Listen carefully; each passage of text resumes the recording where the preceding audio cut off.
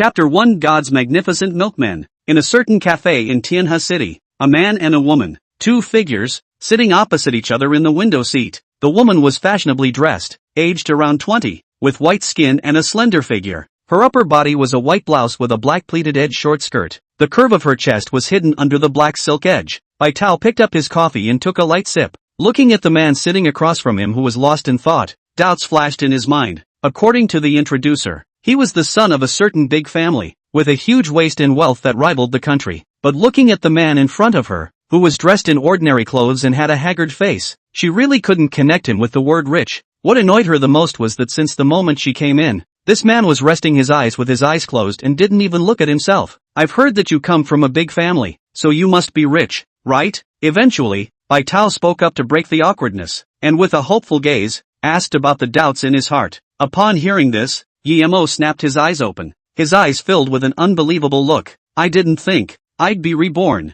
and it's still in the year that I'm about to graduate from my senior year. In his previous life, he was originally the mongrel young man of the Yi family in Tianhe City, and in the summer vacation after the college entrance exam, he befriended Sun Tongxue who came to travel, and the two of them fell in love with each other, and gave birth to a love crystal with a year later. The good times didn't last long. Sun Tongxue's family is a famous consortium in Jiangnan province, and when they found out about it, they were furious, and their family not only took her away, but also pressurized the Yi family and expelled Yemo from the Yi family. Since then, Yemo has become known as the abandoned young man, waist young. If not for Sun Tongxue's best friend secretly take in Yemo and his young daughter, I am afraid that would have been on the street. Sun family encountered this matter, naturally refused to give up, and later even united with his uncle Yibin. A year after Yemo's graduation, he was poisoned in a hotel. At this time, it was the day that Yemo spent all his savings and came out on a blind date to earn money. But right at this moment, an electronic synthesized tone suddenly sounded in his head. Ding! Energy accumulation is complete. The super success rate system is being activated. System? Ding! The system has been activated successfully and is binding the host. Ding! Host binding is complete. Two electronic beeps fell one after another, and Yemo was surprised to find an additional virtual figure in his mind. A sweet-looking girl's virtual figure. Could it be that I was reborn because of you? No matter how much experience Yemo had in his previous life, he was still shocked by what he saw and heard now, and subconsciously asked, "Hello host, this system is from 20 million light-years away from Earth, a product of a higher civilization. I'm your exclusive system elf. You can call me Xiaomu." Xiaomu's soft and cuddly voice was transmitted into Yemo's brain through brainwaves. This system is a super success rate system. It can convert everything the host wants to know into success rate data and feed it back into the host's brain. Anything you want to know? Yemo's eyes snapped shut as he asked in the way that Xiaomu prompted him. That's right, anything you want to learn about everything, as long as the host needs it. Xiaomu smiled faintly and continued. And this system also has multiple functional uses such as mall exchange. What are the multiple functions?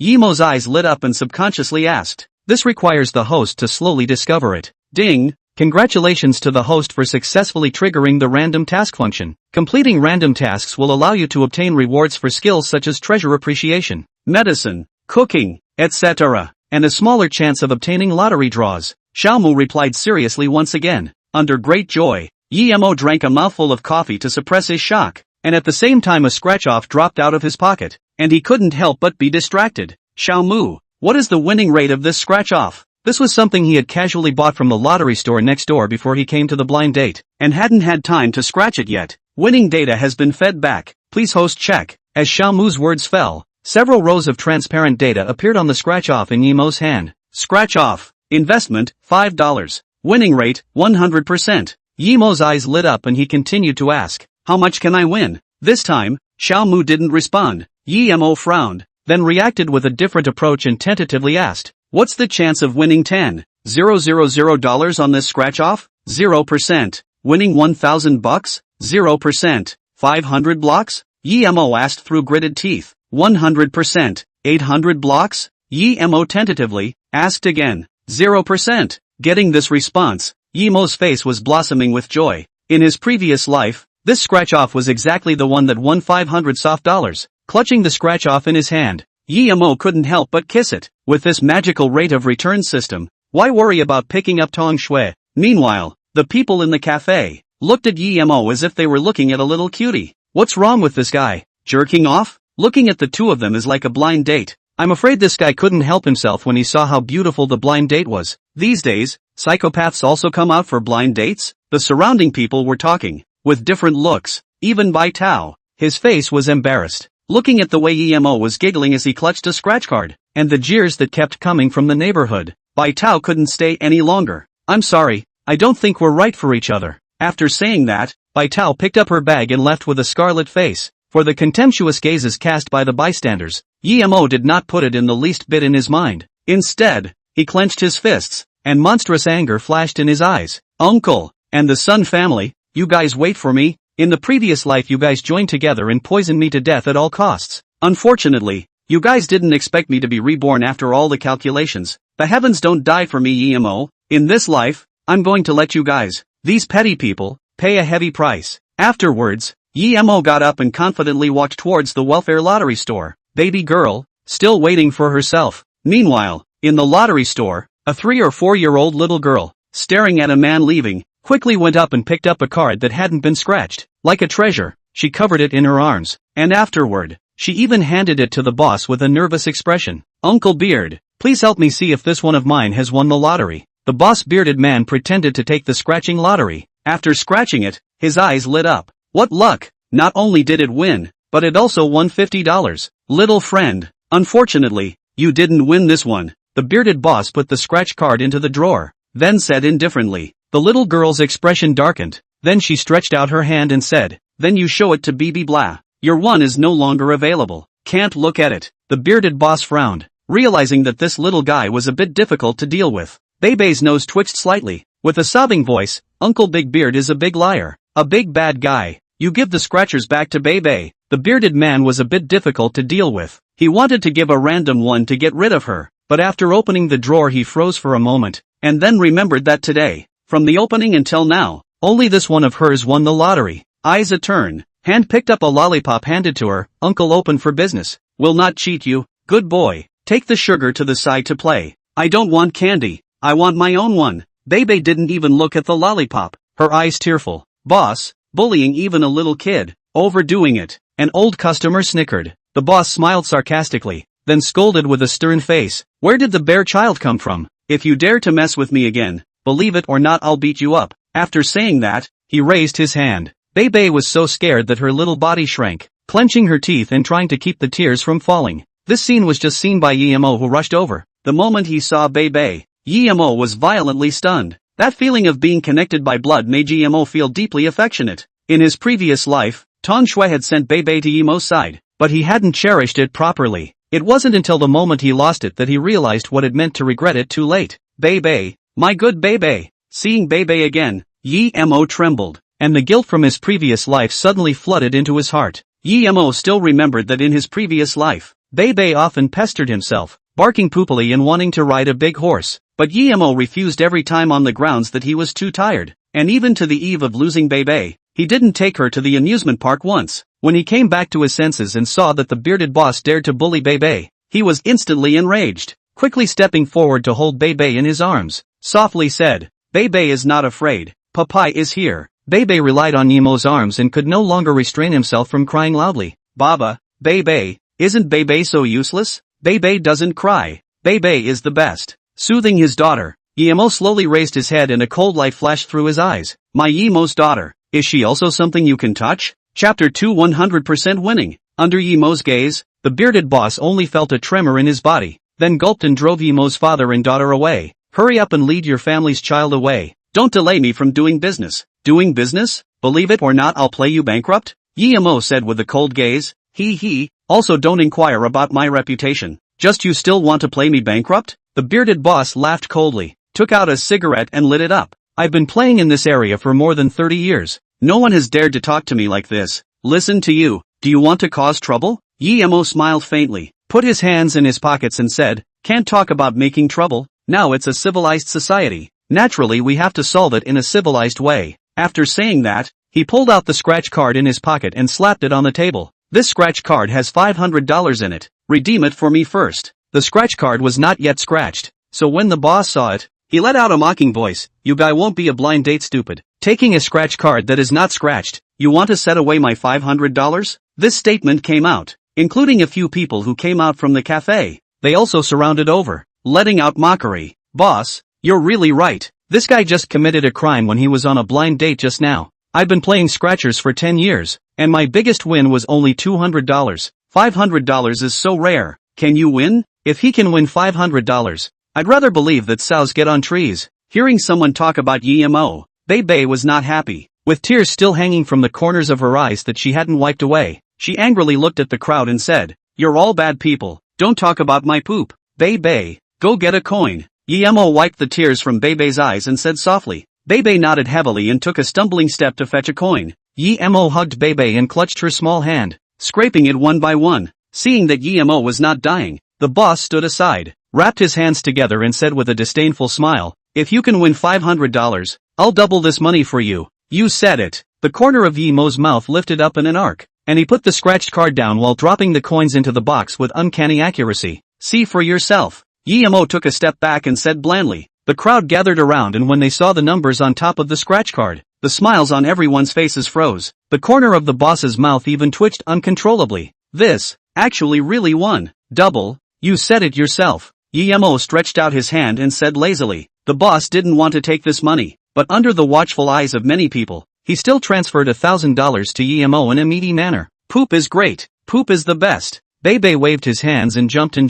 Yemo squatted *** and doted on Bebe's little head. In his previous life, he was the one who didn't have the strength to guard his wife and daughter, causing his wife to be trapped in the Sun family and depressed for the rest of her life. Now that he had relived his life and had a super success rate system, he would definitely not let the tragedy of his previous life repeat itself. At the same time, his eyes condensed, and he swore in his heart, "Tong Shui, wait for me. I will reunite our family of 3 as soon as possible. This kid's luck. It's too good to be true." In the crowd, someone couldn't help but whisper. Yemo sniffed and glanced at that person. It was the same man who had said earlier that he would rather believe that a sow was up a tree. Under Yemo's gaze, the man's eyes dodged and finally puffed out his chest and said, "Only won $500. What are you so goddamned proud of? If you have the ability to win the biggest prize today." Yemo gave the man a meaningful look. What he said was exactly what Yemo wanted to do. Yemo cast his eyes on a few $10 scratchers, and rows of numbers instantly appeared on them. 0%, 0%, 100%, 0%, 0%, 100%. It's going to be these two. Yemo turned over $20 and pointed at the 2 scratchers on the top that suggested a 100% winning rate. "Are you sure?" the bearded boss asked a rhetorical question. "Sure, just these 2. The bearded boss collected the money and casually threw the scratchers in front of Yemo. With an excited mood, Yemo scratched the 2 scratchers open. Bingo! $150 and $100. Yemo was vaguely excited and threw the redeemed money in again, choosing 20 that had a 100% winning rate. As expected, these 20 scratchers, the lowest won $10, the highest one won $100. Simply a few times, Yemo arrived at $1,500. Just when Yemo was once again ready to transfer money to scratch the prize, the corner of the boss's mouth twitched unnaturally. Holding down Yemo's hand, the bearded boss snapped, "Brother, I have to admit that your luck is very good today, but listen to my advice. Stop when you can. Each batch of scratchers inside the winning rate is limited, and Yemo every time to buy a winning. This if he is bought again, their own store's subsequent winning rate will be low, so long down the road, this store will really cool." "You're right, it's true that you can't buy like this," Yemo said thoughtfully. The boss thought that he had persuaded Yemo and couldn't help but be relieved, but when he saw Yemo's next action, he couldn't help but freeze and was puzzled. Yemo went forward and touched on each pile of scratchers, sometimes shaking his head, sometimes nodding. The boss's words woke up Yemo. It was too slow to take it one at a time like this. It would be better to take it one pile at a time. "Xiao Mu, in this batch of scratchers, what is the probability of winning the first prize?" Yemo inquired. 100%. The first prize, which was 200,000 soft dollars, was worth a try. Yemo's heart was overjoyed, and he just wanted to buy all the scratch-offs. But he realized something. His current fortune was only the 500 yuan he just won, so it was still a bit difficult to buy them all. So his mind moved and asked in turn, the probability of winning the first prize in this pile, 0%. And this pile? 0%. Trying again and again, there was only the last pile left to be inquired about. Under all the puzzled gazes, Yemo grinned. "Xiao Mu, the probability of this pile winning the first prize, 100%. Good, I'll take this pile." With the certainty of the success rate system, Yemo also had a bottom line and walked directly to the bearded boss and waved his hand. I'll take all the scratchers in this pile of yours. When this statement came out, the man who mocked EMO before froze. He doesn't really want to scratch out the first prize, right? Even the owner froze and subconsciously asked, "Are you sure? There are 200 of them here. Do you want all of them?" "All of them. This kid is going to play me to death." The boss frowned, but on second thought the winning rate of the first prize was very low. He had been in the business for so many years and had yet to meet anyone who won the first prize, so he said with a cold smile, "This is your own decision. If you don't win the money, don't blame me." EMO did not say anything and transferred the money over. A total of 200 word scratchers. EMO one by one quickly touched it over, while the winning rate was also transmitted into his mind.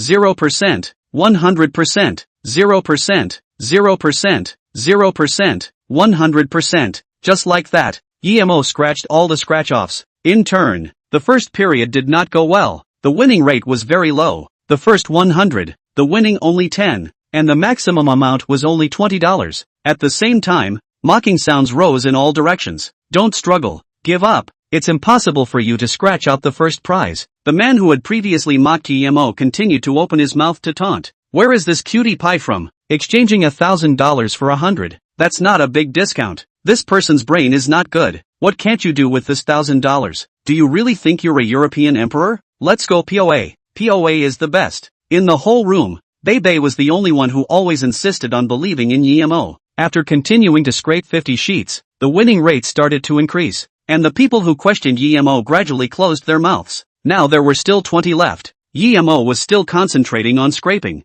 According to the system's return data, the first prize was in these remaining 20. Seeing this, the store owner was also a bit annoyed and said in a deep voice, "The first prize is indeed there. You won't get yourself the lucky one?" Just after the words were said, the store owner shut up and looked at the scene in front of him incredulously, only to see EMO raise the scratch-off in his hand, a ruffled smile hanging from the corner of his mouth. "Coincidentally, I'm exactly the lucky one." Everyone was dumbfounded when they saw the pattern on top of the scratch-off. This actually really scraped out the top prize, $1,000, in exchange for a first prize of $200,000. "Young man, good luck ah." The store owner saw this, also instantly changed his face, went forward to hold EMO's hands. "Young man, congratulations, congratulations ah, you are the store so many years. The first person to scratch out the first prize. Don't say anything, let's take a picture together. Then I'll go to the welfare center with you to redeem the prize." The store owner's face was filled with smiles, and compared to when he mocked EMO before, he was directly a different person. EMO pushed the store owner's hand away and said with a faint smile, "It depends on my daughter's mood." The store owner is also a human savant. His eyes turned and squatted in front of Bebe and said,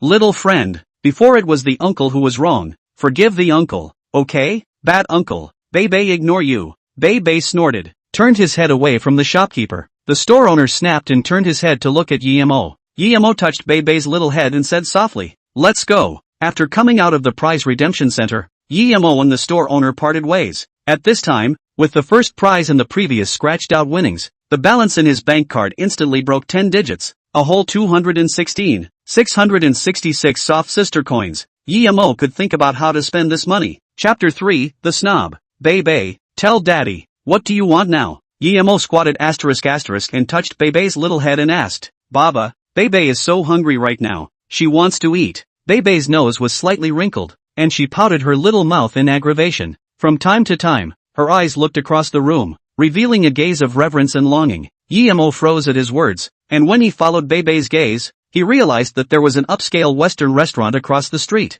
emitting a tantalizing aroma. Instantly, he realized that this little guy was craving. Scratching Bebe's nose, EMO smiled and said, "Today daddy will treat you to a big meal." Now that he had money himself, the intention was to take his daughter to buy.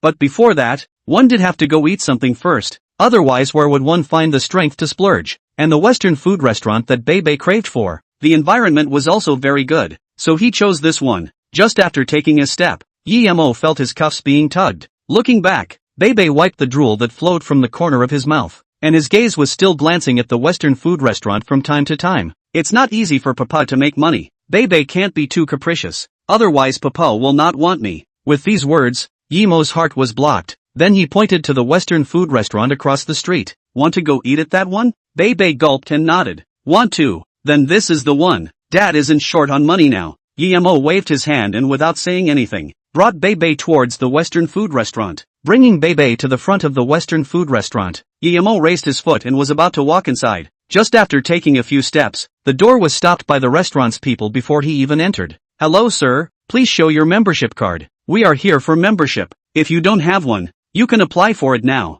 Oh, there are discounts." Before the words were finished, the waiter paused and asked suspiciously, "Are you, Yimo? Who are you?" Doubt flashed across Yimo's face. He had some impression of this waiter, but then he couldn't recall where he had seen him. Getting Yimo's affirmation, the waiter suddenly became familiar. A smile piled on his face. "Me, Wu Kaixian, don't you remember me?" Hearing the name, Yimo suddenly realized Wu Kaixian was his freshman year classmate with an average relationship, and hadn't rarely looked for presents in him. Only when Yimo's sophomore year, he suffered all kinds of changes and stayed 2 grades, and Wu Kaixian graduated before him. After several years of not seeing him, he didn't expect to run into him here. "Old classmate, we haven't seen each other for a long time. Why don't you wait for me to get off work and have a drink together?" Although Wu Kaixian was enthusiastic, but his eyes flashed an imperceptible smugness. "I still remember when I was a freshman. You were a very beautiful person. Now how did you get mixed up like this?" "Not bad. You work here?" Yimo responded indifferently without much interest. Wu Kaixian avoided talking about it and turned his head to look at Bebe, went up and rubbed Bebe's little face vigorously and asked with a smile, "Is this your daughter? She's so cute and doesn't look like you. You're not going to be a happy father, are you?" Bebe opened Wu Kaixian's hand, her face bulging with anger. Yimo was also a little angry. Although this guy hadn't seen him for several years, that villainous face still hadn't changed. "She has the same surname as me, Yi." Yimo responded lightly. "He came to eat, not to catch up. We're going in to eat." Wu Kaixian's eyes rolled and said wistfully, "I do remember that you had the nickname of the king of repeating grades back then. Repeating grades for 2 years in a row. How wasted were you to make it this far?" "Right, you graduated this year, right?" After saying that, he stared at Yimo with a smirk. Yimo had some slight anger on his face, and his tone was aggravated by one point. "I've come to eat." "What? You want to run a card? Mr. Yi? If I remember correctly, you should have been kicked out of your Yi family, right?" Wu Kaixian said with a smirk. Yimo's face turned cold. "Listening to you, do you think I can't get the money? Of course not. No matter what. This thin dead camel is bigger than a horse. I just want to remind you, our silver membership card here needs $5,000. I don't think it's worthy of your status. Instead of this, spend $10,000 to do a gold VIP, and enjoy discounted services for handling it now." Wu Kaixian had an impish expression. Yimo's face instantly sank. A mere $10,000 and a discount? This was an insult to him. Wu Kaixian didn't think so. He thought that Yimo was intimidated by the amount and couldn't take out that much money. "What? Can't afford it? Then get the hell out of here and don't get in the way of my work." Wu Kaixian dug around in his shirt pocket and finally took out a $1 dime. "Seeing as you're also weirdly pathetic right now, I'll friendly sponsor you some." Putting it into Yimo's hand without saying anything, Wu Kaixian said meaningfully, "It's not much money, but it's still enough to buy 2 steamed buns." "Kaixian, do you know that you remind me of an animal right now?" Yimo toyed with the $1 coin, the corner of his mouth lifting up a gangly smile. "What animal?" Wu Kaixian was a little curious. Under Wu Kaixian's gaze, the corner of Yimo's mouth moved slightly and slowly spat out a few words, the kind that can't change its ways to eat feces. "You dare to call me a dog?" Wu Kaixian came back to his senses with an angry expression. He also no longer hid his ugly face, pointing at Yimo's nose. He cursed, "What kind of a thing are you? You still think you're the Yi family's youngest? You're now a street rat that people beat up. You don't take a piss and take a look at your own virtues. In your current poor state, you still want to come into our restaurant for dinner. In your next life, what's the noise? What happened?" The restaurant manager, a 200-pound fat man, walked out at the sound. "Manager Wang, there's a poor dog here that wants to enter our restaurant to eat. I'll drive him away." Wu Kaixian looked fawning and lowly. Manager Wang glanced at Yimo, not hiding the contempt in his eyes at all, and casually waved his hand and said, "Hurry up and drive him away, and in the future, 3 meters near the restaurant. This kind of poor dog will not be allowed to come near." Wu Kaixian bent down and nodded his head, then turned around and drove away Yimo's father and daughter in a furious manner. "Did you hear that? Hurry up and get lost." Yimo's face sank and he coldly spoke out. "Manager Wang, right? Let me ask you,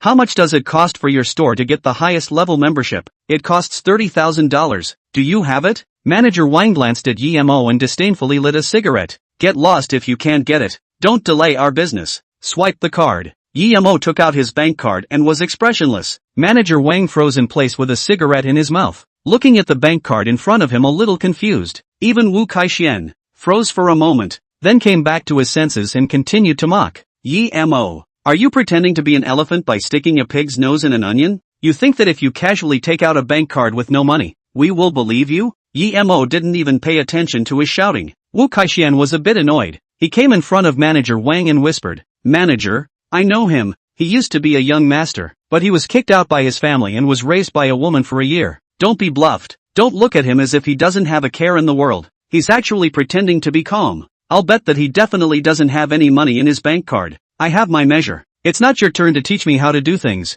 Manager Wang said with some displeasure. Wu Kaixian realized that he had said the wrong thing, and stood on the sideline snapping, very embarrassed. Manager Wang frowned and looked deeply at Yemo. "Young man, if I know that you're fooling me, I'll make you eat your words." Chapter 4. Surprisingly, it was him. "Swipe your card," Yemo said without thinking. Manager Wang extinguished his cigarette and walked back into the store with his card. "Yemo, I didn't see that you're quite capable of pretending." Wu Kaixian looked at Yemo one more time and gloated. "I'd like to see if you're still as calm as you are now when the fact that you don't have any money in your card is revealed later." Yemo directly ignored him. Instead he squatted *** and stroked Bebe's little head. "Good boy, wait a little longer. You can eat soon." The words fell, only to see the fat manager running out in a hurry, wiping the cold sweat from his forehead as he ran. "Manager Wang, how was it? Was I right?" Wu Kaixian greeted him, his eyes expectant and excited. To his surprise, Manager Wang didn't even look at him and directly ignored him. He then walked quickly to Yemo and curtly handed over a cigarette.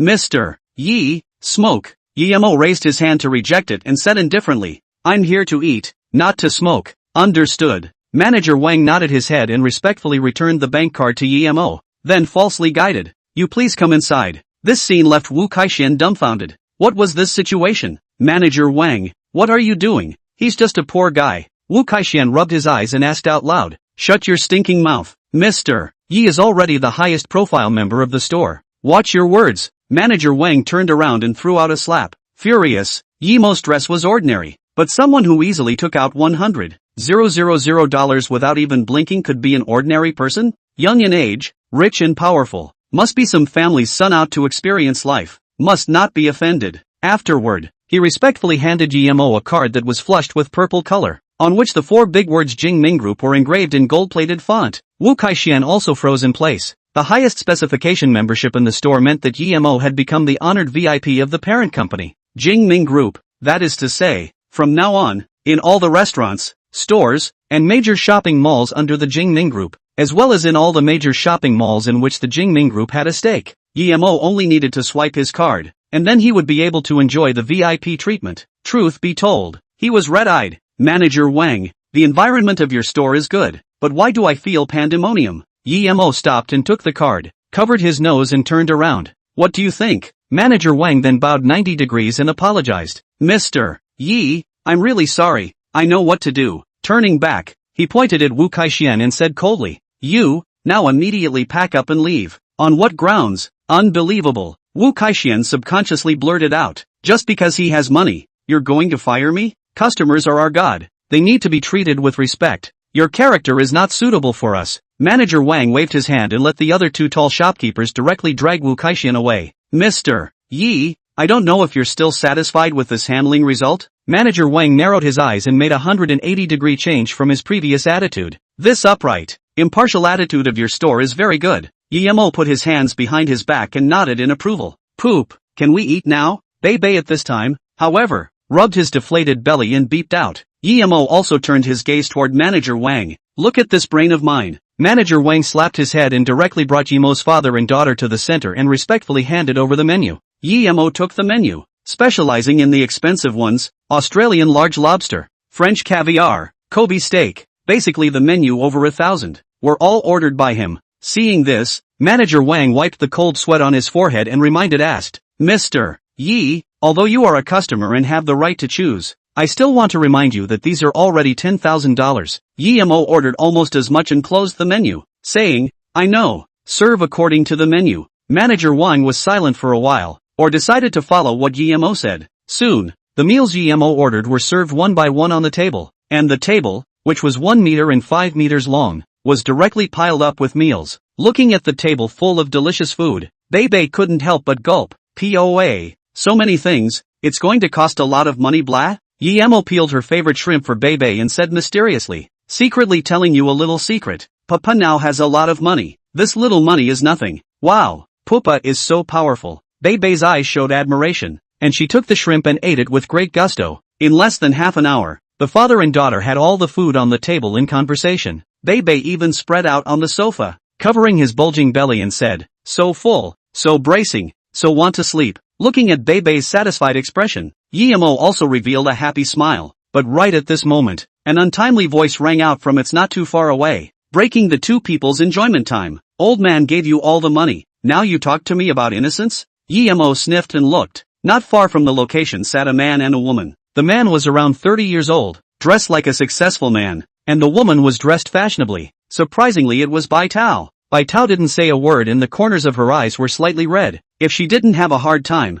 if she didn't need money urgently, she wouldn't have come to the blind date. Wang Chao finished yelling and continued to go up and down on Bai Tao. Bai Tao came back to her senses and refused repeatedly, being rejected again and again. Wang Chao was furious and directly slapped Bai Tao in the face. "After taking the money, you have to do the job. Don't pretend to be a chaste girl with me here." Bebe was startled by this scene and hurriedly hid into Yemo's arms, saying in a milky voice, "Poa, that auntie is so pitiful." Yemo's heart and mind shook as he realized that Bai Tao had an extra slap mark on her face. Her shoulders moved slightly, and she was softly sobbing. The pear blossom brought rain, and I felt sorry for her. He frowned. After the blind date in his previous life, he had quite a bit of contact with Bai Tao and ended up becoming good friends. He also knew that she was a good girl. It was said that something happened to her family, and in order to raise money she did something she shouldn't have done. And in the end, she even dropped out of school without any news. When he saw Wang Chao getting more and more excessive and Bai Tao getting more and more helpless, Yemo couldn't watch anymore. "Xiao Mu, what is my success rate in helping Bai Tao?" Yemo narrowed his eyes and asked. 100%. Very good. Yemo got up and walked forward confidently. In his previous life, he watched Bai Tao fall down step by step without being able to do anything about it. In this life, he had the ability to help Bai Tao stay away from the sea of bitterness. "Boss Wang, I've already made it clear to you, this money is as if I borrowed it from you, and I'll return it to you with interest after a while." Looking at the man in front of her, Bai Tao's gaze was serious and firm. "Then I will also tell you for the last time, I don't lack money. What I want is for you to accompany me for a month." After saying that, a lustful light flashed in Wang Chao's eyes and stretched his hand forward. Bai Tao was a rare and extremely beautiful woman. She had to be pushed down today. For Wang Chao's action, disgust flashed in Bai Tao's eyes. Just before she could make a move, a calm voice came from behind her. "Beating a woman in broad daylight. A man's reputation has been tarnished by you." Bai Tao turned around at the sound. Surprisingly, it's him.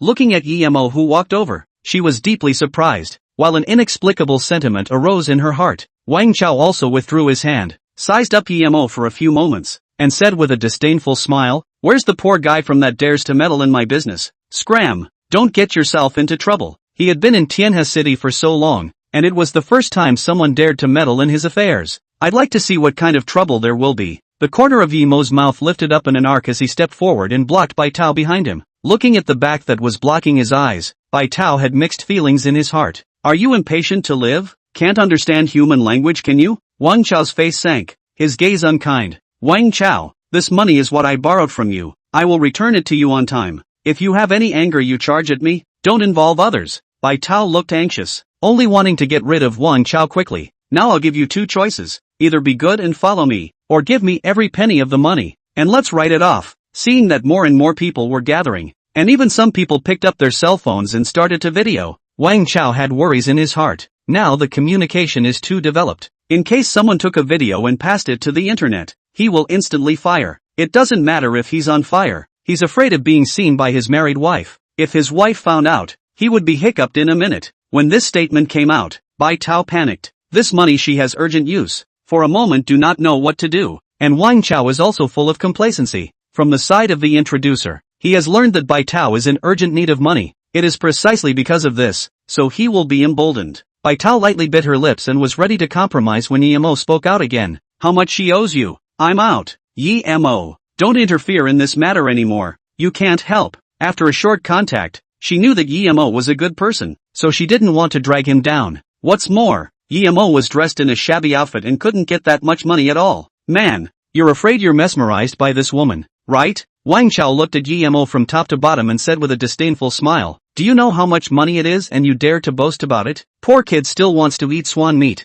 You're afraid you don't know how many pounds you have. Wang Chao didn't hide his contempt for Yemo at all. Yemo was covered in ground floor goods. His whole body combined was not worth a single toe of his, and he still thought of repaying money for someone? Really ridiculous. How much? You say a number. Yemo's gaze was bland, and he inhaled a cigarette again. 100,000. Can you take it out? Wang Chao glanced at him and was filled with skepticism when he said this. Seeing this kid in a shabby dress, he should be the least silver VIP of this store. The guy who came here to eat a meal and had to save up a few months' salary. Could he come up with $150,000? To beat Wang Chao to death? He didn't believe it. Knowing this amount, Yemo nodded his head indifferently. Then he extinguished the cigarette in his hand and took out his cell phone. Give me the account number. Chapter 5. Your bank card arrives with $100,000. 00. This kid can't really take it out, right? Wang Chao was momentarily subdued and couldn't help but mutter in his heart. But on second thought, Yemo didn't even have a decent outfit, so how could he take out so much money? Spilling the account number, he laughed coldly. Kid, this isn't something to talk about. If you dare to poke fun at me, you'll suffer the consequences. Such a big man, you just collect the money. Where's all the nonsense? Yemo impatiently waved his hand and operated on the mobile banking app. Wang Chao was a bit annoyed. A dangerous light flashed from his eyes, and he thought in his heart, just let you fool around for a while. I want to see how you're going to round up when you don't have the money to transfer to me later. Until now, he didn't believe that Yemo could come up with so much money. In his opinion, Yemo's aloofness and steadiness like MT Tai were all pretend. At that time, if he couldn't come up with the money, it wouldn't be too late to humiliate him. Yemo took his cell phone and operated it, then said faintly, take the money and get lost. $100,000, not a penny less, was transferred to Wang Chao. 5 minutes passed, and Wang Chao didn't receive any news of the funds arriving at all, which reinforced what he thought in his mind. Yemo was a liar, a trash who had no money but liked to pretend. You're just a piece of trash. Thinking that I'll believe you just because you took your cell phone and operated it a bit? Wang Chao took the phone and said disdainfully, since you said you've transferred the money, where is it? Was it eaten by you? Don't be in a hurry. Let the money stay in my bank account for a while first. Yemo was also a bit annoyed, but he was a person who didn't like to be calculating. His favorite thing was to speak with facts. Wang Chao snorted coldly and was just about to continue humiliating Yemo when a text message beep suddenly came from his cell phone. Ghost Axe glanced at it. It didn't matter if he didn't look. Once he looked, he was startled. The content of the text message made him dumbfounded. Hello esteemed customer. Your bank card arrived at $100,000. $0. This, actually really arrived. Wang Chao was filled with disbelief. Looking up at Yemo, he was filled with dismay. This unimpressive kid had actually taken out $100,000. 50,000 wasn't a lot to say the least, but it wasn't a small amount to say the least, and it was out of his expectation that Yemo could take it out. It seemed that this young man was not as simple as he appeared. Wang Chao was able to go from an ordinary person, step by step, to the current millionaire, by virtue of an articulate mouth, as well as a pair of eyes that recognized the times. Since he had determined that Yemo was not an ordinary person, he naturally wouldn't ask for trouble anymore. Friend, this matter today is all a misunderstanding. From now on nothing has happened. Wang Chao took a deep breath, sprouting a desire to retreat, and turned around to leave. Ding! Host triggered a randomized mission. Punch Wang Chao in the face. Successful host will be rewarded with 100,000 soft sister coins. Yemo first froze, then became interested. This random mission, it was a bit interesting. Stop, aren't you forgetting something? Yemo called out to Wang Chao and walked forward with his hands in his pockets. Wang Chao stopped and the corner of his mouth moved unnaturally. I can't understand what you're saying. If I remember correctly, you slapped her before. Yemo beckoned to Bai Tao and said quietly, come here and return that slap. At these words, Wang Chao exploded and said in a deep voice, don't go too far. This matter has already been turned over today. Don't ask for trouble. Forget it Yemo. He has some power in Tianhe City. We can't afford to mess with him. Bai Tao tugged on Yemo's sleeve, not intending to dwell on this matter. Some power. So what? Yemo smiled disdainfully. When it was too late, Yemo swung his arm round and slapped out with all his might. Slap!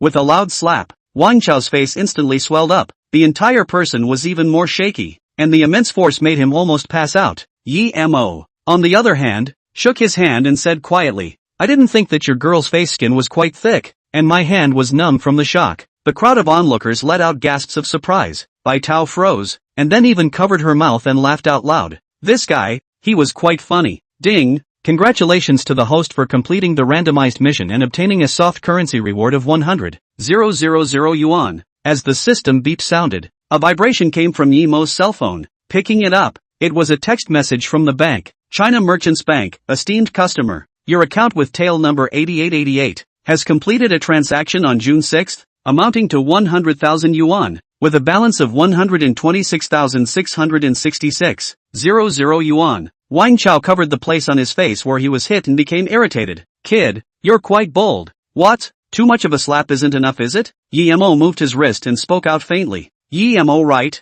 I'll remember this slap. Wang Chao looked deeply at Yimo and burned his appearance into his mind. Without saying anything, he left this place of wrongdoing in a mess. In the future, if you have trouble, come to me. Don't come out on a blind date again. Yimo shook his head and sighed as he looked at Bai Tao's stunned expression. Since he had already helped Bai Tao out of trouble, he didn't plan to stay any longer and turned around. Poop. Bei opened his arms happily when he saw Yimo return. Yimo took a few quick steps, then squatted *** and picked Bei up. Good daughter, let's go home. Mr. Yi, please stay. Bai Tao's careful voice came out from behind him. Why? Is there something else? Yimo smiled faintly, polite and raw. Bai Tao's heart was inexplicably clogged. This guy, who had just helped himself, was now treating himself with a distant attitude. Did he make himself so annoying to him? This was the first time since Bai Tao grew up that she regretted her behavior. Mr. Yi, I express my sincere apologies to you for my previous rude behavior. Bai Tao pushed down the chaotic thoughts in his mind and bowed deeply to Qin Bubu to express his apology.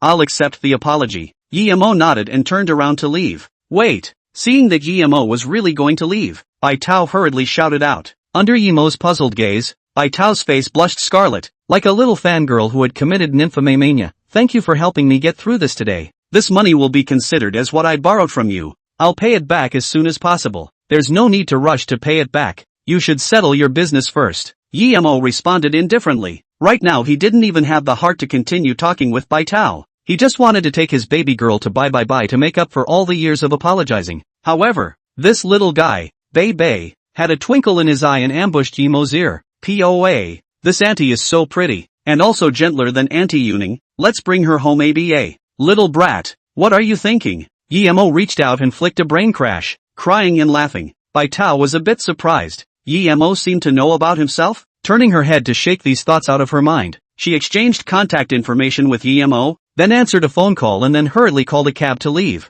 Yimo, on the other hand, also checked out and left with Bei, heading to one of the biggest shopping malls in Tianhe City. As of now, Yimo had a total of over $120,000. So now he and Bei only had one problem to face, and that was, bye. After shopping for an hour and a half, the father and daughter had remarkable results, carrying large bags, all of which were expensive clothes, shoes, including watches and other things. Yimo at first intended to buy a suitable watch, but this mall is out of stock. In the end, Yimo chose a Vacheron Constantine, priced at 50,000 wristwatches. After the father and daughter swept through, the things they bought were almost done, but at this point, Yimo still had 20,000 on hand that he hadn't spent. As he strolled around, suddenly his eyes lit up and he saw a precious jewelry store. Thanks to that woman taking care of us, Bei and I aren't living on the streets. Let's buy her a small item with this last money. Yimo's mind moved and he walked into the jewelry store. After spending the last 20,000, Yimo and Bei returned home. Just as they entered, they saw a woman sitting on the sofa with a face like frost. Yueling, we meet again. Yimo looked at Han Yueling in front of him with a complicated mood. In his previous life, Han Yueling had sold her company with over $100 million in capital just to help him out of his misery. But the result is not as good as expected, and ultimately did not fight over Yibin father and son. Han Yueling was forced to go away to a foreign country. To the death did not see on one side. Han Yueling heard the sound of the door opening and turned her face. When she saw the father and daughter carrying big bags, her face instantly sank. Yimo, you disappoint me too much. Chapter 6, The Woman Who Talks Out of Her Mind. Han Yueling directly got up from the sofa, went up and snatched the big bag from Yimo's hand and threw it all over the floor. Yimo, how much longer are you going to be this decadent? Tong Shui is suffering for you guys, while you are muddling around all day without thinking about progress. Are you still a man? Han Yueling's eyes were filled with disappointment and said regretfully, I really feel bad for Tong Shui. How can she not forget about you? If it wasn't for Tong Shui's sake, I would have kicked you out long ago. Han Yining became more and more agitated as she spoke, pushing Yimo outwards. Get out of here. I don't want to see you again. Yueling, don't get agitated first. Yimo frowned and subconsciously grabbed her wrist and explained, listen to me, I will go to Tong Shue's family, but not right now. Now that he had just been reborn, he didn't have any roots at all, so if he headed to the Sun family just like that, it would be like going to find death. What he had to do was to grow up quickly and make himself strong enough. Having had lessons from his previous life, Yi Mo clearly understood one thing. The only way to better protect them was to be stronger than the Sun family. I don't want to hear this from you right now. Leave Bebe behind. You go. Han Yueling's mind was made up and said with a stern face. Afterward, she turned away and didn't even look at him. Auntie Yueling, don't drive Puppy away. Okay. Bebe tugged at her clothes and said weakly, if Papa leaves, no one will love Bebe anymore. Han Yueling's heart was violently blocked when she heard this. When she turned back and looked at Bebe's pitiful and helpless eyes, the corners of her eyes suddenly became wet. Squatting ***,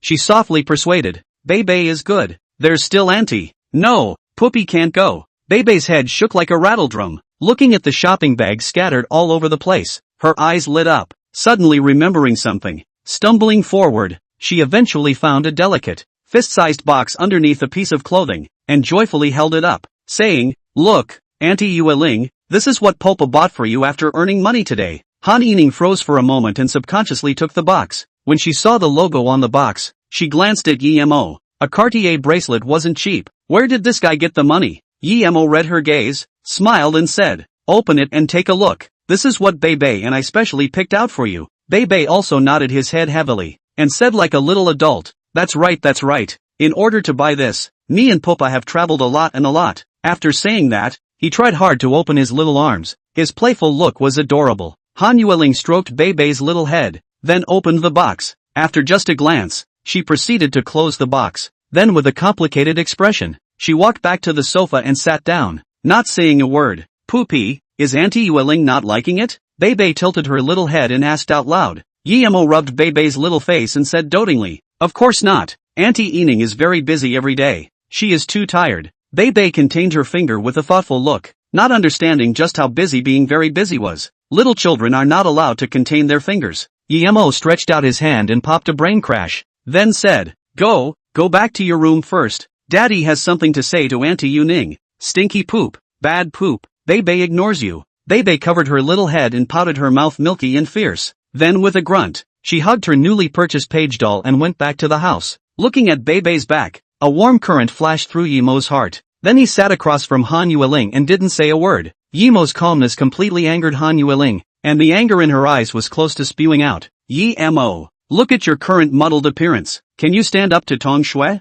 2 years ago, when the Sun family took away Tong Shui, you said yourself that you would take care of Bebe, but look at you now. Do you look like a father? But you promised Tong Shui. Have you forgotten all that? Or is that just an excuse for you not daring to face reality? Not daring to face the Sun family? No, I haven't forgotten any of these. Yi Mo shook his head and clenched his fists. In his heart was the monstrous anger that rose. I see that you have forgotten all of them. Han Yueling let out a light laugh. A brilliant light flashed in her eyes and said, from now on, I'll give you a month's time. If you're still the same as you are now at that time, please move out from my place immediately. At that time, I will take care of Bebe. After saying that, Han Yueling gave Yi Mo a meaningful look. The gaze was still a bit evasive as Yi Mo stared at her. Yi Mo also misunderstood her meaning at first, but when he saw the meaningful gaze in her eyes, he suddenly realized something. Xiao Mu, what is the probability of her lying? 100%. She's lying, which means she has another meaning. Yi Mo had a judgment in his heart, while doubts hit him. But what is her purpose for doing this? Frowning in thought, Yi Mo suddenly thought of a reason and couldn't wait to inquire. Xiao Mu, what is the probability that she used this as an excuse to motivate me? 100%.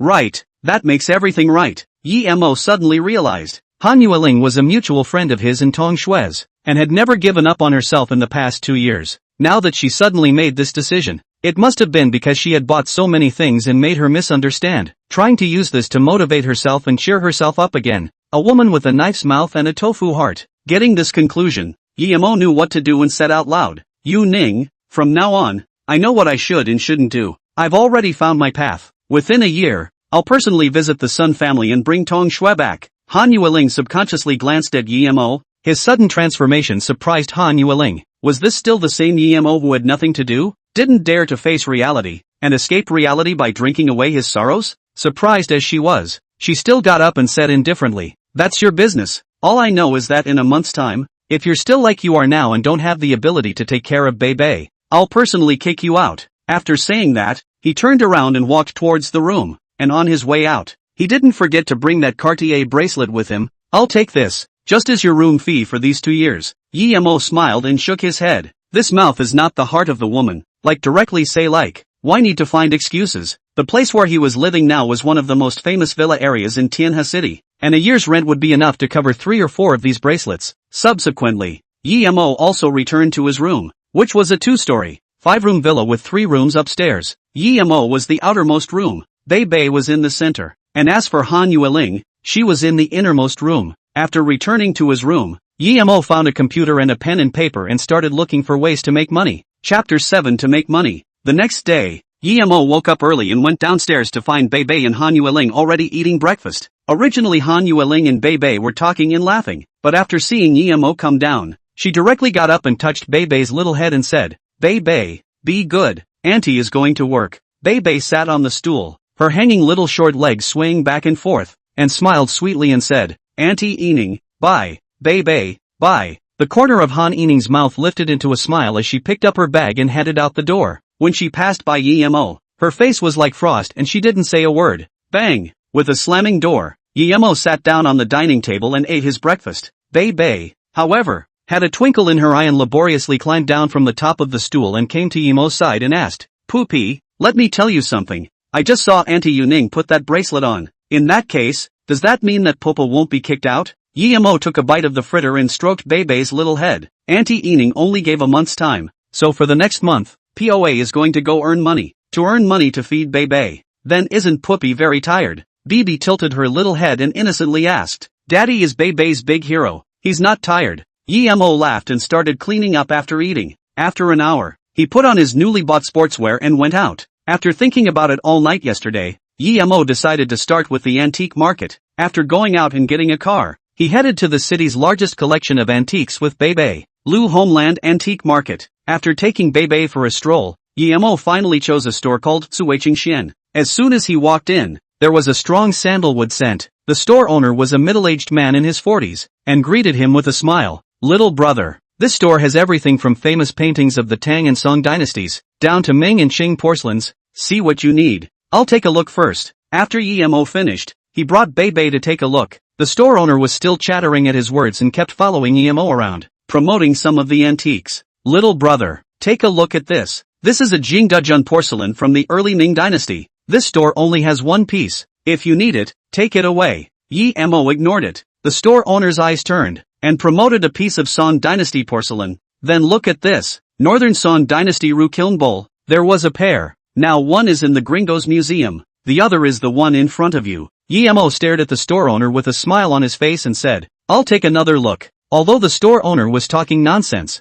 Yemo looked at the 0% success rate floating above, and instantly understood that these were 2 imitations, and if he was fooled into buying them, he would not lose money to his grandmother's house. After strolling around, Yemo didn't find any suitable paintings and was ready to leave when Bei pulled his hand and said, POA, look at that painting. It's so broken. Why do you still want to put it out for sale? Broken? Yemo's mind stirred and cast his gaze, only to see a dusty ancient painting with a broken surface placed casually, and there was a large success rate floating on it, 100%. Yemo couldn't help but light up and greeted the owner and asked, Can you bring me this painting to take a look at? Seeing that painting, the store owner instantly lost interest. It was something he had collected from a big mountain village, and after the expert had identified it as an imitation, so it had been placed in the corner and left it alone. Now that Yemo needed it, he simply gave it over and put it in front of Yemo, saying impatiently, This is the Tang Dynasty Wu Daozi's Heavenly King delivering sun figure. If you want $5,000 to take it away. After this period of time, the store owner also figured out Yemo's background,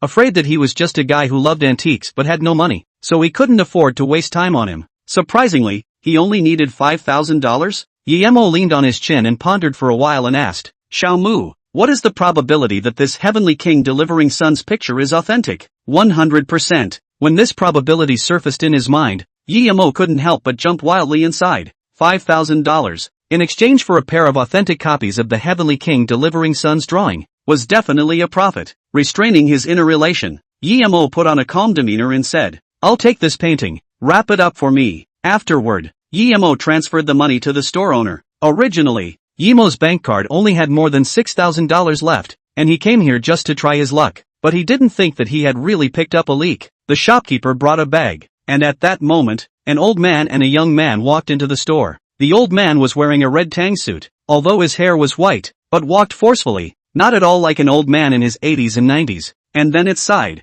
is a dress cool, the age of about 20 years old girl, skin white tentative, red lips and teeth, hair draped over both shoulders, overflowing with youthful vigor. The shopkeeper saw the two. His eyes lit up. This is a big guest. Wrap it up yourself. Then after throwing the bag to Yimo, he revealed a pleasing smile and greeted the two. Yimo didn't care. Instead, he carefully messed with the ancient painting. Both of you, what do you need? You can feel free to tell me. The store owner exited with a smile. My grandfather likes ancient paintings from the Tang and Song dynasties. Do you have any here? The young woman's red lips slightly opened. Her clear and crisp voice was like an aureole coming out of the valley. Shopkeeper heard, directly go to the back of the store, carefully took out several pairs of ancient paintings of the Tang and Song dynasties. In turn, spread out. This is the Tang and Song dynasties, major painters of the authentic. You see. The old man swept a single glance and withdrew his gaze. When he glanced at the pair of paintings that Yimo was organizing, a bright light flashed in his eyes and he walked over and asked,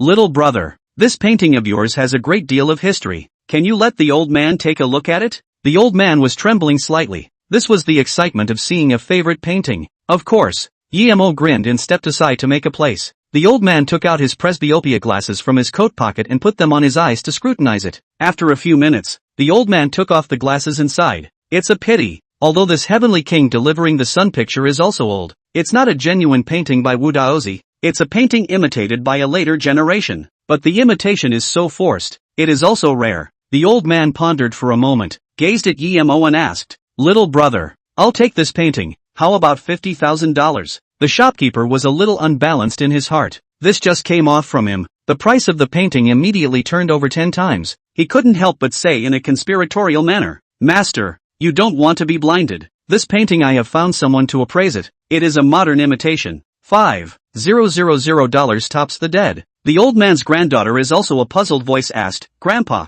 you yourself have said that this is an imitation of the painting. Is it really worth this price? You guys won't understand." The old man shook his head, then looked at Yimo with a smile and said, "Little brother, what do you mean? For $50,000, I won't sell it." Yimo refused without even thinking about it. This was out of the old man's expectation, and after contemplating, he said, "This painting has a destiny with the old man, so name your price." Chapter 8, Encountering a Treasure. Old Master, then how much do you think it would be more appropriate for me to offer for a pair of Wu Daozi's authentic masterpieces? Yimo asked a rhetorical question with a smiling expression. As soon as these words came out, before the old man could open his mouth, his granddaughter voiced out a rebuttal. "Impossible. My grandpa has never been wrong. There is no way this painting of yours is authentic." Even the store owner looked at Yimo with disdain. "Young man, you're being a bit unorthodox. Buying an imitation from my store and then turning around and trying to sell it under the gimmick of being authentic. Are you treating me as if I don't exist?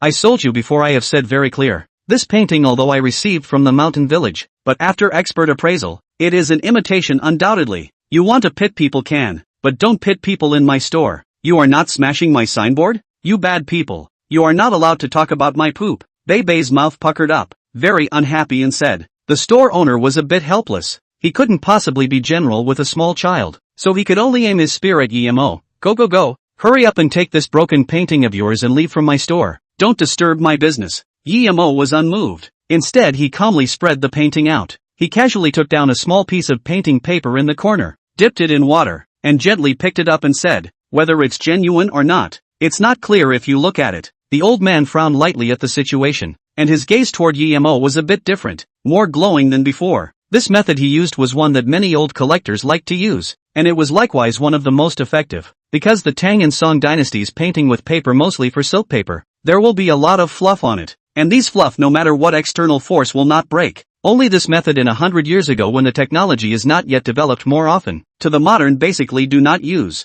It can be said that will be this way. There are not many people. The old man once again put on his glasses, and could clearly see that on this ball of silk paper, there was a single, tugging fluff. "Young man, this method of yours can only show that this painting is just a painting from the Tang and Song dynasty, and how can you prove that he is authentic?" Chen Juanshon put away his glasses and asked with an old spirit. "It's up to you. You're old man. to ask if you believe it or not, Yemo said meaningfully. Chen Juanxiong narrowed his eyes, then beckoned to the woman and said, see, call your Grandpa Wang and ask him to come over. Grandpa Wang in the old man's mouth was a famous antique collector in Tianhe City, once a descendant of the royal family. Any collection that passed through his hands, whether it was true or false, could be seen at a glance, and had never gone out of sight. As a result, when a group of close friends were uncertain, they would ask him for advice. Grandpa, it's just a pair of imitations. Would it be making a big deal out of it? The girl known as Cici glanced at Yemo and said, in case what he said is false, wouldn't that be no harm done? Make the call, Chen Juanxiong said with a hammer. The girl had no choice but to go make the call, and on her way out, she didn't forget to fiercely gouge out a glance at Yemo, as if she was warning him. Yemo rubbed his nose. He really was lying down and getting shot. Little brother, regardless of whether this painting of yours is authentic or an imitation, just based on that method you just judged, the old man is willing to make a friend with you. After finishing his speech, Chen Juanxiong took out a gold-plated name card. It was very simple on it, with only 3 big characters, Chen Juanxiong, and a string of cell phone numbers. Hello old man Chen, little son Yemo. Yemo also introduced himself. Who cares if you're Yemo or Luemo? If you dare to deceive us, I will definitely make you suffer. The girl had already returned from her phone call and sniffed coldly. Grandpa Wang said he will come over right away, Chen Cici said respectfully. Chen Juanxiong nodded and then sat in the store, waiting for old Wang to come. During this time, he even made a point to play around with Bei for a while, laughing like an immodest old codger and like an old child. Soon, the store's curtains were once again lifted up, while a white-bearded and pale old man with a full belly walked in. Seeing the old man appear, the store owner's face flashed a dismay, and then looked at the old man excitedly. Surprisingly, it's really Wang Zhentian Wang Lao. Wang Zhentian was a big name in the antique world. Practicing for decades, he had never looked away. Now that he was available, whether the painting was real or fake would be known in a single defense. Old Chen, what is it that you are so anxious to find me here? Wang Zhentian began to complain as soon as he entered. Don't be in a hurry to complain first. This time I'm troubling you to come over. It's because there's a Tang Dynasty painting that I'm not sure about, so I'm asking you to come and take a look at it. Chen Juanxiong smiled brightly and led him towards the pair of Heavenly King delivering suns. This is a copy of the Heavenly King delivering the sun figure from the pre-Northern Song Dynasty? With a single glance, Wang Zhentian was surprised out loud. This is a good thing although it's just a replica, but a few $1 million, it's still there. Hearing this, Chen Juanxiong breathed a sigh of relief, while a strong sense of loss hit his heart. I told you, how can this painting be authentic? The shopkeeper said sourly, but at the same time, he was chagrined. Millions of dollars of paintings were sold by him for $5,000. It was really a big discount. Old Wang, are you sure? This is an imitation of the pre-North Song Dynasty? Chen Juanxiong asked again without dying. Of course, when have I ever looked away? Wang Zhentian nodded lightly, just when he withdrew his gaze, but suddenly glanced at a place of this painting, suddenly squatting to go, said in a condensed voice, wait, I will look again. This wait is waiting for half an hour. Old Wang, are you good or not? What do you see? Chen Juanxiong waited with some impatience. As the words fell, Wang Zhentian was very excited, trembling as he took off his glasses and said, Old Chen, we've come across a treasure. What do you mean? Chen Juanxiong asked in confusion. Encountered a treasure? Could it be that? Authentic painting. This painting is the authentic painting of Wu Daozi, one of the 3 sections of the Heavenly King delivering his sun picture. Wang Zhentian said excitedly. It really didn't occur to me that this 3rd segment is actually in our country. This is a major discovery. At these words, Chen Juanxiong froze for a moment. Chen Cici was even frozen in place. Her mouth opened into an O shape, feeling incredulous. The store owner was even directly paralyzed on the ground, muttering to himself with a chagrined face. It's over. This is a direct loss of $10 million. As we all know, there are 3 sections of the Heavenly King delivering the sun. The whole work is worth at least $100 million. And one of these sections, $10 million, is not running away. If there was one person who was the most calm and happy at the same time, it was none other than Yemo, easily earned $10 million. This wave is very comfortable. Returning to his senses, Chen Juanxiong clutched Yemo's hands tightly and said, Little brother, don't say anything, you're a friend I've made. Like this painting you keep for me. I'll let someone give you the money. 10 million, this painting sells to me, how about it? That, well, Yemo looked embarrassed and said his bank account. Chen Juanxiong immediately arranged for Chen Cici to have a special person transfer money to Yemo. Within 10 minutes, Yemo received a transfer record from the bank. China Merchants Bank, honorable customer. your account with the tail number 8888 has completed a transaction today in the amount of 10,000,000,000 yuan, with a balance of 1,001,666,000 yuan. Just used $5,000 to buy a pair of paintings that other people do not want, which in a flash sold $10 million. Should I say good luck, or should I say that this money is good? Similarly, in less than half a day, from the balance of only 4 digits of poor dilettantes, turned into a deposit of 8 digits of millionaires. You say, this is not a little angry? Carefully put the painting away. Chen Juanxiong said cheerfully. Little brother, see you so young, is already working? No, when I graduate from Tianhe University this year, it's almost time. Yi Mo responded. This is really a coincidence. Chen Juanxiong suddenly laughed out loud and called his granddaughter over and said, my granddaughter just happens to be a senior at Tianhe University as well, so you young people can exchange more. That's indeed coincidental enough. Yi Mo smiled slightly and took the initiative to extend his hand. Hello, I'm Yi Mo. Chen Cici. Chen Cici appeared to have little interest, and when she looked at Bei on the side, she suddenly remembered a rumor in her mind. A senior at Tianhe University with a child. He couldn't be that year. The wasteful young man Yi Mo who was kicked out by the Yi family, right? Chapter 9, triggering a random task. When it was noon, Yi Mo declined Elder Chen's invitation to have lunch. This antique street happened to be in the center of the city, and it wasn't too far from Han Yueling's company. Under Bei's repeated requests, Yi Mo brought her to the downstairs of Han Yueling's company. After making a call to Han Yueling, Yi Mo waited with Bei in the cafe downstairs. Baba, I want to eat an ice cream. The weather was hot, so Bei stared pitifully at Yi Mo and said, sure. Yi Mo smiled faintly and got up to go to the front desk. When he came back with an ice cream, he found that Bei had been looking out the window. Going forward, he stroked Bei's little head and asked out loud, what are you looking at? Poopy, look at that person. Is it Auntie Yuning? Bei took a bite of the ice cream and asked, pointing out the window. Yi Mo looked out and saw that not far away, Han Yining was stopped by a youth driving a BMW, and the two were talking about something. The young man in the BMW had flowers and a diamond ring in his hand, and he even knelt down on one knee. And on the contrary, Han Yueling, with a helpless look, couldn't get away even if she wanted to.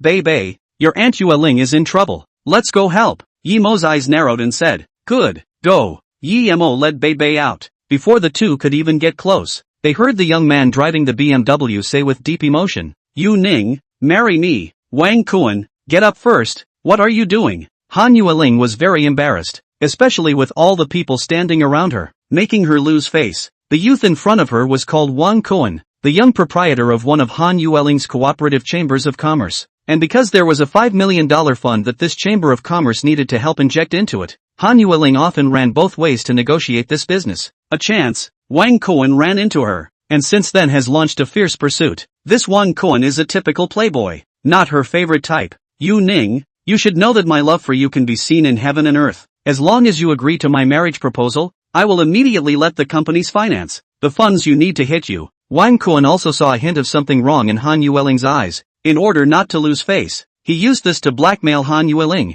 It had to be said that this approach did make it difficult for Han Yueling. Now the company encountered a predicament. The urgent need for the injection of $5 million.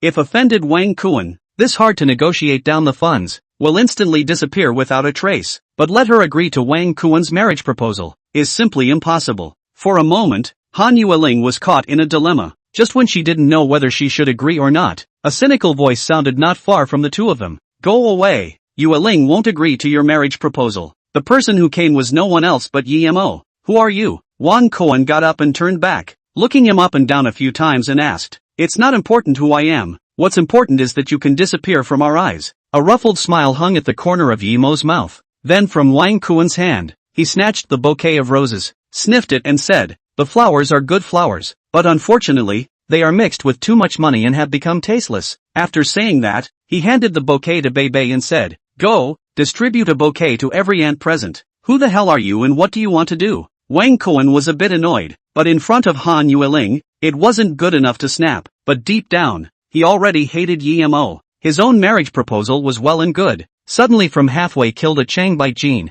stirred up his own marriage proposal ceremony not to mention, but also a dangling posture. This has not put me Wang Kuan in the eyes of the rhythm Introduce yourself, Yi Mo. Yi Mo stuck his hands in his pockets and said with a faint smile, Yi Mo? Why is this name so familiar? Doubts flashed in Wang Kuan's eyes. Then he suddenly realized and sneered out. So you're that wasted young man Yemo who was kicked out of his home by the Yi family? Who did I think it was? It turns out to be our Tianhe's #1 wastrel. Wang Kuan wrapped his hands around his chest and said with a cold smile. Why? Are you here looking for a job? It just so happens that my family's business still needs a cleaner. I don't know if Yun Yi has the interest to come and try? Wang Kuan's words were full of contempt and mockery. He did have some worries when he wasn't sure of Yemo's identity before, but now that he was sure of Yemo's identity, there was nothing to worry about. Something that the entire circle knew. The heir of the Yi family, once the #1 young man in Tianhe, was expelled from the Yi family because he slept with a woman who came from a very big place, and became a waste of space known to everyone.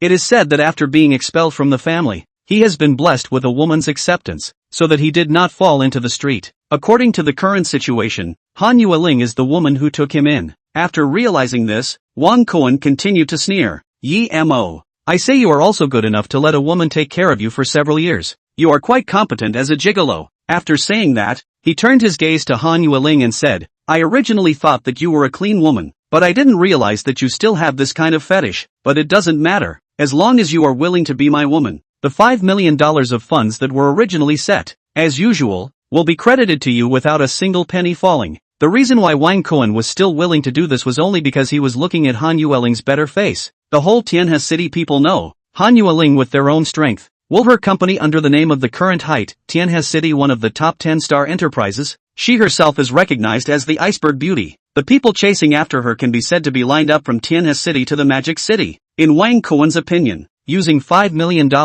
in exchange for an iceberg beauty is still worth it. Ding! The host triggered a randomized mission. Garbage should stay in the garbage can. Throw Wang Kuan into the garbage can. Mission successful. Reward 1 fighting skill. Snap. Yemo swung his arm round and slapped Wang Kuan's face heavily. Mouth so stinky. Ate feces in the morning, didn't you? Wang Kuan was hit in the eyes and staggered back a few steps, spinning in place. After a few minutes of slowing down and coming back to his senses, Wang Kuan's fire bubbled up. How dare you hit me? You're afraid that you don't know my father's position in Tianhe City. His father has a big head? Yemo tilted his head and asked Han Yueling. After all, when he was the #1 young man in Tianhe, he hadn't heard of Wang Kuan's name. His father started off with a construction team and a sandfield, a famous big gangster in Tianhe, and in the last few years, he opened a company and transformed into a successful person. Han Yining's tone was calm when she talked about this experience of Wang Kuan's father. Yemo grinned and asked out loud, then you say, if I beat him up, will it bring you trouble? Chapter 10, The Miserable Wang Kuan.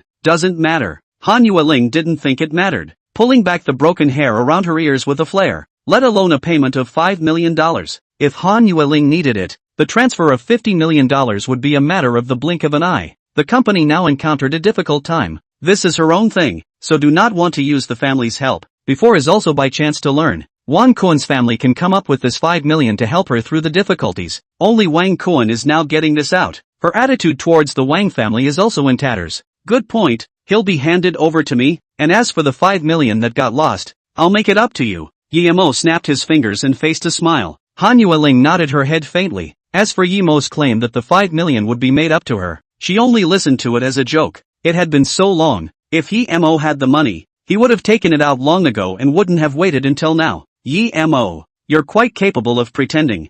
$5 million to make up for what you said. You're so generous. Wang Kuan sniffed and smiled coldly. In the whole circle, who doesn't know that you have become a pauper? The only reason why you are still alive until now is that you are not counting on the support of this woman beside you? Wang Kuan chattered on and on, pointing at Han Yueling. Now this woman, she can't even protect herself. I'd like to see how many days you can still live when she collapses. Ignorant youth. Should I say you're foolish, or should I say you're stupid? Yemo stared at him and said meaningfully, I'll settle the score between you and me later. I don't have time to bother with you now. Wang Kuan's purpose for this trip wasn't Yemo, so he didn't have time to bother with him. Towing his way up to Han Yueling, he no longer hid his hypocrisy and directly threatened. Han Yueling, I'll give you one last chance. Think about it. If you don't have this injection of funds from my Wang family, your company will disappear from this world in less than 3 days. You are also aware of my requirements. As long as you become my woman and follow what I say, not to mention the $5 million. At that time, even if there is more money, it's still a matter of my word. Wang Kuan has not recognized the status quo, straightened the suit collar, dejectedly said, is it promise me, or reject me? You can consider clearly. Sick. Han Yueling no longer pay attention to Wang Kuan. Pick up Bebe on the go, this 5 million I will find a way. As for your Wang's money, I do not need. Han Yueling's move was out of Wang Kuan's expectation. Seeing this, he was about to chase after him. Just as he ran, he tripped over one of Yimo's outstretched legs. Agu! With a miserable cry, Wang Kuan fell heavily on the asphalt, knocking out 2 of his incisors. Struggling to stand up, he was about to teach Yimo a lesson with an angry face. Only just as he turned around, he was dropped again by Yimo with an over-the-shoulder slam, and then under the gaze of many people, dragged Wang Kuan to a large green trash can. Wang Kuan realized that something was wrong and kept struggling as he roared. What are you going to do? I'm warning you, but don't mess around, or else you won't be able to afford the consequences. Noisy. Without saying a word,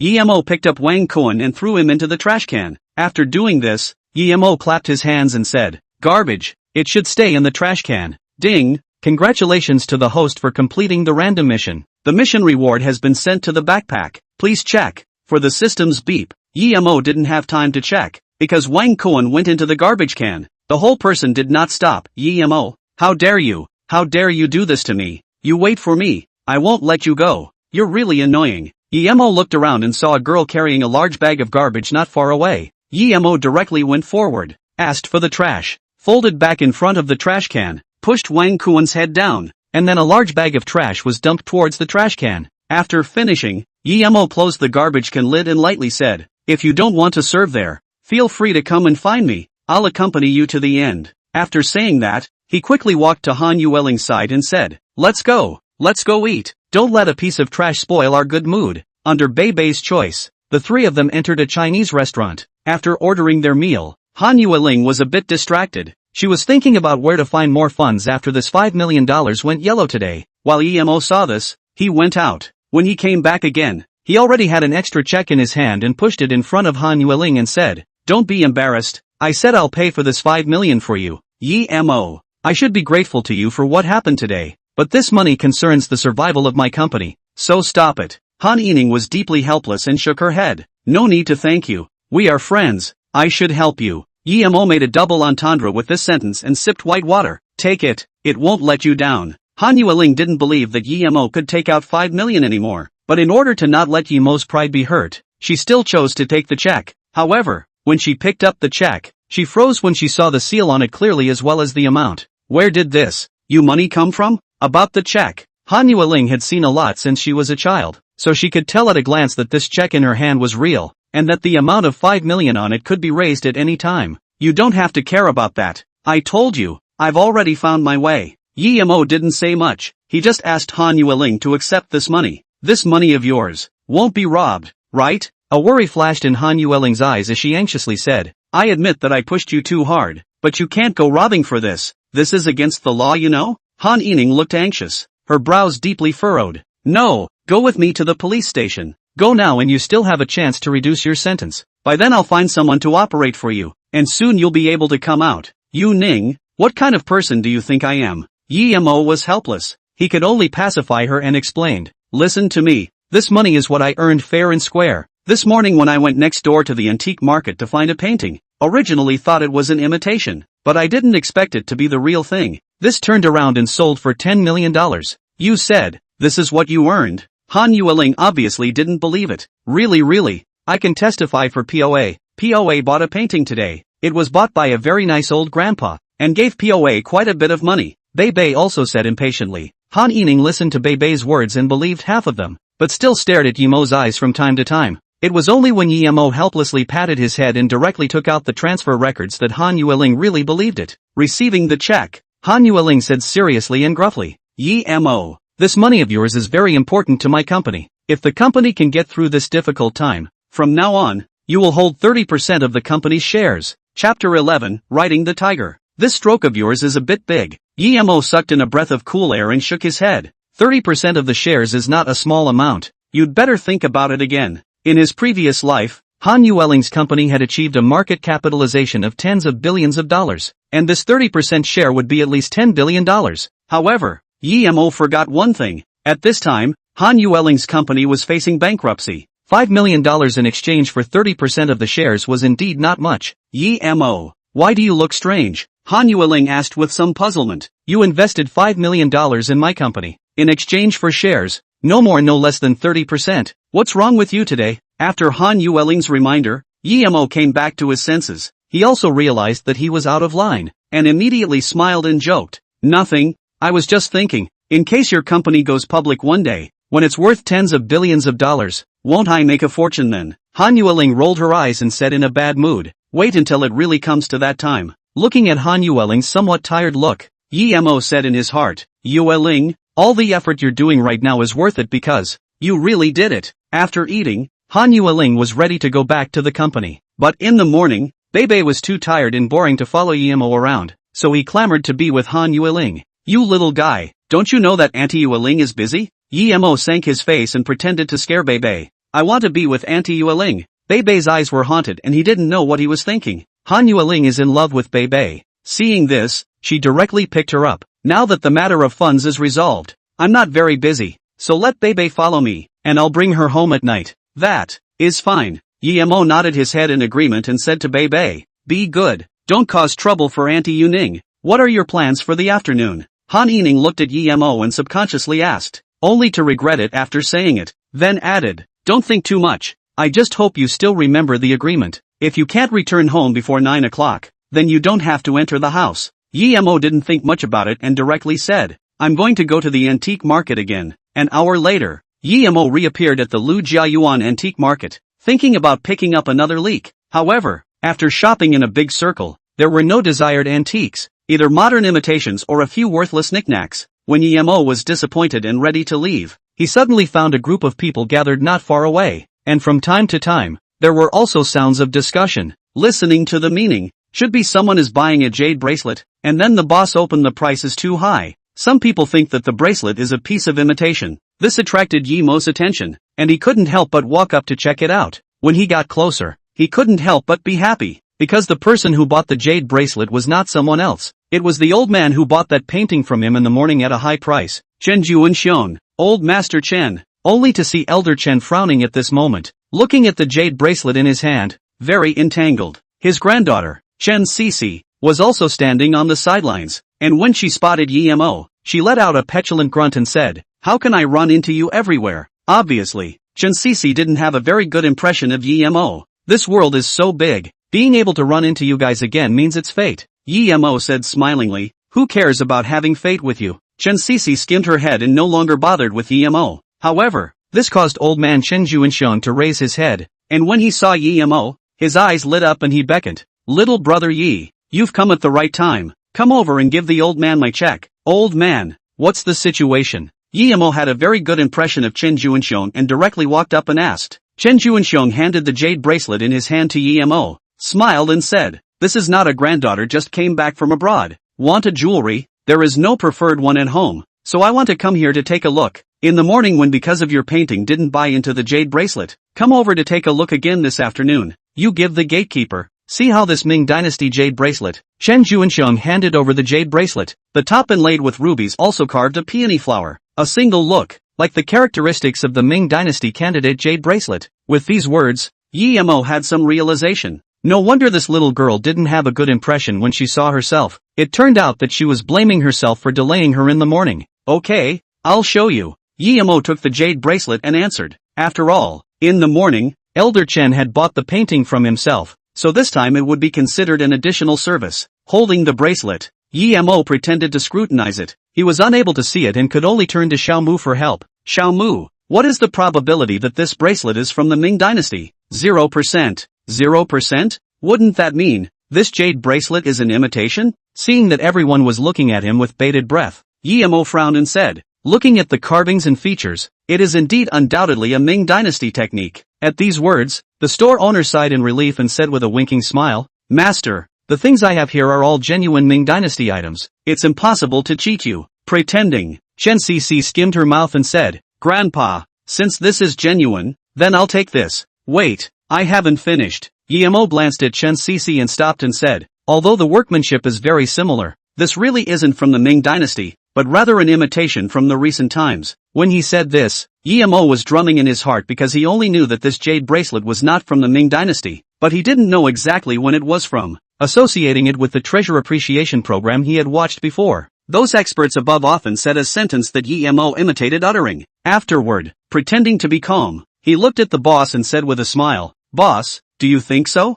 This. The boss wanted to say something. Under everyone's gaze, the boss smiled sardonically and said, "Little brother really has good eyesight. It's me who got it wrong. This is one of my child's toys. It's actually really here." After the boss finished speaking, he folded his body and returned to the store, took out an identical Ming Dynasty jade bracelet and respectfully handed it to Chen Juanxiong. "Master, this is all my fault for being negligent. This is the real Ming Dynasty jade bracelet." Chen Juanxiong didn't reach out to pick it up. Instead, he turned his inquiring gaze towards Yi Mo. Yi Mo coughed calmly while asking, "Xiao Mu, what is the probability that this jade bracelet is an authentic Ming Dynasty item?" 100%. Getting this conclusion, Yi Mo breathed a sigh of relief and nodded to Chen Juanxiong. "I have to say that this ruby jade bracelet is a very good choice. Just like Ms. Chen, who is smart and virtuous, I guess in life. Ms. Chen is also a girl full of love and romance. Full of love and romance I don't see, but there is quite a bit of sassiness." Chen Juanxiong laughed brightly and looked at Chen Sisi and asked, "How about it?" Everyone was smart. Yi Mo's words had diffused the storm brought about by the forgeries earlier, and it kept both sides from being too embarrassed. And when Chen Sisi heard this, she also looked at Yi Mo one more time and nodded. "Okay, it's it." At this point, Yi Mo was completely relieved, and in his heart, he also secretly thought, "When I was fine in the past, I was lucky to have watched a lot of treasure appreciation programs, or else I would really be riding a tiger today." Chapter 12, Don't Know What to Do. Little brother Yi, thanks to having you today, you've done the old man a big favor. After coming out from the antique market, Chen Juanxiong said with a smile on his face, "Old man, you're out of line to say that. It's just a favor." Yi Mo waved his hand and said. While talking, the three of them had already arrived at the roadside. At this time, a black Audi S6 sedan stopped in front of the three. A driver-like man came down from above and walked in front of Chen Juanxiong and respectfully said, "Master." Chen Juanxiong nodded and asked before getting into the car, "Little brother, give you a ride?"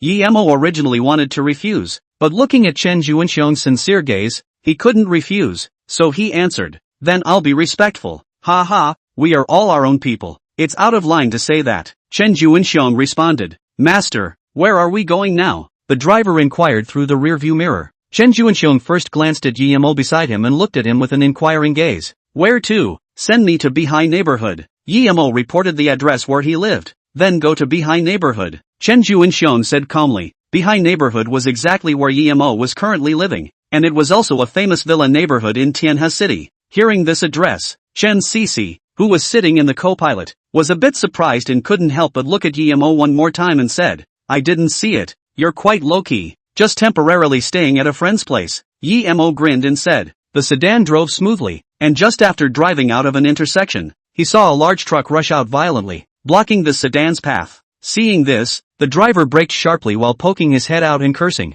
"How do you drive?" At this time, the door of the big truck opened, and three young men holding sharp weapons came down with a strong sense of humor, targeting the Audi A6. The driver saw the situation, realized something was wrong, and hurriedly reversed the car, but it was already too late. From the back also suddenly rushed out a minivan, blocking the Audi's retreat. Both roads, front and back, were blocked. The driver should have met this kind of situation often. Unhurriedly shut the window, took out his cell phone and dialed a phone. "Over here in the antique market, Miss Master and Miss encountered an attack. Send someone over immediately." After hanging up the phone, the driver said towards Chen Juanxiong in the back seat of the car, "Master, our people will be here soon." Chen Juanxiong nodded his head indifferently, not surprised by this situation. There were a total of 6 young men who rushed near the Audi and smashed it with the sharp objects in their hands. The car was a good car, a modified bulletproof car, and when this group of people could do nothing about it, one of the young men actually walked back to the big truck, and actually prepared to hit the Audi with the truck. This won't work. If this goes on, lives will definitely be in danger. Such a thought flashed through Yi Mo's mind. By then, all 4 people in the car would be dead. Ding! Triggering random mission, force stop the truck. Successful mission will get 3 draw opportunities. Right at the moment of urgency, Yi Mo suddenly remembered the combat skills he had acquired earlier. Immediately, his mind moved and opened the backpack gifted by the system, only to see a secret book lying quietly inside. Forget it, a dead horse is a live horse. Yi Mo didn't know what kind of skills he would obtain after opening this secret book, but no matter what, it was a secret book of combat. It was better than waiting to die in the car. "Xiao Mu, open the secret book." Ding! The secret book was opened successfully. Congratulations to the host for obtaining the following item: fighting skill, 1 hour. Will you learn it immediately? Learn, Yemo said in a hurried voice. The big truck had already started, so if you don't learn it and wait to die, ding, the fighting skill is successfully learned. From now on, the host obtains special forces fighting skills. When Xiaomu's voice fell, Yemo felt a whole bunch of fighting skills fill his mind. At the same time, a powerful force came out of his body. Elder, you guys stay safe in the car. Leave these people to me. Yemo put down this sentence and rushed out of the Audi. Little brother, Chen Juanxiang shouted out, but it was already too late. Yemo had already rushed out of the car. Quick, hurry up and call them. How long until they arrive? Chen Juanxiang urged the driver, and Yemo, who got out of the car, instantly became the target of the group of young men. They wielded sharp weapons in their hands and rushed towards Yemo. The first one, holding a dagger in his hand, stabbed at Yemo with a fierce face. Yemo only felt a flash of cold light in front of his eyes, and his body subconsciously dodged to the right to avoid this fatal blow. At the same time, his right hand formed a fist and viciously punched towards his abdomen. Then, his body moved nimbly, and in 3 punches and 2 kicks, he knocked down the remaining few young men. Right at this moment, a roaring sound entered Yemo's ears. Looking up, the big truck had already been started and crashed into the direction where he and the Audi were. The driver who was driving the car had a fierce face and was roaring loudly. Seeing the distance between the big truck and the Audi getting closer and closer, suddenly,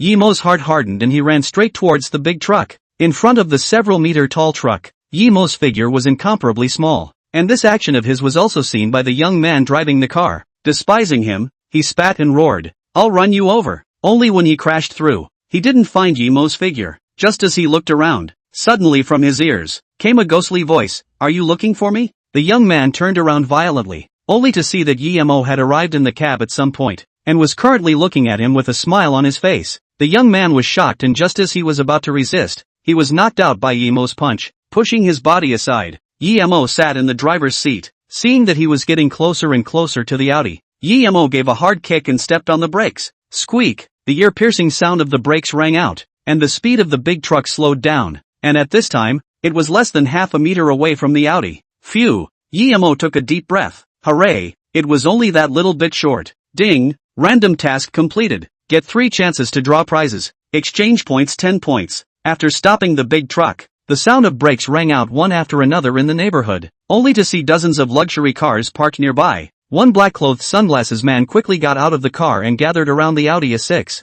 There were also a few people who surrounded the side of the big truck, staring at Yemo with an unkind gaze. "You, get out of the car. How dare you? Don't be rude. Little brother Yi is our savior. If it wasn't for his help, old man, I would have gone to see my ancestors." Chen Juanxiong's majestic voice clearly reached the ears of these black-clothed men. At the same time, on a building not far away, a man with a handsome, yet somewhat feminine face, retracted his gaze from the binoculars, and said to a middle-aged man trembling beside him, "Wang Sudong, I'll give you 3 days to find out all the news about that young man, daring to badmouth my affairs. You really don't know how to die." Chapter 13, Sudden Situation. "Old master, are you alright?" Yemo asked from the big truck, looking at Chen Juanxiong. "I'm fine. It's you who really scared me half to death." Chen Juanxiong, on the other hand, looked at Yemo and said, "Do you know how dangerous your move just now was? A slight mistake and you'd be dead." Yemo scratched his head and jumped down from the big truck. "It wasn't an emergency situation. My brain went to my head. You kid,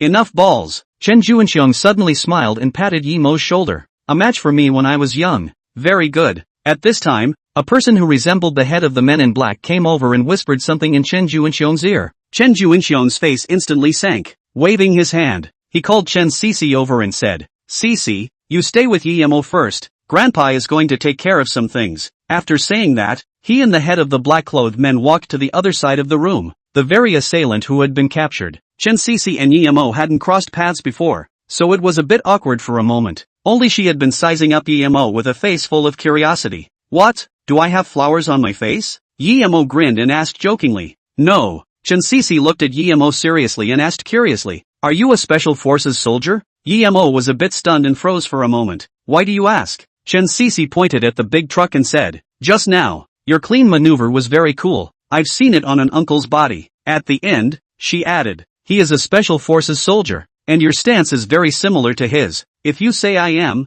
then I am." Yemo didn't know how to answer this question back and simply said an ambiguous answer. At this point, he remembered that when he completed the randomized quest just now, the system rewarded him with 3 lottery chances, as well as 10 redemption points. Redemption points, used to redeem various things of the world in the mall redemption function, will be opened when the system is upgraded to level 2. Current level of the system, 1, 30/100 experience value. Experience value can be obtained every time a random mission is completed. Depending on the difficulty of the mission, 10 to 50 experience value can be obtained. Now there was a total of 30 experience value. Exactly the experience value from completing 3 random missions. Seeing that he couldn't use these for the time being, Yemo turned his attention to the 3 lucky draw opportunities. Xiaomu, open the lottery. Yemo then planned to try his luck. As the words fell, a virtual lottery wheel appeared in front of Yemo. 1 tube of strengthening potion. 2. Ultra strong computing brain. 3. Recovery pill X2. 4. Fighting skill, permanent. 5. Random soft coin reward, 1W, 100W. The stuff on here is quite interesting.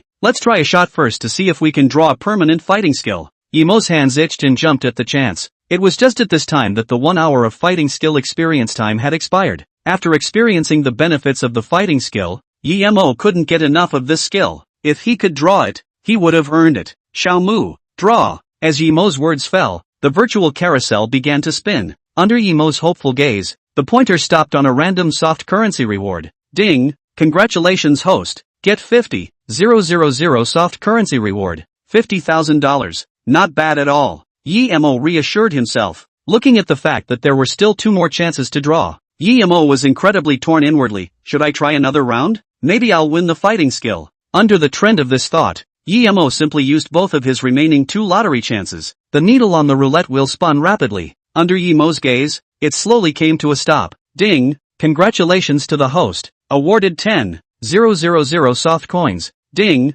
Congratulations to the host. Obtaining God Recovery Dan X2. When he got these 2 items, Yemo's heart was lost. After all, what he wanted to draw the most was that bullish fighting skill, but now instead of winning it, he had drawn 2 items called God Recovery Dan. The system quickly distributed the 2 God Recovery Dan into Yemo's backpack. Forget it, something is better than nothing. Let's see what this God Recovery Dan thing is first. Yemo sighed and opened his backpack, but when he opened the introduction of the God Recovery Dan, his entire body instantly came to life. This is a good thing. God Recovery Pill. It was refined by Sun Ximiao of the Pill God interface. Function, raising the dead. To have the function of raising the dead, isn't this heaven-defying? Yemo couldn't close his mouth with joy, and the displeasure of not drawing a fighting skill was instantly thrown into outer space by him. No matter how strong a fighting skill was, it was only a self-defense skill. But these 2 reclaiming spirit pills were a full increase of 2 lives. As long as one didn't receive a heavy blow that killed him, as long as there was still an ounce of it left, it could pull a person back from the gates of hell. This time, the raffle was a huge profit. Hey, what are you gawking at? Chen Cece poked Yemo with a somewhat puzzled expression. What was wrong with this guy in front of her? He was fine just now. Why did he go out of his mind in an instant? Being out of focus is just fine. But what's with that silly smile? Yemo came back to his senses and just wanted to open his mouth, but suddenly glimpsed a man wearing a helmet and riding a motorcycle rushing out of an alley. The man started the motorcycle and quickly rushed towards Chen Cece. Be careful. Yemo's face changed drastically and he hurriedly warned with his voice. Subconsciously, he wanted to go forward and push her away, but he forgot that the 1 hour of fighting experience time had already passed and he was now an ordinary person. Before he could get close to Chen Cece, the motorcycle rushed forward. The motorcycle youth pulled out a dagger from his arms and quickly stabbed into Chen Cece. This scene happened so suddenly that everyone didn't come back to their senses. Stop him. Yemo held Chen Cece in his arms and roared. This sound roused everyone back to their senses, and immediately a few black-clothed men went to intercept the motorcycle. Only it was still too slow. The motorcycle rider had already broken out of the encirclement and disappeared around the corner. Yemo's yell also caught Chen Juinxiong's eyes. When he saw Chen Cece in Yemo's arms, his entire old eyes turned red and he stepped forward with difficult steps. Chen Cece was lying in Yemo's arms. Blood was flowing out of the corner of her mouth, and a large portion of her abdomen was also stained red with blood. No! Chen Juinxiong only had this one granddaughter, and now that this had happened, his entire body panicked. Ambulance! Hurry up and call an ambulance! Even if Chen Juinxiong had spent his entire life in the military, it could be said that even if he received a heavy injury, he would not even frown. But now that his own precious granddaughter received an injury, it made his heart instantly lift up. With red eyes and trembling, he said, "See, hold on." For a time, the scene was chaotic. The eldest miss of the Tianhe Chen family had been attacked in the street and suffered a serious injury. If this news were to spread out, It would definitely send the entire Tianhe city into shock. Chapter 14, We've done our best. Tianhe City People's Hospital. The corridor of the emergency operating room was filled with vigilant and professional men in black. All of these people, all of whom were the heartthrobs that the Chen family had cultivated, were now all out in force. Half of them were guarding the hospital, while the other half were out in full force, searching for the motorcycle rider throughout the city. In the operating room, there was an old man and a young man sitting on the seats. The old man was Chen Juinxiong, who was leaning on his crutches with a grave expression on his face, and the younger one was undoubtedly Yimo. At this moment, Yimo's expression was a bit tangled because he didn't know if the next decision he made would be able to save Chen Sisi back. Because of the chaotic situation, he didn't have time to make the right decision. After arriving at the hospital and calming down, he remembered that there were 2 God recovery pills in his backpack that he had obtained through the lottery. However, at this time, the doctors were in the middle of an operation and didn't know what the situation was like, so he wasn't able to take out the God recovery pills rashly. For one, if he took out this God recovery pill out of thin air, he didn't know how to explain it. For two, even if he took out this God recovery pill and said that this inexplicably appearing pill could save Chen Sisi's life, no one would believe him. So, Yimo was in a tangle at the moment. Yimo believed in the God recovery pill provided by the system. It could indeed save Chen Sisi's life, but that didn't mean that other people believed in it as well. Xiaomu, I want to ask you, if I say now that I can save the girl inside, what are the chances of success? Yimo couldn't help but inquire in his heart. After all, it was a living life. At the age of a flower, if it withered just like that, Yimo would feel guilty in his heart for the rest of his life. 0%. Hearing this reply, Yimo's heart sank. Sure enough, even if he takes out the God recovery pill now, it won't help. Sighing, Yimo then got up and went to the side to smoke a cigarette, and in the meantime, he considered how he could save Chen Sisi. He confirmed the situation before he came. Bleeding from the aorta and aortic damage. It was a very critical situation. Most people lose their vital signs before they are brought to the hospital. Chen Sisi has a strong sense of survival and has survived until now, but the situation is still not optimistic. It wasn't that Yimo didn't trust the doctors at the hospital, but Yimo had asked Xiaomu a long time ago, and with the current medical technology, the probability of being able to cure Chen Sisi was less than 10%. This was already a very dangerous probability. In other words, even if all the doctors in the hospital worked together, they wouldn't be able to save her. After smoking several cigarettes, Yimo didn't come up with a response. Helplessly, he returned to the front of the operating room. He found that the lights in the operating room had already gone out, and a few doctors were talking about something. How's the situation? Yimo's heart jolted as a bad premonition hit him. The patient is too badly injured. We've done our best. The doctor shook his head. Where is Elder Chen? Yimo couldn't help but ask when he didn't find Chen Juinxiong's figure. The head of the men in black also knew Yimo and said, Master is in the operating room. Yimo nodded and walked in. What met his eyes was Chen Sisi covered in medical instruments, lying unconscious on the operating table. The medical instruments next to her were constantly emitting dripping shrill sounds, seemingly saying that her current condition was bad and she could pass away at any time. Chen Juinxiong, on the other hand, stood beside the operating table with an expressionless face. Beside him was a doctor in a white lab coat, who was also the attending physician for this operation. Mr. Chen, we have tried our best. The doctor in the white coat, in front of Chen Juinxiong, did not dare to utter a single breath. When he said this, his entire heart hung in the air for fear of angering Chen Juinxiong. After all, he was aware of Chen Juinxiong's identity, the former leader of Tianhe City.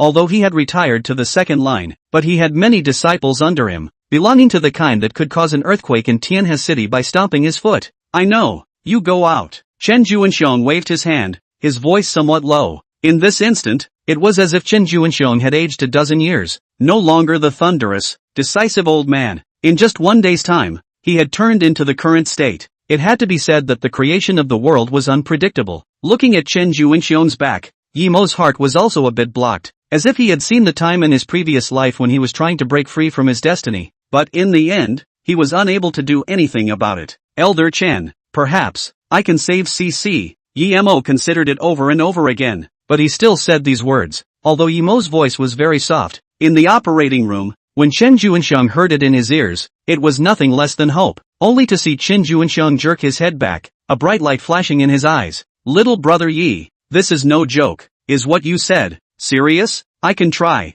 Yimo's tone was grave and serious. What kind of help do you need? As long as it's something I can do, just open your mouth. Chen Juinxiong spoke excitedly. At this moment, He was like a traveler in the desert who was excited when he saw an oasis. Yi Mo's words gave him hope. In just half an hour, all he had heard was trying his best and being unable to do anything. Now Yi Mo's words that he could try, that he could save CC, instantly made Chen Juinxiong feel hope. No need. It's not that troublesome. I can do it myself. Yi Mo said out loud. Yourself? Sure. Chen Juinxiong was a bit puzzled. Even the attending physician at the side also spoke out and questioned. Young man, this is a matter of human life. There's no joking around. Yi Mo also realized that his words made Chen Juinxiong suspicious, and immediately made up an excuse to explain. Totally. When I was traveling a few years ago, I got lost in a big mountain, during which one of my companions had the same condition as Cici. Luckily we met an immortal old man, and saved my companion's life with his help. Afterwards that old man saw that I also had an eye and taught me many things. It wasn't hard to heal CC. Yi Mo randomly pulled a master out and spoke in a godly manner. Surprisingly,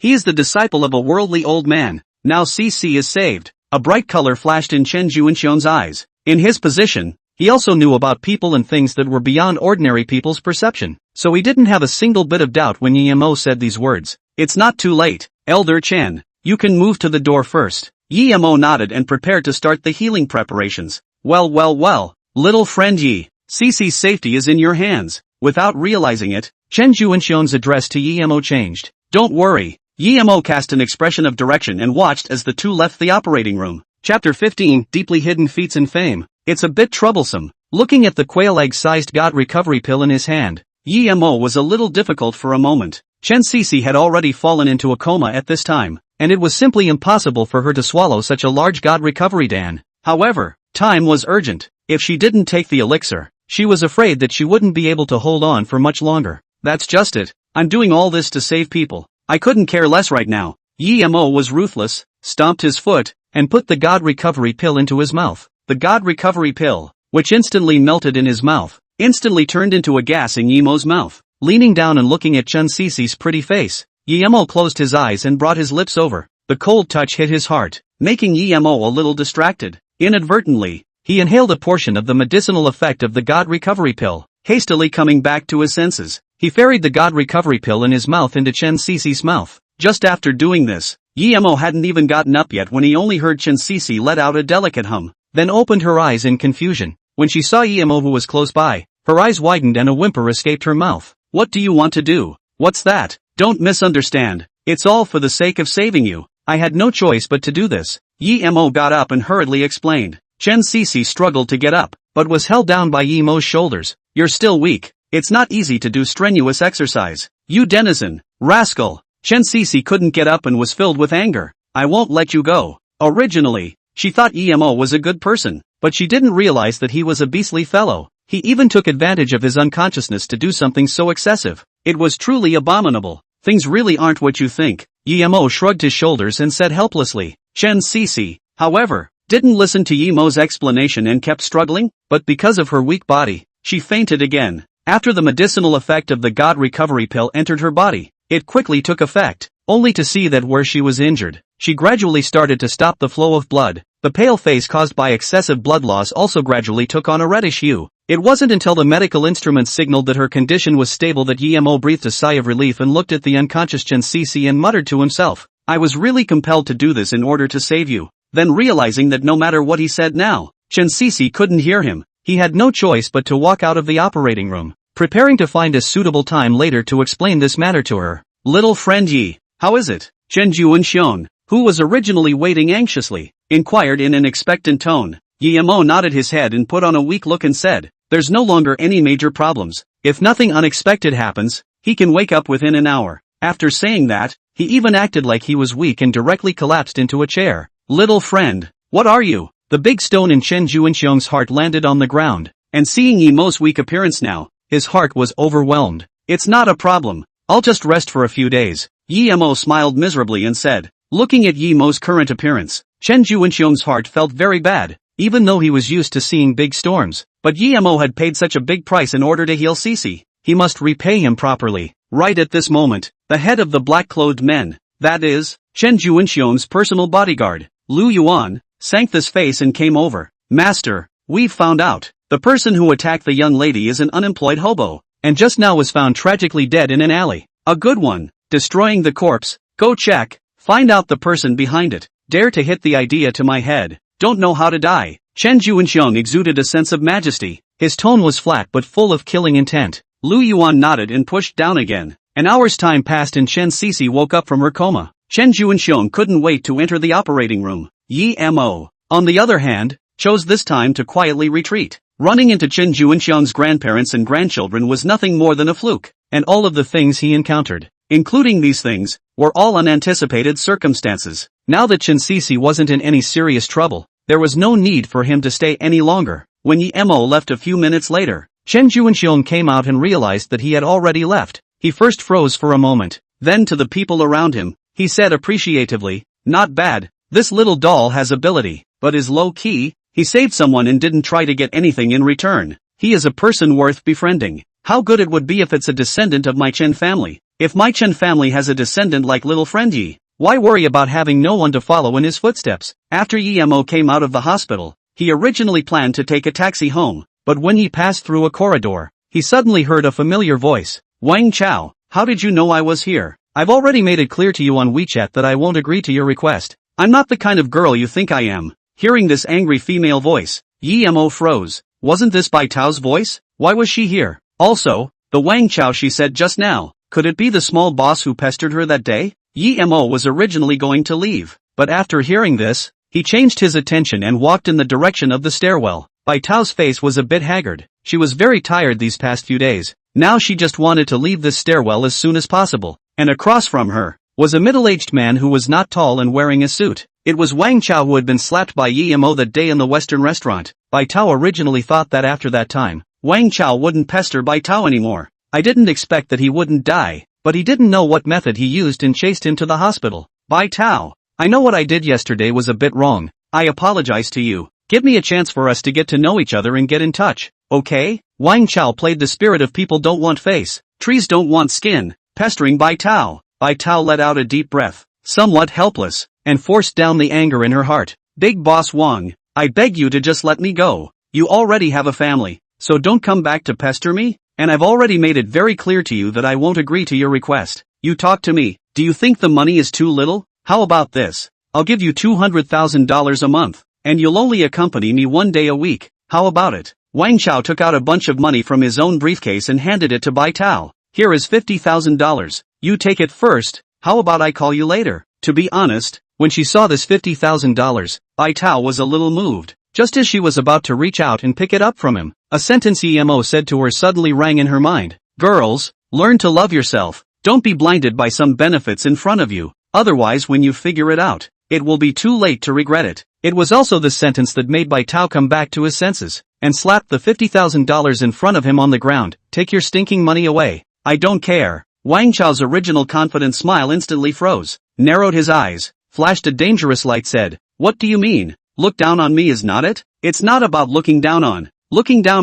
It's about my dignity. A firm color flashed across Bai Tao's face. You are really interesting. Is it interesting to pretend to be noble with me over and over again? Don't think I don't know that you run to nightclubs every night for money. Wang Chao obviously investigated some things, and knew Bai Tao's recent whereabouts like the back of his hand. As far as I know, you ran to the nightclub last night, right? Tell me, how much money did you earn from serving those gold masters? You said serving them is serving. Serving me is also serving. Why are you so stubborn? Are you looking down on me as a person? Or do you think I gave you less money? Wang Chao smiled coldly and said without mercy, As far as I know, the money you earn in a month by going to a nightclub is not as much as what I give you. Hearing these slanderous and shameless words, Bai Tao shivered with anger and slapped Wang Chao on the face. Shut up. I'm not as bad as you say. Chapter 16, Scumbag. I work in a nightclub, but so what? Where I work to earn is hard money. Earn a penny. Are my hard labor to get? Then you these dirty, disrespectful women's money, do not know how many times clean. Put. Wang Chao spat out a mouthful of blood, his complexion gloomy and uncertain. Asterisk.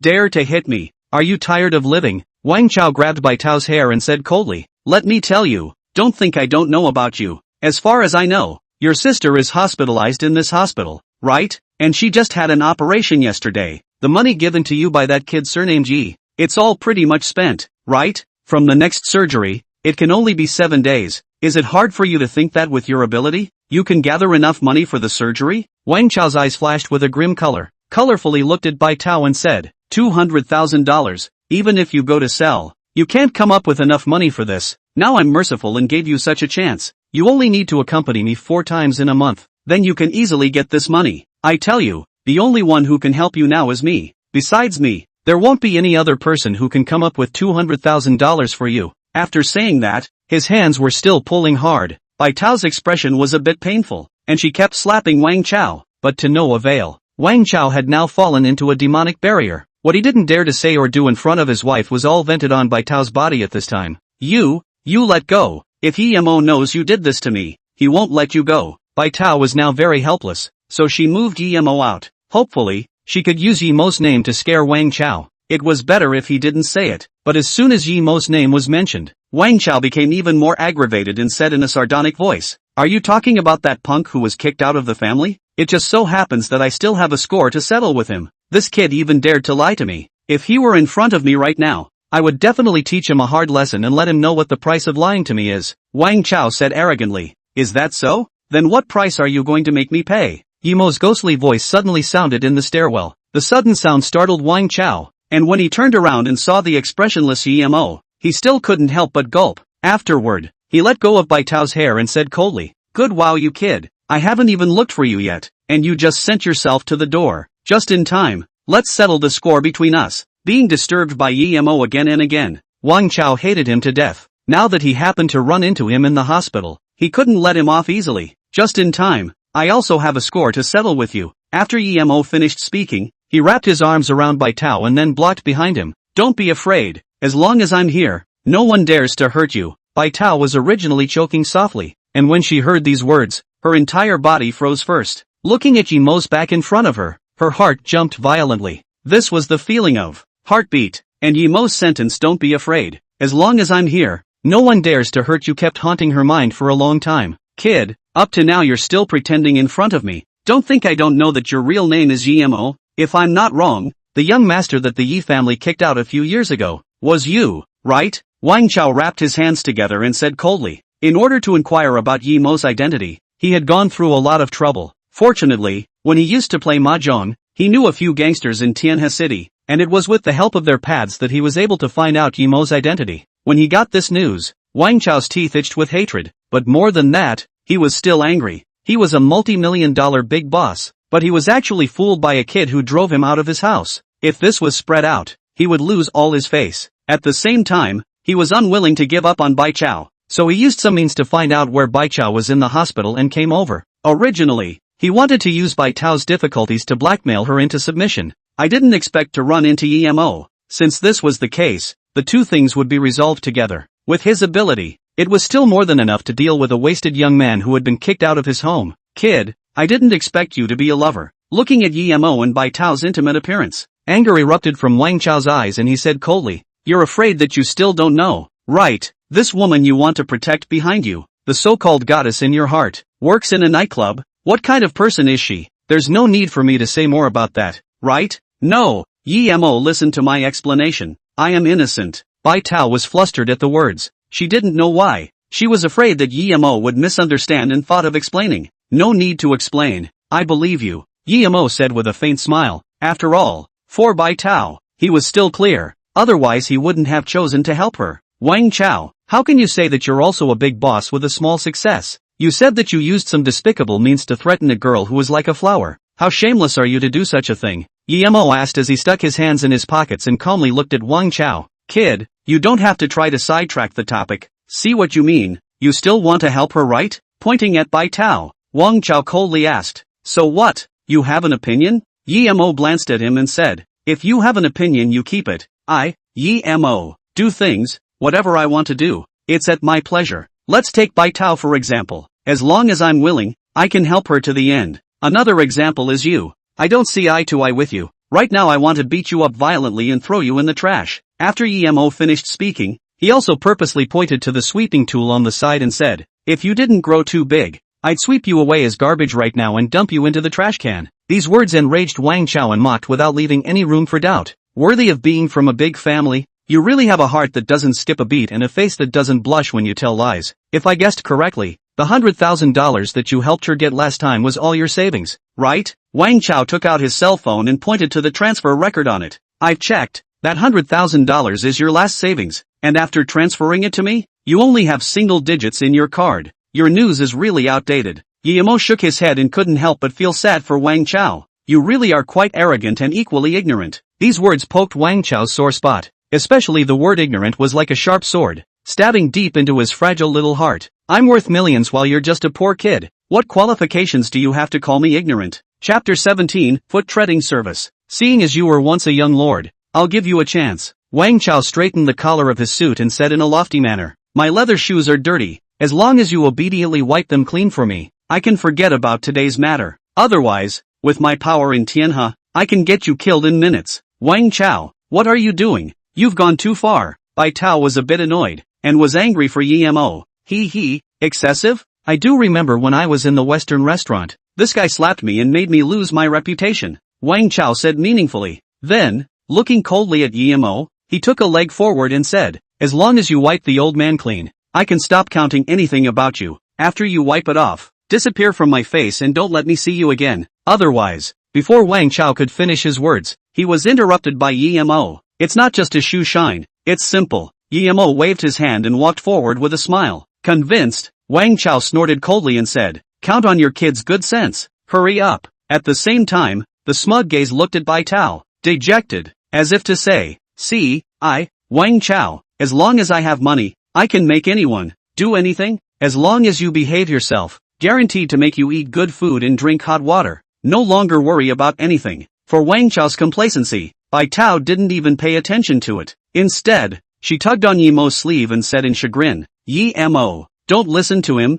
you're offending him for me. Let me do it. No, just let me rub him. Yemo stopped Bai Tao, the corner of his mouth lifting up a gangly smile. Then, under Wang Chao's complacency, Yemo ruthlessly stomped down. Then he crushed it hard. Big Boss Wang, how is it? Is this service satisfactory? Only to see the smugness on Wang Chao's face. It instantly froze, then was replaced by a face of hideous pain. Crouching ***, he covered his feet and wailed continuously. See, next time if someone dares to pester you, use this method, and if you can't, attack his lower path. Yemo clasped his hands together and taught Bai Tao behind him. Bai Tao's pair of peach blossom eyes narrowed as she covered her mouth and laughed out loud. The bad mood she had been in for many days had dissipated a lot as a result. Yemo, you seek death. Wang Chao spoke out angrily and swung his fist to teach him a lesson. Only just as he raised his fist, he was grabbed by a person behind him, and an icy voice also entered his ears. Mr. Ye's status is incomparably honored. Is it not something you can charge at?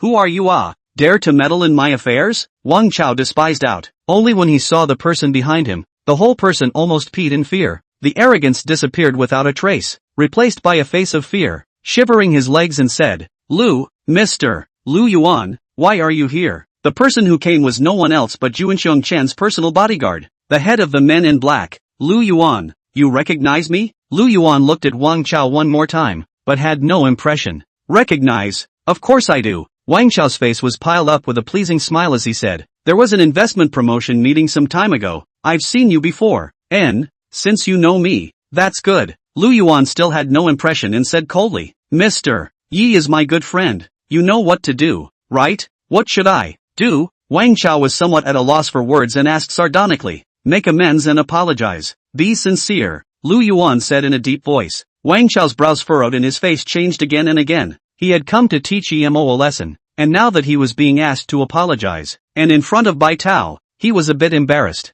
Mr. Lu, this joke is a bit too big? Wang Chao hesitantly said. What? You think I'm joking? Under Lu Yuan's gaze, Wang Chao wimped out. He knew Lu Yuan's identity. Being the bodyguard of the Tianhe Chen family, it was never something that a small boss like him could afford to offend. It was no exaggeration to say that if he offended Lu Yuan, then there was no need for him to mix in Tianhe. Alright, I admit it this time. Wang Chao gritted his teeth and was about to apologize. Just before he could open his mouth, he was stopped by Yemo. Don't. There's no need to apologize or anything. It's not necessary. When these words came out, Wang Chao's heart burst with smugness and thought that Yemo was afraid of him. Count on you kid to be sensible. You're not too stupid. Wang Chao thought triumphantly. Only next. Yemo's next sentence made him completely freak out. Apologizing or something is not useful at all. You might as well be practical. Yemo looked and pointed at the $50,000 in his pocket and said, "Don't hide that money of yours, it's just right to take it out. Just take it as compensation." "That's impossible, don't even think about it." Wang Chao blurted out a direct refusal. He was already a victim, now he has to take out money again. Then what has he become? He came here to bag a little honey, not to be an ingrate. "What? Are you looking down on my brother? Or are you not putting me in your eyes?" Lu Yuan added, leaving Wang Chao in a dilemma. This is not the same thing. Apologizing is apologizing. Money is money. These are two things of different natures, not to be confused. Wang Chao didn't want to be like this and lose $50,000 in confusion. "Then you just think that my face is of no use at all with you, right?" Lu Yuan narrowed his eyes. Angry. Wang Chao had bitter words. Lu Yuan he couldn't afford to offend, but now this situation came to open. If he didn't take out this money, he couldn't leave. "This money I'm out of it is not," Wang Chao admitted. "Unwillingly, will be $50,000 slapped in Yemo's hand. "Kid, this money leisurely spend. Don't worry, this money is here with me. It's mine. I'll treat them well." Yemo grinned with a smile at the corner of his mouth. "You, count yourself ruthless." Wang Chao admitted it and left the hospital in ashes. However, he wouldn't stop after suffering such a big loss, and after leaving the hospital, he made a phone call. "Brothers, bring a few people over and help me teach someone a lesson." After hanging up the phone, Wang Chao stared at the direction of the hospital, his gaze cold. "Having Lu Yuan backing you up in the hospital, this is even. I don't believe you can stay in the hospital and not come out." "And in the hospital?" Yemo smiled and said, "Brother Lu, thanks for today. Are you free? Please jerk off." "No, I'm still needed on the old master's side. I just stumbled across this matter of yours, just a show of hands."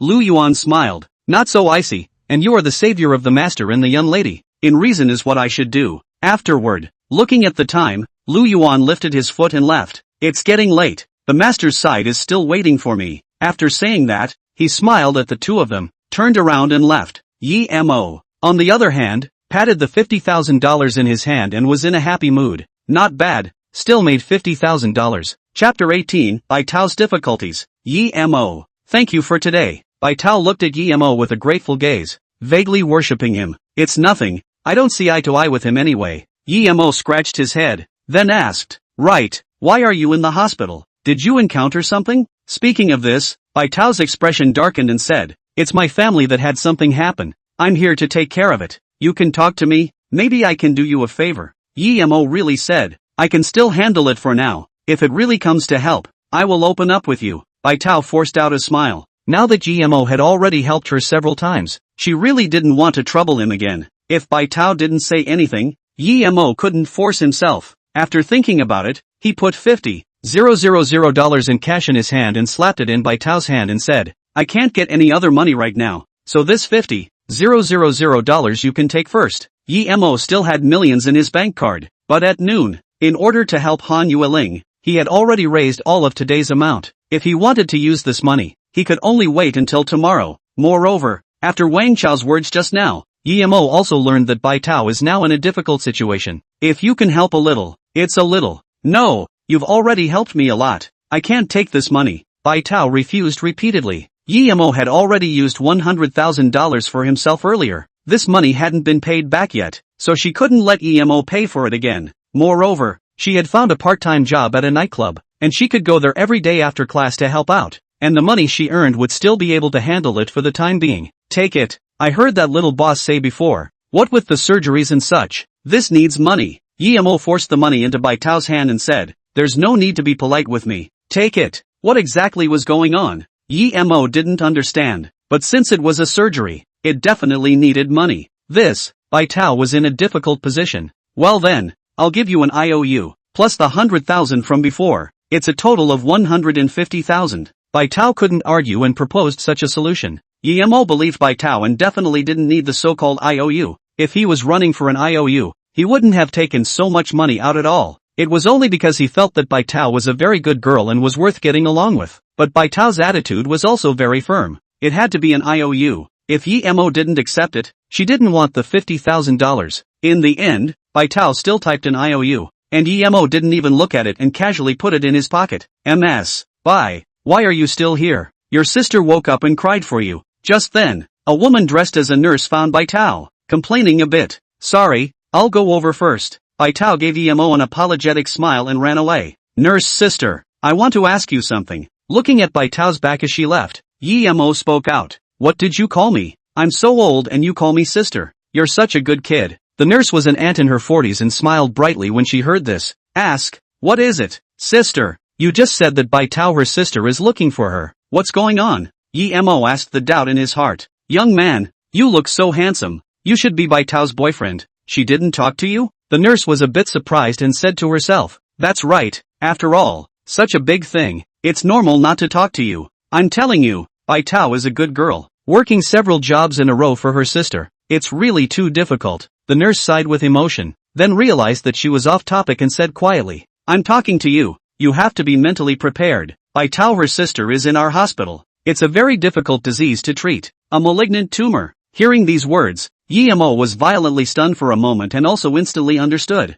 It turned out to be like this. No wonder Bai Tao gave him the feeling that she was very short of money. So it turned out that her sister actually had this kind of disease. After saying thank you to the nurse, Yi Mo asked about the specific ward and then walked over. Outside the ward, through the glass of the room door, Yi Mo could clearly see the situation in the ward. He only saw Bai Tao sitting on the nursing chair, quietly peeling an apple, and in front of her was a little girl who was only in her teens and had a pale face. If it wasn't wrong, this little girl was Bai Tao's sister. Poor little one. At the same time, she also felt heartbroken for Bai Tao, who was supposed to be at an age of enjoyment, but was working so hard because of her younger sister. What a silly girl. Thinking of this, Yi Mo quietly pushed open the ward door and walked in. Yi Mo, why did you come over? Bai Tao raised her head at the sound, and when she saw Yi Mo, she was obviously flabbergasted for a moment. Then the movements in her hands were at a loss, somewhat at a loss for words. I happened to be passing by and came over to take a look. Yi Mo snorted, then greeted the little girl in the hospital bed. Get to know each other. My name is Yi Mo. Hello brother Yi Mo. My name is Bai Shui. Bai Shui lay weakly and looked at Yi Mo with wide-eyed curiosity. Brother, are you my sister's boyfriend? Don't talk nonsense. Bai Tao's pretty face flushed and gently patted her sister. Hurry up and eat the apple. After saying that, she shoved the unpeeled apple into Bai Shui's hand, got up and said in a panic, Yi Mo, are you eating the apple? Sister, can you do things more focused? The apple you gave me still has skin on it, okay? Bai Shui pouted and said gamely. Bai Shui was a bit at a loss for words, not knowing what to do. Just at this time, the door of the ward was pushed open, and a middle-aged balding doctor in a white coat appeared and beckoned. Ms. Bai, come with me to the office for a moment. There are some things I need to talk to you about. Yi Mo, sit down for a while, I'll be back soon. Bai Tao got up in a panic and walked out of the hospital room. In the room, there were only two people left, Yi Mo and Bai Shui. Wide-eyed, brother Yi Mo, are you really not sister's boyfriend? Bai Shui still had some instruments on her body because she had just finished surgery not long ago. Although there was some pain, it couldn't hide her curiosity, and her dark eyes looked at Yi Mo, revealing curiosity everywhere. Of course not. Your sister and I are very good friends. Yi Mo smiled faintly and took the apple from Bai Shui's hand and said, I'll remake it for you. Afterward, the two of them chatted without a word. Bai Shui and Yi Mo also became acquainted and gradually chatted more and more. Snowy, you eat the apple first. I'll go look for your sister. More than 10 minutes passed, and when he saw that Bai Tao hadn't returned, Yi Mo got up to check, until he stopped when he found the office of Bai Shui's attending physician. Dr. 1. Don't do this. Let go of me. Chapter 19. Doctors should have medical ethics. Bai Tao, I really like you so much. Just obey me. As long as you obey me, the matter of your sister's application for aid funds, I can get it done for you in a minute. The man known as Dr. Wang breathed in sharply. Bai Tao kept pushing and shoving Dr. 1, begging bitterly, don't be like this. I already have someone I like. It's not allowed between us. Have a favorite person? It's okay, I don't care. Dr. Wang first paused for a moment, then said without thinking, as long as he got Bai Tao's person, even if she had someone she liked, so what? By that time the raw rice had already been cooked. It would still be whatever he said. At that time, the person who likes can also become the person who doesn't like. Looking at that ugly, pock-marked face, a disgust flashed across Bai Tao's face, fiercely pushing him away. Dr. 1. This is a hospital, a sacred place to treat the sick and save the lives of others. Please respect yourself. Self-respect? Can self-respect be exchanged for your sister's rescue funds? I only know that without my help, you will never get a single penny. Dr. Wang smiled coldly and threatened out. At those words, Bai Tao trembled, a confusion flashing through the depths of her eyes. Yes, Bai Shui's current condition was critical, and she needed a large portion of funds to be able to carry out the next step of the surgery. If there was no more source of funds, then all the efforts and perseverance that she and her sister had done before would be in vain. Dr. Wang grabbed Bai Tao's effort to freeze and pushed her to the examination bed in the corner, and his whole body pounced on her. Yimo's face sank and he directly pushed the door in. He only saw Bai Tao curled up in the corner, helpless tears streaming from her eyes, while the bald doctor in the room had already extended his demonic hand. If Yimo had come in 1 second later, who knows what this colorful doctor would have done. The sudden sound of the door opening startled Wang Defa and he turned around violently.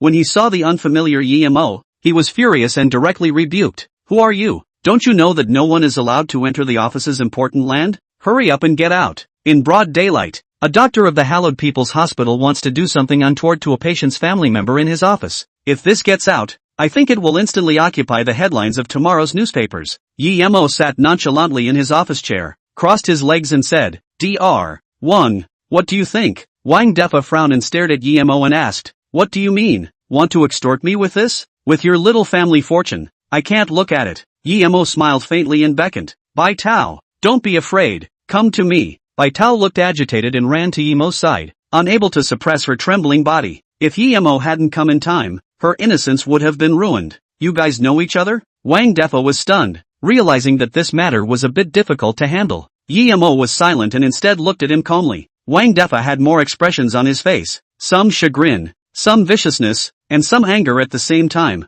but in the end, it turned into a touch of calm. Straightening his white coat, he said indifferently, in this way, I am willing to make compensation for what I did today. Here is $3,000. You guys take it. After saying that, he pulled out a thick red envelope from his pocket and handed it forward. Judging from the age of Yimo's two men, they were just college students in school. Dealing with the two of them wasn't a breeze. At the same time, a brilliant light flashed in his eyes and he stared at Yimo dead in the face. As long as he accepted this red packet, things would be fine. At that time, even if they revealed this matter, Wang Defa could turn passive into active, saying that he was framed by the two of them and had extorted $3,000 from himself. Under his calm and expectant gaze, the corner of Yimo's mouth lifted up a gangly smile and directly accepted the red envelope. Wang Defa let out a deep breath, instantly relaxed, and his tone became icy. Now, you guys can leave from my office. But to his surprise, Yimo didn't even move. Instead, he used his fingers and tapped the table rhythmically. Dr. Wang, aren't you forgetting one more thing? What do you mean? Wang Defa froze, while a bad premonition hit his heart. This $3,000 is from your hard work. We are not going to take it. What we need is what you just promised Bai Tao, that batch of relief funds. Yimo got up, walked over to Wang Defa and said with a faint smile, or maybe you are just saying that, and don't want to sincerely help Bai Tao? You youngster don't give an inch. Wang Defa was moralistic and sternly reprimanded. Every single amount of the hospital's relief funds needs to be used for those who are truly in need, and it also needs to be approved at all levels. Don't think that if you guys go through the back door and give me a red packet of $3,000, I'm going to help you guys out. Let me tell you, I'm an honorable doctor. I don't recycle your red packets. Wang Defa looked and threw the $3,000 red packet on the table at Yimo and said angrily, get lost, take your stinking money and leave from my office. Don't defile the place I dedicated my life to. Looking at the righteous Wang Defa, Yimo couldn't help but applaud. What a righteousness, what a dedication for Dr. Wang.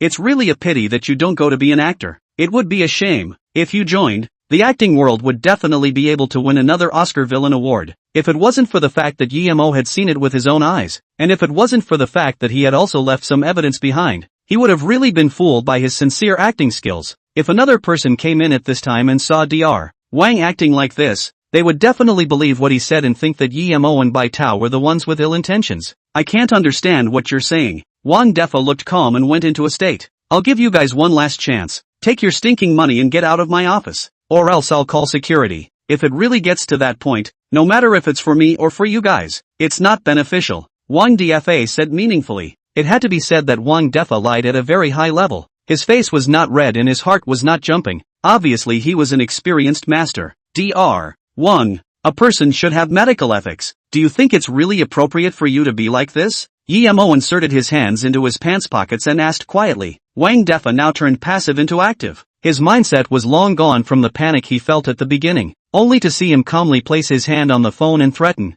I'll give you 3 seconds to leave my office. Otherwise you'll be responsible for the consequences. He couldn't scare Yimo with this set, but he did scare Bai Tao. Bai Tao hurriedly pulled Yimo's sleeve and said in a panic, Yimo, let's just forget about this matter. If this matter really becomes a big deal, then Bai Shui will only be transferred to the hospital. Besides, I didn't suffer any substantial injuries. Let's just forget about this matter. Yi Mo, however, shook his head and calmly said, I can responsibly say that if this matter is just left like this, then if you and Bai Shui stay here for a day, you won't have a good day. And this so-called upright, pockmarked old man will definitely intensify his behavior and gain an inch. Chapter 20, Asking for Trouble. This little comrade, I warn you not to talk nonsense. I can sue you for slander. Wang Defa paused in his hand movements and said in a condensed voice. What Yi Mo said was exactly what he had in mind, and now that it was being said, he couldn't help but be a little surprised. He didn't expect that a mere university student would be able to see through what he was thinking so easily. He had two brushes. Before you sue me for slander, I think I can go sue you first. Yi Mo suddenly took out his cell phone and the corner of his mouth lifted up a gangly smile. What do you think will happen to you with the evidence here? What's that you have there?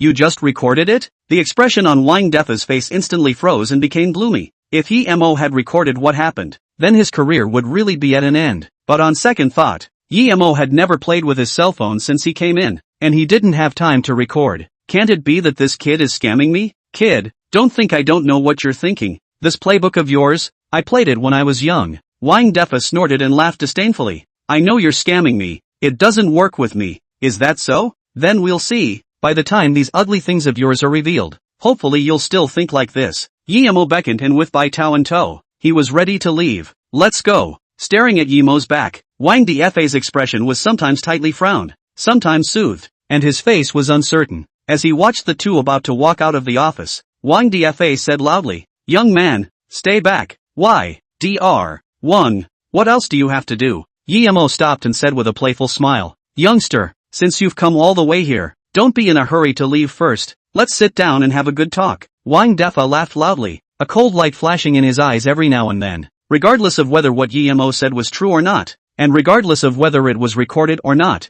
the priority now was to stabilize him first. As long as Yi Mo was stabilized, everything would be fine. There's no need to sit down and talk. You know my requirements. Yi Mo stood still and didn't move, calmly said, Make a deal. As long as you do what you promised, naturally I won't keep anything on my side. Good deal. Wang Defa answered on his lips while receiving a cup of water. Walking towards Yi Mo, he handed the cup of water forward. Young man, this is all negotiable. Look at you. You've also said so much. You're thirsty. Drink some water first. Yi Mo originally wanted to take the water, but when he saw a flash of essence in the depths of Wang Defa's eyes, he was instantly on guard. As usual, he reached out to receive the water, but kept an extra eye out, always paying attention to his movements. As Wang Defa got closer and closer and prepared to pass the water to Yi Mo, he suddenly splashed the water in the cup at Yi Mo. Yi Mo already knew that Wang Defa had bad intentions, and was already on guard against him, so when he saw this unexpected situation, he dodged to the side.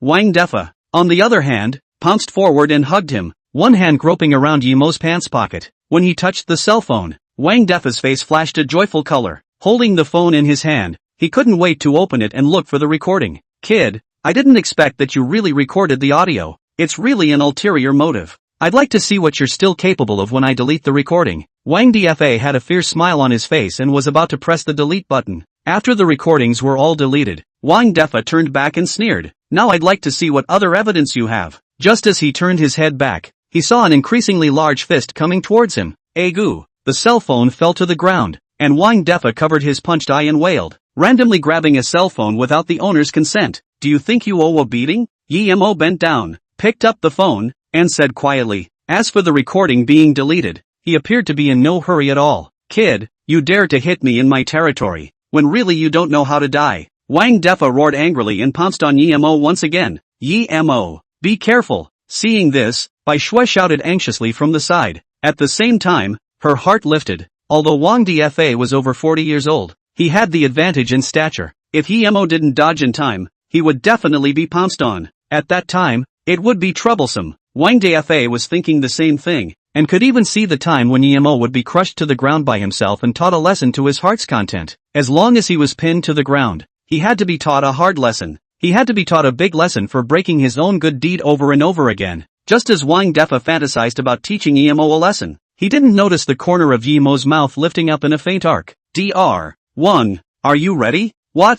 Wang Defa came back to his senses at the words, and an incomprehension flashed across his face. The next second, however, He was filled with panic and wanted to stop himself, but it was already too late. He only saw Emo open the door to the office room, and when he got close, he suddenly grabbed the mop bar behind the door and swung it down hard. Agu! Wang Defa let out a miserable cry as his entire body lunged forward uncontrollably. Plop! With a heavy thud, Wang Defa's legs bent and fell to his knees in the hospital's corridor. And this scene was just seen by the two old men walking downstairs, one of them frowning tightly as he walked over from the other side of the corridor. At this time, Emo then walked out of the office and said indifferently, Dr. Wang, it's not even the new year yet. Why are you kneeling down? Do you feel that your heart is too much, and you want to pay an early New Year's greeting to your patients? Wang Defa wanted to get up, but the sharp pain coming from his knees made it impossible for him to stand up at all. He could only brace his hands on the ground and adjust his body. Looking up at Emo, his face filled with anger. You've gone too far. You've really gone too far. I just don't want to receive your red packet. Are you as bad as treating me like this? When these words came out, the patients who came out from the various wards watched the drama. A few of them, who were not Wang Defa's patients, saw the situation and directly accused. This young man looked long and human-like. I did not expect to be able to do such excessive things. Other doctors have said that they do not receive red envelopes. Just be smart and leave. Such a cranky person. Usually certainly not a good person. I've long heard that Dr. Wang is a very upright doctor. Now I see that it is true to his name. He would rather be beaten up than receive red envelopes from the patient's family. This kind of righteousness must be promoted and publicized. Patients, everyone hurry up and help. Take a picture of this person's appearance. Let's post it on the internet. This kind of bad guy must be made to catch fire all over the internet, so that netizens from all over Huaxia can flesh him out. Emo stood still and didn't move. Instead, Bai Tao anxiously ran out, blocking in front of the many cell phones, anxiously shouting, "Don't take pictures. All of you don't take pictures. Things are not what you think they are. Emo is a good person. Don't frame a good person." Right at this moment, behind the crowd, came a weighty, but old voice, "Give way. Everyone give way. I am the hospital director. Let me pass." Chapter 21, The Evil One. Dean, you've come. You have to do right by me. When Wang Defa saw the arrival of the old man, his eyes rolled back in his head. He went up and hugged his thighs, bawling, "I'm steadfastly carrying out the institution's guidelines, but I've gotten such a result. I'm aggrieved. What's going on? What's wrong with you and me?" Zhang Bingxiang had anger in his eyes. His tone was undeniable. Our hospital doesn't bully others, but it doesn't mean others can bully us at will. The corner of Wang Defa's mouth lifted up an imperceptible smugness, pointing at Emo as he continued to cry, "Dean, this is the person who suddenly barged into my office just now, and took out a red packet without saying a word, and shoved it into my hand. Our hospital has a rule that we resolutely can't receive red envelopes from patients' families,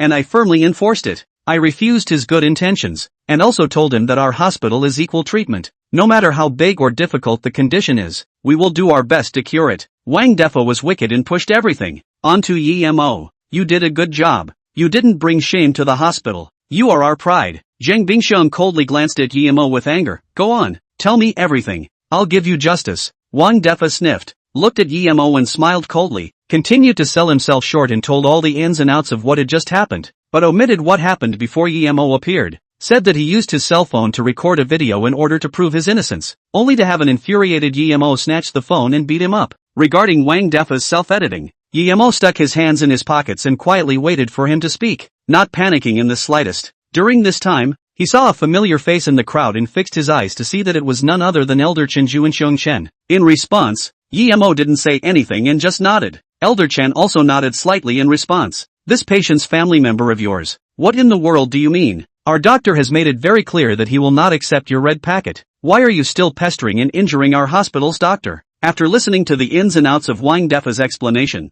Zhang Bingxiang was very angry. In broad daylight, to do such a robber baron thing, this was not a real bullying of their hospital. If you believe what he said, then I can only say that your hospital is very average. Emo didn't think so. Instead he looked at Zhang Bingxiang and said word for word, "Or are you saying that you know what kind of person this guy is and you're still deliberately harboring him? What do you mean? Are you questioning our hospital?" Zhang Bingxiang grew more and more annoyed, directly pulling out his cell phone. "You young man, you're just too arrogant, beating up our hospital's doctors and slandering our hospital. We must let the police deal with you." Wang Defa became more and more complacent, looking at Emo arrogantly, as if saying again, "Kid, going against me, you will never have a good ending." "Dean Zhang, I think something is fishy." Right at this moment, Chen Juanxiong's voice rang out in the crowd. Then he walked up and held down Zhang Bingxiang's hand that was on the phone and said, "Don't rush to call the police first. I think we need to investigate a bit more." Other people didn't know what kind of person Yemo was, but he did. The various things that Yemo had done to help before were enough to prove that Yemo was a good person. And since this kind of thing had happened, there must be another reason. When he saw Bai Tao on the side, he softly asked, "Girl, were you present just now?" Bai Tao nodded her head repeatedly and explained for Yemo. "Old sir, listen to me. Things aren't like what Dr. Wang said. Yemo was trying to help me. That's why he became like this. Don't be in a hurry. Speak slowly." Chen Juanxiang nodded and said, "I believe that you guys have bitter feelings. What exactly happened just now? Just be brave and say it." At these words, Wang Defa panicked a little. "Dean, don't listen to them, they are all in cahoots. They will definitely say that I slandered them and will throw dirty water on me." Dr. Wang, if you are walking the talk, then why are you panicking? Yemo smiled disdainfully and said meaningfully, "Or are you being a thief and afraid that what you did will be exposed?" At these words, Dean Zhang Bingxiang also glanced at Wang Defa and said, "What are you panicking about? Don't you care what they say about you?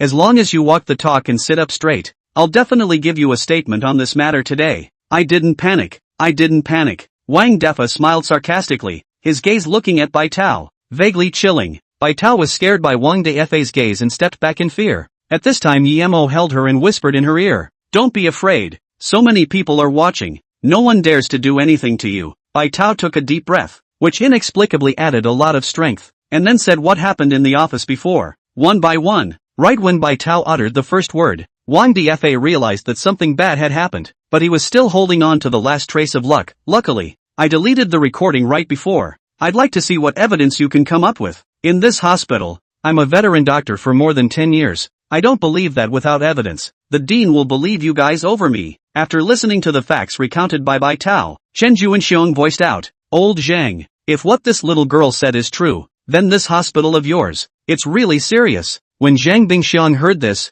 his face was a bit ugly. After all, Chen Juanxiang's identity was here. If this kind of scandal really happened in the hospital, then the matter would be big. At that time, it was enough to imagine that the hospital would usher in a big shock. "Wang Defa, tell me honestly, are things like this?" Zhang Bingxiang's face turned blue as he angrily asked. "Don't give me a chance." "Yes it is." "No it isn't. Dean, I really didn't do this kind of thing. I've been in the hospital for more than 10 years. What kind of person am I? Are you still not clear?" Wang Defa dead duck mouth hard. "Just do not admit. Moreover, my wife is in the hospital as the head nurse. Even if you lend me 10 guts, I do not dare." Wang Defa at this time even more cannot admit it. Farce to now. He also realized the seriousness of the matter. In order to the future and the rest of his life, killed cannot be admitted. Just as Wang Defa's words fell, a recording suddenly came from the corridor. "Bai Tao, I really like you so much. You'll take it from me." As soon as the recording came out, everyone was in an uproar. Zhang Bingxiang even slapped Wang Defa in public, shivering with anger. "Wang Defa, look what you did." Wang Defa was also jolted and looked back incredulously, looking at the cell phone held in Nemo's hand, which was playing a recording from that time. He was filled with dismay. "How is this possible? Didn't I delete the recording?" Chapter 22, Guilty as Charged. Although this piece of my phone is a bit old, the function of synchronizing and uploading to the cloud is still there. Yemo put away his phone and walked over to Wang Defa. "Dr. Wang, more deeds will bring about your own death. You do well for yourself." Wang Defa's face was ashen, very distressed. Why didn't I think of this? At the same time, his heart was enlightened. No wonder Yemo hadn't said anything. No wonder he had been acting calmly. It turned out that he had strategized and prepared for it, and he had foolishly thought that Yemo was shocked by his series of maneuvers and didn't know what to do. Now regretting it, it was too late. Things had come to this. His career, completely played out. "Wang Defa, you've disappointed me too much. From now on, you're no longer a doctor in the hospital. Now, go back and pack up your things and wait for the hospital to give you your sentence." Zhang Bingxiang was very disappointed and said. Then he walked over to Chen Juanxiang's body and blamed himself. "Chen Lao, it's my responsibility that such a thing happened in the hospital. It's me who neglected to manage them. Don't worry, I will definitely give you a satisfactory answer regarding this matter. I'm just a spectator. Your reply shouldn't be given to me, but to someone in need." Chen Juanxiang reminded implicitly. Zhang Bingxiang came to a realization and gave a grateful nod as he walked over to Yemo and the two of them and said, "Little brother, I've let you guys suffer. You guys came to the hospital for treatment. It's a sign of trust in our hospital. But I'm sorry for what's happening now. What needs you guys have? You can feel free to talk to me. As long as it is something I can do, I will definitely help you fight for it. After saying that, Zheng Bingxiang signaled a nearby nurse to go and bring Bai Tao's family's case over. Bai Tao wanted to open her mouth to say something, but was stopped by Yemo. He went up and said with a smile, "Dean Zheng, I just hope that what happened to us won't happen to other patients' family members. If you weren't so clear-sighted today and saw through Wang Defa, I'm afraid that the consequences would be unimaginable." Zhang Bingxiang froze, then he also smiled and said to Yemo, "Little brother, you're flattering, or our hospital's management is lax. No matter what happened today, is our hospital's responsibility. We will make some compensation." At this time, the case he asked for had already been brought over. When he saw Bai Shue's condition, he first frowned, then said, "This little friend Bai Shue should be your sister. I looked at her case, although it is a tumor, it is not incurable. In that case, I will immediately arrange for expert talks and pour out the resources of the entire hospital to prioritize the treatment of little friend Bai Shue. In our hospital, there is a batch of national relief funds that difficult patients can apply for. I will apply for you, thus reducing a large portion of the medical fees. Although it's not a lot, but more than $200,000 is still possible. And then our hospital also has a batch of subsidized places, which can also reduce a large portion," Zhang Bingxiang said seriously. "Then I'll trouble Dean Zhang." Yemo smiled mysteriously and said without words, "Your hospital is great. Unlike some hospitals that are like, cold and without a trace of human feelings. Patient first, has always been the aim of our hospital." Zhang Bingxiang said some more before forcibly taking Wang Defa away. Wang Defa had caused so much trouble for the hospital, and had to be ruthlessly fixed. As for Chen Ju and Xiong, he also received the news of Chen Cici's awakening, and after chatting with Yemo, he also left in a hurry. Only before he left, the way he looked at Bai Tao was somewhat intriguing. "Yemo, I really thank you. If it wasn't for you today, I really don't know what to do." Bai Tao was full of gratitude, and deep in her eyes were all sorts of complicated emotions. If it wasn't for Yemo today,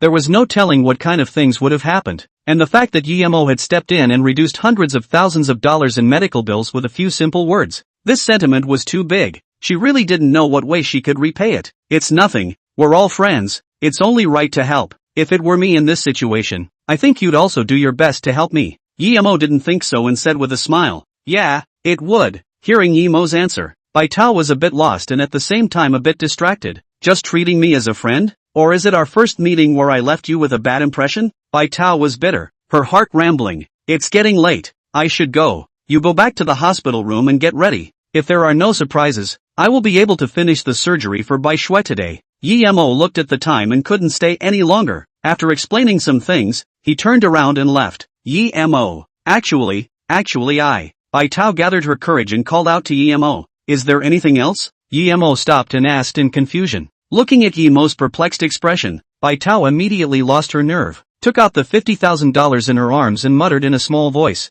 "Thanks to your help today, the hospital has already reduced a large part of the operation fee. I only need 10,000 to pay the fee, the rest you take it all back." "What are you thinking?" Yemo was helpless, went up and knocked on her forehead and said, "You keep this money. After the surgery Bai Shue still needs to supplement a lot of nutrition. How can you do without money?" "Ouch." Bai Tao covered her forehead, and said in an aggrieved manner, "But you have helped me too much. Even if I work as a cow for you, I can't repay it, and if I take this money again, I will feel uneasy in my heart. I'm not short of money. This money you still listen to me. Take it to buy some nutrients for Xiao Shui." Shoved $50,000 into Bai Tao's arms again and said in a condensed voice, all right, hurry back and prepare for it." Only after being persuaded did Bai Tao reluctantly return to the hospital room. Yemo, on the other hand, walked out from the west door of the hospital, during which he had to pass through an alley before he could get a car on the road. Just as he walked out of the hospital gate, an inconspicuous figure picked up his cell phone and said coldly, "Get ready,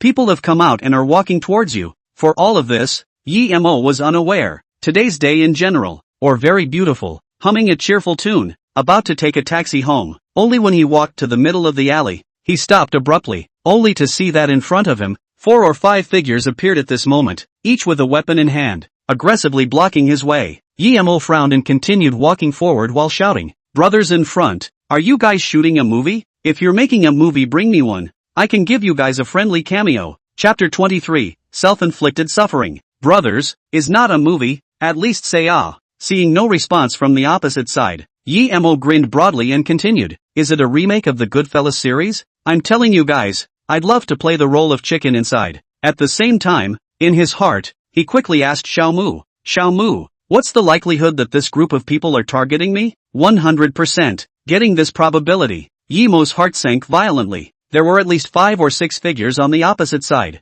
and each of them held a weapon. On the contrary, he was unarmed and definitely had no chance of winning against these people. Kid, I didn't see it. You're quite talkative. At this time, a short figure walked out from the shadows. Boss 1, what a coincidence, to run into you even here. Fate. Yemo laughed out loud, walked straight up and put his arm around Wang Chao's shoulder and said, the business that our brother and sister did today, it's just too perfect. Are you free? Let's go have a drink. Right, these brothers are our brothers. Since we encountered our destiny, drink and jerk bunches to start. Today I please. Yemo's words made the few gangsters invited by Wang Chao confused. Didn't they say they were here to teach a lesson? Looking at this situation, the relationship between the two was quite good, not like enemies. Yemo showed indifference on his face, but in his heart, he anxiously called out, Xiao Mu, numbly come out to me. Host, what do you need help with? Little Mu's virtual figure appeared in front of Yemo's eyes. Hurry up and snappy and see what can be done to increase my force value. Yemo urged Xiao Mu while being polite to Wang Chao.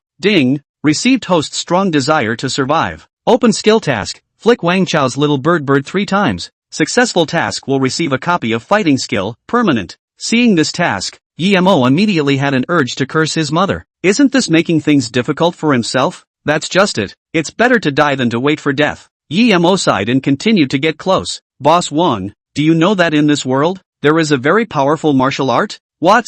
Is it hard to believe that you know it? Wang Chao sneered and said, he was confident enough at this point to leave Yemo behind, so he wasn't in a hurry to teach Yemo a lesson. Instead, he was up for teasing. Will, of course I will. Do you want to see? Yemo narrowed his eyes and asked out loud. Wang Chao clasped his hands together as a cold light flashed in his eyes and said, in that case, then you'll let us open our eyes. Flicking bird divine gong. As the words fell, Yemo flexed his fingers and flicked them down 3 times in a row, and one was heavier than the other. Ah! Wang Chao's face rose to a pig's liver color, and in the end, he couldn't hold back the pain and screamed out in misery, covering his hands together and just tap dancing in place. Xiao Mu, quick, give me the quest reward. Yemo couldn't wait. Time is life now. Must finish learning the fighting skills successfully before the group reacts. Ding! Congratulations to the host for completing the quest and obtaining a copy of fighting skills, permanent. Ding! Congratulations to the host for opening the skill and obtaining a copy of Special Forces fighting skills, permanent.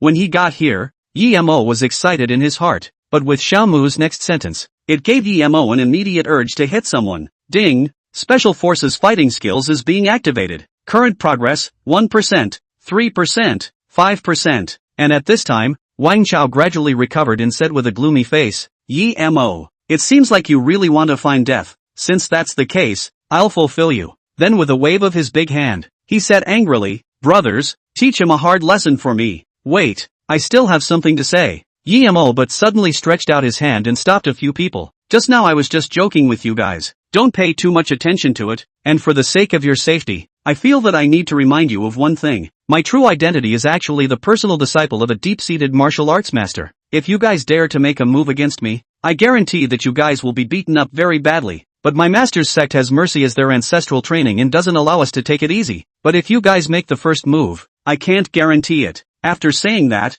Yemo made a pose very calmly, took a horse stance, and said with luck and concentration, don't mess with me. Otherwise if I start a fight and injure you guys by mistake, don't blame me for asking you for lost wages and damages. Special Forces fighting skills activation progress, 83%, 85%, 88%. Kid, who are you scaring? With your appearance, how can you still be a personal disciple of a martial arts master? One of the punks smiled disdainfully and spat. I'd like to see what you're capable of. After the words, the punk's face was filled with a sardonic smile and ill will as he raised the baseball bat in his hand and slowly walked towards Yemo. Hurry up and activate it successfully. Yemo kept urging in his heart, watching the punk get closer and closer. Already less than a meter away, the baseball bat in his hand was already swinging. In less than 3 seconds, it would viciously knock on Yemo's head. Special Forces fighting technique activation progress, 93%, 95%, 98%, 100%. As the Special Forces fighting technique was completely integrated into Yemo's body, Yemo only felt that long-lost power that had once again appeared in his hands, and the entire body became incredibly relaxed and filled with endless power. What a bull ***** martial arts master's personal disciple. Eat my stick first. The punk's expression was hideous, the baseball bat in his hand, swung round and smashed down hard. Bang! With a heavy thud, a gust of dust suddenly lifted up from where Yemo was. In the dimly lit environment, it was impossible to see the exact situation. Good. That's a good stick. We need to hit him hard like that. Wang Chao, however, let out a loud laugh and applauded. Give this kid a lesson. Let him know what is meant by asking for trouble. After Wang Chao's words fell, the few gangsters following behind him also let loose a scoff. With these two brushes, you still call yourself a disciple of a martial arts master? He's here to be funny. Just now I heard a sound of falling to the ground. Definitely this guy was swung by a stick on the ground. TSK, must be admitted to the hospital. Afraid of what? The hospital is right behind. After the fight it's just right to throw it to the hospital. While these people were madly jeering, a faint voice suddenly came from the dust. In that case, I don't need to keep my hands off of you. What? The crowd was stunned and looked violently in the direction where Yemo was, only to see the dust dispersing. Yemo's silhouette stood there silently, holding a baseball bat in his hand at this moment, walking towards them step by step. As for the punk from before, at this time, he was half lying under the wall, unconscious and lost consciousness, and on the wall bricks above his head, there was a humanoid shape, faintly sunken down. Chapter 24 Lost Wages and Damages. What is this? Wang Chao's eyes shrunk violently, incredibly looking at the scene in front of him. Even the three gangsters behind him, at this time, they could not restrain themselves from retreating. One of them even sprouted the idea of escaping. He's only one person, while there are three of us. Don't be afraid of him. The head gangster swallowed his saliva and stammered. Although his mouth said he wasn't afraid, his legs that couldn't restrain his shivering betrayed him. I've told you all not to force my hand. Why don't you listen? Yemo took one step forward, his hands in his pockets, the corner of his mouth lifted up a gangly smile. I'll give you guys a chance. As long as one of you gives Boss Wong a stick, I'll let you guys go. Brothers, he is instigating between us. Don't listen to him. Wang Chao was flustered in his heart and hurriedly said, as long as you guys can beat him down, I'll add another $10,000 for you guys. Hearing the increase in commission, the remaining three punks' eyes were filled with greed. In front of money, they discarded their fear of Yemo, and at this moment, they were only thinking about how to make this $10,000. At the gangster leader's signal, the three raised the sticks in their hands and walked towards Yemo vigilantly yet slowly. Injured one of our brothers. You have to give a statement. The leader of the gangsters, a bald man, touched his shiny head and said, now I'll give you two choices. Either compensate us $100,000 or we'll beat you up and ask for $100,000 again. I'll go with the third. Yemo threw the baseball bat, casually, to the side and said, that's to beat all three of you up and then talk about the money. Kid, you're looking for death. A sardonic color flashed across the gang leader's face, and with a wave of his hand, the three of them rushed towards Yemo in unison. Why don't they all listen to advice? Yemo shook his head helplessly, and with a fierce push of his feet, he rushed forward. As three screams rang out one after another, Yemo set the three people down like they were stacked on top of each other and flicked the head of the gangster's head. Wasn't it you who said to ask me for $100,000 just now? Big brother. Wrong. Bald gangster pain showing teeth and said, do not. Money we do not want, not okay? At this time, he was crying without tears. How did he get carried away and agree to help Wang Chao with this favor? Now the money did not earn, not to mention, but also a bad beating. This wave of how can this be? The money must be paid. Yemo can't help but take out his cell phone and use a calculator to figure it out. First calculate the mental damage fee. It's $10,000. Then calculate the lost wages. According to 1 minute $1,000, it's 15 minutes. All kinds of lost labor costs, damage costs added up. Yemo came up with a satisfactory amount, handed the cell phone to the gang leader and said, all kinds of costs added up, a total of $78,000. On this number, you have no opinion, right? What do you mean by this? The gangster leader was stunned and somewhat puzzled. Could it be that this great god really wanted to give money?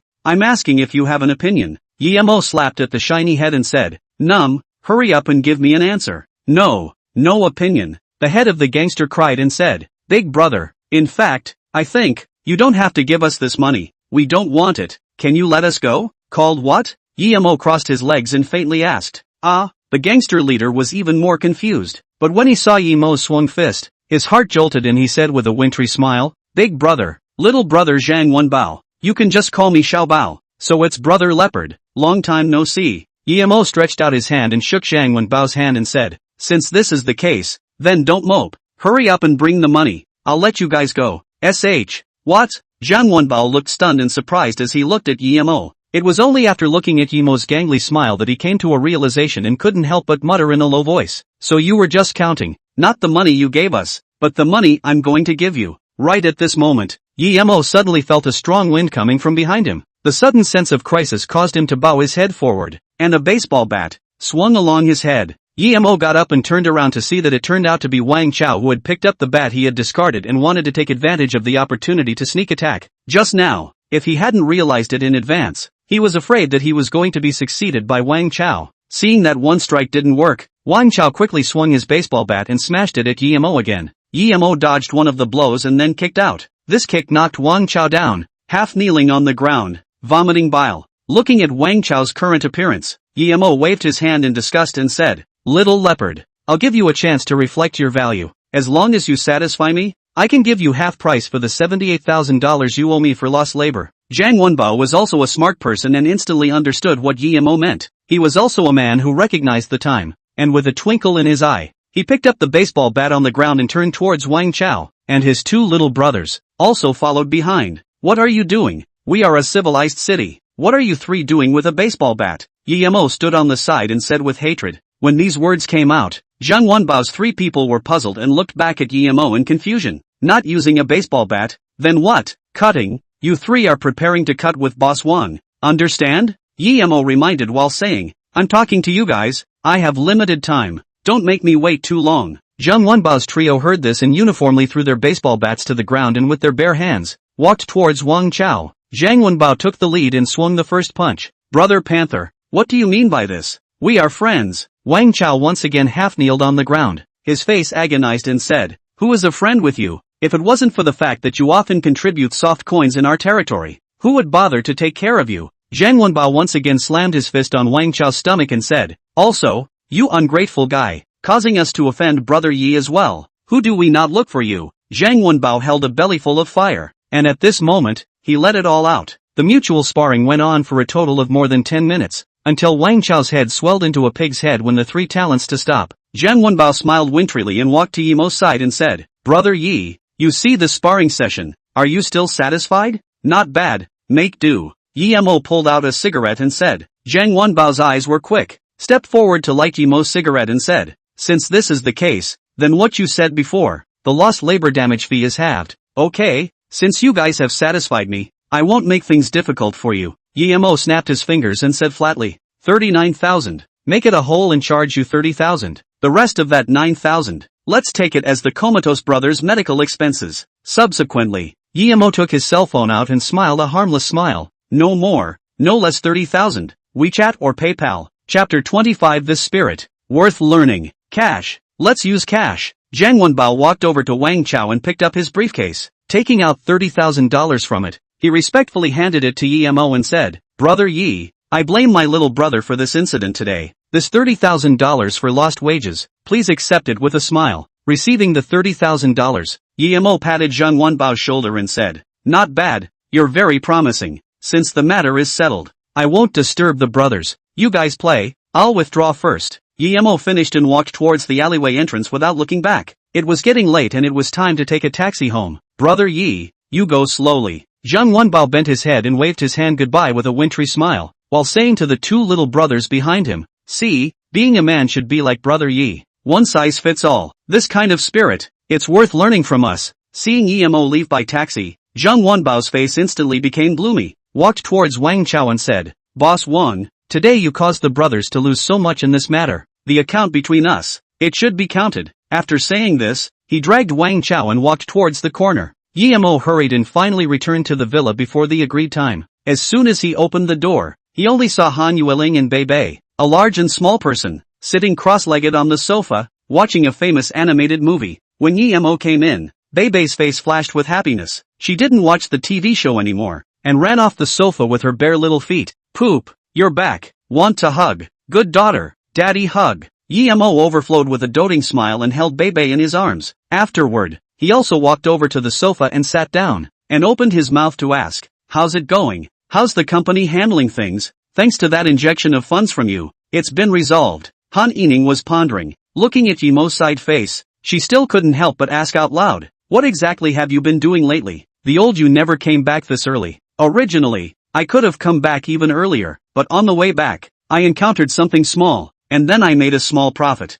Yemo took out the $30,000 in his pocket and pushed it in front of Han Yueling and said, "This $30,000, take it as the rent for the next few months." Then, smiling, he joked, "Now, there's no need to kick me out." Han Yueling hesitated for a moment, but still nodded and said, "I said that as long as you made a change, I would take back my previous decision, and now it seems that I can already take back that statement without having to wait for a month later." Poop, it's too good. Auntie Yueling won't kick you out. Bebe waved her little hand and shook it excitedly. The three of them watched TV together for a while before Bebe started to doze off. Yemo carried her back to her room, telling her stories and patting her back, and only with great difficulty did he manage to put this abrasive little goblin to sleep. In the next few days, Yemo didn't have anything important to do, so he stayed at home. During that time, he also talked to Bai Tao and learned that Bai Shui's surgery had been completed successfully, and only needed a few more days of observation in the hospital before she could be discharged from the surgery. The thing that gave Yemo the biggest headache was that Chen Sisi,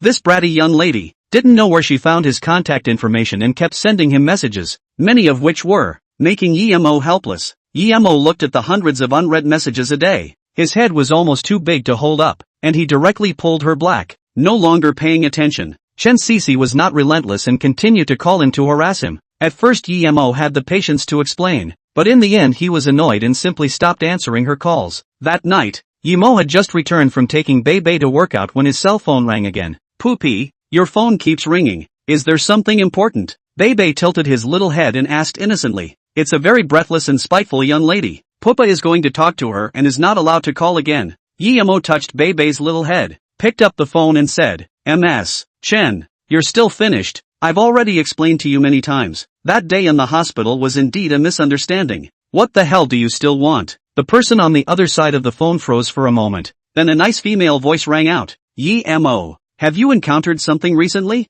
I'm Tian Na, Ms. Tian?" Yemo slapped his head and hurriedly explained. "Teacher Tian, I'm really sorry. I didn't look at the caller ID just now and mistook you for another person." Tian Na, Yemo's counselor in college, recalling the gentle, often caring figure in his mind. A warm current flowed through Yemo's heart. In terms of age, Tian Na wasn't a few years older than Yemo. When Yemo had just started his freshman year, Tian Na had also just graduated from Normal University and was assigned to Tianhe University as a counselor at their level. After Yemo's incident, everyone shunned him, except for a few of his roommates and Tian Na. After Tian Na realized the situation, she often called him to the office or directly found him in the dormitory to enlighten and pacify him. It could be said that Tiana was instrumental in Yemo being able to pull through that dark time. If I remember correctly, Sister Na is already 26 this year. Yemo said to himself. "Yemo, are you still listening?" Tian Na's puzzled voice came out from the phone. Yemo snapped back to his senses and dispelled everything he was thinking about in his mind.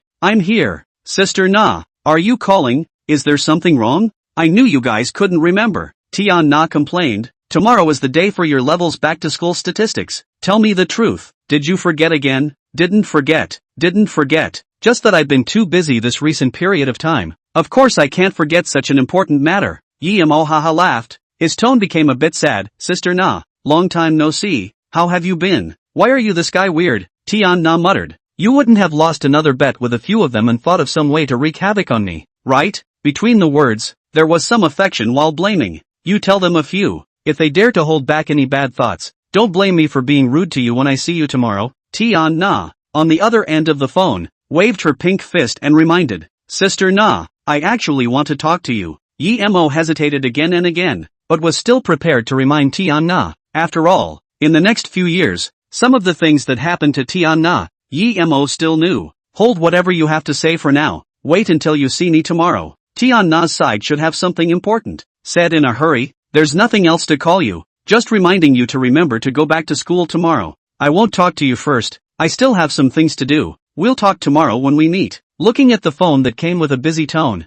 Yemo smiled bitterly and said, "That's just it. In that case, let's talk about it tomorrow." Chapter 26, Mysterious. The next day, when it was just dawn, Han Yueling was still sleeping when she was suddenly woken up by a sound of running water. Getting up in a daze, she followed the sound and walked to the bathroom to find that Yemo had gotten up uncharacteristically early and was seriously dressing himself. "What are you doing here? Getting ready to continue that job you did on your blind date?" Han Yueling asked in a snarky manner as she leaned on the doorframe. Yemo put up his hair and said without thinking, Something came up at school today, so I'm going back to lie down. Afterward, he slapped something on his face and said to Han Yueling, right, I can't bring Bebe today, so I'll trouble you to bring her to the company first and help me take care of her for a while. Okay. Han Yueling yawned and suddenly remembered something and said, right, if you have time these days, you'd better go to the company as well. What is it? Secretive? Yemo asked curiously. In response, Han Yueling didn't say anything and only told Yemo that he could go to the company when he had time. After saying that, she went back to her room to continue catching up on her sleep while muttering, getting up at 5 in the morning to clean up. How excited are you? After getting everything done, Yemo waited until 7 o'clock and left the house on time. He took a cab and headed to his alma mater, Tianhe University. 30 minutes later, looking at Tianhe University's distinctive school gate design, Yemo was overwhelmed with emotion. After several years, Yemo, am back again. Only returning to his alma mater again, Yemo's mindset was different, holding his head high and walking in with a confident stride. At this time, he was ready to make a trip to the dormitory first and take a look at those few guys he hadn't seen in a long time. Unlike other schools, Tianhe University does reserve dormitories for senior students during their internships, firstly to give students enough time to adapt to their new lives, and secondly to take into account that many of the students are out-of-towners, so that enough time can also be set aside for the students to find a suitable place to live. Along the way, Yemo hurried through until he walked into a dormitory building and his figure stopped in front of the room 602. Just as he wanted to push the door in, a cursing voice came out. Xiao Wu, behind the door, behind the door. He's hiding behind the door to beat the blood. Gu, you're a real dish. I've told you that you've been crippled by me. How come you still don't dare to go on? I really regret bringing you along. Aren't you dragging me down, sincerely making me lose face in front of the girls? At the same time, another weak voice whispered, Dazua, then you can't blame me. I said before that I won't let you go on, but you didn't listen. Now it's good. All the blame is on my head. Forget it, this game counts me unlucky. I tell you, if not for that kid hiding behind the door and shading me, I'll blow his secondary head in minutes. Big Left's cursing voice came out again, but this time it wasn't so grumpy. Invite again to see if the girl from the game just now is still coming. Xiao Wu, I'm talking to you. Just now that dainty voice. I'm 100% sure it's a beautiful woman. Gu, listen to the bones are all crispy for me. Hearing this, Yemo directly pushed the door in and scolded with a laugh. You guys are still like this? You're not afraid that the opposite side is a 2-meter man with a voice changer on? I'm telling you, it's not possible at all. Just based on my experience of flirting with girls over the years, the opposite side is definitely. Big Left said halfway through his sentence, realized something was wrong, jerked his head up, and Yemo stared at each other. Big Left, the human beauty is coming in. Are you still playing? Xiao Wu, however, asked without raising his head. Play my ass. Whether she is a beauty or an extreme, let her play aside first. Dazwa threw his cell phone onto the table, opened his arms and laughed loudly. Yemo, you guys are finally willing to come back, but you've missed me to death. Go, get lost, old me isn't interested in men. Yemo laughed and kicked Big Left, but still hugged him tightly. Left dog, long time no see. Yemo. Xiao Wu also put his cell phone aside and said joyfully, where have you been during this time? But I haven't seen you in a long time. Xiao Wu, long time no see. Yemo smiled and waved his hand in greeting. The three exchanged pleasantries for a while, sat down separately, and Dazwa threw Yemo a cigarette and asked, where have you been during this half year? Phone calls don't answer, text messages don't return. If it wasn't for Sister Na saying that she talked to you on the phone, she almost thought that you guy wasn't alive. Right Yemo, what exactly happened in these half a year? Xiao Wu was also curious and asked after him. It's hard to say, I'll tell you guys when I have the right opportunity. A vicissitude flashed through the depths of Yemo's eyes as he looked at the two figures in front of him. One fat and one thin. Fat and lanky, with sharp short hair. Full name is Zhuozhen, authentic northerner, born in a small city in the extreme north of China. Personality big grin. Familiar, is also Yemo moved into the 602 dormitory? The first person to see. Until now, he remembered that when he just walked into the dormitory, he and Zhuozhen hit it off. Looking at this guy's lanky body, Yemo was really a bit abashed at the time. Just want to greet. Did not expect Zhuozhen but first opened his mouth. Come on brother, I have just bought a small bottle of erguotu. The whole point? It was also the sentence that Yemo had not forgotten until now. Skinny and not high, covered in ribs, full name Zhang Xiu, is a southerner, an authentic spicy eater. What was essential for every meal was the spicy seeds brought from his hometown. However, according to him, when he was small, his family was not rich, and he was often bullied, which led to the current malnutrition, and some inferiority complex. Where's John Han? How come I don't see this guy? Yemo asked suspiciously as he gazed around. Jiang Han is another roommate in Yemo's dormitory, a local of Tianha. His parents are authentic farmers, but he is very competitive. From the freshman year of college, he likes to write something, and now he is also a little famous writer. You are not know, that guy has recently gone peach blossom luck. I do not know where to know a freshman chick. Looks pretty, not only the face is good, but also the body is positive. Zhuozhen looked at the time and muttered, if according to the time, at this time, he has already finished delivering warmth, and it's almost time to come back. Just as Zhuozhen's words fell, the door to the dormitory was pushed open, and then a literary man with glasses and fluffy hair walked in. Yemo was originally looking forward to it, but when he saw what Jiang Han looked like at this moment, he was instantly enraged. He only saw Jiang Han walking in with his clothes untidy, blood on his face, and his glasses hanging diagonally on his face. Jiang Han, who was originally in a low mood, first froze for a moment when he saw Yemo, then spoke. Yemo, when did you come back? Ding, triggered skill mission, help Jiang Han. Successful mission will obtain a random skill book. It doesn't matter. Yemo was furious and corrected Jiang Han's glasses for him. The injuries on your body. What's going on? Chapter 27, Jiang Han humiliated. I'm fine. It's just that when I was walking, I accidentally fell. Jiang Han forced out a smile that was worse than crying, turned around and walked into the bathroom and said, we haven't seen you for a long time either. Wait for me to clean up and go out for a drink together. Watching Jiang Han walk into the bathroom in a despondent manner, Yemo didn't stop him. When he turned back and saw Zhuozhen's strange expression, he asked out loud. Big laughed. Do you know something? With an angry expression, Big Zhuo viciously kicked the chair, sending it 3 to 4 meters away. It must be Liang Hao who did this. What the hell is going on? Hearing this name, Yemo's face also instantly sank. Liang Hao, a rich second generation in their class. His family's industry wasn't that big, but he had a small reputation in Tianha City. When Yemo was down and out, Liang Hao would often look for things to do with him, coming to look for presents twice in 3 days, and the 4 people in Yemo's dormitory at that time didn't do much fighting with him. Just now I told you that Jiang Han knows a freshman girl, remember? Dazhua lit a cigarette, calmed down and said, that girl. The same was also looked at by Liang Hao. Because of this, he didn't find Jiang Han's trouble. If it wasn't for the fact that it's almost graduation, I would definitely beat him up. Dazhua cursed and grinned, very stifled. Dazhua's parents are both retired workers, saving money to pay for him to go to college. If at the present juncture, make some trouble, the school will definitely not give him a graduation certificate. Don't let me run into this guy outside the school,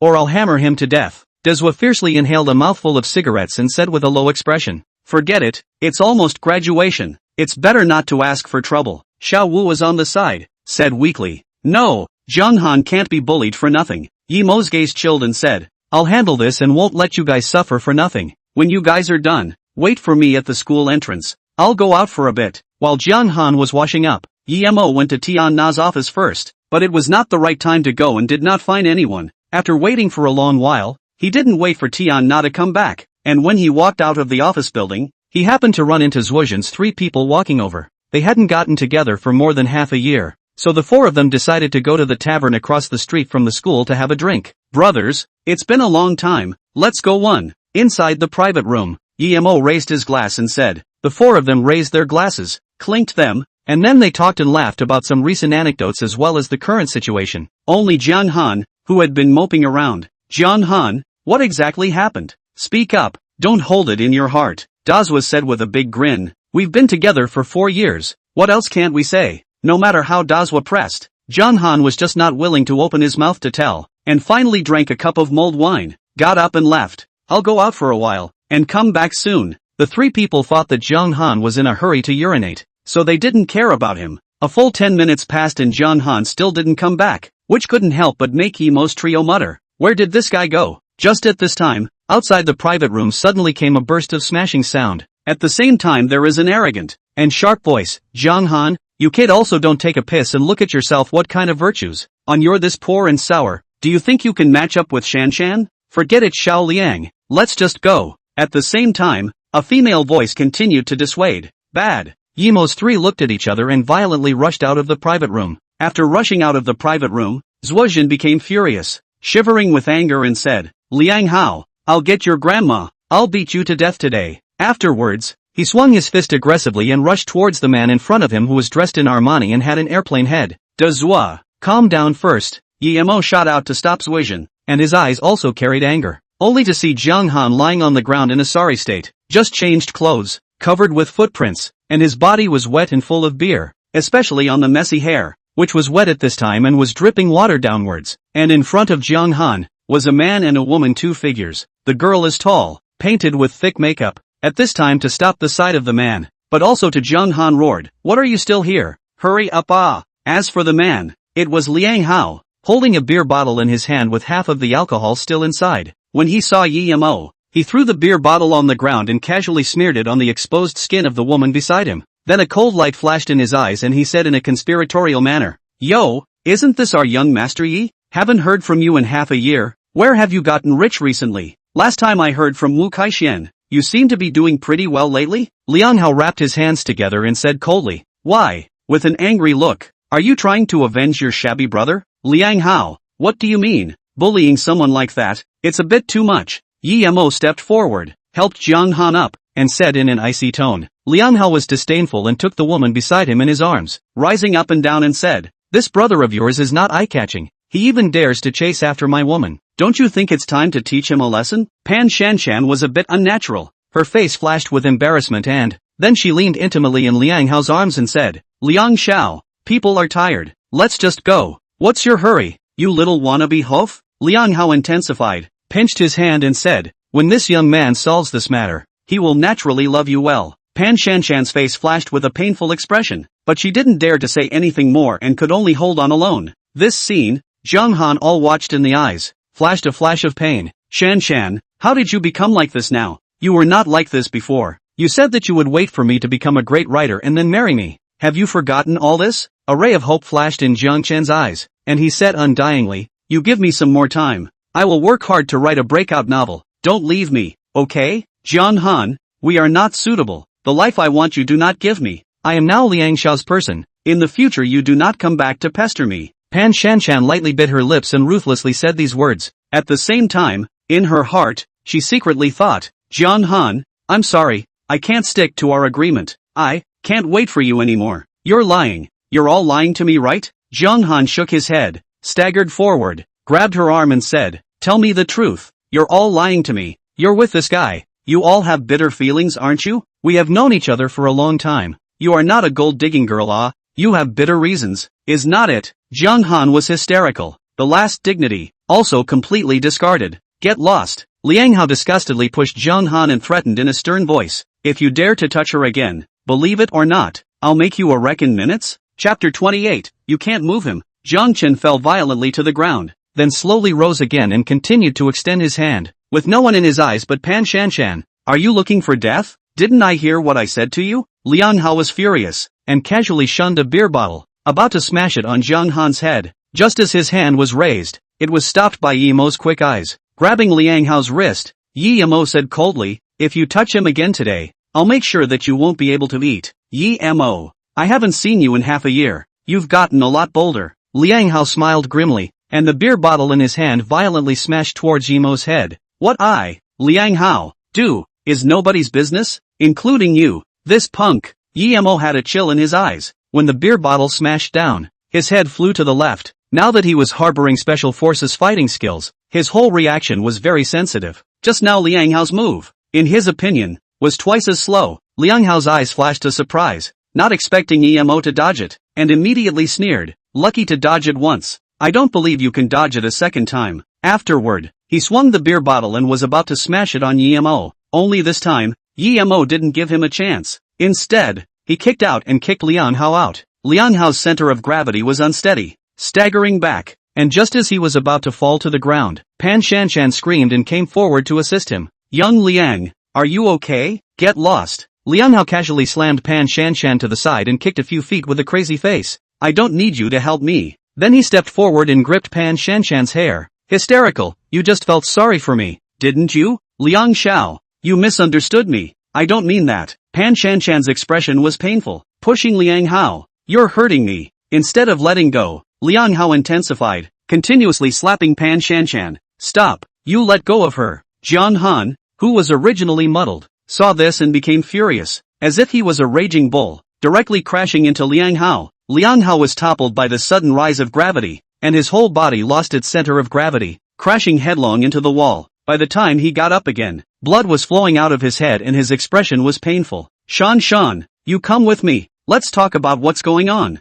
Jiang Chen held Pan Shanshan's shoulder as he wished and said softly, where do you think I'm bad? You name it and I'll change it all. Okay? Pan Shanshan's face flashed hesitation, and finally still clenched his teeth. Rejected Jiang Han. I'm sorry Jiang Han, we are not all the way people. This word, Jiang Han completely stayed in place, eyes full of stagnation, only repeating a sentence, not all the way. Pan Shanshan glanced at Jiang Han, but finally pushed him away and anxiously ran towards Liang Hao, taking out the paper towel she carried from her newly bought Hermes bag and wiping the blood for him. Scram! Liang Hao pushed Pan Shanshan away, reaching out and touching his hand. He twisted his neck and grimaced when he saw the blood all over his hand. He then walked towards Jiang Han, ready to teach him a lesson. Only Yi Mo, the three of them, would not let him have his way. With Yi Mo as the leader, the three of them blocked in front of Jiang Han. Yi Mo, don't blame me for not giving you a chance. Now get out of my way. Liang Hao's face was gloomy as he said in a deep voice, do you think it's possible? Yi Mo said with a calm face, you're deliberately working against me. A cold aura flashed in Liang Hao's eyes and he said coldly,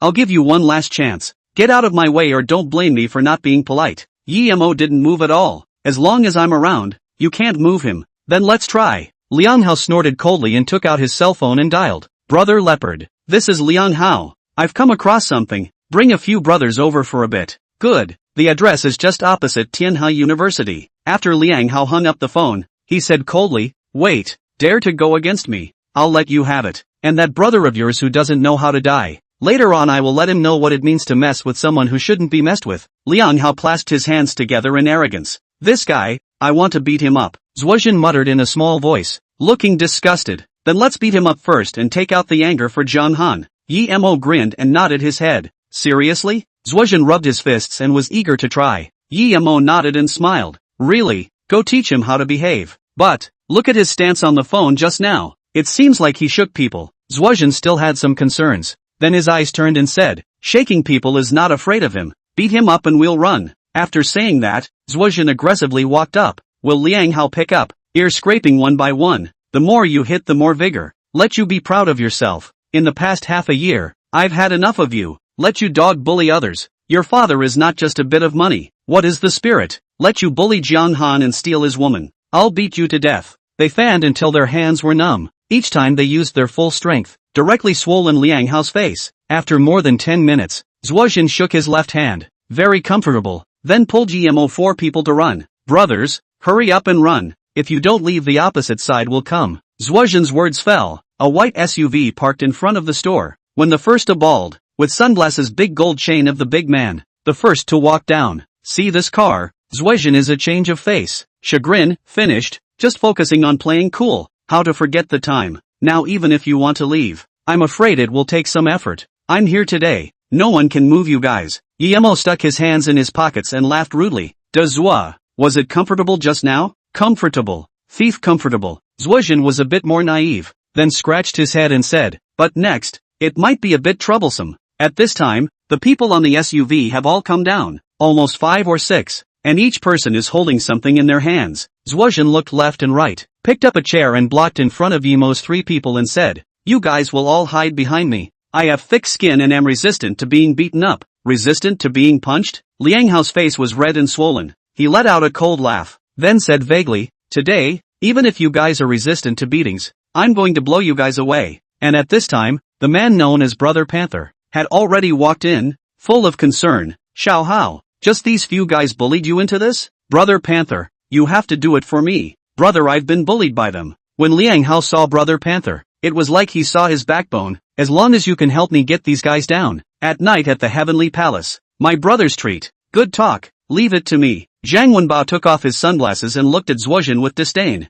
Kid, do you think that with the stool in your hand, and the few skinny friends behind you, you can be our opponent? Chapter 29, in the end, it's nothing but a waste. Even if there are more of you, as long as I'm here, I won't let you touch my brothers. Zhuozhen put up a full stance and said in a jarred voice. It was also this action of Zhuozhen that caused Mo, who was behind him, to reveal a side face. Looking at that somewhat familiar cheek, Zhang Wenbao obviously froze for a moment, then shook his head and said, impossible, it can't be that person. Only when Yemo's full face was revealed, he couldn't help but take a step back, his eyes filled with dismay. How did this guy get here? Zhang Wenbao smiled bitterly, inwardly wishing that he had recognized the wrong person, but deep down inside, he told him that it was simply impossible to recognize the wrong person. After all, the sense of dominance that Yemo had left behind for him was just too strong. Even if he wanted to forget it, it was impossible. At this time, however, Yemo walked out from the back, patted Zhuozhen's shoulder and laughed. Big Zhua, remember how you said before that you want to give Liang Hao a little bit of a lesson again? Of course, although there are many of them,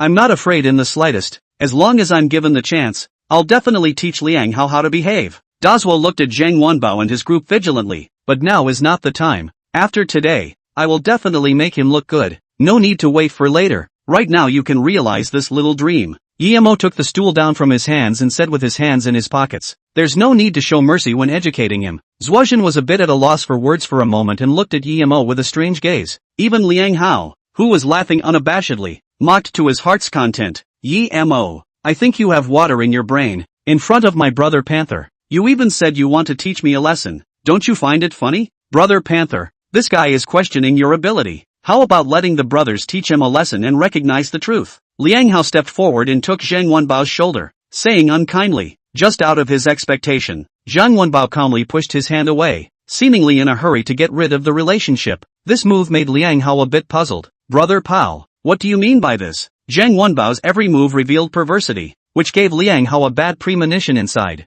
Man, you'd better fend for yourself in today's matter. Zhang Wenbao suddenly spoke. Hearing this, Liang Hao was even more confused. He couldn't figure out what exactly Zhang Wenbao was afraid of. Thinking back on all the actions just now, he realized one thing. It was only when he saw Yemo that Zhang Wenbao became like this. Could it be that Brother Pao was afraid of Yemo? This kind of thought flashed through Liang Hao's mind, only to be discarded by him in an instant. He smiled to himself and said, Liang Hao, Liang Hao, what's wrong with you? Yemo is just a wasted young man known to everyone. What can he be capable of? Just as soon as this thought came to him, an unbelievable scene happened in front of him. Yemo directly stepped forward and said as he walked, Jian Han, I'm going to show you that the Liang Hao that you fear in your heart isn't actually indestructible. He's just a person, a rich second generation whose family has a little bit of money. I hope you can muster up the courage to follow whatever I do. Don't let me be disappointed in you. After finishing his words, Yemo walked straight towards Liang Hao, while Zhang Wenbao and the others who were blocking the center,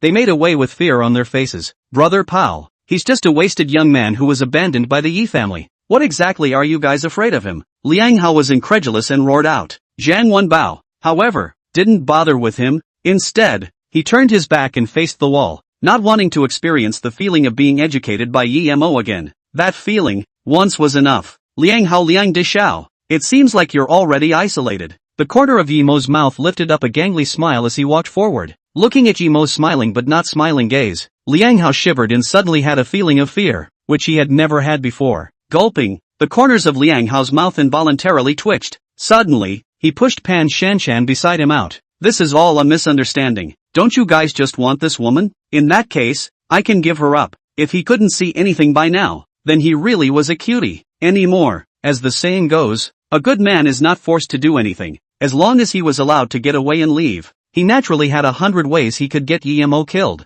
The prerequisite was that he was able to leave unharmed. As for Pan Shanshan, she had already been played with by him. A woman who easily got her hands on him had long since lost the kind of feeling she was meant to have. Not to mention, this woman was after his money, not his person. Misunderstanding? When you moved my brother before, how come you never thought of the word misunderstanding? Without saying a word, Yemo threw up his arm and swung over. As for this woman, it's not what I want. Snap! A heavy resounding sound traveled into everyone's ears. Liang Hao, on the other hand, was covering his punched cheek in agony. The slap caused him unbearable pain and his eyes were starry, while Pan Shanshan, who had been shed, came forward once again, assisting him with concern. Liang Xiao, are you alright? Jian Han, open your eyes and see, is this the woman you like? Yemo roared, shaking Jiang Han's body. Jiang Han raised his head, his eyes full of confusion. Yemo picked up his collar and made him stare at the two Liang Hao. Jiang Han saw everything in his eyes. Pan Shanshan exuded a gentleness and love that he had never seen before, while Liang Hao was constantly pushing and shoving her and hurling insults. Even so, Pan Shanshan never took half a step away.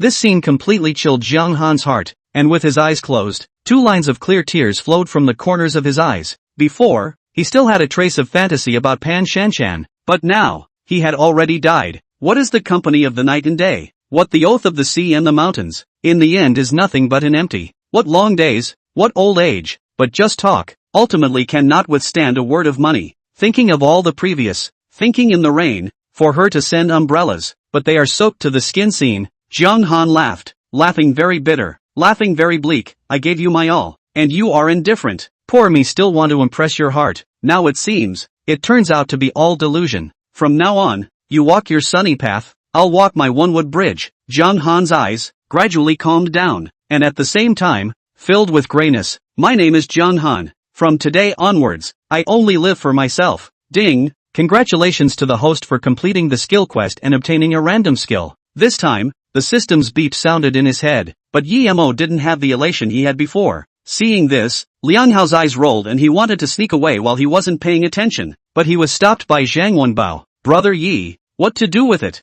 Yemo looked at Jiang Han. Jiang Han glanced at Pan Shanshan, then took a deep breath and said, Yemo, let them go. Chapter 30, The Unhappy Liang Hao. Since that's the case, then the two of us won't disturb you all. Liang Hao said this on his lips, but a cold aura flashed through the depths of his eyes, especially when he looked at Yemo. It was filled with viciousness and resentment. However, when Yemo looked at him, he piled on a smile, and those who didn't know would definitely think that Liang Hao had admitted to being a wimp. Yemo thought otherwise. When he was young, the Liang family and the Yi family had crossed paths, so he and Liang Hao had known each other since childhood. However, Liang Hao would often join forces with Yemo's older brothers to bully Yemo and act innocent afterward. With the deep memories from his childhood, coupled with what he just saw, a flash of coldness, Yemo thought to himself, Xiao Mu, what is the probability that he'll genuinely be soft? 0%. Indeed, Yemo came to a realization and continued to ask, what is the probability that he is prepared to retaliate against me? The reason why he asked himself and not Jiang Han and the others was because Yemo knew Liang Hao's character. If he wanted to retaliate, he would definitely retaliate against himself first before going after Jiang Han and the others.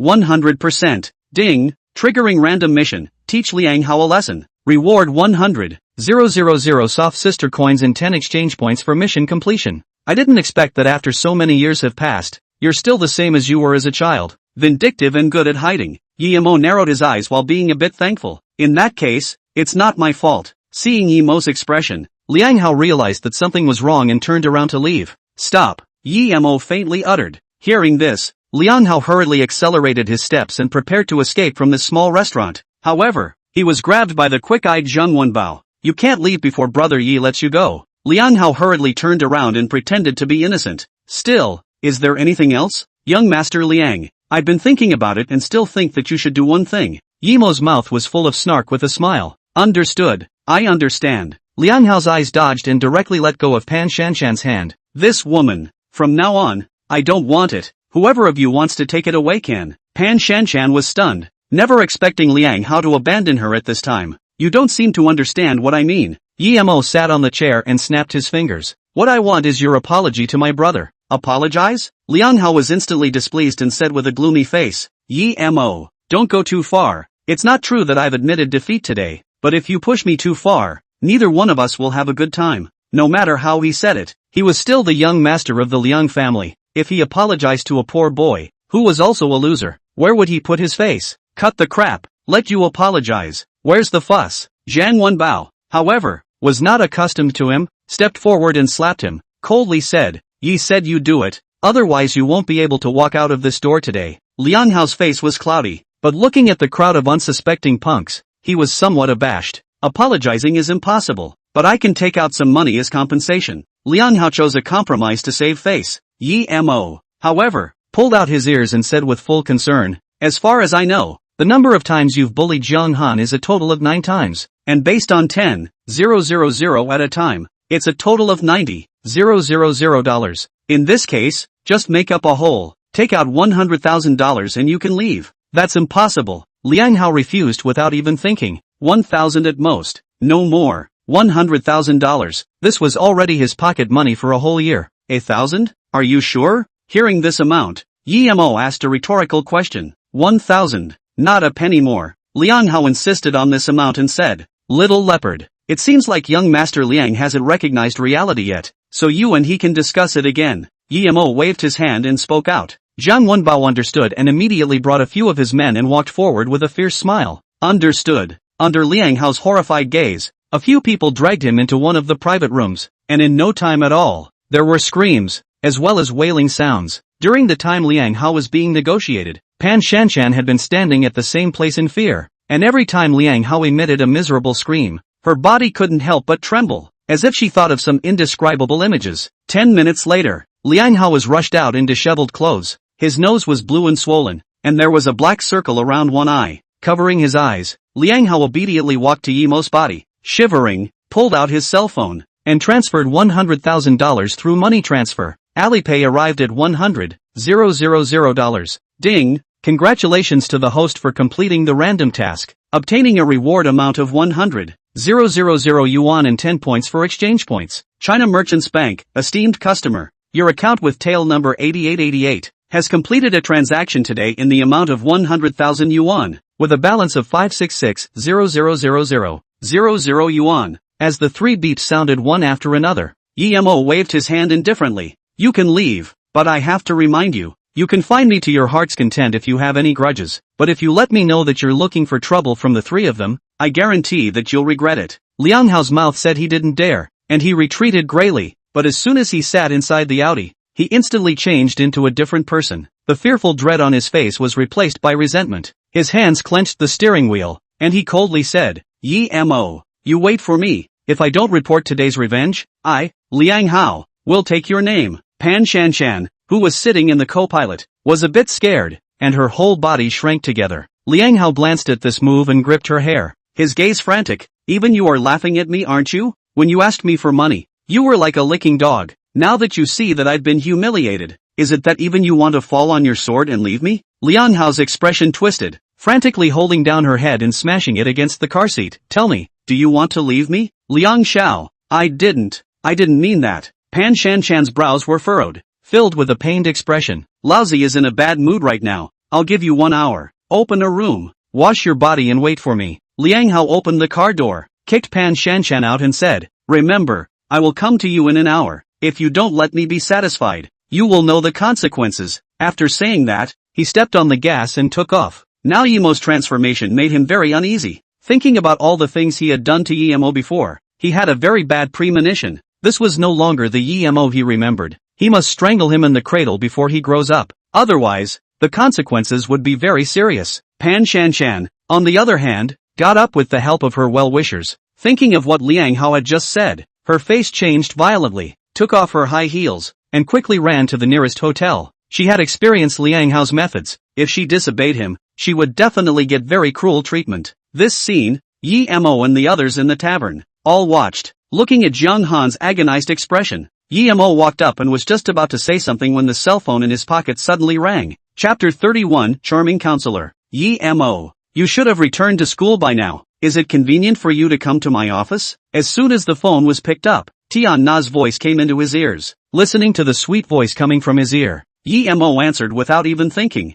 Okay, I'll be right over. After hanging up the phone, he looked at Jiang Han's three people, hurriedly picked up Jiang Han's cell phone and transferred $100,000 over. Brother, Sister Na is looking for me for something right now. This $100,000 will be given to you. Just make your own arrangements. Jiang Han was stunned, looking at the arrival of $100,000, some overwhelmed. Since growing up, this was the first time he had so much money. To him, $100,000 was no less than a huge sum of money. Seeing that Yimo was about to leave, Zhang Wenbao hurriedly stopped and said, Brother Yi, there is something that I want to discuss with you. I'm in a hurry now. Let's contact each other by phone later if there's anything, okay? Yimo was now anxious to see Tian Na and said in a hurried tone. After saying that, without waiting for Zhang Wenbao to come back to his senses, Yimo ran out and his voice came into his ears. My cell phone number. Just ask my brother for it. Looking at Yimo's fiery figure, Zhang Wenbao smiled bitterly and said, Nowadays, is it so difficult to give someone a little brother?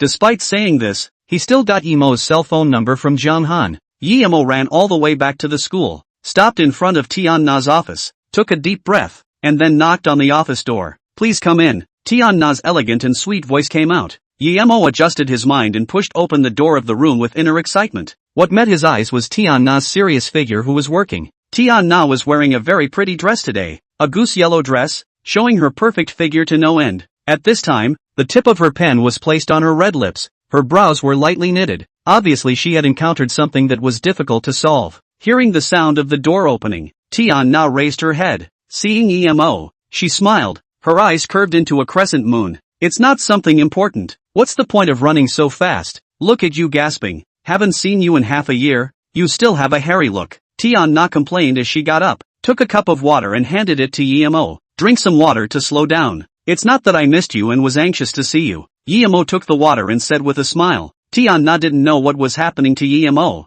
and thought he was ing her again, and couldn't help but get angry. You guy, you're a flowery mouth. No good. You sit down first. I'll finish what's on my head. Tian Na sat back in her seat, signaling Emo to sit anywhere. Emo had a cup of water in his hand and paced back and forth in the small office room, but finally stopped in front of a group photo of Tian Na and the 4 people in Emo's dormitory. Emo and Tian Na were next to each other most recently, all smiling brightly. The small room was filled with memories. In a few minutes, Tian Na finished the matter at hand, looked up, saw that Emo was staring at the group photo, walked up and said, "It's so fast. In half a year's time, you guys will be leaving school." Emo came back to his senses and joked and laughed. "Look at you now. Why are you acting like a complainer? It's not like we're leaving school and not in this city anymore. As long as you give the order, rolling over to see you isn't a matter of minutes. You're the one who talks too much." Tian Na rolled her eyes and suddenly quieted down, with some fatigue in the depths of her eyes. Emo was overwhelmed by this sudden transformation. "What's wrong with you today?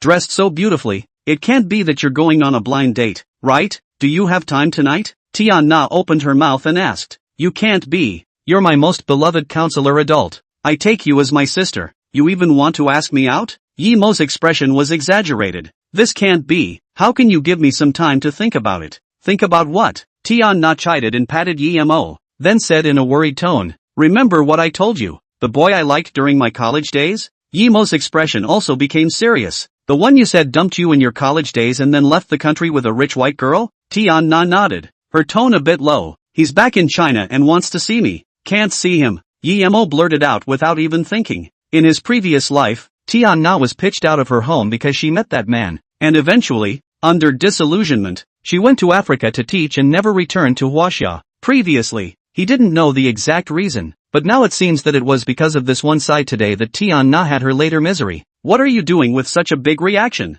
Tian Na gave Emo a surprised look and said, "I'm just going to meet him. It's not like I'm going to get back together with him. He dumped me once. I'm not going to give him a second chance to hurt me." Emo also realized that he had reacted a bit too much and asked after calming down, "It's just you and him meeting alone?" "Of course not. If it was just him being there, I definitely wouldn't go." Tian Na forced a smile and said, "There are also a lot of classmates from college, including my best girlfriend. Can we bring family members to this gathering?" Emo asked tentatively. "We haven't seen each other for several years. There must be classmates who are married. Of course we can bring family members." Tian Na gazed oddly and looked up and down. "Why are you weird today? You won't fall out of love, right? It's okay for you to go see him, but I have a request. You must bring me along." Default truly and gruffly said. Hearing that Tian Na's best friend was also there, Emo was even more uneasy. "You're not my family member either." Tian Na cried and laughed as she started to pack up her things. "Stop it. I called you here because I want you to take the night shift for me.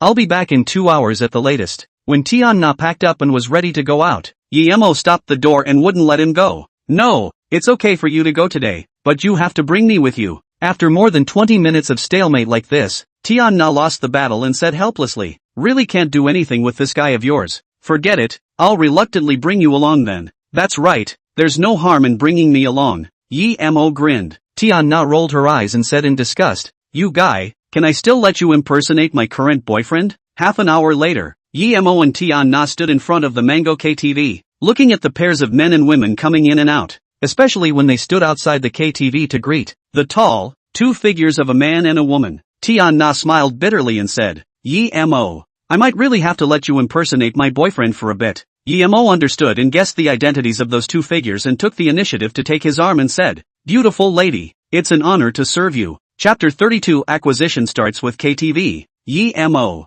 let me talk to you. That tall man is called Gaobo, the boy I once told you about," Tian Na said as she crossed Emo's arm. Emo gazed at the tall, all-black suit, with the gold-framed glasses, pondering, and beside Gaobo, that same tall, adult sex with a sharp chin saw Emo and the 2 of them with sharp eyes. Immediately, she lifted the hem of her red dress and said something to Gaobo beside her. Galbo was obviously stunned and threw his gaze over, looking at Yemo with a sweep and spending the rest of the time looking at Tian Na. Obviously, Tian Na's current transformation had surprised him. Then, under the woman's constant urging, the two walked over arm in arm. This woman is the good girlfriend Lu Mei that I told you about, Tian Na introduced, but in her heart, she added, from now on, she's not. Tian Na, it's been a long time, I didn't expect you to change so much. Lu Mei stepped forward with a smile on her face, sizing up Tian Na. My gosh, it's really hard to imagine. If it wasn't for having been in the same dormitory as you, it's hard to believe that you could have slimmed down to what you are now.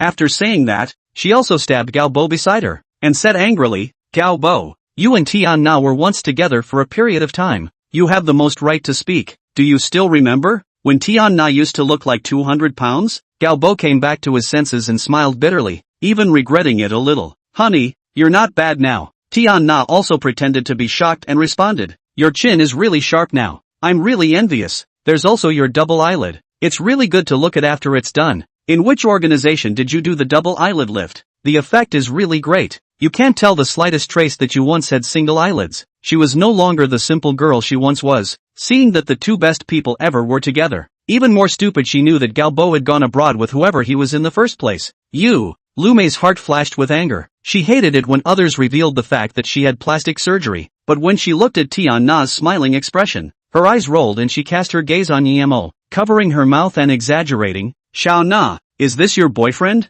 Yemo smiled and just wanted to greet her when he was choked by her words. Shao Na, I have to say that your vision is still okay, no matter if it's Galbo or this one right now. He's quite handsome. Only one thing, I don't know if you found it or not, whether it's from Galbo's family background, or from his temperament, it's all so much stronger than your current boyfriend. Lu Mei leaned on her chin and sized up Yemo. The dress is fine, but compared to my family Galbo, it's far worse. By the way, my family's Galbo has been buying clothes from high-class clothing stores abroad, and I have to say that the clothes that are made are very much in line with his temperament. So if you guys are in a position to do so, you can try it out as well. Xiao Mei, don't talk about it first, the classmates have almost arrived. Go in first. Galbo was a bit embarrassed and took the initiative to put an end to the topic. His gaze then but kept wandering over Tian Na. Galbo, you first talked to Tian Na's boyfriend, Lu Mei said in the middle of her sentence and looked at Yemo. By the way, what's your name again? This aunt, just call me Yemo. Yemo responded indifferently. Lu Mei was almost spitting blood at the sentence auntie, but in front of Tian Na, she couldn't be bothered to snap, and could only coldly say, Galbo, you talked to him? I'll take Shao Na and go in first. Tian Na just wanted to refuse, but she saw Yemo nodding slightly. There was nothing she could do, so she coped with the woman beside her and walked into the KTV. Galbo, on the other hand, retracted his gaze, fondly, from Tian Na's back. Getting to know each other, my name is Galbo. Although he was getting acquainted, Galbo never looked at Yemo squarely. Yemo, how did you and Shao Na meet? Galbo lit a cigarette with no intention of giving it to Yemo. Yemo didn't care and said with his hands in his pockets, thanks to you. If it wasn't for you abandoning her back then, we wouldn't be together now. Yemo knew a lot of things about Tian Na's past, and it was natural for him to cope with it. Galbo frowned and subconsciously glanced at Yemo. This glance made him remember something, and a cold aura flashed in his eyes as he said, let's go. Inside. After saying that, he ignored Yemo's response and walked straight ahead. Just after walking into the KTV, Yemo felt a rush of urination and walked straight to the bathroom.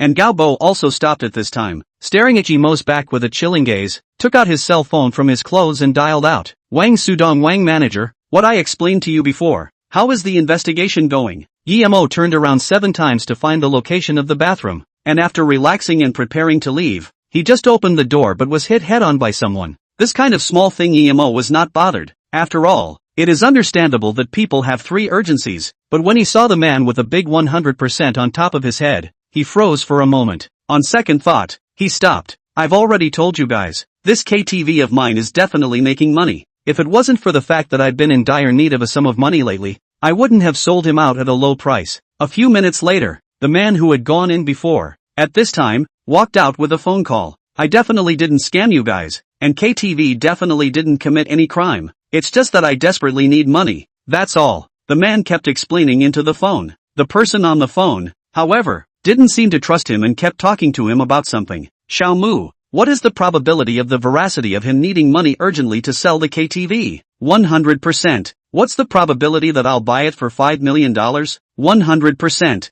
This price is still within tolerance. Yemo thought in his heart and then asked another concern. What's the probability that I'll make $1 million if I fund the acquisition? 100%. The probability of earning $10 million? 100%. Probability of making $100 million? 100%. Asking this, Yemo's heart beat rapidly. When he saw that the man was about to leave, he came back to his senses and called out to the man. Friend, please stay. Something wrong? Li Shouwen stopped in his tracks, a doubt flashing in his eyes. I just heard that you seem to want to sell your industry. I think we can talk. Yemo stepped forward and said with a smile, I'm very anxious right now. I don't have time to talk to you guys, and it involves a large amount of money. It's not something that a fledgling white agent like you can take over. Li Shouwen clearly didn't want to talk. I think you misunderstood. I want to acquire your KTV. Yemo said calmly with his hands in his pockets. What did you say? Li Shouwen had just taken a few steps out when he heard this and walked back in, looking Yemo up and down. He said, do you know what your words just now mean? Chapter 33, quite the guts. All I know is that it will be hard for you to get through this time without my help. Yemo walked forward and said with a smile, or maybe you're ready to talk to me in this place full of flavor? Li Shouwen was calm on the surface, but his heart was torn. It was true that as Yemo had said, there was no one, right now, who was willing to take over this KTV of his, which was a very bad phenomenon for him. But Yemo was young. Whether he could come up with that huge amount of money or not was an unknown. Don't you think you're a bit arrogant? What makes you think I'll believe what you say? Li Shouwen asked without a trace. At the time you asked this, you've already moved. Yemo looked at the time and spoke. Friendly reminder of one thing. You've already delayed me for 5 minutes. These 5 minutes are enough for us to talk about a lot of things. Don't you think so? Friend, your name? Free your surname Yi. Looking at Yemo who had a sincere face, Li Shouwen nodded his head gruffly. Mr. Yi, I have to say that you've made me a bit moved. It's fine to talk to you, but you have to come up with a reason that convinces me. Although he didn't say it explicitly, the meaning was already obvious. He wanted Yemo to come up with proofs that could prove his strength. In other words, if Yemo didn't have the money, everything was off the table. Don't worry about the money. As long as the price is booked to come, it will be transferred to your account immediately. You don't need to question this point. Yemo lit a cigarette and said calmly, moreover, acquiring this KTV of yours is just a few million. Just a few million. I can't afford to cheat you. Li Shouwen was a little shocked in his heart, secretly thinking, a few million are not in his eyes. What is this young man's origin? But on the surface, still acted calmly, thought about it in a difficult way, and said with a false lead, Mr. Yi, please move. I think we can go to my office to talk about it in detail. Li Shouwen was also taking a gamble that Yemo didn't have a reason to deceive him. Nowadays, only Yemo showed him the hope that the sale of the KTV could be successful. Walking all the way to Li Xiaowen's office, Yemo looked at the decorations in the room, which was just over 10 square feet. Although the office was small, it was decorated with great care. Mr. Yi, please take a seat. Li Xiaowen sat on the office chair and rummaged through the box to find a bunch of documents. Pushing it in front of Yemo, he said, this is the general price I estimated by combining the market, as well as the money invested in the early stages. Yemo didn't even look at the documents. Sitting in his chair with an old spirit, he said, you directly make a price. What? Li Shouwen paused, somewhat confused. I have limited time. You make a price that you think is reasonable. If I think it's okay, sign the transfer contract immediately. Yemo said lightly. The reason why he did this, Yemo had his ideas. After all, the approximate amount of the acquisition, Xiaomu had already estimated it, and Li Xiaowen was in a hurry to use the money, so he definitely wouldn't sit on it anymore. And he was also in a hurry, so he simply reduced some unnecessary time. 3,800,000. Only 3,800,000. This KTV is yours. Li Shouwen gritted his teeth and uttered a price that was $200,000 less than the 4 million he had estimated. Yemo was the only person who let him see hope. So above the price, he didn't dare to ask for too much. Deal. Just 3,800,000. Yemo snapped his fingers. Very firm. This is a deal? Li Shouwen swallowed his saliva and asked cautiously, are you sure you won't bargain anymore? In his impression of businessmen, every one of them was calculating and stingy, and was the kind that would buy your things, but also find ways to smooth some away from you, and would never take a loss. Yemo's alacrity was something Li Shouwen had never seen before. Give me the account number. Yemo leaned on his chair and took out his cell phone. Li Xiaowen was stunned and came back to his senses and hurriedly said his bank account. Yemo took the cell phone and operated it for a while and said, the deposit of $2 million has been transferred into your private account. After signing the transfer contract, the the remaining $1,800,000 of the final payment. I'll transfer it to you without fail. Sure, of course. Looking at the arrival text message, Lee Ziawan couldn't wait and said, in this case, I'll go get the transfer contract now. You wait for me for half an hour. Half an hour is too long. I still have things to do. Yi Mo thought with his impression before saying, if I remember correctly, the private room number should be B12. You can go to this private room to find me after you're done. After saying that, Yi Mo got up and was about to leave. Seeing this, Lee Xiaowan also hurriedly got up and sent Yi Mo all the way to the door and said, Mr. Yi, I'll see you in half an hour then. After Yi Mo left Lee Ziawan's office, he hummed and whistled in the direction of box B12. As soon as he got close, he saw Tian Na standing outside the box with an anxious look on her face, and beside her, there were also a few girls dressed in gorgeous clothes, which should be her classmates. Tian Na, everyone is waiting for you, better go in. Yeah, you said you came out all of a sudden without saying a word. What on earth are you doing that for? I'm waiting for my boyfriend. I'm afraid he won't be able to find the box. Tian Na clutched her cell phone and kept dialing a number. Strange, where the hell did this guy go? Suddenly, her afterglow caught a glimpse of Yi Mo walking around the corner, and she hurriedly stepped forward and complained. Where did this guy go? Called you and didn't answer. I just ran into an acquaintance and chatted a bit more, so I accidentally forgot the time. Yi Mo scratched his head and apologized. The phone was also muted. I didn't notice. Almost pissed off by you. I thought something happened to you. Tian Na rolled her eyes and walked straight forward. After just a few steps, she remembered something and folded back to hold Yi Mo's arm. Pay attention. Don't ever wear out your armor. I'm here. You can rest assured of everything. Yi Mo stretched out his hand and suddenly wrapped it around Tian Na's slender waist. Tian Na screamed. The electric shock coming from her waist made her a little uncomfortable. In order not to be detected as different, she still pursed her lips and forced herself to endure it, allowing Yi Mo to wrap his arms around her slender waist, and her pretty face gradually turned red. Tian Na, this can't be your new boyfriend, right? One of the girls with large earrings and big Korean-style waves looked at the two with a smile on her face. Hello, Yi Mo. Yi Mo took the initiative to greet and introduce himself. The big wave *** student giggled, looked Yi Mo up and down and said, I'm Zhang Yumi, Tian Na's roommate from college. Then, smilingly, she looked at Tian Na. Xiao Na, I didn't expect you to hide deep enough.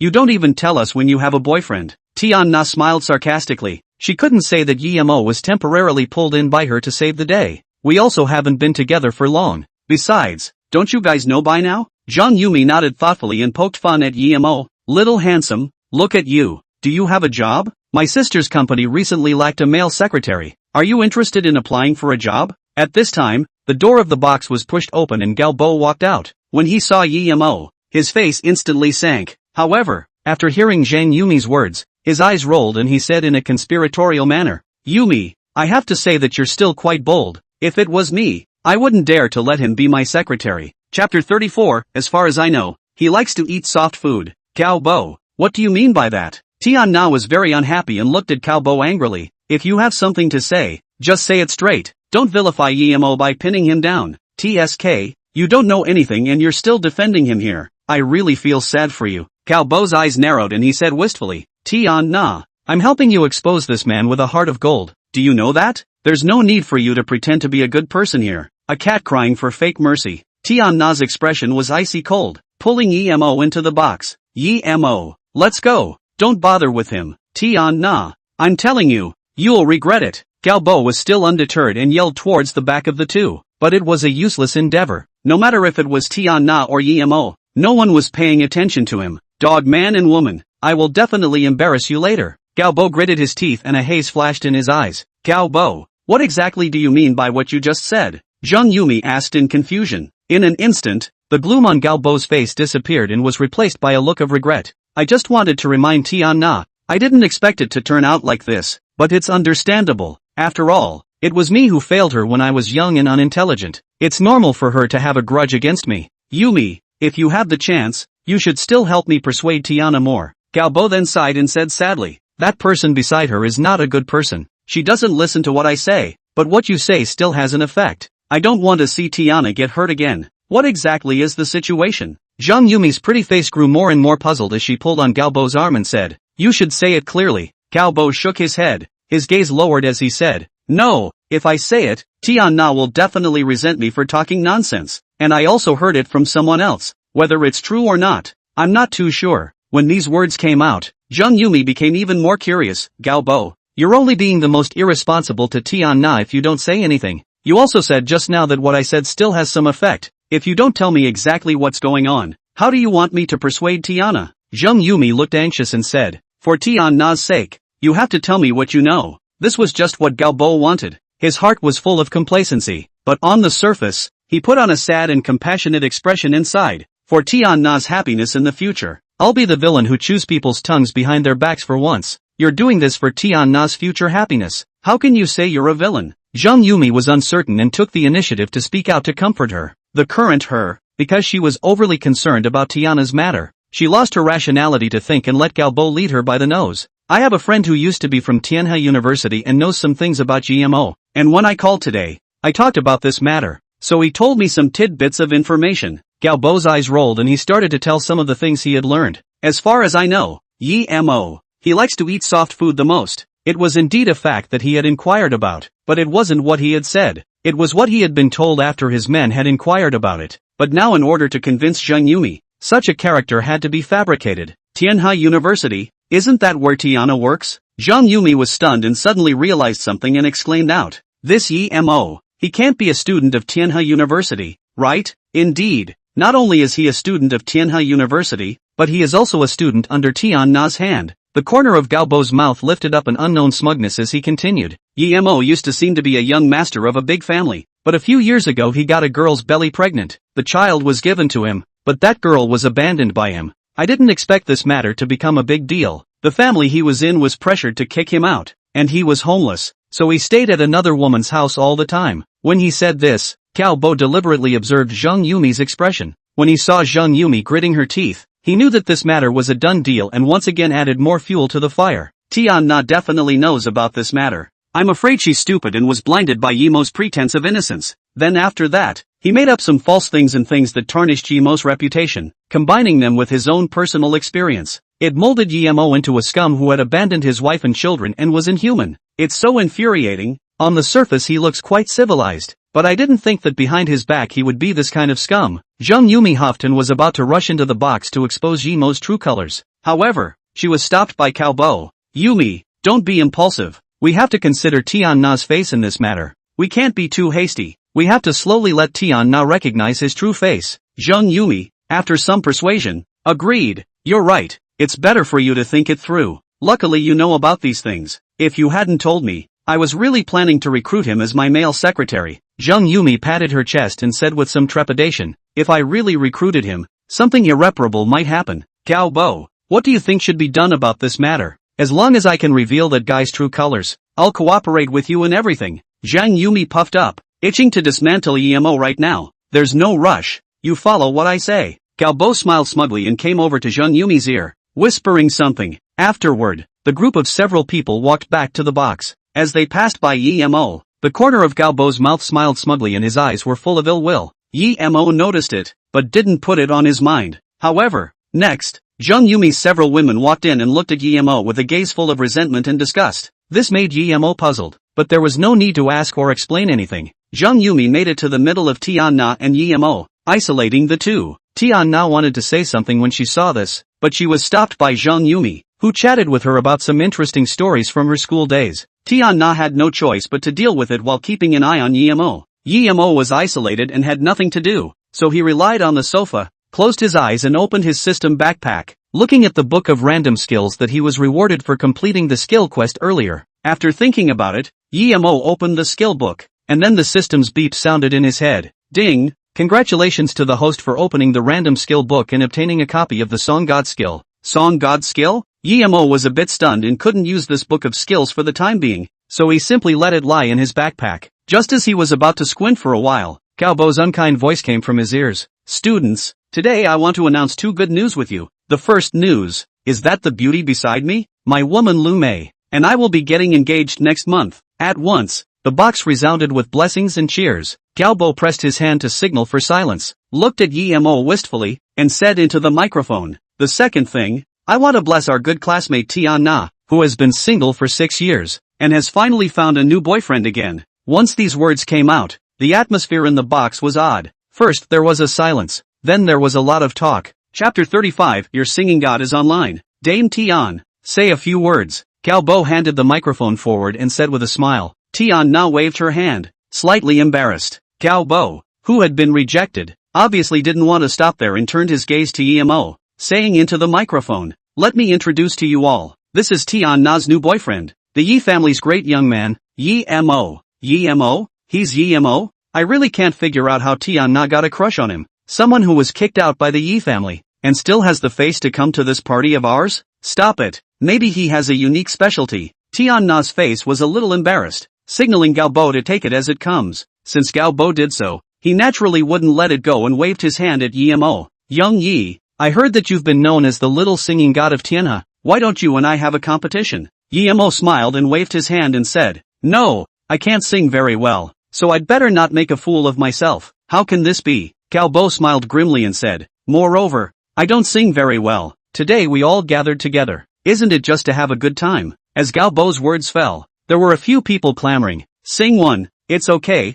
None of the songs here are very good. No one will laugh at you. Since that's the case, then I'll offer to sing one. Emo grinned while learning the book of singing skills in his backpack. Instantly, all kinds of singing skills, as well as the voices of the major singing gods, all filled his mind. Just as Emo was about to take the microphone, Galbo stepped back and said with a smile, since we're competing against each other, how can we do it without a little bit of color? Let's do it this way. Let everyone here act as a judge. And how about the person who loses? Drink all the wine on the table? Galbo, this statement do not have good intentions. At this time a total of 30 or 40 bottles of beer on the table. Even if the amount of alcohol and then good people drink so much will certainly be dizzy. This is exactly what Galbo intended to do. In the field of singing, he boasted that he had never lost to anyone, so he was confident enough to win over Emo. As long as Emo lost, he would definitely be willing to gamble, and as long as he was drunk, he could then proceed to the next stage of his plan. Emo sniffed and didn't say anything. At this time, Tian Na anxiously stopped Emo and came to his ear and said, Emo, don't fall for his tricks. I have my measure. Just don't worry. Emo patted Tian Na's arm and smiled confidently. This scene, Galbo saw it in his eyes and hated it in his heart. He coldly laughed. Young Yi, if you're afraid, you can admit defeat now. Admit defeat now. I'll grant you permission to just drink half of the beer. In my Emo's dictionary, there is no such word as afraid. Emo took a step forward, narrowed his eyes and said, since we are competing, let's make it a big one. Whoever loses, how about clothes running around the street 3 times? Galbo sniffed and was a bit hesitant. If he lost, this price would be too big. What? Are you afraid? Emo returned the favor in his own way, smiled and joked. Who said I'm afraid? It's a deal then. Galbo gritted his teeth and answered, taking the microphone and saying, everyone here will be our referee. Whoever loses and doesn't admit it is a dog basket case. Galbo was confident. In his opinion, Emo was bound to lose. As for the added bet, it was just Emo digging his own grave. I'd like to see how you're going to get off the stage when you lose later. Galbo smiled coldly and looked at Emo wistfully. In this instant, it was as if he expected Emo to lose this competition and cover his face as he ran around the street. Okay, it's a deal. Emo stuck his hands in his pockets and asked indifferently, who's first? Since I proposed this match, of course I'll go first, Galbo said as he operated on the spotting table. In fact, he had a small mind when he said this. With his level, singing the first song would definitely shock the entire audience and draw cheers from everyone here. In this way, not only would he be able to gain a head start, but he would also be able to cause great pressure on Emo. Yes. Emo made a pleased gesture, then sat down on the sofa and waited quietly. Under everyone's gaze, Galbo smiled confidently and stood in the very center of the room and said, a song for everyone at the end of the song. The meaning of choosing this song was self-explanatory. I detected the complicated smile on your face when you let him put you on with the ring. Galbo held the microphone with both hands and began to sing with deep emotion. It had to be said that Galbo's singing skills were indeed excellent, and with his unique raspy voice, it instantly made the people in the box quiet down and listen to him quietly. Seeing this, Galbo was smug, holding the microphone and singing to his heart's content, until the song ended, and the box resounded with scattered applause, as well as all kinds of compliments. Good song, worthy of being our god of song. The song sung is just flavorful. This time Tian Na's boyfriend is going to suffer. Everyone knows that Galbo's singing skills are the strongest among all of us. This time he's going to suffer. Look at that guy's stagnant look. I'm afraid he wasn't scared by Galbo's singing voice and didn't dare to compete. Galbo was satisfied with his performance, and when he saw that Emo was still sitting on the sofa, indifferent, he went up and provoked. Young Yi, It's your turn. Seeing this, Galbo smiled smugly, thinking that his song had brought him endless pressure. The reason why he was calm was just an act. That's the end of the song? Guillermo opened his eyes and said with a smile, I have to say,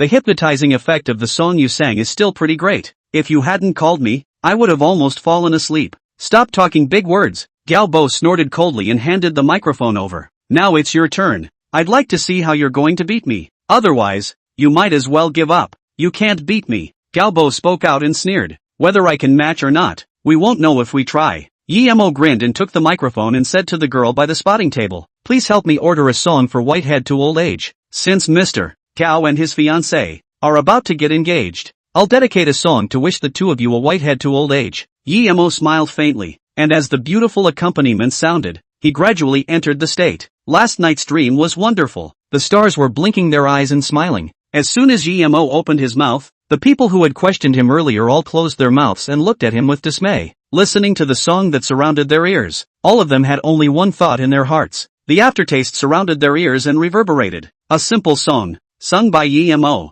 made everyone's mind involuntarily conjure up images of longing love. Until Guillermo finished singing for a long time, everyone here didn't come back to their senses and were still immersed in that image from Guillermo's song. After 5 minutes, Zhang Yumi was the first to come back to her senses and couldn't help but applaud Guillermo, while having some doubts in her heart. Singing about love, is he really a scumbag? With the sound of Zhang Yumi's applause, everyone in the box came back to their senses, and the intense applause continued unceasingly for a long time without stopping. Guillermo's song sang out their hearts, the best part of their love memories. Chapter 36, Activating the Main Quest. A simple song, no honor, let everyone laugh. Guillermo smiled faintly and put down the microphone to go back and sit down. Just as he raised his feet, Guillermo was stopped, and all eyes stared at him eagerly, strongly requesting, can we have another song? If Galbo's songs were pleasing to the eyes, then Guillermo's songs were so intoxicating that he couldn't help himself. Guillermo's voice had a unique magic, as if it was the flavor of that first love. It was like that very first, most innocent love. This kind of power is something that 20 Galbos can't even compare to. And in this competition, it was self-evident who was stronger or weaker. But everyone wanted Guillermo to sing another song, so no one cared about the previous bet. Galbo was very unconvinced in his heart and wanted to say that he was better. But everyone's eyes were on Guillermo and no one paid attention to him. Even his fiancée was looking at Guillermo expectantly with admiration in her eyes. The most expectant one was near the song ordering table, the plain girl with glasses, her gaze longing as she said, can I trouble you and sing another song? Even if we are separated, you are still my favorite person? Sure. Guillermo wouldn't refuse it this time, and as the poignant melody rang out, he opened his mouth to sing again. Halfway through the song, the plain girl could no longer control her emotions and covered her mouth and ran out. Realizing that it was not good, Galbo found an excuse to go to the bathroom and followed him out. Everyone was immersed in this poignant story, so no one noticed Galbo and the girl leaving. Even Guillermo, when he saw Li Xiuwen's figure at the door, finished his song and walked out. When Guillermo's song fell, everyone came back to their senses. And it was only then that they realized that the three figures of Guillermo were missing from the room, but no one thought too much about it. Instead, they talked to each other about what they had just learned, as well as crying about their unsatisfactory love. It could be said that Guillermo's two songs had captured their hearts completely, and if Guillermo were to hold a concert, they would be the first ones, willingly going to the scene. Mr. Yi, I've already prepared the transfer contract, do you think it's time to sign? Or, looking at Guillermo in front of him, Li Xiuwen asked out loud. In that case, it's not too late. Signing now is fine. Guillermo didn't have anything to do right now, so he took the initiative to go to the office. In the office, Guillermo finished signing the transfer contract and transferred the remaining $1.8 million of the final payment to Li Xiuwen. Mr. Yi, from now on, this office belongs to you, Li Xiuwen said with a somewhat complicated mood. Ding, activating the main mission, subjugate Li Xiuwen. Successful mission will be rewarded handsomely. Right at this moment, the system's beep also sounded in Guillermo's mind, although he didn't know how generous the bountiful rewards were. Once the mainline mission came out, Guillermo's heart stirred and he spoke out. Mr. Li,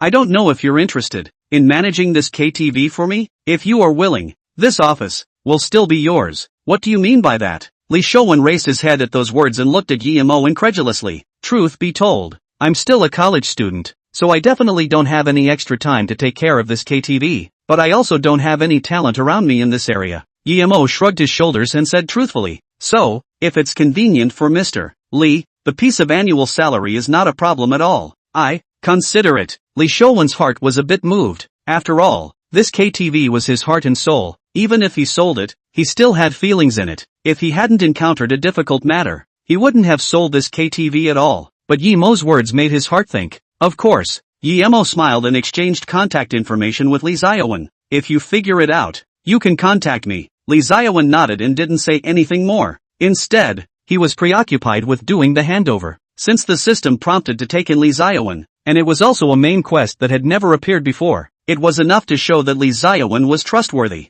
Yemo was at the scene and there wasn't much he could do, so he wanted to go back to the box. Only when he passed the corner, he suddenly heard a huffing sound and Galbo's scolding voice coming out. Do you know that your performance today almost made Lu Mei suspicious? Galbo roared in a deep voice. I've already told you before that I won't let you attend this party. Why did you still come? Honey, I indeed didn't want to come, but I couldn't restrain myself from wanting to see you. You haven't been to my place for a week. I miss you, so I. At the same time, an aggrieved female voice came out. This voice, Yemo was also familiar with it. It was the plain woman with glasses who was sitting near the spotting table in the box earlier. Big sister, are you trying to screw me? Galbo impatiently interrupted. You know very well that Lu Mei and I will be betrothed next month. If you screw me like this, it's hard for me to do it, do you know? I love Lu Mei. Don't pester me anymore in the future, okay? Galbo was helpless and continued. We are ready to have a baby. If you dare to spoil my good deed, I can't spare you. Say it. How much money is needed so that you won't come back to disturb my life? At the same time,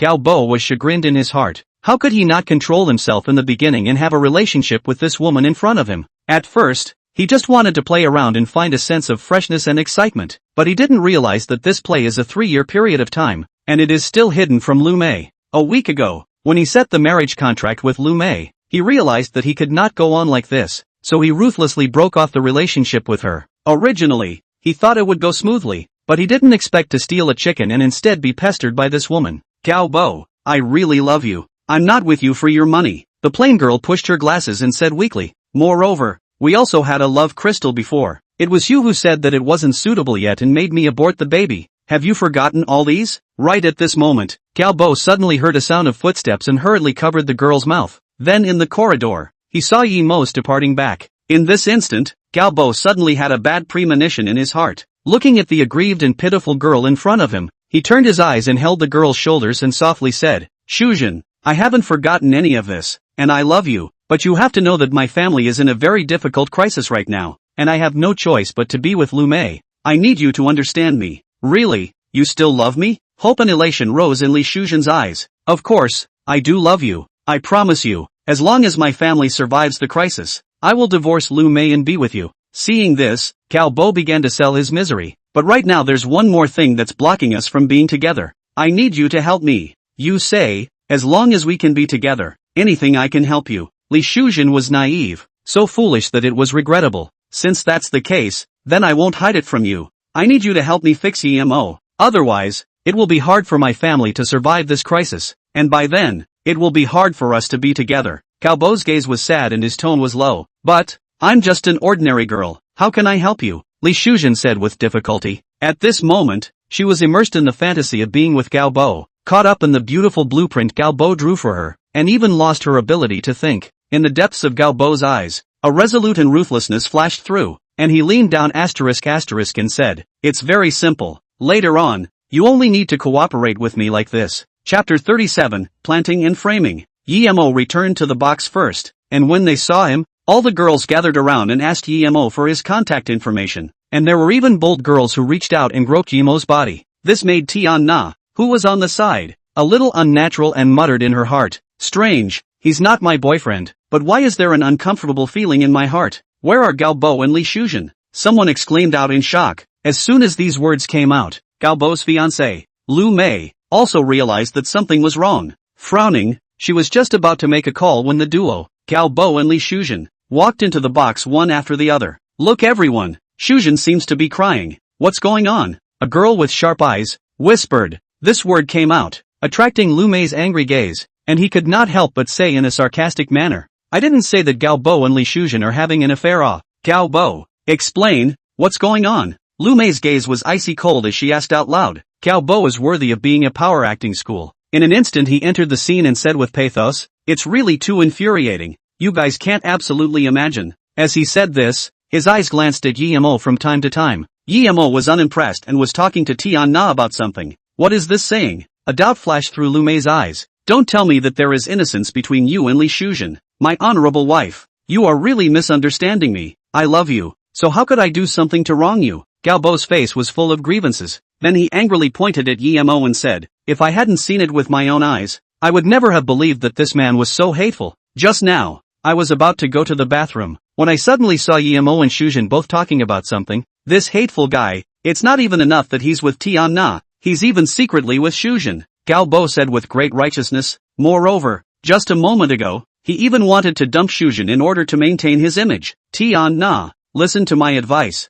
Leave this unsuspecting man beside you, or else one day you will suffer. When Galbo said this, Tian Na didn't have much of a reaction, because she and Yemo were not really boyfriend and girlfriend in the first place. Even if Yemo and Li Shuzhen were really together, she couldn't care less. Tian Na didn't react. It didn't mean that other people didn't react. They were stunned and exchanged words. In this very instant, the crowd recalled just now the song Yemo sang, and the fact that Yemo didn't refuse when Li Shuzhen made the request to sing another song. This was enough to explain why Yemo didn't react when everyone asked him to sing another song, but instead, when Li Shuzhen proposed it, Yemo instantly responded. In this instant, Yemo became a scum with 2 feet in their eyes. If it wasn't for the fact that I repeatedly pressed Shuzhen, I wouldn't have known his true colors. It's just a matter of having a foot in 2 boats. The most detestable thing is that he even asked Shuzhen to get an abortion. Galbo was deeply disgusted and said angrily, this abominable person has kept all of us in the dark. He lied to all of us. Li Shuzhen didn't say anything. Instead she cooperated and shed tears,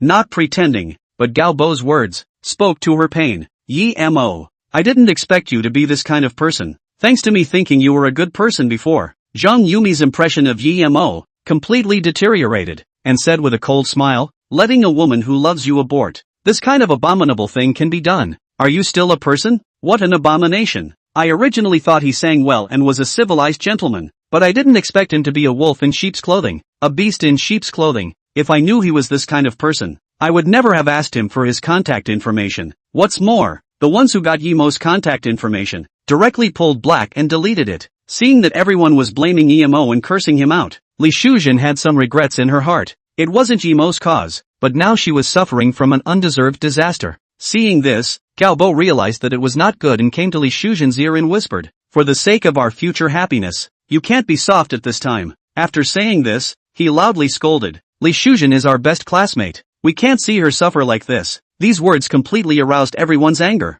and they surrounded Yemo, speaking viciously. At this time, when everyone was questioning Yemo, only Tian Na stood out and calmly said, classmates, be quiet. I think you guys are misunderstanding Yemo. Yemo definitely won't be the kind of person who abandons his wife and child. As soon as these words came out, Galbo gave Zhang Yumi a wink. The angry Zhang Yumi didn't think too much about it and instead pulled Tian Na over and said angrily, he's that kind of person. Afterwards, she shook out all of the past evil things that Galbo had told her about Yemo. Among them, there were some things that Tian Na didn't know about, and at the same time, there were also some things that were false. Among them, there was the fact that Yemo abandoned his wife and stayed at another woman's house. As soon as these words came out, a color of disappointment flashed in Tian Na's eyes as she pressed Yemo. Yemo, is this all true? Did you really abandon the mother of your child, and also lived in another woman's house? This was the truth and Yemo couldn't refute it. There is a reason for this. This move hit Galbo right in the face. Not waiting for Yemo to explain anymore, he angrily looked at the road.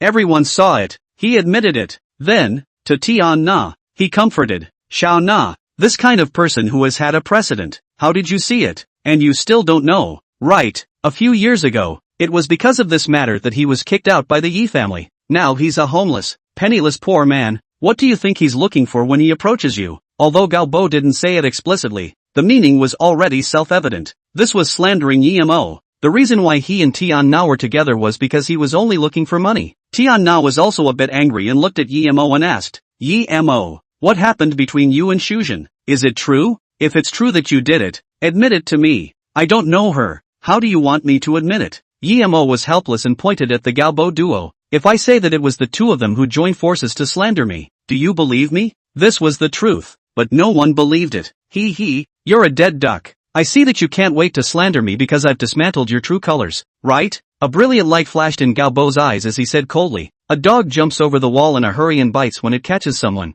since you won't admit it, then don't blame me for not giving you a chance. Shujin, you can tell us what happened. Galbo pushed Li Shujin out and said loudly, don't be afraid, tell us the truth, the whole story of what happened. We'll do it for you. Li Shujin clenched her teeth, somewhat hesitant. At this time, Galbo touched her intentionally or unintentionally for a reminder. Li Shujin clenched her teeth and said against her conscience, he and we were together 3 years ago. Then, it put in Galbo things, roughly set out, including drinking and beating her, including for her to give up health and other things, all set out. The male lead, however, was not Galbo, but was replaced with Yemo. When Li Shujin finished all of her story, Galbo was very pleased in his heart, but on the surface, he acted sad and pointed at Yemo and yelled, it's the truth, what else do you have to argue about? Chapter 38, why should I admit to something I haven't done? Galbo, acting like this is really hard for you too. You live like this every day, aren't you tired? Yemo got up and calmly asked.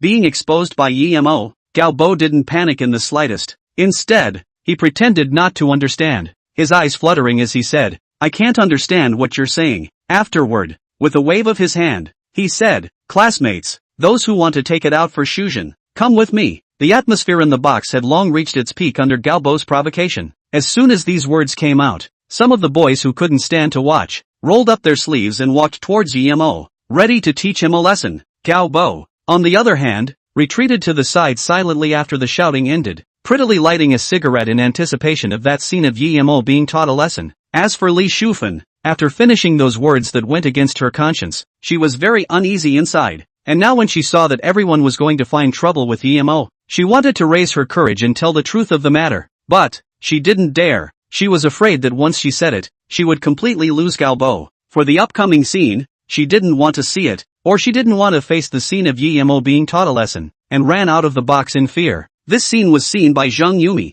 so she said to the few girls around her, Shufan's state seems to be a bit off. Let's go comfort her. As for this place, let's leave it to Galbo and the others. With these words, a few sympathetic girls walked out, and Galbo's fiancé, for some reason, ghostly followed her out. After a few girls walked out of the box, they saw Li Shufan squatting on the side, her whole body curled up and crying. Zhang Yumi was the first to step forward to comfort her, patting her back and saying, Shufan, don't cry. What you have suffered, we will definitely make that scummy guy pay back 100 times 1,000 times over. Shufan raised her head and looked at the concerned crowd. Her heart became more and more aggrieved. I didn't mean to harm him. Would it be unfair to him? Shufan, at this time, why are you still defending that scummy guy? He deserved what he got. Zhang Yumi said indignantly, not only did he harm you, he also harmed Tian Na. Tian Na? As soon as these two words came out, Li Shufan couldn't help but shudder. Remembering her college days, when she was in trouble, Tian Na hadn't helped her much, and at this moment,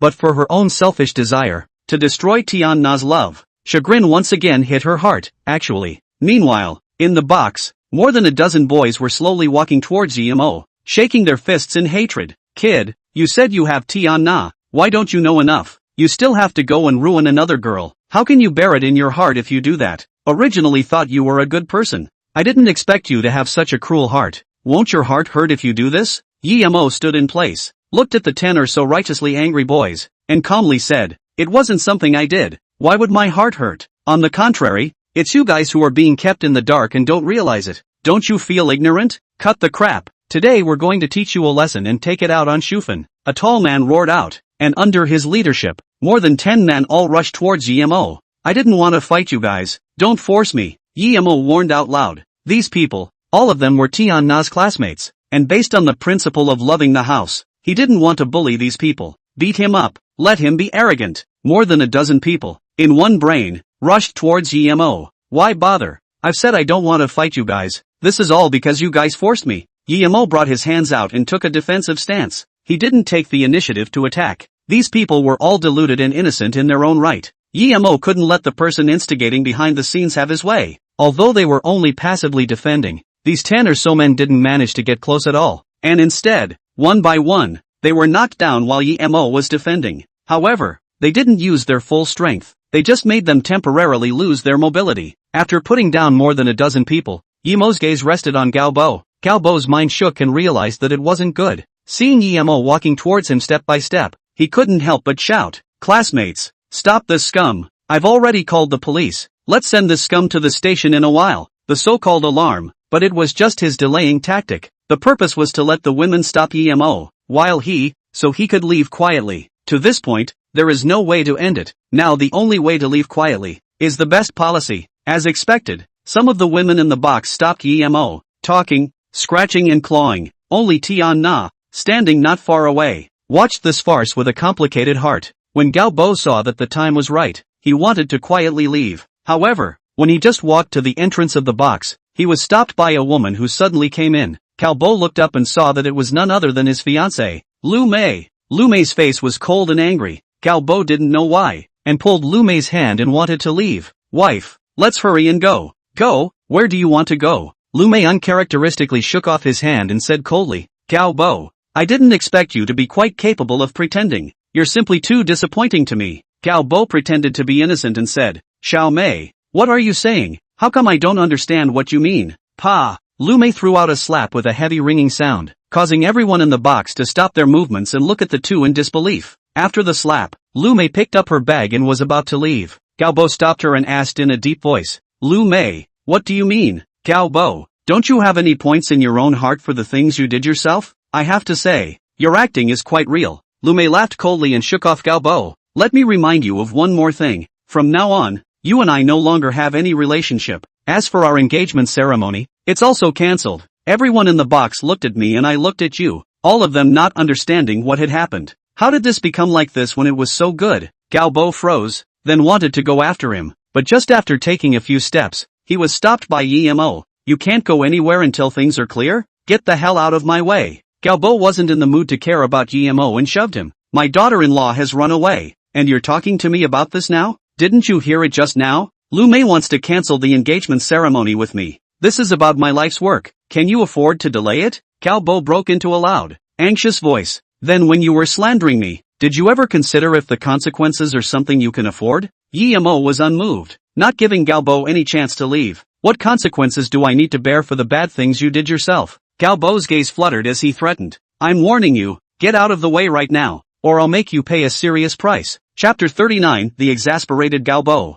Then I'm rather looking forward to what kind of consequences you can make me pay. Emo was not humble and said with his hands in his pockets. Gao Bo's gaze chilled as he said in a low voice, Kid, you have to know when to stop, otherwise if you piss me off, you'll end up in a miserable situation. Don't think that I don't know about if I publicize it, I'm sure that family would be happy to come and talk to you. Gao Bo came to Ji Chan's ear and whispered, also, I am familiar with many of the people in this KTV. If things get out of hand, it's not certain if you'll be able to walk out of this door. Those who are sensible, get out of my way now. This wedding of mine, if it fizzles out because of you, it will definitely leave you in the lurch. Gao Bo roared angrily, looked at the time. At this time, Lu Mei had just left the KTV not long ago. It was still not too late to go out now. Gao Bo, about this wedding, you just die this heart. Zheng Yumi also walked in at this time, behind him followed by Li Shuzhen. Looking at Gao Bo, Zheng Yumi's eyes flashed with deep disgust. You despicable villain. I didn't expect you to have such a heavy heart. Shuzhen has told me everything about what happened.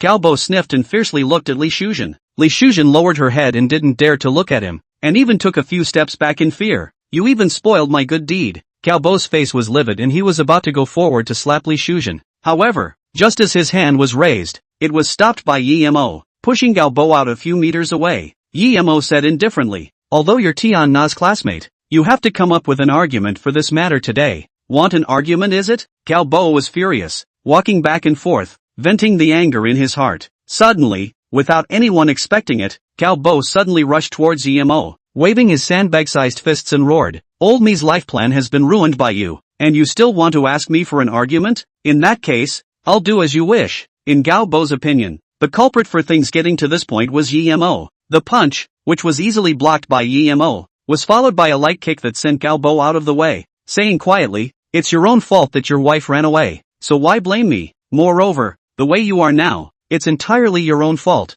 You can't rely on others. Once Emo said this, Gao Bo's expression became even more hideous and was about to charge at Emo again. Some of his classmates couldn't stand it anymore and rushed forward to pull him back, knowing that you can't beat them, but still want to come forward. Isn't this not giving yourself a hard time? What's more, seeing that Gao Bo's emotions were slow to calm down, he was afraid of causing more trouble and secretly went out to call the security guards. Soon, there are 3 or 4 security guards came in, the scene of the situation to calm down, mainly to stop Gao Bo. When Gao Bo was stopped, He was still clamoring. You few ungrateful things, what are you stopping me for? Go teach me a lesson about that kid. After saying that, he even pointed at Emo specifically. A security guard said disdainfully, what are you making a scene for? If you make any more noise, I'll throw you out. You've got big guts. Do you know who I am? What the hell are you? How dare you talk to me like that? Call your Captain Wang over? Let your Captain Wang talk to me. Galbo was trembling with anger and cursed. A few security guards saw that Galbo didn't seem to be telling lies. After some conversation, someone went to call the KTV's security chief to come. Galbo, on the other hand, straightened his suit collar and stood tall, looking at Emo with disdain. You wait for me. I'll make you look good later. Aren't you able to fight? If you can fight again, can you still beat 4 or 5 people? Galbo had full confidence that when Captain Wang arrived, it would be Emo's time to make a fool of himself. Who is looking for me? Soon after, a man with a stout figure and an eye estimation of over 200 pounds walked in, lighting a cigarette. He was the KTV's security chief, Wang Dekai. Captain Wang, you came just in time. There's an ungrateful one here. You see to it, Galbo said with a cold snort. Seeing Galbo, Wang Dekai instantly turned into a dog-licking posture, currying favor by coming forward and said, Yo, isn't this our Gao de Shao? What has caused you to be like this? Galbo didn't say anything and just pointed at Emo. Wang Dekai instantly understood, looked at Emo and said compassionately, Kid, you're the one who messed with Big Major Gao by not being long-sighted. Don't blame us if something happens later. After saying that, Wang Dekai waved his hand and said, Go, give this friend a little lesson, daring to provoke our senior VIP, simply looking for death. As the words fell, several security guards switched attitudes and walked towards Emo. Only one security guard, who was in his 20s and skinny, hesitantly voiced out, Captain, this isn't good. If the boss knows about this, we're afraid that we won't have any good consequences. Why are you so slow? Am I the captain or are you the captain? Believe it or not, I can fire you before the boss knows about this? Wang Dekai's majesty was provoked and said grimly. Afterwards, he even laughed disdainfully. The boss is now having trouble protecting himself. Do you think he can still care about such a small matter? The young security guard cannot be angry. Clenched his teeth. A hat fell on the ground said, this pandemonium environment. I have long stayed enough. You those unseemly hooks. I have long seen no matter. Even if I go, I also want to go to the boss there. Will you all to denounce? Wang Defa's face changed and signaled 2 of the security guards to hold down the young security guard, while the other few went to clean up Emo. Dare to mess with me. I'll let you know what it means to seek death. Wang Dekai's face was gloomy. Then he smiled curtly and said, Gao Shao, don't worry. This must be arranged clearly for you today. When these words came out, Emo looked strange and asked out loud, this security chief of yours seems to have quite a lot of power. Of course, this KTV, besides the boss, it's the old man who is the biggest. Wang Defa waved his hand proudly, took a puff of cigarette and said, your kid dares to offend Gao Shao in my territory. Do you think you are looking for death? Seeking death? Emo's eyes narrowed and said coldly, not necessarily. What are you guys waiting for? Get on me. Wang Dekai read a bad premonition from Emo's gaze and hurriedly gave the order. At these words, Galbo looked at Ji Chen triumphantly, as if to say, kid, dare to offend me Galbo. It's you who seeks death. Several security guards surrounded Emo and were about to make a move when the door to the box was pushed open again, only to see Li Shouwen walk in with a sullen face, looking at the situation in the scene, especially when he saw Emo surrounded. His face changed violently. Going forward without saying a word, he slapped Wang Dekai and chided out, Wang Dekai, do you want to rebel? Chapter 40, still can't handle you? Li Ziawen then walked towards the group of security guards, shoved them away and roared, get lost, and a few of you, I hired you here to maintain law and order. Now look at you. What do you all look like? All of you, streaming in and out, charging protection money? A bunch of security guards were aggrieved, and neatly threw their gazes for help to Wang Dekai. Wang Dekai was also in a difficult situation. On one side was his boss, and on the other side was Tenha Broad Boy Galbo. He first looked at Galbo. Galbo's meaning was obvious. That is to make Emo today. Must pay the price. Wang Dekai's heart was ruthless. He gritted his teeth, stepped forward and said, Mr. Li, things aren't what you think. It's this kid who caused trouble in the first place. After saying that, Wang Dekai pointed at Emo and said in a deep voice, this kid wanted to beat up our VIP. I only rushed over after receiving the news.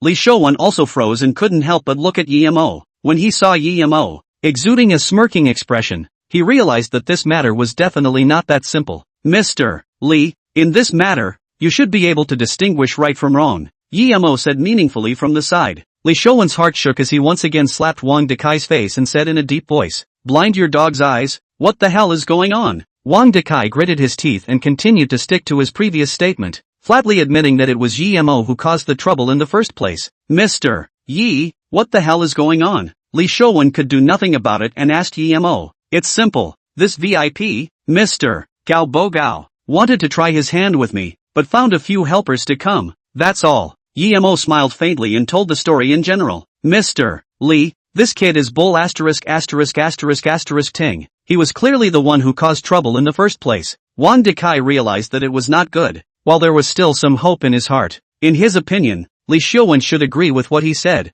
not what Yi Mo said. Roll. By now you still don't admit it? Li Shouwen was furious and chagrined at the same time. He had found out before that Wang Dekai was unsettled, and now he had made this mess. Wasn't it a clear slap in his face? Previously, he had even admitted with Yi Mo in person that there was absolutely no problem with this KTV. This was only a few short minutes, and this happened. Letting his face be placed there? I really didn't lie. Wang Dekai's aura fell some. Li Shouwen, angry body straight trembling, once again remove a slap, said fiercely, then you mean, the store's new boss, will lie to me? What? At these words, Wang Dekai couldn't help but be stunned, and when he looked at Yi Mo's calm expression, he suddenly realized something. What do you mean? Open your dog eyes and watch. Li Shouwen gouged out a glance at Wang Dekai with hatred, then explained to the crowd of security guards, this one, Mr. Yi Mo Yi, was already the new boss of Mango KTV 2 hours ago. At that moment, a murmur was set off, and Wang Dekai's face instantly turned as white as death. In front of the face of the new boss, he made such a thing.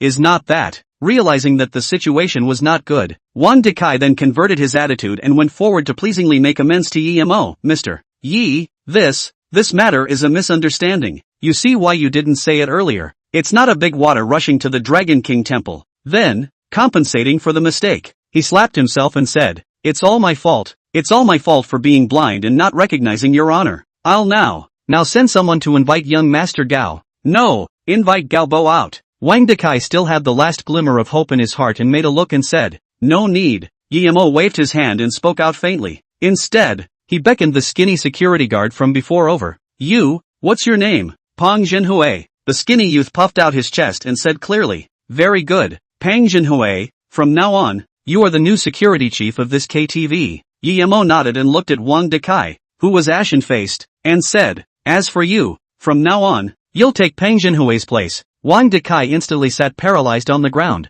The mood of falling from the clouds to hell gave him an urge to kill someone. Afterwards, revealing a miserable smile, he regretted, thank you Mr. Yi, thank you Mr. Yi. Seeing this, Gao Bo realized that it was not good and was about to quietly leave. However, he was seen by the sharp-eyed Pang Jinhui, who took the lead in blocking his way and inquired, General Manager Yi, what about this person? I remember. It seems like there was a person who lost a bet before. Since he lost, he has to take the punishment he deserves. The corner of Yi Mo's mouth lifted up in an arc as he looked at Gao Bo and said, young Mr. Gao, what do you say? Gao Bo's face changed and he laughed stiffly. Yi Mo, you're joking, right? I never joke with people I don't know. Yi Mo snapped his fingers and said quietly, help senior young Master Gao take off his clothes and throw them out. You guys, you must be serious and accompany senior young Master Gao to run through a process. Yes. Pang Jinhui excitedly waved his hand and dragged Gao Bo out with a few security guards. Gao Bo's sharp voice, accompanied by an unwilling tone, roared out, Yi Mo, you wait for me,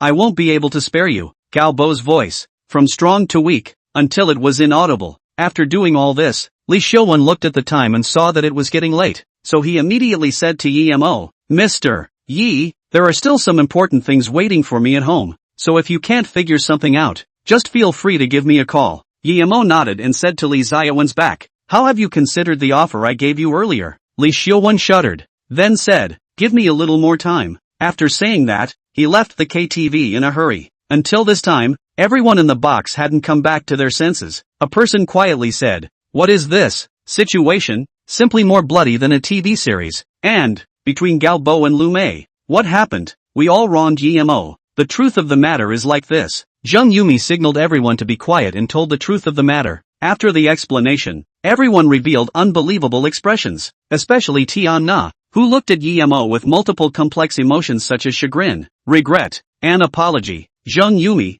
on the other hand, was glowing with admiration as she walked over to Yi Mo's side and opened her mouth. Little handsome boy, I didn't see that you're quite powerful. Not bad. Emo smiled calmly, but his gaze went to Tian Na. Zheng Yumi followed her gaze, her eyes rolled, and she put her hand on Yemo's arm, and said in a flirtatious manner, "Little handsome, what have you considered about the matter of coming to be a male secretary for me that people have said to you before?" After saying that, she also patted on Yemo's body and hid her mouth and laughed. It's still quite warped and elastic. Thinking about it? Seeing this scene, Tian Na felt inexplicably uncomfortable in her heart, picked up her bag and walked out. Seeing this, Emo also got rid of Zheng Yumi, put down a sentence and also followed out. "Let's talk about this matter later." Hey! Zheng Yumi lost her center of gravity and stumbled. She couldn't help but stomp her feet. "You dead heartless, you just left me behind and left?" Afterward, clenching her pink fists, she stared at Yemo's back and said grudgingly, "I don't believe that with this beauty skills, I still can't handle you."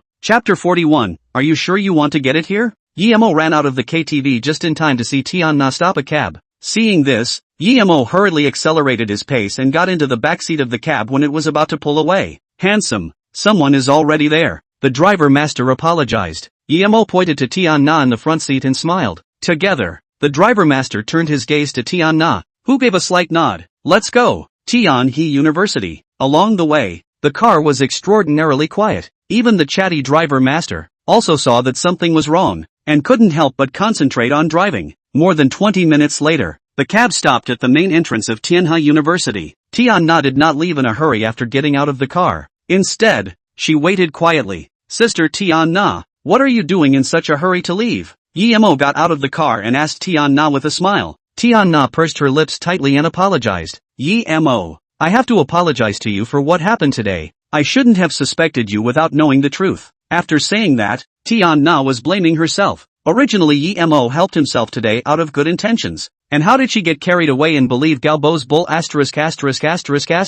She had known Emo since she came to Tianhe University to work as a counselor. But why? When she heard that Emo was with another woman and had a child, she couldn't control her anger and disappointment. "I take it for what it is." Emo waved his hand, unimpressed. "It's not like you're being intentional. Everything is Galbo's fault. Besides, isn't he being punished too?" Randomly, he took out his cell phone and shook it. "If Galbo dares to harass you in the future, just talk to me. I have his black history here. I don't believe he won't give in." What Emo was talking about was the matter of Galbo running naked outside Mango KTV today. Although he wasn't at the scene, the new security chief, still very competent, sent all the videos to Emo's cell phone.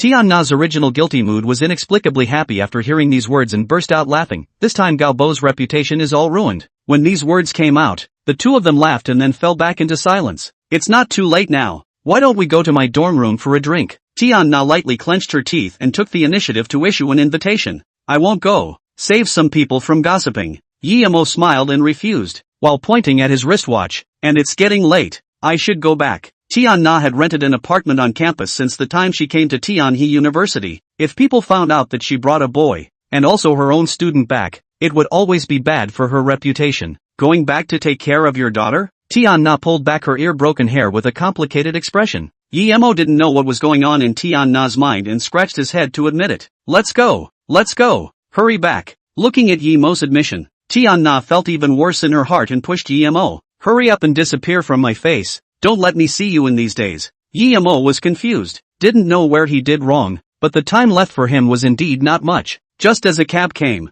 hurriedly stopped the cab, gave Tian Na a hasty greeting, and rushed towards home. Looking at the departing cab, Tian Na was inexplicably annoyed, and yelled twice in place, lost in thought as she walked toward the school. Meanwhile, the naked Galbo hid in a gray alley and made a phone call. Then a limousine pulled up around him, and Galbo looked around and got into the car. The driver is his henchman, middle-aged man Wang Sudong. See the situation, handed forward a piece of clothing. "Do not dare to say more." After putting on the clothes, a cold light flashed in Galbo's eyes. "Old Wang, I remember that you just came 2 Eastern Europeans. Don't let them be idle. Let them go and deal with a person for me." After the words were spoken, Galbo's face was filled with anger as he said sorrowfully, "Strange shame. When have I, Galbo, ever suffered such a loss?" "Emo, I told you, I'm going to make you pay a heavy price. Just wait for me." When Emo arrived home, he found Bebe sitting alone on the sofa, giggling and watching cartoons. Seeing Emo, Bebe squealed in excitement and then pounced on him.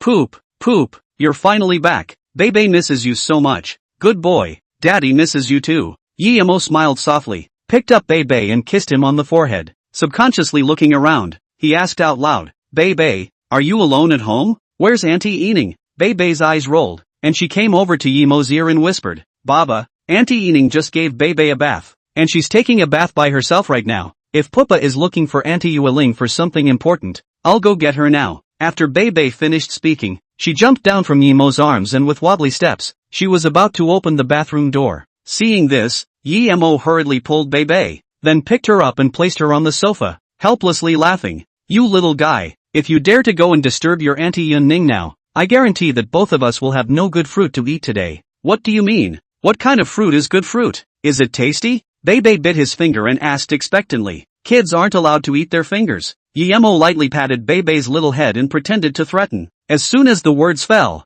the door to the bathroom room on the first floor was pushed open, and Han Yueling, who was wearing a bath towel and had fair skin, appeared in the two men's line of sight. Seeing Yemo, Han Yueling first froze, then continued to use the towel, wiping her wet hair and said, Why did you just come back? Accompanied a friend out to do some errands. Yemo didn't dare to tell the truth, for fear that Han Ening would think too much. When this is mainly an angry, axiomatic reasoning is not finished for a night. Wow, Auntie Ening is so pretty. Bei jumped up and down with an exaggerated expression. Bei's words attracted Han Ening's attention. Also no longer asked more questions. Instead walked to the sofa and sat down, rubbed Bei's little head and said, Bei after growing up, is also a big beauty. I don't know what happened recently. This shoulder has been hurting. A pain flashed across Han Yueling's pretty face, and she shouted to Yemo, Hey, come over here for a second. My shoulder hurts. Help me press my shoulder. After saying that, she even moved her shoulders in a very difficult manner.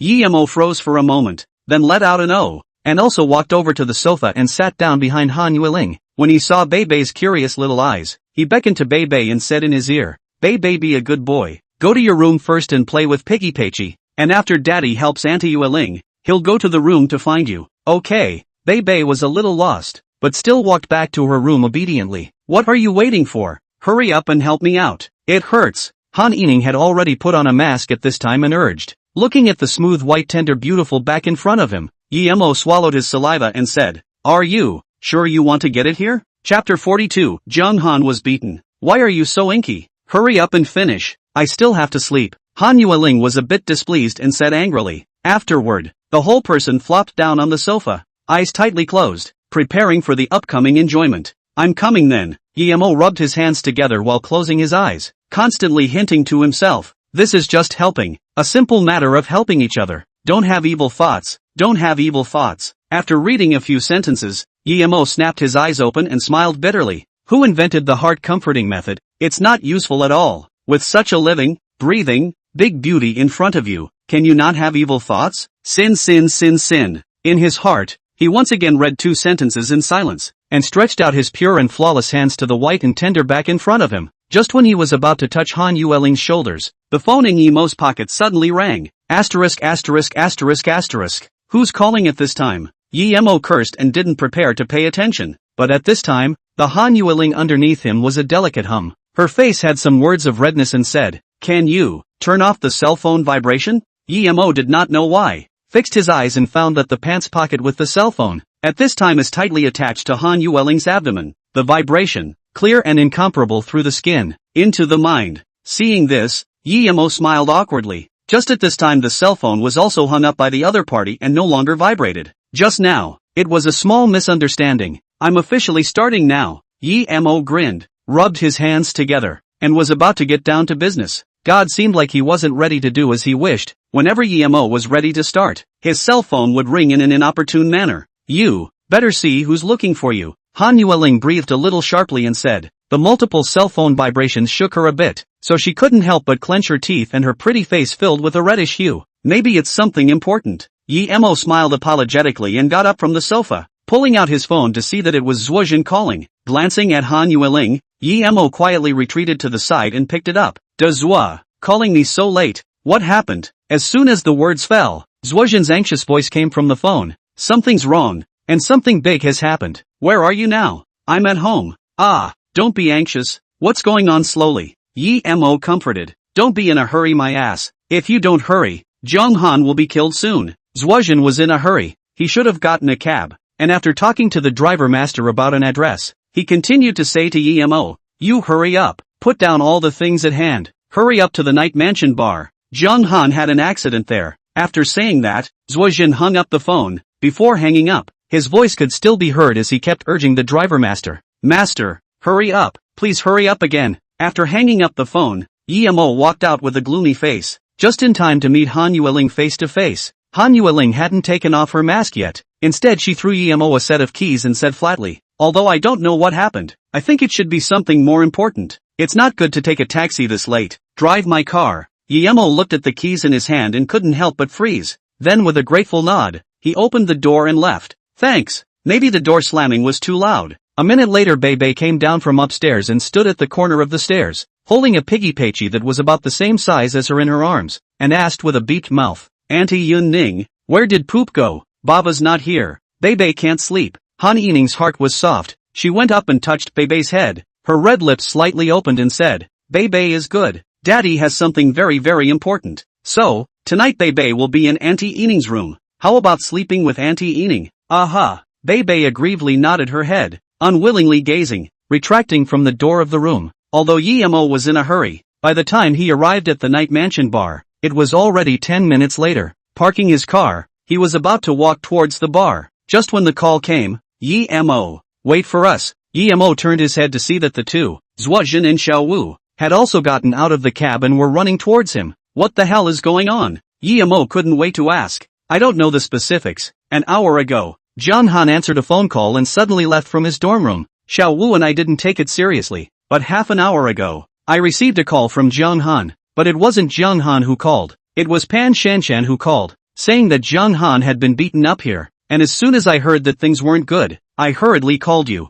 Zhuojin told all the information he knew in his head. Yemo also probably heard and understood that Zhang Han still couldn't forget Pan Shanshan, so he came here to look for her and didn't know what happened and got beaten up. Yemo, what should we do? Should we call some more students over? Zhuojin asked worriedly. That group of people, can't count on them. Yemo shook his head and said with a grave expression, go in first and see what's going on. We'll make a decision then. It was useless to say anything now. The most important thing was to look at Zhang Han's situation and then make plans. Zhuojin and Xiaowu nodded and followed Yemo as the three of them walked in. As soon as they entered the interior of the bar, Yemo saw a group of people gathered together, constantly shouting. At the same time, an arrogant male voice came out through the crowd. You punk, letting you off the hook 3 times and you're not done. Really think I'm easy to bully, aren't you? Then, the sound of a baseball bat coming down came out. Zhang Han screams, as well as Pan Shanshan's cries and pleas also came out. Liang Xiao, don't fight anymore. Let him go. Let him go. Scram.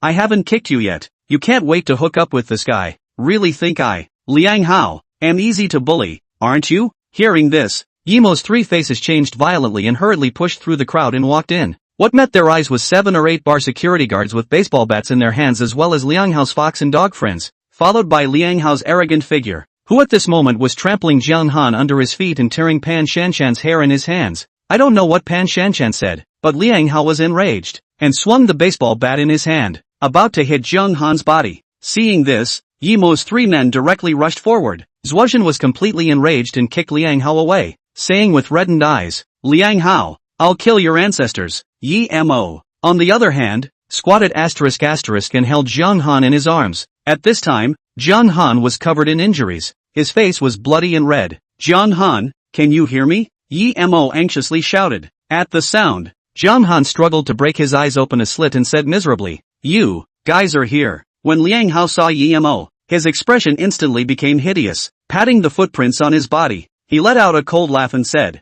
Yemo, I haven't even looked for you yet, but you sent yourself to the door. You don't have a lot of guts. Chapter 43 Liang Hao's Revenge. Zhang Han, you slow down for a while, leave this place to me, Yemo said in a deep voice. Afterward, he left Zhang Han in the care of Pan Shanshan and Xiaowu and walked straight forward. Liang Hao, it seems like the lesson you were given before, you still haven't taken it to heart. Yemo took a step forward and said in a deep voice, originally, for the sake of growing up together, I didn't see eye to eye with you, but today, you even beat my brother to this state, so don't blame me for turning the other cheek. He, what waves do you think you can make just with you? Liang Hao smiled disdainfully, waving the baseball bat in his hand, then pointing at the unconscious Zhang Han. And this punk of a brother of yours, how dare he cuddle with my woman? Do you think he deserves to be beaten up? No, it's you who asked me to accompany your brothers to play together. I didn't agree, so you beat me. I was aggrieved in my heart, so I called Jiang Han and asked him to accompany me to complain. What's wrong with that? Pan Shanshan hugged Jiang Han in her arms,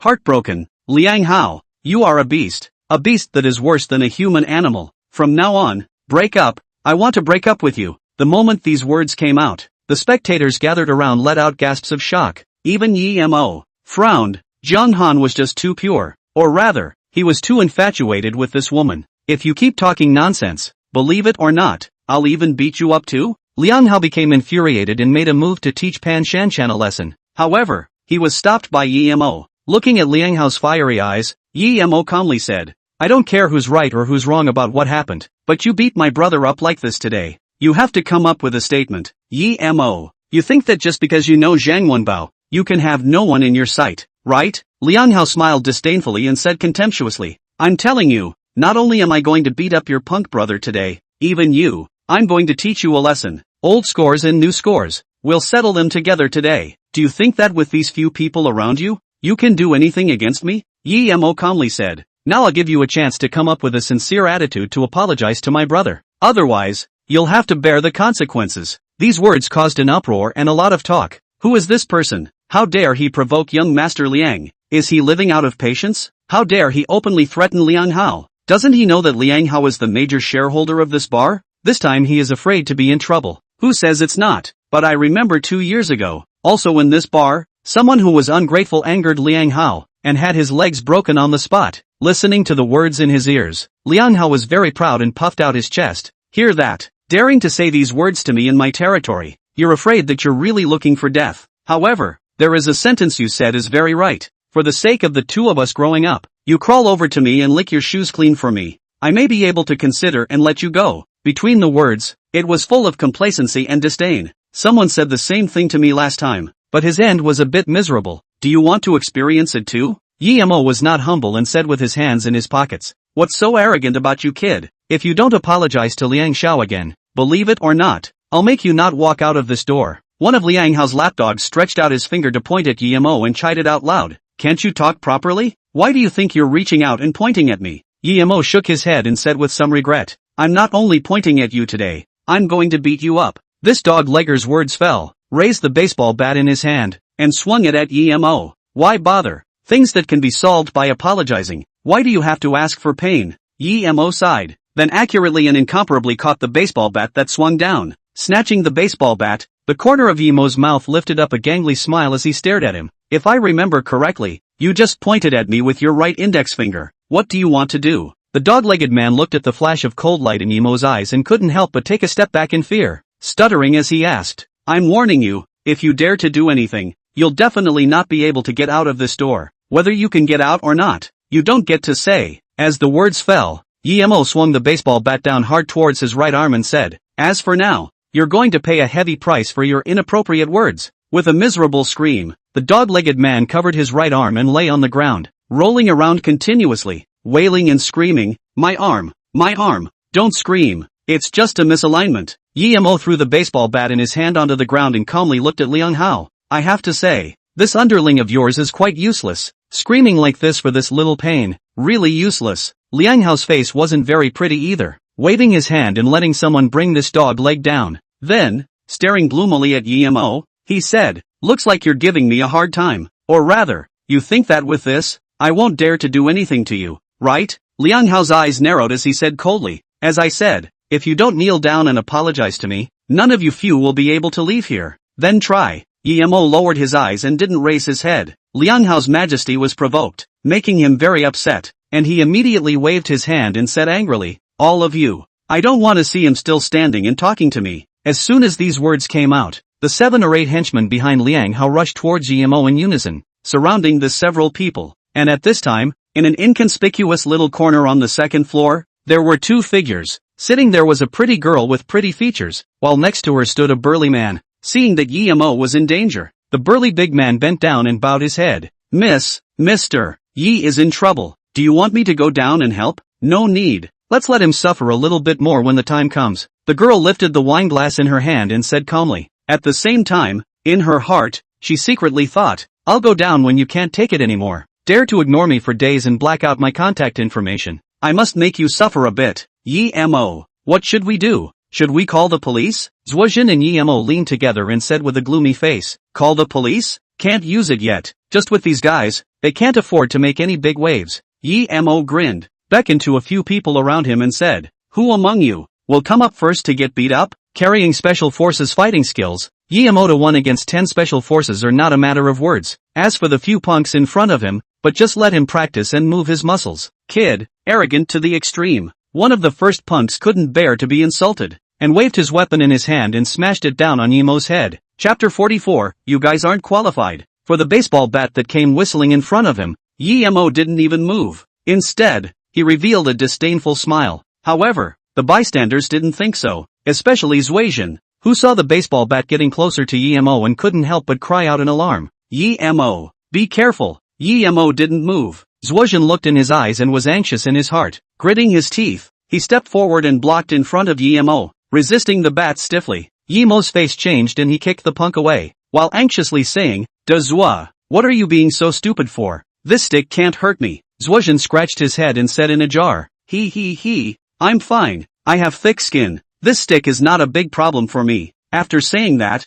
he turned around with a wobbly voice and pointed at a group of punks. I warn you Anon, as long as I'm around, none of you can think of touching my brother. Then, shaking around in place, he touched his head and said, why is this house shaking? Is it about to collapse? Then he turned around and smiled at Yemo. Then his face changed and he cursed, I'm going to faint. As the words fell, Zwojin directly fell to the ground. Yemo was anxious and went up to check Zwojin's state. Just as Yemo was anxious, Zwojin's body that fell to the ground, but rolled over and snored. Yemo sighed in relief, kicked Zwojin with his foot and cursed with a laugh. You guy, you almost scared me to death. Liang Hao clapped his hands and laughed grimly. What a brotherly love. It's really moving to the extreme, but it's a pity, you're alone now. I'd like to see how you can fight against these brothers of mine. Liang Hao smiled sorrowfully and wrapped his hands together, waiting to see the scene where Yemo was knocked down. Just as the remaining people were about to rush towards Yemo, Pan Shanshan, who had been taking care of Jiang Han, suddenly stood up and pleaded, Liang Xiao,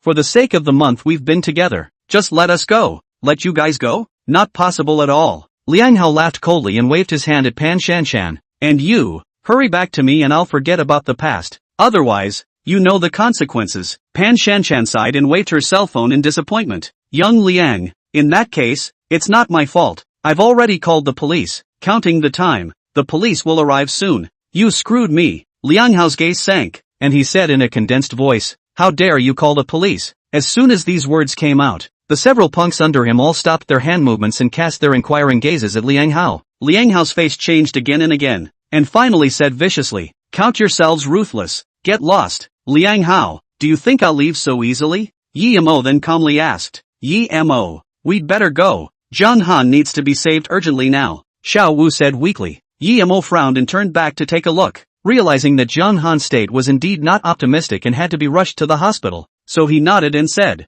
you guys go get a taxi first. As the three Xiao Wu people left, Yemo looked at Liang Hao and said, Liang Hao, I will look for you again for this matter today. Count yourselves lucky. Hurry up and get lost. Liang Hao waved his hand unwillingly and said, but you wait for me. 3 times you've spoiled my good deed. I'll make you pay the price you deserve. Yemo ignored him. Instead, he assisted Zwojin, who had fallen to the ground, and walked towards the outside of the bar. Although the word police deterred Liang Hao, Yemo deeply realized one thing, and that was that Liang Hao, with his character, would definitely not let it go. As expected, not long after Yemo's few people left, Liang Hao turned to 2 of his men and beckoned. You two, follow them up and find out which hospital it is in. Messing with me, Liang Hao, and wanting to leave so easily. It's not that simple. Afterwards, he waved to the remaining people and said, you guys follow me. 3 minutes later, a group of 2 SUVs drove out from the back door of the bar, and in the corner of the second floor of the bar, looking at the empty bar, the burly big man asked out loud, Missy, what do we do? Of course I'm following up. This is a good show. How can we watch it to the end? The pretty girl stretched her waist and said lazily, sitting in the cab to the hospital. Xiao Wu subconsciously looked backward and suddenly his face changed drastically. Yemo, it seems like we're being followed. Yemo sniffed and also looked back. When he saw the SUV following behind the car, he also understood. With a calm face, he said, driver master, stop the car at the alley in front. Yemo, what do you want to do? Xiao Wu realized something and spoke out to dissuade him. You're just one person. You're no match for them. You'll be beaten up badly. Yi Mo smiled faintly and waited for the cab to stop, then directly opened the door and walked down, instructing Xiao Wu, beat me up badly. They're not good enough. You guys go to the hospital first. I'll be right there. After saying that, he closed the door of the cab and quietly waited at the entrance of the alley. When the cab just drove away not long ago, in front of Yi Mo, an SUV stopped, followed by 2 more SUVs in front of Yi Mo in a minute's time. At the same time, a black Audi, on the other hand, was parked not far away. As Liang Hao walked down, the few gangster henchmen beside him followed. Yi Mo, you're bold enough to wait here alone. Should I say you're fearless or should I say you're ignorant? Liang Hao lit a cigarette, walked up to Yi Mo and disdainfully exhaled a white mist and said, Liang Hao, feel free to look for me if you have anything, but you're going a little overboard when you look for Zhang Han. Yi Mo gazed ahead and said quietly, beating him up so badly, how big a grudge, how big a hate. As I said, your punk brother, how dare he hit his attention on my woman. Do you think I should teach him a lesson? Liang Hao smiled disdainfully, took a drag on his cigarette and continued, and not beating him to death. I'm already very merciful. According to what you said, I'll also be considered merciful if I beat you guys up like Zhang Han later. Yi Mo nodded thoughtfully. As soon as these words came out, Liang Hao violently threw his cigarette butt on the ground and pointed at Yi Mo. You're nothing but a punk. Do you really think you're a character? Let me tell you, even though you leaned on the big tree of Zhangwenbao, it's not much use. As long as the Yi family gives the word, you'll be left with nothing in an instant. Yi family? A nostalgia flashed in Yi Mo's eyes, but then he laughed and shook his head. Liang Hao, do you think that you can do whatever you want now that you're attached to the Yi family? What bull ********. Liang Hao impatiently waved his hand and pointed at Yi Mo. I still say, as long as you kneel down and apologize to me, I can forget about all the previous things. Let me apologize? Yi Mo felt amused and stuck his hands in his pockets. His eyes snapped cold and said, with just a few of you, you're not qualified. Chapter 45, 2 people who suddenly appeared. In that case, you asked for it. Liang Hao's gaze chilled. Then he took a step back and waved his big hand violently. The few punks behind him hissed and rushed towards Yi Mo. Yi Mo's gaze was calm, his mind moved, and his special forces fighting technique possessed him as he assumed a stance, ready to respond. Right at this moment, suddenly another SUV flew to a stop at the entrance of the alley, and 2 tall Eastern Europeans came down from above. As soon as the 2 men got out of the car, without saying a word, they rushed towards the people Liang Hao brought with him. For a moment, Yi Mo was a bit confused, not sure what the origin of these 2 Eastern Europeans was. As for Liang Hao, he thought that the 2 Eastern Europeans that suddenly appeared were Yi Mo's helpers, and he couldn't help but roar angrily, telling his gangsters to take care of the Eastern Europeans first. Yi Mo just stood in place, looking at the 2 groups of people who were fighting fiercely, fished out a cigarette and lit it up, and said in a depressed manner, what's this called? I still want to show a hand. In just a few minutes' time, 5 of the people brought by Liang Hao had already fallen on the ground, and the remaining 3 did not dare to go forward. Their eyes full of fear. These 2 Eastern Europeans are also too fierce. Those 2 Eastern Europeans were not much better, panting and obviously at their limits. At the same time, they were speaking some unintelligible native language. One of Liang Hao's men came to his ear and whispered, Liang Xiao, these 2 people seem to be saying that this is a misunderstanding. Misunderstanding my ass. Beat them up for me. Liang Hao was furious and also copied a baseball bat and rushed up. 3 minutes later, the 2 Eastern Europeans completely collapsed on the ground, unconscious, and on Liang Hao's side, he was the only one who was still standing, but he was also trembling and carrying injuries. Just as a cigarette finished lighting, Yi Mo clapped his hands and said, brave. It seems that I had underestimated you before, thinking that you had been emptied of your body by booze and sex, but now it seems that you still have some skills. As soon as these words came out, Liang Hao, who was already at his limit, had his body violently lurched, and secretly thought in his heart, forgot that there was still him around. Afterwards, he turned around and pointed at Yi Mo. I'm telling you, against you, I can handle you in minutes. Is that so? The corner of Yi Mo's mouth lifted into a gangly smile. Then his face changed violently as he pointed behind Liang Hao and said, those 2 Eastern Europeans' helpers are here. So many of them. Liang Hao didn't doubt it and looked back violently. When he saw the empty alleyway entrance, his heart and mind shook. Bad. He's been fooled. Without waiting for him to turn back, he felt a fierce kick in his waist. With lightning speed, he flopped to the ground, and when he got up and was ready to fight back, he was picked up by Yi Mo by the collar of his shirt. Young Liang, how do you think you were so careless to fall into my hands like this? Yi Mo, taking advantage of someone's danger. What kind of good man are you? if you have the ability to let go of me, I'll fight you fair and square. Liang Hao hissed and said unwillingly, a fight? Yi Mo's expression was strange. He suddenly stretched out his hand, and his slap fell like rain on Liang Hao's face. What era is this? You say you still fight? How uncivilized. Stifled as Liang Hao was, he watched himself being slapped but could do nothing about it, his eyes showing unwillingness and anger. Yi Mo, let go of me if you have the ability. Only after beating Liang Hao's cheeks into a pig's head did Yi Mo stop and directly let go of his own hand when he sniffed. This is something you volunteered for. Ha? Liang Hao was unsure, but when Yi Mo let go of his hand, an elation flashed across his face and he swung his fist up to smash Yi Mo, but just as he took a step, he felt something underneath him obstructing him, and fell forward with his eyes wide open, watching himself come into close contact with the earth. He then took a look and realized that the belt had somehow reached Yi Mo's hand, while his pants had retreated to his ankles, making it difficult to even take a step. Then, Yi Mo stepped forward and used the belt to tie his hands behind his back upside down, and after doing this, he happily clapped his hands and said, "Great job," only to see Liang Hao lying straight on the ground, his hands tied behind him. Even getting up became difficult. At this moment, he could only squirm and crawl on the ground continuously, similar to a caterpillar. Yi Mo, let me go if you have the guts. Liang Hao faced the ground and continuously hissed, letting go of you is impossible, not in this lifetime. Yi Mo shrugged his shoulders and turned around. As for you, fend for yourself. Then, ignoring Liang Hao's shouting, he walked towards the black Audi parked at the intersection. Going up and knocking on the car door, Yi Mo calmly said, "When else do you want to see?" The car window rolled down, revealing the faces of Chen Sisi and Lu Yuan inside. Lu Yuan, on the other hand, took the initiative and greeted with a smile. "Mr. Yi, long time no see." Chen Sisi snorted coldly and skimmed her lips. "I was hoping to see you make a fool of yourself, but I didn't expect you to be quite lucky." Yi Mo grinned, directly opened the door and sat in the car, squeezed Chen Sisi in the back seat of the car and said,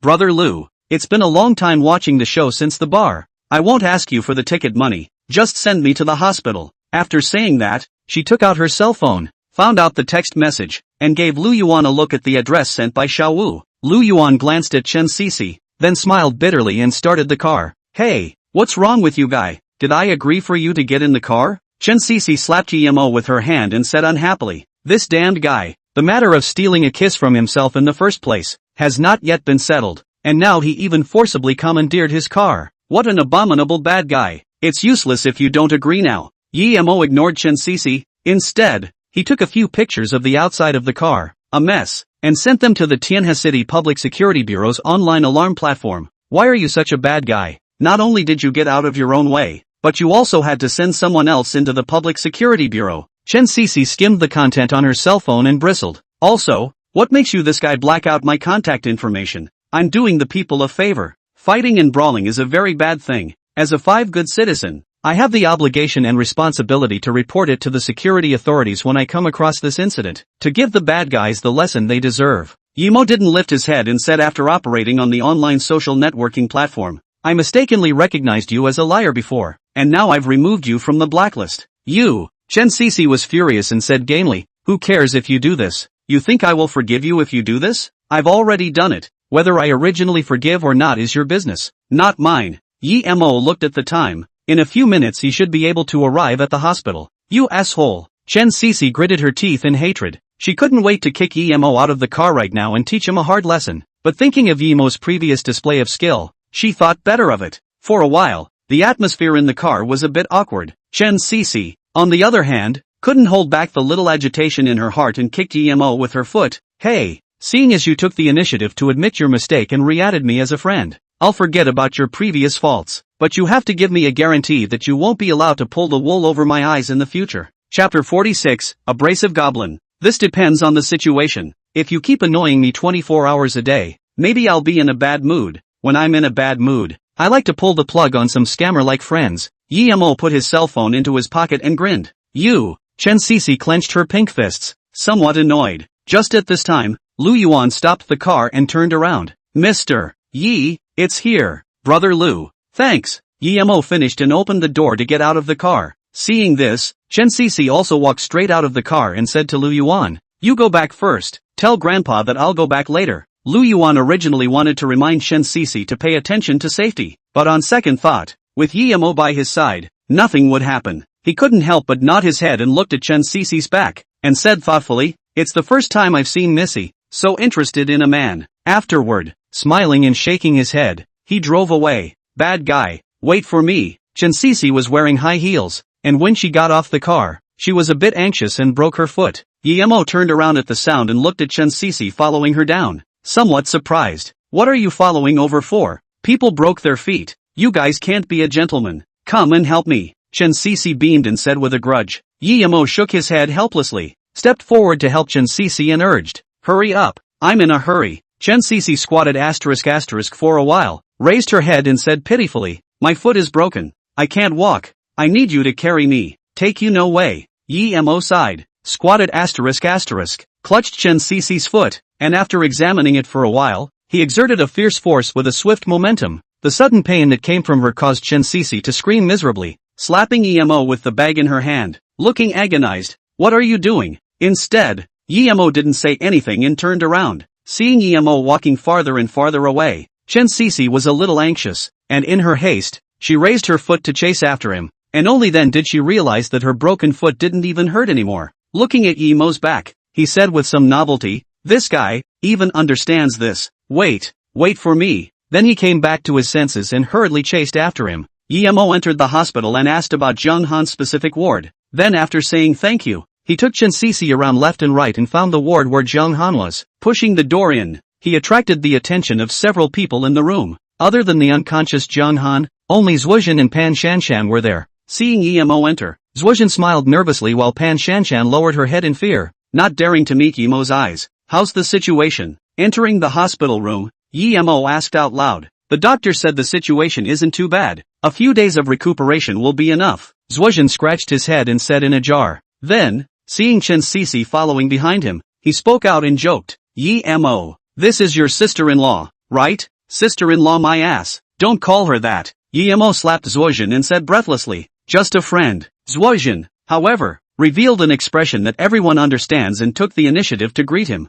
"Hello sister-in-law, my name is Zhuozhen. You can just call me Big Zhua." "Hello, my name is Chansisi." Chansisi was in an inexplicably pleasant mood, and purposely showed a smug expression to Yemo. Yemo didn't pay any attention to him. Instead, he walked over to Pan Shanshan and said in an icy tone, "Although I don't know what kind of relationship you have with Jung Han right now, I'll warn you, Jung Han is simple. If I know that you're using him again, I'll let you know what it means to regret it." Pan Shanshan trembled at the words and said weakly, I didn't use him. I also genuinely like him." Before he could finish his words, he was interrupted by Yemo, who said icily, "Jung Han became what he is now because of you. If you're fine these days, I hope that you can take care of him by his side these days." I will always take care of him. I will wait for him to wake up." Pan Shanshan clutched Jung Han's wrist and said in a firm tone, "That's good." Yemo finished speaking and then talked some more with Zhuozhen, during which he also knew that Xiao Wu had left because he had something to do. Until after waiting for more than an hour,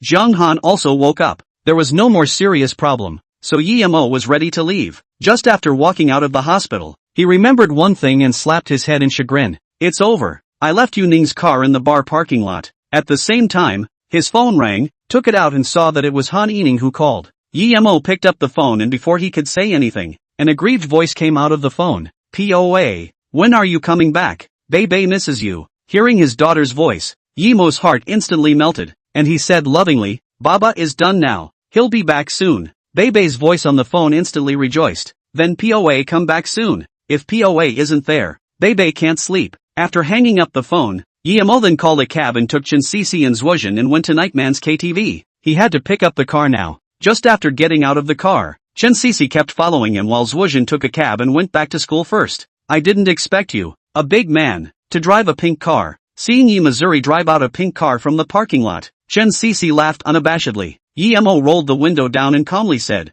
"Going or not, while I still have time, I can send you back, or rather, you can take a taxi back yourself." "I don't want to take a taxi back." Chansisi's words fell, nimbly drilled into the car, and said with a smile, "You see that it's not early. Aren't you going to take me home for the night? If I really dared to do that, your grandfather would definitely be the first one to bring a knife to kill me." Yemo said without a ripple in his heart. "Where to?" "Elm." Chansisi rolled her eyes and reported an address unhappily. Afterward, she curiously plopped down on the seat and stared at the side of Yemo's face and asked, "The one who called you just now, is your daughter?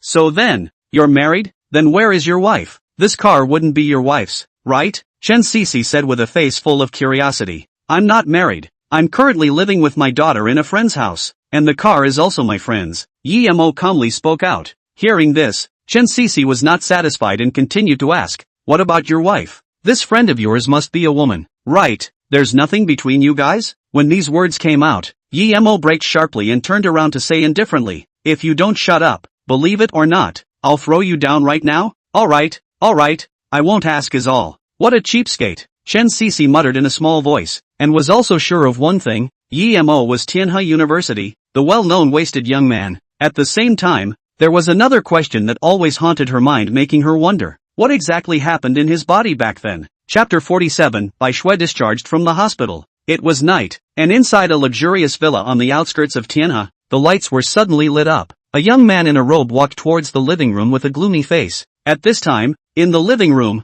there was already a middle-aged man standing with a taut body, who didn't dare to utter a single breath. Speak up, what's the matter with waking me up so late at night? Galbo sat on the sofa with a cigar in his mouth and said, I hope what you bring me is good news, otherwise you know what happens when you affect my sleep. The middle-aged man was no one else but his henchman Wang Sudong. Upon hearing this, shivering, he stepped forward and lit the cigar for Galbo, then swallowed his saliva and said, Gao Shao, those two Eastern Europeans, failed. As soon as these words came out, Galbo's eyes violently condensed and looked at Wang Sudong. What did you say? Wang Sudong trembled and repeated the words again. So, you woke me up in the middle of the night just to tell me about this? Galbo's tone was neither high nor low as he beckoned to Wang Sudong. Come here. Wang Sudong took a step back in fear, but finally gritted his teeth and walked forward, bending his head low and waiting for the admonishment. Hands out. Galbo took a puff of his cigar and said. Wang Sudong trembled and stretched out his left hand, followed by a miserable sound that resounded throughout the villa, only to see that Galbo directly pressed the lit cigar into Wang Sudong's palm, then kicked him over and said sorrowfully, if you can't even do this little thing, what use do I have for you? In that case, I don't mind finding someone to take your place. Wang Sudong rolled and crawled to Galbo's body, constantly begging for mercy. Young Master Gao, spare your life, young Master Gao. Galbo obviously did not want to forgive him, waving his hand, signaling two bodyguards to drag Wang Sudong down. Young Master Gao, I have a way, I still have a way. When Wang Sudong was dragged to the entrance of the villa, he seemed to anticipate his downfall and hurriedly shouted. Galbo's rising body also stopped, turned back and waved his hand. Tell me. Wang Sudong hurriedly spoke out his approach. Young Master Gao, as far as I know, this EMO has a female friend who owns a company that's not too big and not too small. I think we can start with that. Instead of teaching EMO a lesson, why don't we start with his sidekicks? Get rid of the friends he made, one by one, and then clean up EMO when he's isolated. What do you think? After saying that, Wang Sudong looked at Galbo with a hopeful gaze. Galbo thought for a moment, then turned around and walked towards the bedroom. I'll give you a week to deal with this matter. If no good news comes after a week, there's no need for you to stay in Tianhe City. Wang Sudong smiled, as if relieved, collapsed on the floor. At this time he realized that his back had already wet a large area, but fortunately, his plan had been adopted, and he had temporarily gotten a chance to live. All that needed to be done now was to formulate a plan and start implementing it. Yi-Mo knew nothing about all of this in the dark. In the next few days, he had been running back and forth between Mango KTV and his home, taking care of Bebe, and at the same time, he also took care of almost all of the things on the Mango side, and gradually began to make a profit. Since Mango KTV was right in the center of the city, the daily flow of people was still very large, and in addition to the daily expenses, the net profit for one day reached 30,000. Business was so good that he couldn't figure out why Li Shouwen would give up this opportunity to make money and instead put his property up for sale. On this day, Yi-Mo was in the office of Mango KTV, checking the accounts, and the complicated accounts on the table dazzled him. After handling some of them, Yi-Mo lit a cigarette and stretched. This kind of thing, it's better to find a professional to do it as soon as possible. If I were to do it on my own, it would be too time-consuming. It would be good if I can smoothly take in Li Shouwen. He was originally the owner of this KTV before, and he is familiar with a lot of the business here, so he can handle it much faster than me. After all, it's better to let professionals handle professional things. After smoking, Yi-Mo was ready to continue processing when the phone on the table rang. Picking it up, it was actually Bai Tao calling. Brother Yi, is it convenient for you to party now? Can you come to the hospital? Once the phone was picked up, Bai Tao's weak voice came out. At the sound, Yi-Mo straightened his body and said gruffly, "What's wrong? Did you encounter something?" No, It's just that Bai Shui is going to be discharged from the hospital today. Can you come and help me? Bai Tao said with some embarrassment. I know I shouldn't trouble you about such a small matter, but I really have no choice.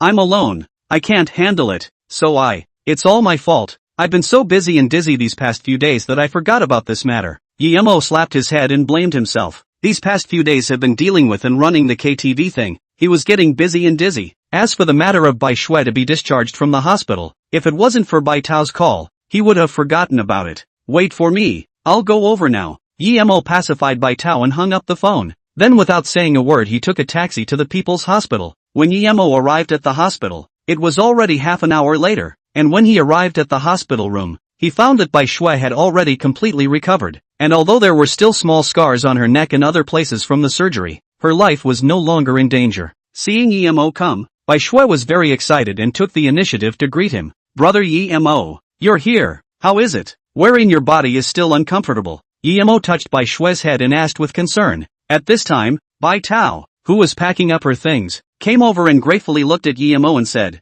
there's no big problem anymore, but in the subsequent month, you'll have to come for a review from time to time. Right, big brother Yi, you sit down for a while. I'll go to the first floor to settle the fees. Bai Tao remembered something and said apologetically to Yemo, it's better if I go. Yemo smiled faintly and took the various expense sheets in Bai Tao's hand. How can this work? Bai Tao kept waving her hand and refused. It's already troublesome enough for you to come and help us. How can I trouble you with this kind of small matter to run up and down the stairs again? It's not appropriate. Alright, you hurry up and pack your things. When I'm done, I'll take you guys out of the hospital. Yemo was unwavering and turned around to walk out of the hospital room after saying that. Looking at Yemo's departing back, Bai Tao was grateful in her heart, and at the same time, a strange feeling flashed by. On the first floor of the hospital, after settling all the expenses, Yemo was ready to go back to the ward and leave with Bai Tao's two daughters. It was only when he was waiting for the elevator that he suddenly noticed a familiar figure in a hurry, running straight past him.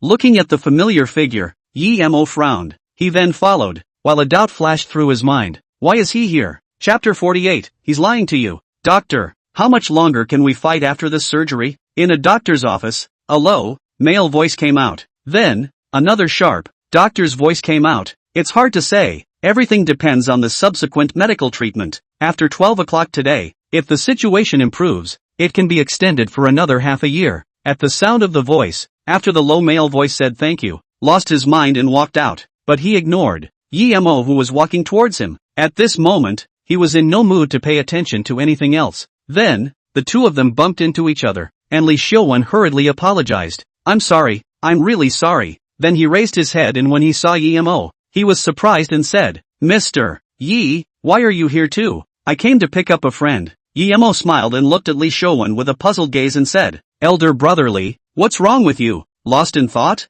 It's hard to explain. Li Xiuwen sighed, then asked, Mr. Yi, do you have any cigarettes? Can you give me one? Yemo didn't say anything and pulled out a cigarette and lit it for Li Xiuwen. Just after taking a puff, Li Xiuwen coughed violently. Snot and tears came out. Sure enough, I can't do anything right, and now if I want to smoke a cigarette, I can't even do it. Li Xiuwen laughed to himself and forced out a smile. Mr. Yi, it makes you laugh. Yemo laughed and quietly relied on the wall, until a cigarette was finished. Li Xiuwen choked on a lot of tears. After smoking the cigarette, he strongly wiped the tears from the corners of his eyes, and said to Yemo, Mr. Yi, I'm really sorry, but no matter how long you've been so long, I have to hurry back to the ward. Can't stay away from me. Let's find a better place next time. I'll treat you to a drink then. After saying that, Li Xiuwen lost his mind and was about to leave. What's the matter? You can talk to me? Maybe I can help you. Yemo said calmly. Li Xiuwen's body paused, and without looking back, he walked forward and said,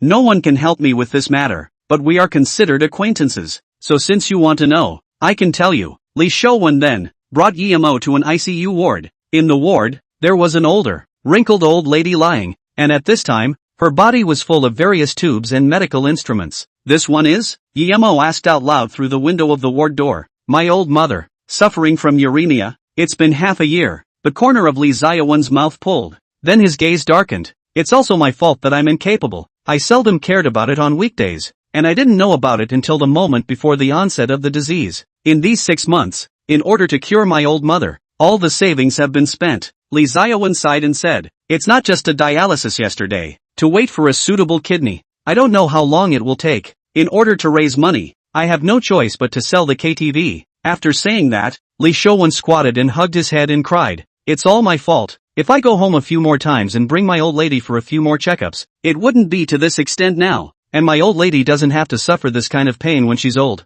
Yemo patted Lee Ziawen's shoulder and asked out loud, "How long will the right kidney wait? As late as 4 years, as long as 10 years, Lee Ziawen sighed, full of powerlessness. The thought of my old lady having to suffer for such a long period of time makes me feel like getting myself killed. If I say that I have a way to help you, do you believe me?" Yemo suddenly spoke out. As soon as these words came out, Lee Showon raised his head violently and grabbed Yemo's arm. "Mr. Yi, are you serious about what you said? You have a way to help my old lady find a suitable kidney?" Lee Ziawen misunderstood Yemo's meaning. After all, at this point in time, the only way to have a chance to live was to replace the kidney. "As long as you can help me save my old lady and help me solve my worries, I can agree to your previous request to help you manage the KTV. What I'm talking about is not a kidney replacement." Yemo shook his head and continued, "I have an elixir in my hand right now. It was given to me by a man of the world when I was in the deep forest before. It might be able to save Auntie." Something so magical? Doubts flashed in Lee Showon's eyes, and he was hesitant about the truth or falsehood of this matter. He was just an ordinary person,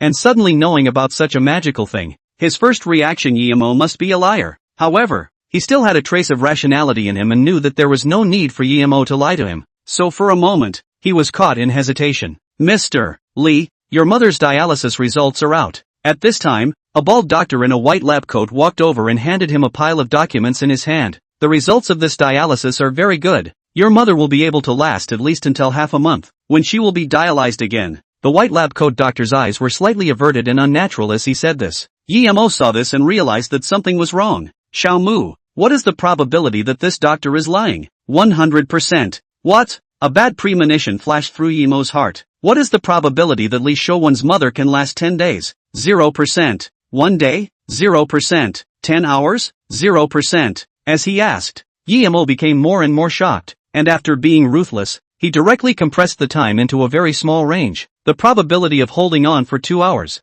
30%, 1 hour, 100%. Learning this result, Yemo was astonished in his heart. In that case, Lee Showon's mother could only hold on for an hour. "Mr. Lee, if you think it's okay, you can sign this again, and we'll arrange for follow-up dialysis at that time." The bald doctor's eyes rolled and he patiently spoke out. Yemo took a closer look. It was a signing of a no-responsibility contract, and the content on it was probably that Lee Ziawen agreed with the results of this dialysis, and that he would be responsible for anything that happened in the follow-up. Just as Lee Ziawen was about to sign, Yemo clutched his wrist. Lee Showon was puzzled and asked out loud, "Mr. Yi, what do you mean by this?" Yemo narrowed his eyes and said in a deep voice, "I think that it's necessary for you to think about it before signing." Then, pointing at his old mother in the hospital room, he said, "I think Auntie's current state is very bad. It's necessary for the hospital to check again." "Who are you and what are you doing here?" The bald doctor's face changed and he said in annoyance, "Listening to you.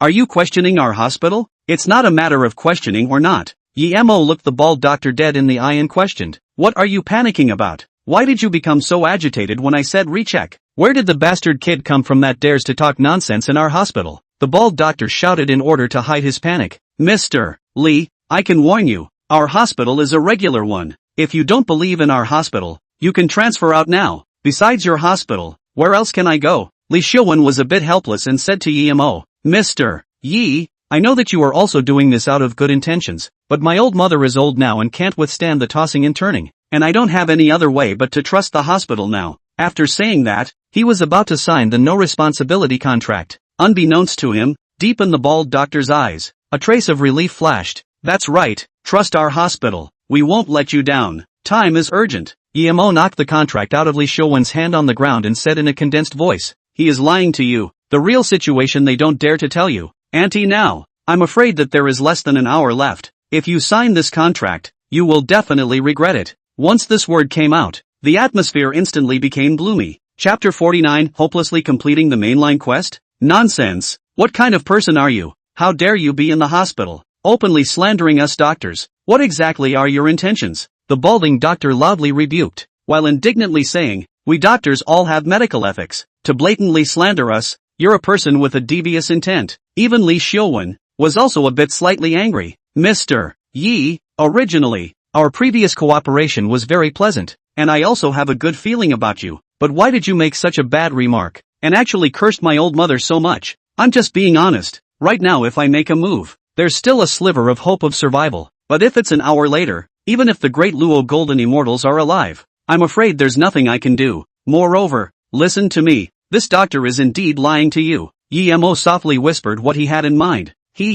What a truthful statement. I think it's just nonsense. The bald doctor laughed disdainfully. We doctors have the most advanced equipment in the city, and likewise the most top-notch doctor resources. For you, a brat, to dare to openly question our strength is simply ignorance. Mr. Lee, I see that this friend of yours has a lot of opinions about our hospital. Really can't. You guys can just transfer to another hospital. The bald doctor smiled disdainfully, while at the same time said in a serious tone, there are some things that you need to decide on your own. Don't let what the onlookers say interfere with your decision. After all, what's lying in the ward is your old mother, not those of your so-called friends. With these words, Li Shouwen was obviously a bit torn. At this time, suddenly a bloated woman in a gorgeous dress came over. Seeing this and asking for a clear picture of what happened, she directly yelled at Yemo, how can you be like this? At the expense of my family, Xiaowen, who still treats you as a friend and pushes you. I didn't expect that you would even try to harm our mother. You're really too horrible of a person. We believe in the hospital's judgment. Xiaowen's mother will definitely be safe and sound until the next dialysis comes. The bloated woman sank her face and pointed at Yemo. As for you, disappear from our presence immediately. Xiaofen, don't be like this. If it wasn't for Mr. Yi, there's no way we could sell our KTV. Li Shouwen kept persuading while giving Yemo an apologetic smile. Li Shouwen, think it over. The one lying in the room is your old mother. Do you trust the hospital or a friend you've met only a few times? The woman known as Xiaofen roared shrilly. Yemo shook his head, helpless, and thought in his heart, it seems that this time, the mainline quest won't be completed. He had good intentions. Who knew that he would get such a result? He wanted to be a good person, but in the end, he was slandered and became a villain with bad intentions. It was really ridiculous. Looking at Li Shouwen's wife's angry expression, Yemo sighed. Then he said to Li Xiaowen who was at the side, it's now 12 o'clock. If any situation happens before 1 o'clock, you can call me. I might still be able to help some. After all, there has been a crossroads.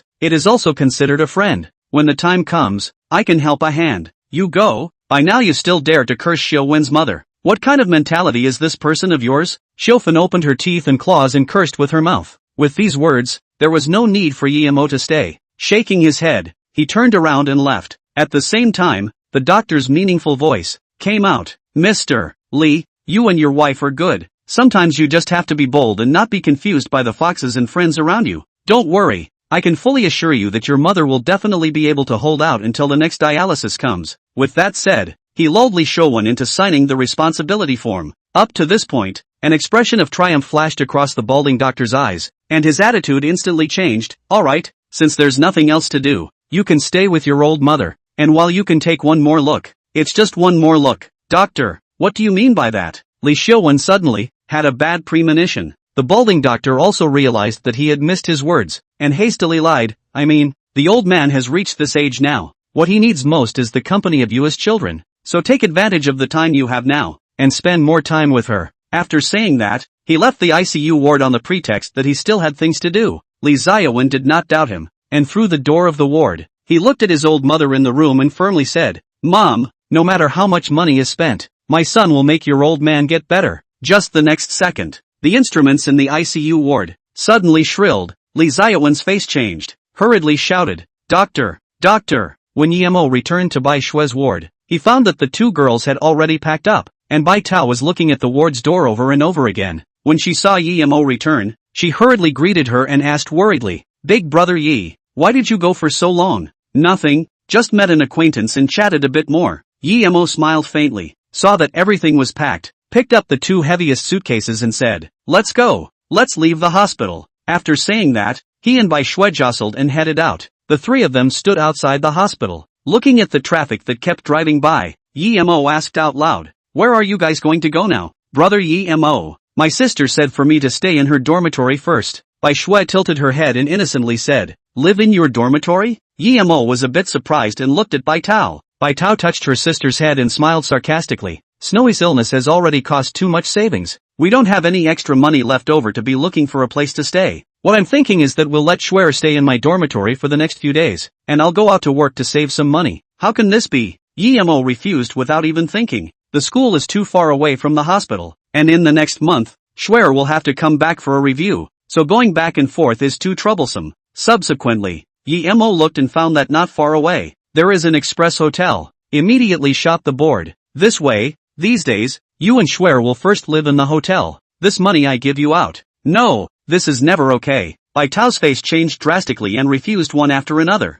She owed Yemo too many favors. If this went on, even if she worked as a cow for Yemo, she wouldn't be able to pay it back. What's not to like? It's only a few $1,000s a month. I can still get it out. Yemo's tone was undeniable. It's a deal. Come with me. Bai Tao lightly clenched her teeth, and although she agreed, she looked preoccupied. In the hotel, a double room was opened, and Bai Tao and Bai Shui stayed temporarily. Looking at the environment in the hotel, Yemo nodded and said, "The environment is okay. You guys will stay here first, but living in a hotel is always not a long-term solution. When the time comes, see if there are any suitable rooms nearby. Rent them nearby first." When Bai Shui arrived at a new environment, she simply couldn't stop walking here and touching there. Her eyes were timid yet curious. "Big brother Yi, really thank you so much. For the sake of Xiao Shui's matter, you have helped us too much." Bai Tao lowered her head. A blush flashed across her pretty face as she said, "I really don't know how to repay you." "What's wrong with that? You and Xiao Shui can just stay here for now."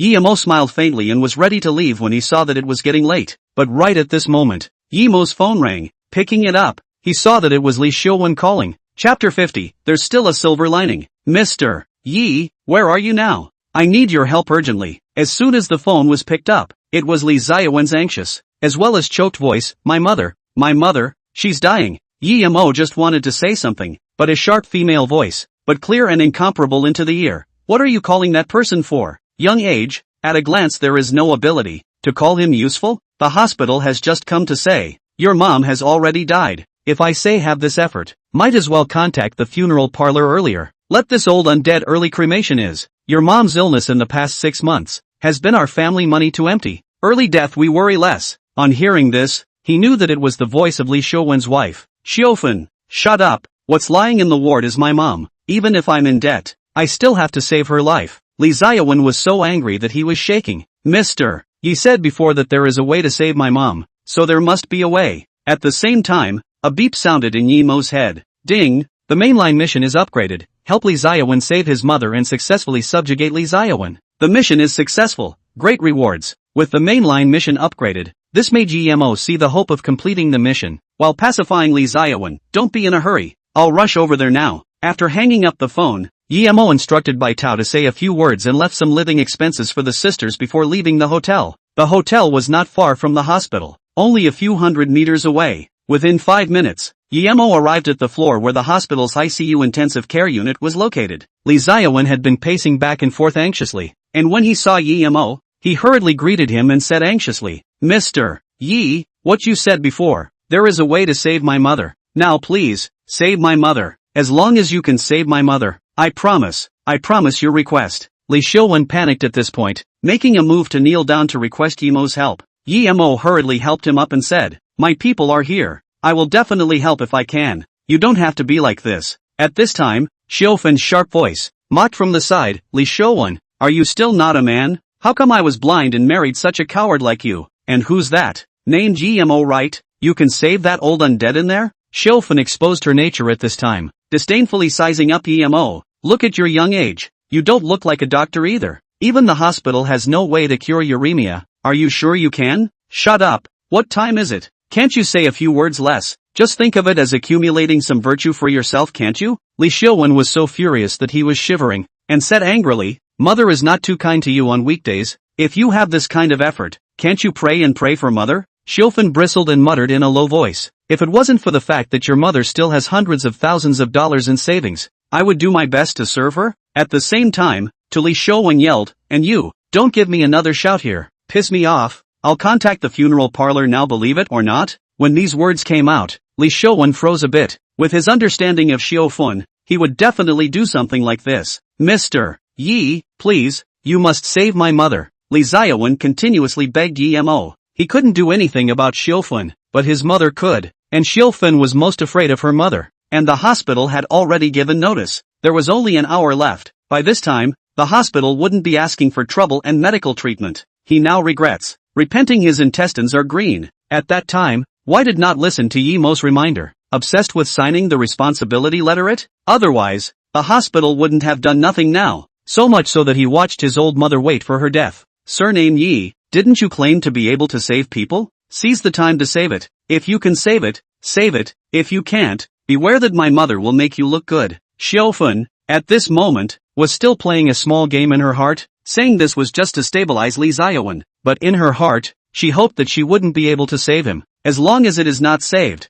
the hundreds of thousands of dollars in the old undead's passbook will become an inheritance, and at that time, the money will be hers. Xiaowen, go get a glass of water and come in with me. Yemo's face was calm as he ordered Li Ziyawen. Li Ziyawen had already panicked and did whatever Yemo said, running towards the water fountain in the corridor to get water. From now on, shut up. If I hear another word from you, I can make you mute in minutes. Yemo's eyes flashed a cold light as he said coldly. From the beginning to the end, he didn't have a good impression of Xiaofun, who kept screaming in his ear. If it wasn't for Li Xiaowen's face, he would have slapped her away. Xiaofun was already an unforgiving master. When had she ever been spoken to in such a way? Her neck crossed and she was about to theorize with Yemo for a few moments. However, when she saw Yemo's icy cold eyes, she suddenly shivered. Her heart panicked and her aura weakened. You.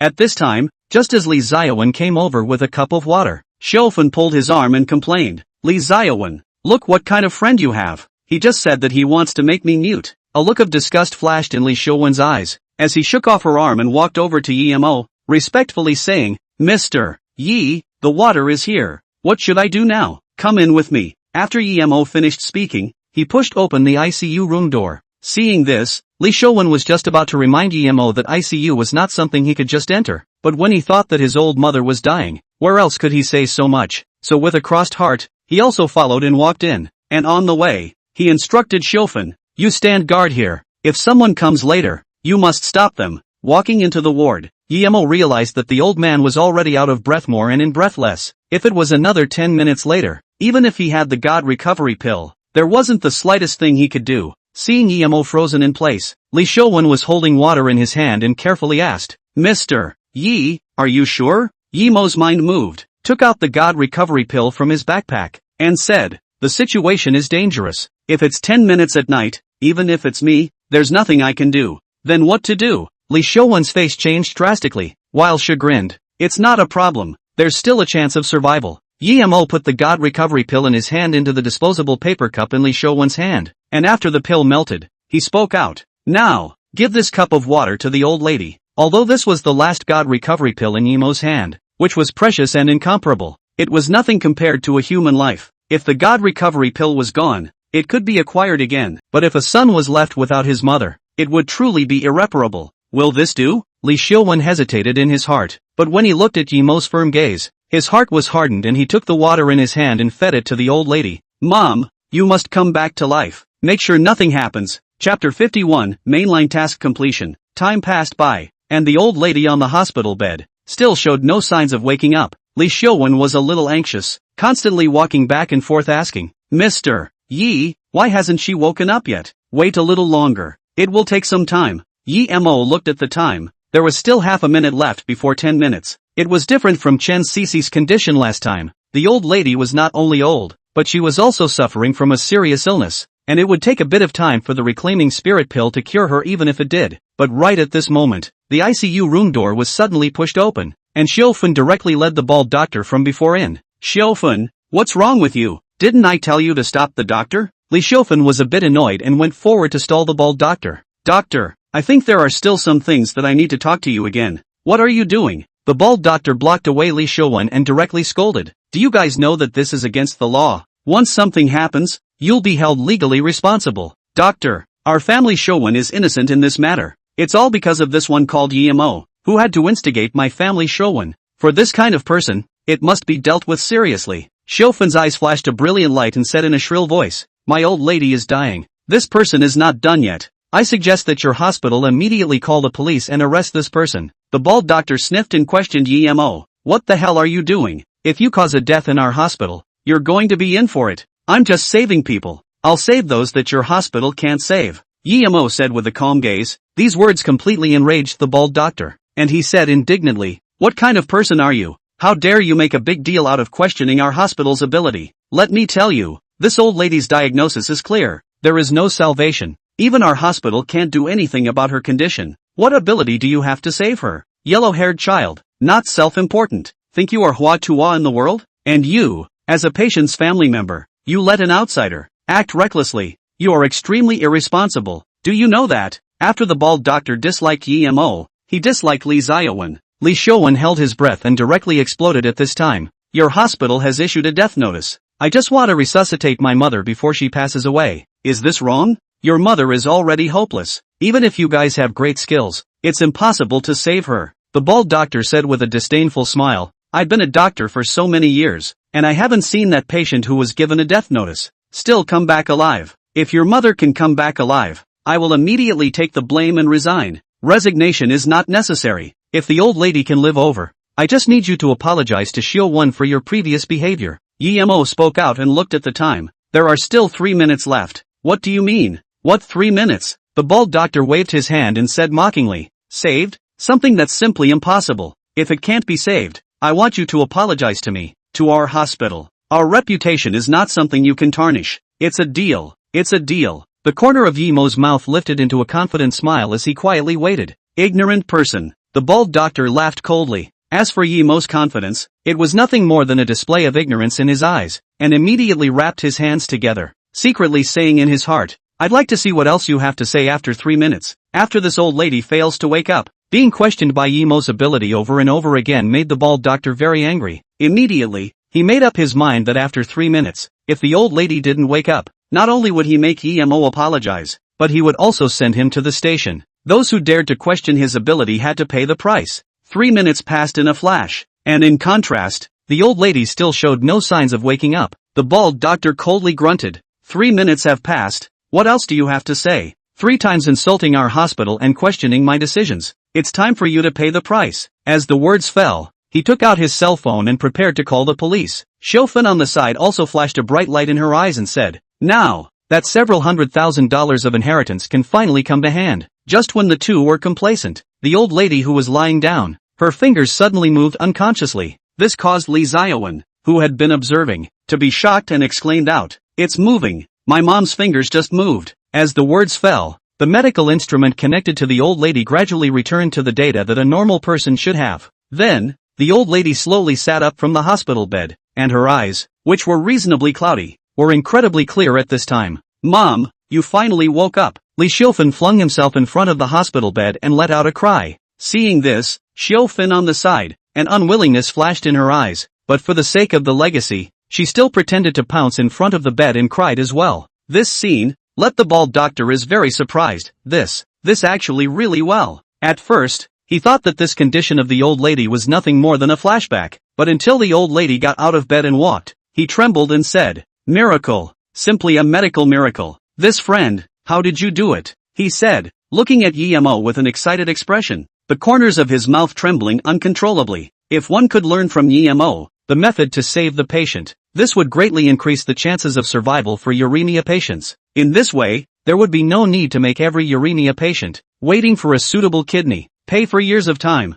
I naturally have my methods, but there are rules in the division, so I won't say anything. Yemo's gaze was calm as he looked at the bald doctor. "Now that the old lady has woken up, isn't it time for you to fulfill your promise?" The bald doctor's face sank, but still, unwillingly, he apologized to Li Xiaowen. After staying for a while and realizing that he couldn't get anything useful from Yemo, the bald doctor simply left. As for what method Yemo actually used to cure the old lady, this left doubts in his heart, and only doubts. But in his heart, he also made up his mind to make good friends with this young man. Maybe, it would be useful in the future. After the doctor left, the old lady Wang Xiaojuan coughed twice and sent her daughter-in-law away, leaving only her and Yemo, as well as her son in the room. Under Li Xiaowen's support, the old lady walked to Yemo's side and made a gesture to kneel down. "Benefactor, this life of the old woman is thanks to you. Benefactor, please accept my obeisance." Although Wang Xiaojuan was in a coma before, she was still aware of some things in the outside world, and naturally knew that it was Yemo who saved her.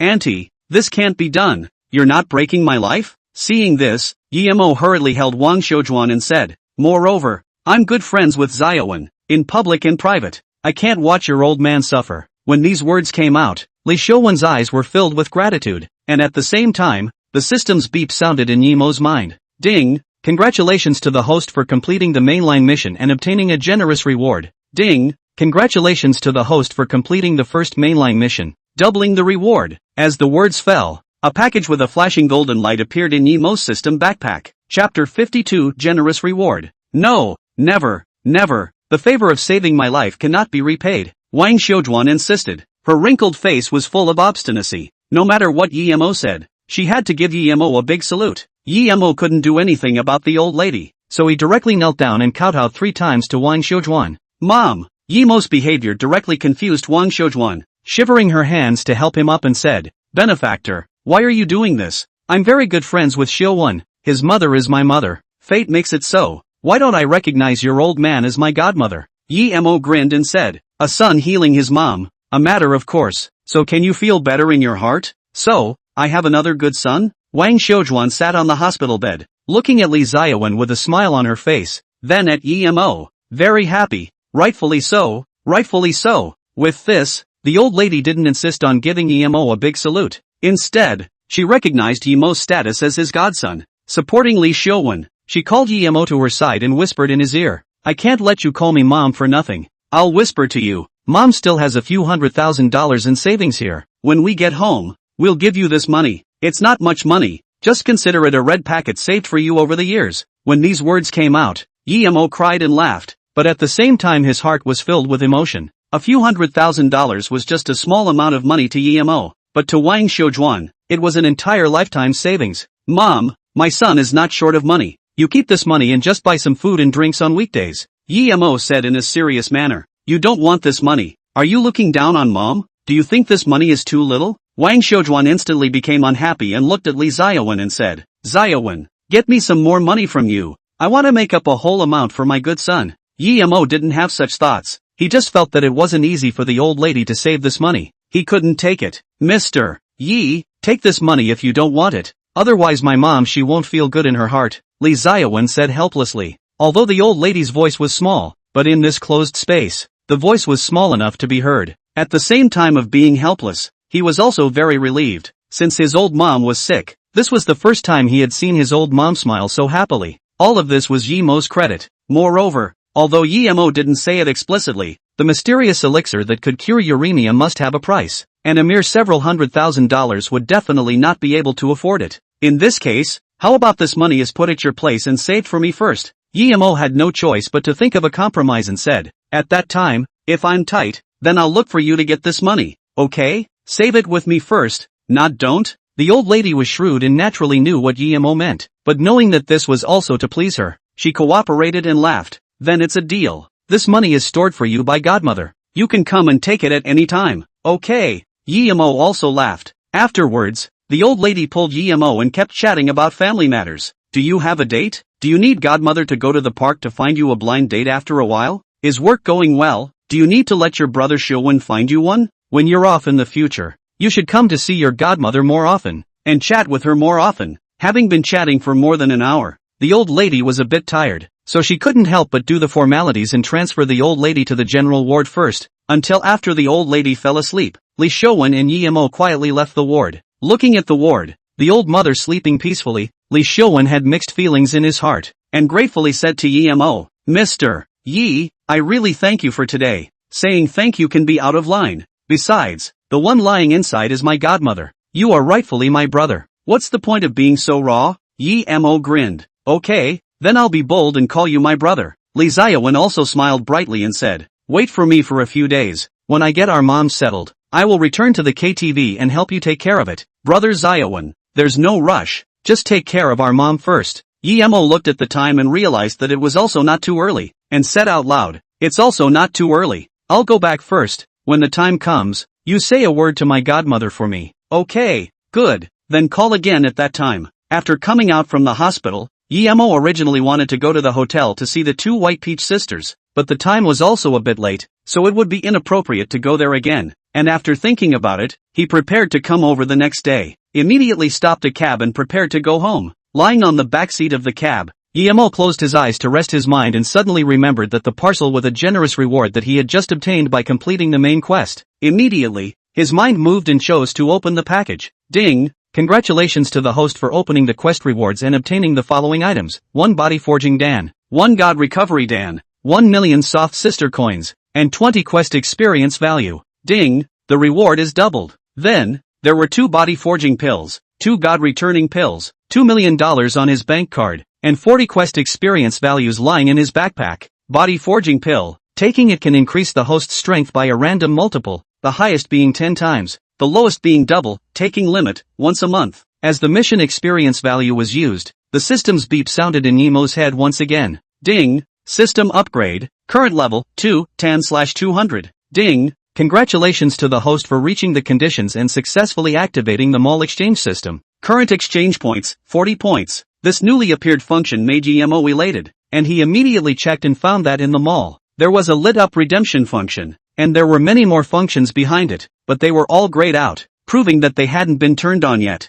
But a single redemption function let Yemo happy. Looking at the wide range of various commodities inside, there are secret books, there are techniques, organic armor, there are all kinds of skill books and so on. However, when he saw the back of the labeled exchange points, Yemo some small loss. The most common a martial arts book, need more than 1,000 exchange points, which he only has 40 exchange points, is simply the difference between heaven and earth. If he wanted to exchange the most common martial arts book, it seemed that he would have to save up his points for a while. However, what made Yemo happy was that there were many other practical things in the mall that didn't require many redemption points. For example, an eating god skill book only required more than 60 exchange points, and as long as he completed a few more quests, he would be able to gather enough points. Cooking a good meal was something that every man, more or less, had considered, and Yemo was no exception. So, first, he set himself a small goal for the near future. As soon as possible, gather enough exchange points to exchange for the God of Eating skill book. Chapter 53, House Viewing Controversy. When Yemo returned home,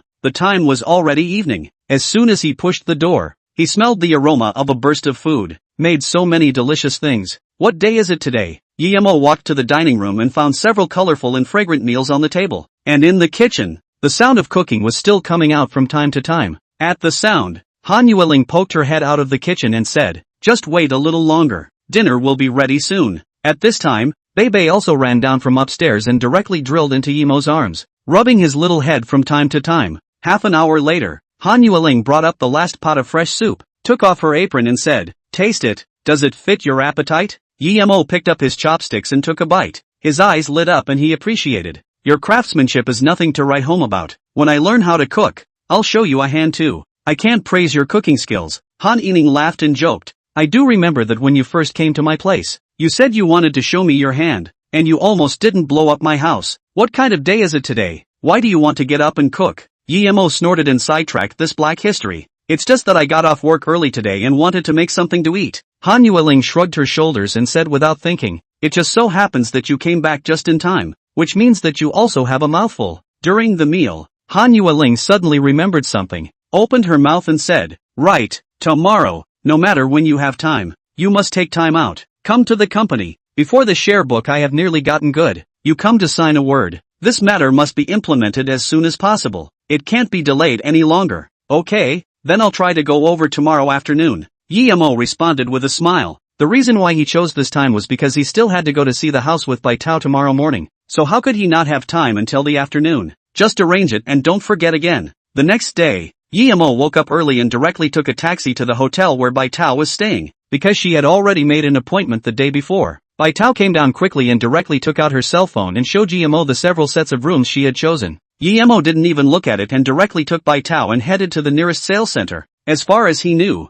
there was a newly opened property in this area that was very good. Upon seeing the shiny sales center, Bai Tao was a bit surprised and said in dismay, "Big brother Yi, aren't we going to rent an apartment? Why are we here? It just so happens that I want to buy a house. You help me counsel." Yemo smiled, and without saying anything, brought her into the sales office. The sales office was very busy. The sales consultants were all receiving customers. When Yemo and his duo came in, most of the female consultants just glanced at them without the intention of greeting them. The two of them looked like college students who hadn't graduated yet, and even if they received them, the probability that they would end up buying a house wasn't great. Instead of wasting words, it was better to take a break. I want to buy a house. Yemo scanned the circle and said indifferently. Lu Feng, you receive it. No one paid any attention, and the manager ended up randomly assigning a person who was ready to deal Yemo and his duo away. A female consultant in her 30s or so, wearing heavy makeup and smelling of perfume, reluctantly got up. What price do you want?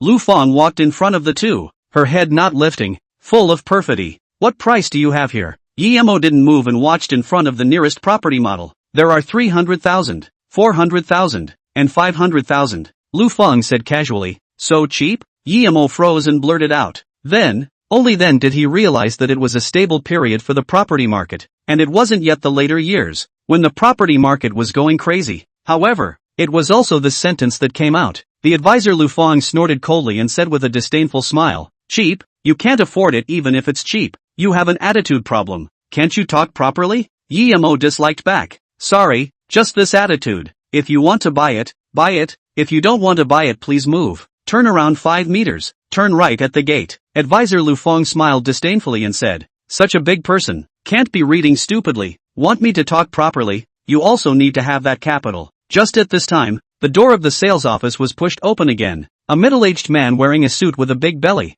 accompanied by an enchanting woman, walked in. At this time, a bright light flashed in front of Lu Feng's eyes, and she secretly thought in her heart, this is a big customer coming. You first look at yourself. If you want to buy it, talk to me. If you don't want to buy it, you can leave now. Hurriedly put down this sentence. Lu Feng, with a smile on her face, walked to the front of the new two. Boss, want to buy a house? Then enthusiastically for the middle-aged man, introduced all kinds of good housing, incomparably enthusiastic, with the treatment of Yemo, is simply a heaven and a hell. At this time, from the direction of the bathroom, a young female consultant with a better complexion and a ponytail came out. When she saw Yemo, who was chilled to the side, she straightened her work clothes, faced a smile and went forward and asked, Sir, do you want to buy a house? Xiao Jiao, or else you are just an intern. Want to make money? This kind of person you don't need to take care of. Have this effort. Why don't you receive a few more quality customers? Lu Feng, who was on the side, pulled the young female consultant aside and imparted her experience. Sister Feng, I think as long as those who come to our sales office are our customers, we should treat them equally. The woman known as Xiao Jiao had eyes full of innocence and did not agree with Lu Feng's sales philosophy. Whatever, if you can't make any money at that time, don't blame me for not reminding you. Lu Feng felt bored, so she continued to go back to receiving her big boss clients, and when introducing the properties, she used her pride to touch the middle-aged man's arm every now and then. Both of you, which one do you like? Wang Jiao was still full of smiles and enthusiastically asked Yemo, think a couple buildings are good? Yemo inquired Bai Tao, who was beside him. Bai Tao didn't think too much about it, thinking that she was simply picking a house for Yemo, and didn't have any complaints. After observing carefully for a while, she pointed at the very center, a floor near the small square of the neighborhood, and said, I think this building is quite good. Ma'am really has a good eye. This is the first floor, one of the best properties we sell. Wang Jiao complimented. And the sunlight is sufficient, and the air near the garden is also very good. Then this is the building. Let's pick the specific floor and room type.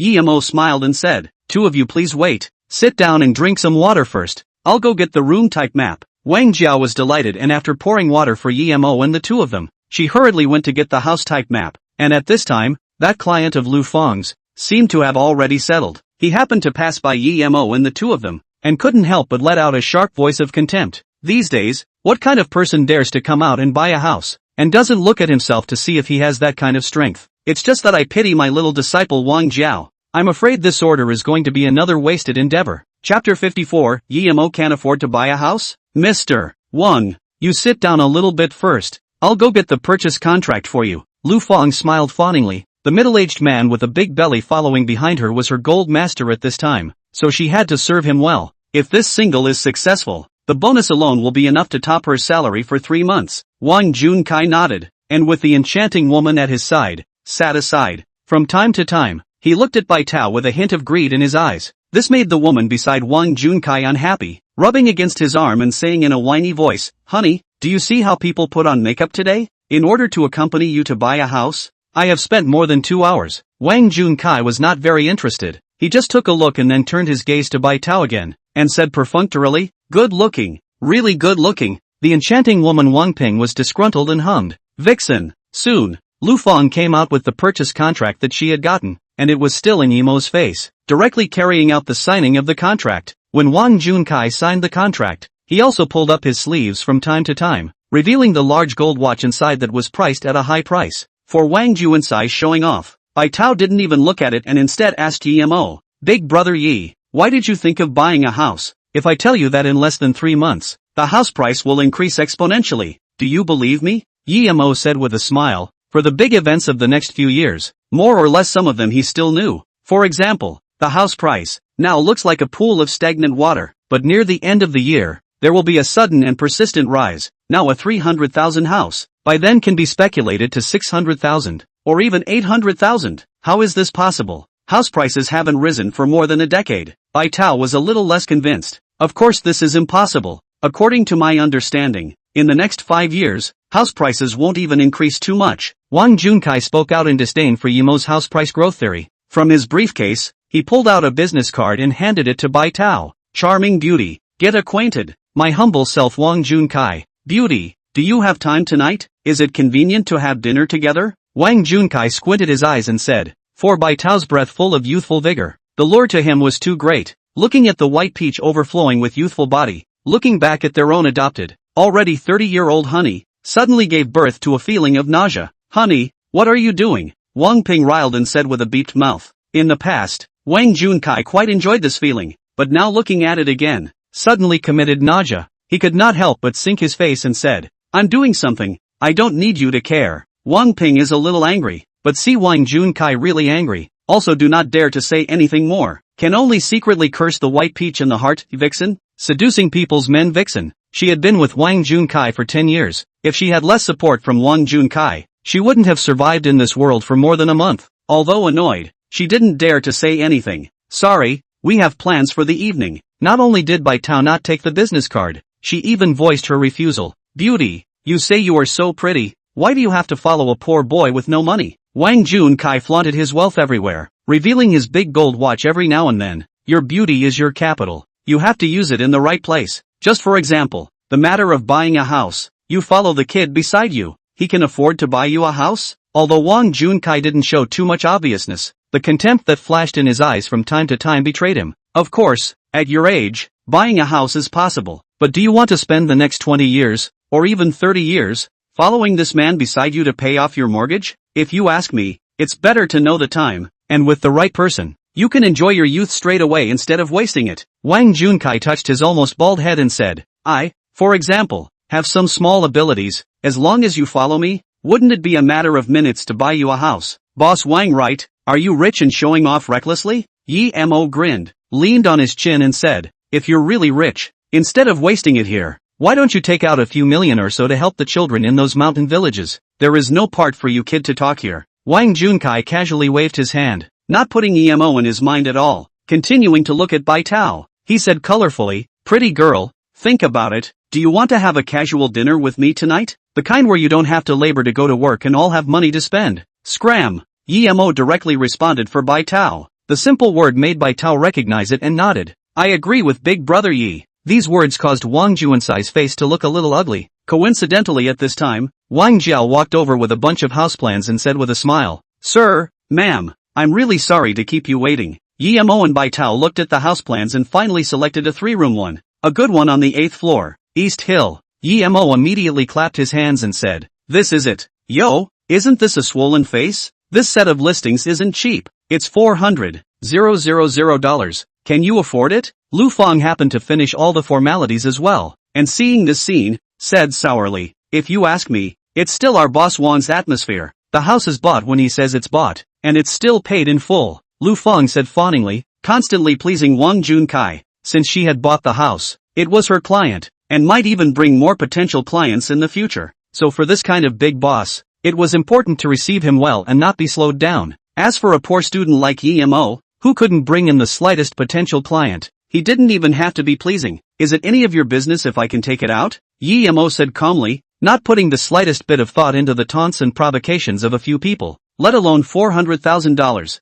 Even if it was $4 million, at this time he could take it out. However, Wang Junkai didn't know about this and sat on his chair, crossed his legs and said, listening to this little brother, "Is he able to come up with this money to buy a house?" $400,000 is not much to say, but also not much to say. You are not going to take out your parents' old money, right? Then, we'll look at the white peach. Meaningful said, this beautiful woman. Sometimes I still want to advise you a word of advice. For this kind of in order to face, at the expense of the parents empty the Lord. You'd better not have with him. You'd better not have dealings with him. This world is so sinister. It might harm you at some point. I have heard of many examples. There are too many beautiful women being cheated by their boyfriends, unknowingly from the internet to make loans, and finally people and money are empty, and also backed up with a huge debt of examples. Wang Junkai beautifully lit a cigarette, said with a smile, young man, you also listen to my advice. Don't use your parents' hard-earned money to buy a house, just for your own selfish desires. The so-called face will be home parents' hard decades of savings spent. This money you spend, the heart can be at peace. Instead of this, it happens to have a loan company under me, more not to mention, 100,000 80,000 down payment money, or can give you approved down. Wang Junkai looked at the expressionless Yemo. His eyes narrowed and said, how about it? Consider it? Chapter 55, The Smug Big Boss. This money, you'd better keep it for your own retirement. Yemo said calmly, for this kind of self-righteous big boss, the best way was to ignore them. As expected, once Yemo said this, Wang Juansai's eyes were a bit grim, but it was well hidden, then grinned and said, if you ask me, you young people nowadays, you can joke around. My humble family has more than $10 million. A mere 100,000 or 80,000 is nothing more than a pension for you ordinary people. Yemo, however, didn't pay any more attention to him. Instead, he looked at Wang Jiao with a smile on his face and said, I'm in a hurry. Sign the contract. Okay, please follow me. Wang Jiao was a bit delighted and led Yemo to the office, ready to sign the contract. This made Lu Feng a little envious and couldn't help but mutter in a low voice, this person wouldn't really want to buy a house, right? However, on second thought, there weren't many people of Yemo's age who could buy a house with full payment, so she didn't think that Yemo was one of them. On the contrary, she had seen this kind of person a lot, pretending as if they were, but when they really waited to sign the contract, they used all sorts of ways to refuse to sign the contract. In her opinion, Yemo's move was just a swollen face, and in less than 10 minutes, he would come out and say, this house is not suitable. Think again. So, she didn't rush to do anything else. Instead she waited and waited to see the moment Yemo would back out. Bai Tao didn't follow, but was a little uncomfortable and went to the bathroom. This gave Wang Junkai a chance to take advantage of the situation,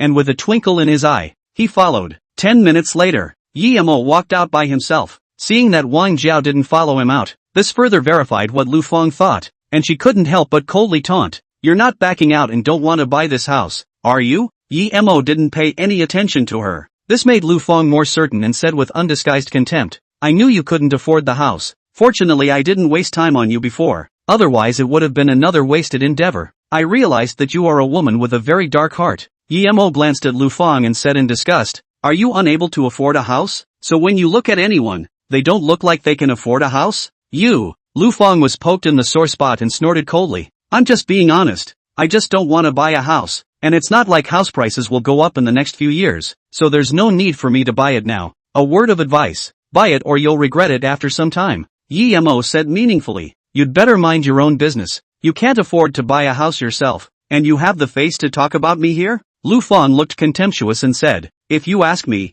since you've rebelled and don't want to buy a house, you should hurry up and get the hell out of our place. A person like you, stay here with us for a minute. The air can be polluted by you. Just at this time, suddenly from the location of the bathroom, came the voice of Bai Tao chortling, what are you doing? You let go of me. Yemo fixed his eyes and realized that Wang Junkai was no longer there, so he couldn't help but sink his face and hurriedly ran over to the place where the voice came from. Pushing open the door of the half-hidden fire escape, he only saw that Bai Tao was cornered, while Wang Junkai was unsuspecting and was slowly approaching her. Seeing this, Yemo directly went forward and picked up Wang Juansai's collar and carried it backward, then blocked in front of Bai Tao and said, in broad daylight, what do you want to do? At the same time, Bai Tao hid behind Yemo in fear. Kid, since you found out, let's just say it straight and clear. Wang Junkai didn't look the slightest bit flustered. Instead, he straightened the collar of his suit and said in a lofty manner, I've got my eye on this chick beside you. Say it, how much money do you need to be able to let her go to me? Let your ass go.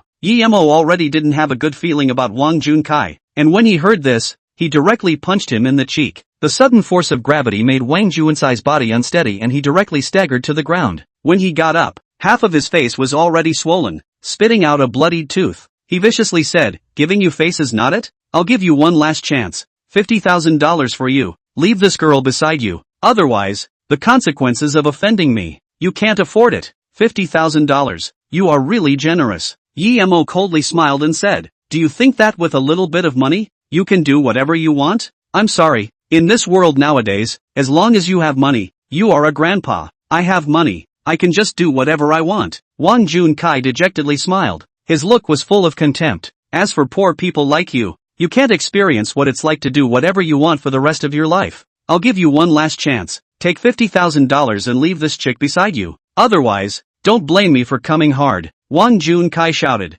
I'm going to tell you one last time. Hurry up and get out of my face before I get angry. Otherwise you can't afford my anger. Yemo responded calmly with his hands in his pockets. Ridiculous to the extreme. Just buy you? What can you do to me? Wang Junkai laughed disdainfully and directly bypassed Yemo, about to go up and pull Bai Tao. Bai Tao screamed and pushed Wang Junkai away. Just as Wang Junkai continued to stretch out his devilish hand, Yemo tapped his shoulder. Hey, look here. Wang Junkai subconsciously turned around and saw Yemo's trademark expression with a gangly grin, as well as a growing fist. Wang Junsai's eyes snapped shut and he wanted to dodge, but it was already too late. Yemo's fist, leaving no stone unturned, ruthlessly smashed into the corner of his eye. Immediately, a miserable scream resounded throughout the fire escape. This sound immediately attracted a lot of advisors outside, who just wanted to come forward to check the situation. The door of the fire escape was violently slammed open, followed by a round object that flew backwards. As a heavy thud emanated, Wang Junsai's figure appeared in the crowd's line of sight. Boss Wang,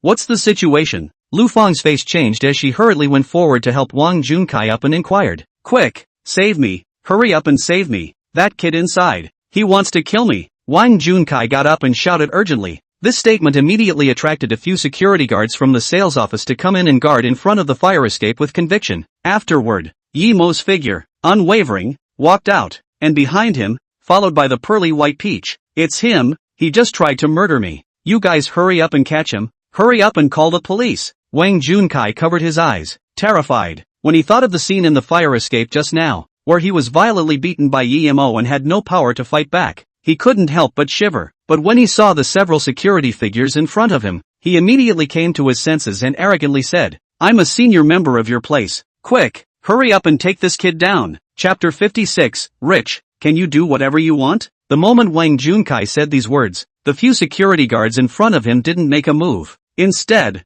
they let Yemo walk towards them. Seeing Yemo getting closer and closer, Wang Junkai couldn't stop panicking in his heart, and immediately from his briefcase, he took out a silver card and said, look carefully, I am a premium member of your Chamber of Commerce, entitled to enjoy quality services in any of the industries under the name of your Chamber of Commerce. Now that your premium member has been physically attacked, you have the right to protect me. Lu Fang took the silver card and took a look. Her face changed and she roared shrilly, take down this person who doesn't know what's good for him. Our sales office does not allow anyone to be wild here. As soon as these words came out, several security guards jumped forward, ready to go forward and take Yemo down. Seeing this, Wang Junkai couldn't hide the smugness in his eyes and snorted coldly. Now, I'll see how you can fight me. At the same time, in his heart, he also made up his mind that as long as Yemo was taken care of, the girl beside him would still be toyed with recklessly. At that time, relying on his status as a senior member, he could do whatever he wanted. You think that this will save you?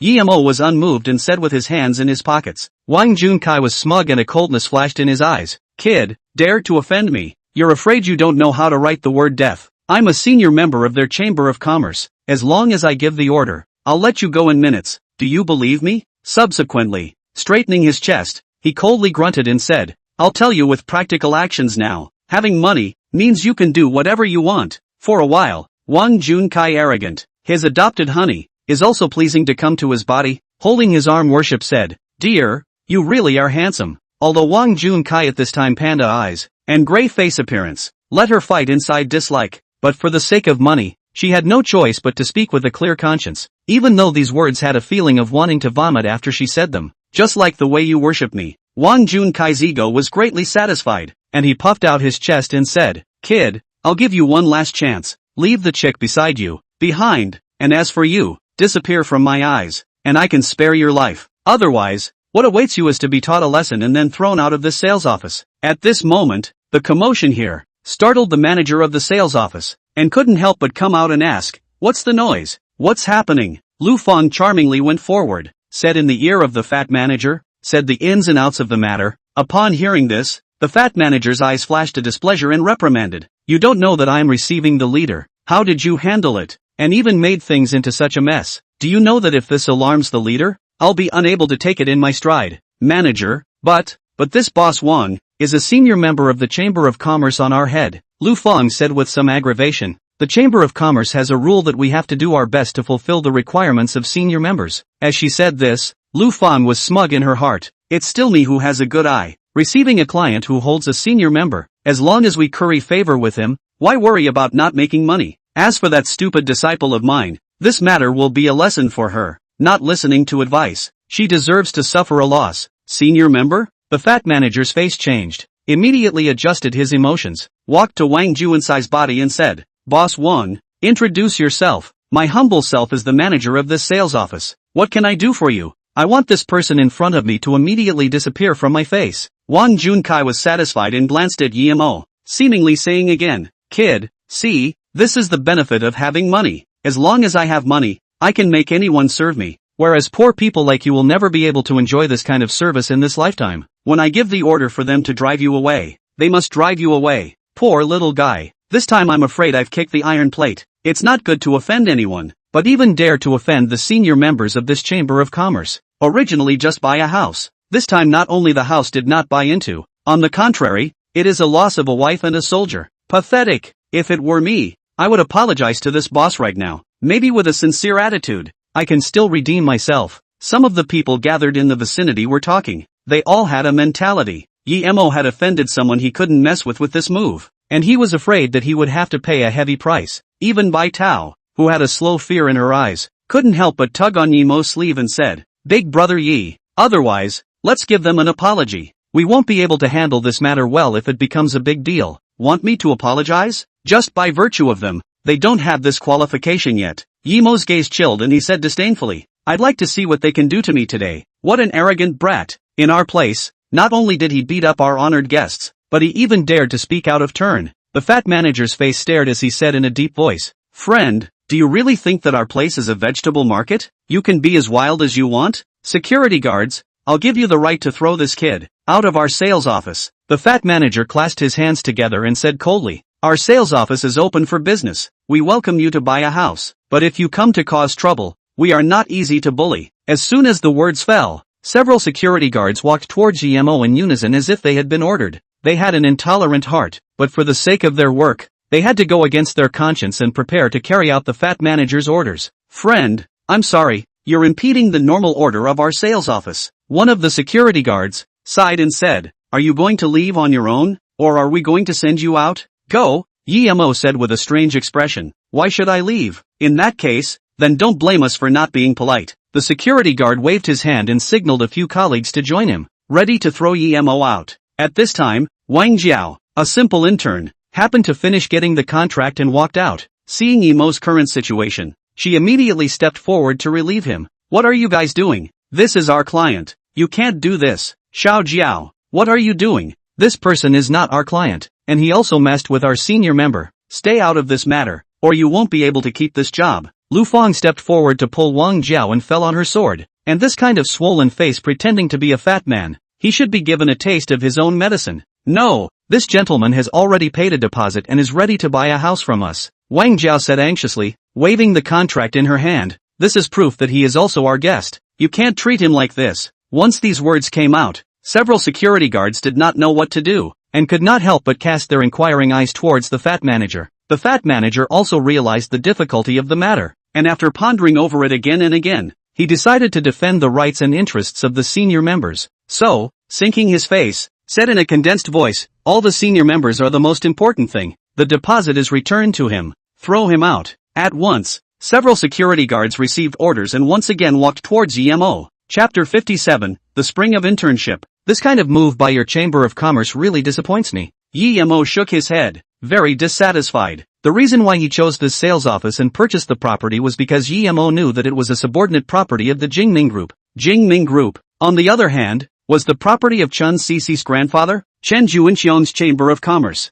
Based on this relationship, Emo decided to take care of the Chen family's business, but he didn't expect to be humiliated in such a way. Immediately, he took out the senior membership card of Jing Ming Group that he had originally obtained, broke it in front of everyone, and said quietly, "This situation really gives me the chills. Since this is the case, it's useless for me to keep this thing. From now on, I am very disappointed in you, Jing Ming Group." This is actually a premium membership card of Jing Ming Group as well. Someone with sharp eyes recognized the origin of the card in Emo's hand. It was actually identical to the membership card in Wang Juansai's hand. Jing Ming Group's senior membership card.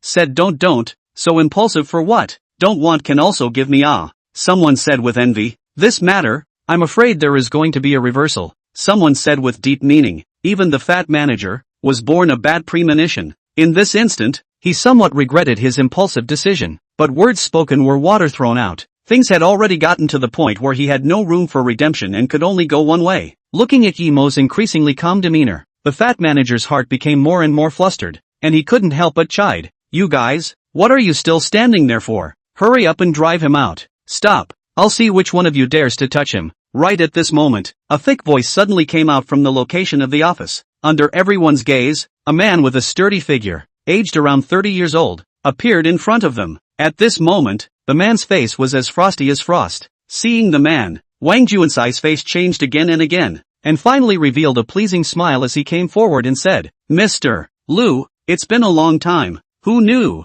Lu Yuan even directly ignored him. Instead, he walked to Emo and said apologetically, Mr. Yi, I'm really sorry for letting you suffer. When Lu Yuan said this, the crowd was shocked. One must know that Lu Yuan was a senior member of the Jingming Group, and how many big bosses were not put in his eyes. Now, to take the initiative to greet a yellow-haired kid who seemed to have not yet graduated from university, how could they not be surprised? At the same time, they were all speculating curiously about what Emo's identity was. Unlike the surprise of the spectators, some of the staff at the sales office were even more secretly regretful, the most notable being the fat manager and Lu Feng, the consultant who spoke coldly to Emo. It's over. This time I'm going to have to eat my words, the fat manager said with remorse in his heart. Lu Feng, on the other hand, was full of consternation, looking at Emo incredulously, secretly thinking in his heart, what is this, young man, in the end, what is his origin, that he can let Mr. Lu take the initiative to greet him? While shocked, his intestines repented.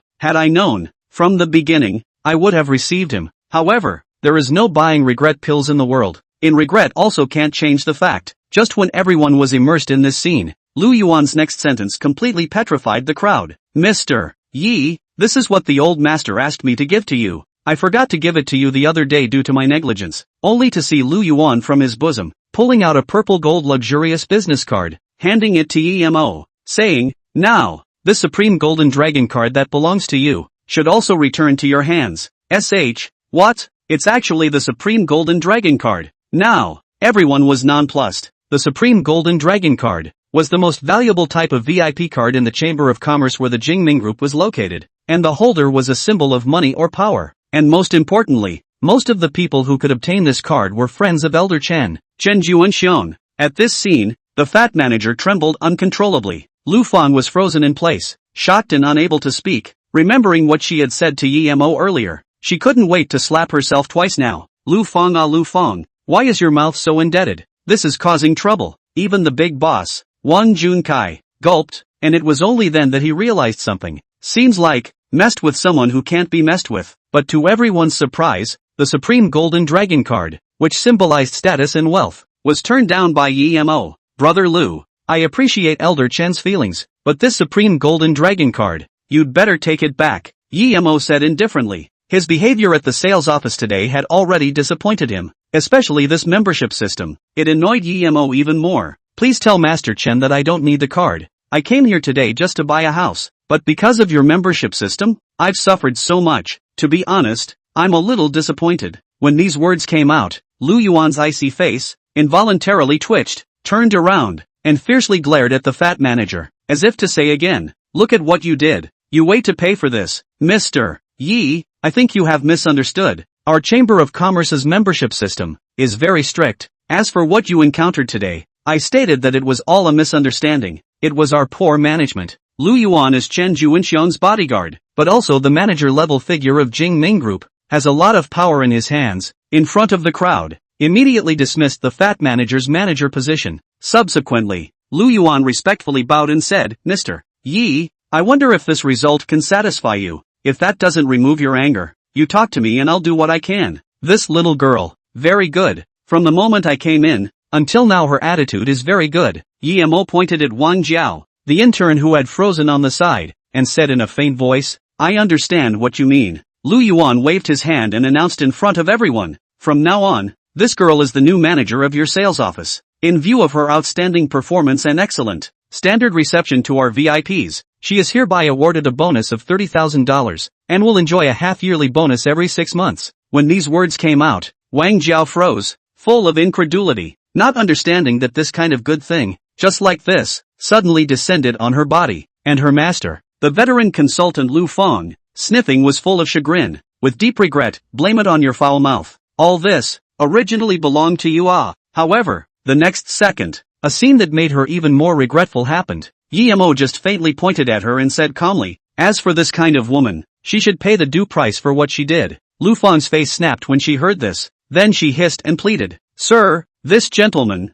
I was wrong before, I apologize for my rudeness, I beg you, please don't let Mr. Lu fire me, I can't lose this job, I'm a divorced woman, I still have a child to support, I still have to save up for my child's tuition, I can't be fired. Chapter 58, when you do something wrong, you always have to pay the price. The company has always been clear about rewards and punishments. You will be rewarded for doing the right thing. Likewise, once you do a wrong thing, you must pay the due price. Lu Yuan said coldly with an iron face. As soon as these words came out, Wang Jiao, the intern on the side, hesitated for a moment and pleaded, This sir, I sincerely apologize to you for what my master did. Please beg for mercy and don't let General Manager Lu fire her. Can you? As long as my master is not fired, all my rewards, I can do without them. Not only Wang Jiao, even Bai Tao was also intolerant and said, Big brother Yi, I also don't think it's necessary to be like this to a woman. She's already pitiful enough. If she loses this job again, she can only go to the streets to beg.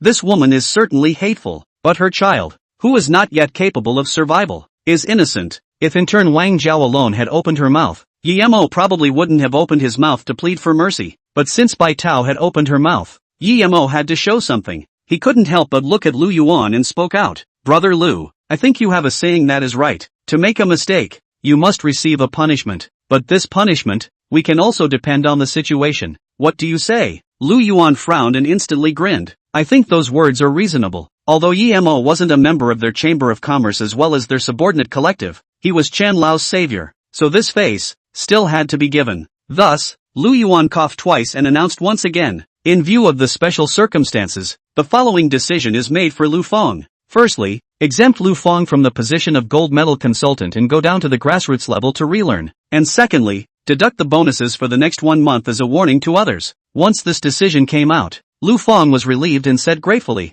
Thank you Mr. Lu, thank you Mr. Yi. Alright, all disperse. Lu Yuan waved his hand, signaling everyone to do what they should do. Afterwards, he enthusiastically invited Yi Mo. Mr. Yi, I just heard that you want to buy a house from us. This is something that you can get done if you give me a call. Why did you even come over personally? Just happened to have nothing to do, so I came over to take a look myself. Yi Mo smiled and said, Let's put it this way, it just so happens that we have a set of internal listings here that are not bad. Why don't you just take them? Lu Yuan asked tentatively. After all, Elder Chen had instructed that when he encountered Yi Mo in the future, he must draw him in, and that this person could only be friended and not befriended. It just so happened that he still didn't know how to go about greeting Yi Mo, and today was just the right opportunity. It's already been chosen. Yi Mo stuck his hands in his pockets and said quietly, If it's allowed, hurry up and help me with the formalities. I'm in a hurry. Okay, I'll personally do this matter. Lu Yuan didn't dare to be slow and hurriedly asked for clarification before starting to call.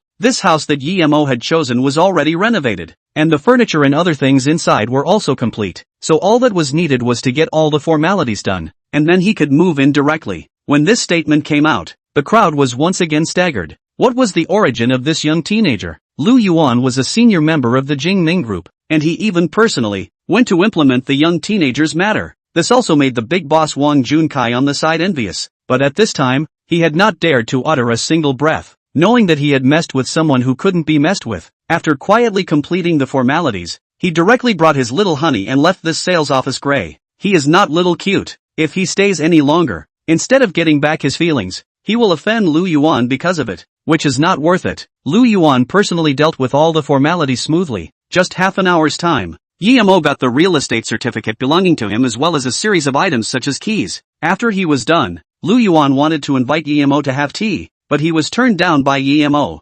Instead, he took Bai Tao and headed to his new home. The house was right behind the sales office and wasn't far away, so Yi Mo and Bai Tao went there directly. As soon as he pushed open the door of the new home, Bai Tao froze, covering his mouth incredulously. This house has such a good layout. The sunlight irradiation can be said to be in this neighborhood the best one. Right, naturally, this was originally their group's internal house, but we were lucky and picked up a leak. Yi Mo turned around and was satisfied with this 3-bedroom, 2-hall house. After looking at the time, he called Bai Tao over, then handed her the key and said, "From now on, you'll live here with Xiao Shui first." "No, how can this work? This is Big Brother Ye's house. What's wrong with me and Xiao Shui living in here?" Bai Tao shook her head one after another, waved her hand and refused. "Xiao Shui and I don't have so many preoccupations. Tomorrow I'll revisit and just rent a house. If you're allowed to live there, you'll live there first." Yi Mo couldn't help but slap the key directly in her hand and said, "Besides, this house, I can't live in it for the time being. It's just as well that you and Bai Shui live over here. It can also add some popularity to the house. Then, like this, the house is even if I and Xiao Shui rent it first. By the time I have money, I will make up the rent," Bai Tao said through gritted teeth. Seeing that Yi Mo was going to refuse, Bai Tao hurriedly said, "Big Brother Yi, this is my only request. If you don't agree, I won't live in that house." "Fine, as you wish. This house will be given to you to take care of for now. Just watch and get it done." Yi Mo saw this and agreed to this condition. After all, the reason for buying this house was to make it convenient for the two sisters, Bai Tao and Bai Shui. Once this was said, Bai Tao was very happy, and after being silent for a while, she suddenly took advantage of Yi Mo's inattention and came forward, darting in to give Yi Mo a peck on the cheek. Afterward, a blush flashed across his face, lowered his head, entwined his hands and said, "Big Brother Yi, otherwise, let's eat together tonight. Eating first is not urgent. Today you and Xiao Shui first move over. Living in a hotel is not a permanent thing." Yi Mo recalled the soft, cold touch just now, and was also a little out of control, especially now. The two of them were in the master bedroom. They were the only two people in the entire house. Not wanting something was impossible. Then shook his head, shook the chaotic thoughts in his mind out of his head, and hurriedly walked out. "Right, I still have some things to do today, so I can't accompany you and Xiao Shui to move things. If you're too busy, you can go to the sales office and look for a few people to help out." After saying that, Yi Mo fled. He was afraid that if he stayed any longer, he really wouldn't be able to help himself and do something. At this time, Bai Tao in the room also looked back. First there was some small loss. Then, she let out a pfft laugh and covered her mouth and said, "So, Big Brother Yi also has such a cute side." Yi Mo, on the other hand, without turning his head back, kept walking to the entrance of the neighborhood, grabbed a car, and his destination was Han Yueling's company. Chapter 59, Feeling Good About Yourself. "Beauty, I've made it clear to you. I'm here to find Han Yueling." On the 11th floor of the Tianhe business building, Yi Mo stood at the front desk and patiently explained to the receptionist Beauty. 3 minutes ago, Yi Mo, as usual, was ready to walk directly towards Han Yueling's office, but just after taking 2 steps, he was stopped by the front desk Beauty and asked Yi Mo if he had an appointment. This made Yi Mo puzzled. He had come here once or twice before, and there was never a precedent of being asked for an appointment. If it wasn't for the fact that at the front desk, it was a sweet-looking little beauty, Yi Mo wouldn't have ignored it and walked directly towards Han Yueling's office. "Sir, I've also made it very clear with you. It's fine to meet our general manager Han, but you have to have an appointment, otherwise it's very difficult for me to do the same," the little beauty at the front desk said with a difficult face. "Sir, please don't make it difficult for me, okay? This is the company's regulation, and there's nothing I can do about it. There's really nothing I can do with you guys." Yi Mo shook his head helplessly, took out his cell phone and called Han Yueling, but after listening to the tone coming out of the phone, Yi Mo frowned and said, "It's turned off?" In his impression, Han Yueling's cell phone had never been turned off. So, once again, he walked to the front desk little beauty and said, "Your general manager Han's cell phone is turned off, so you suffered to inform me about it." "Sir, this can't be done. General Han is hosting a very important meeting. We are not allowed to disturb." The little front desk beauty revealed a sweet smile and said, "What a pain in the ass. I'll go find her myself." Yi Mo couldn't wait any longer and directly walked towards the interior of the company. After all, Today's appointment with Han Yueling was before 4 p.m. and now it was already 3:50 p.m. If he missed the appointment, it was possible that that woman would do something. After all, after spending so much time with Han Yueling, he knew that what she hated the most was when people were late. Yimo's move made the front desk girl's face panic, and she hurriedly came out to block. "Sir, no, you can't go in." At this time, suddenly from inside the company, a middle-aged man around 40 years old with glasses came out. Originally, he was looking at the contract in his hand, but as he passed by, he was attracted by the sound at the front desk. Looking at the pulling and tugging Emo and the little beauty at the front desk, the middle-aged man couldn't help but frown and walked forward to ask, "Xiao Mei, what's going on? Don't you know that Mr. Han is having a very important meeting inside?" "Supervisor Wang, this person said he wanted to come to see Mr. Han, but he didn't have an appointment and had to barge into the company. I persuaded him but it was useless," the front desk Xiao Mei said in an aggravated manner. At the same time, she also expressed her dissatisfaction with Emo. "Why are you like this? I've already told you that you can't enter without an appointment. Aren't you causing trouble for my work? Alright, you go back to work first. I'll handle this matter." The middle-aged supervisor also probably understood what was going on. He couldn't help but smile and look at Emo and said, "This gentleman, I'm the supervisor of this company, Dynasty Ming. I don't know if you're looking for our general manager Han." "What's the matter? It's your general manager Han who asked me to come. What exactly is it? I also have to see her before I can answer this question of yours." Emo looked calm and spoke out. "The time I agreed with your general manager Han was 4 o'clock. Now that the time is almost up, I have to see her." "Friend, you're here for an interview, right?" Dynasty Ming asked without a trace. After all, today was the day that the company was facing the whole Tianhe city for recruitment, so Dynasty Ming looked at Emo dressed in sportswear and directly defined him as one of the people who had come for the interview. From this morning, until now, he had already interviewed quite a few of his peers who were as old as Emo, and he, right now, was preparing to head to the conference room for the next round of interviews. "I didn't come here for an interview. It's your Mr. Han who asked me to come, saying that he has something important to say to me." Emo was helpless. He was obviously telling the big truth. How come no one believed him?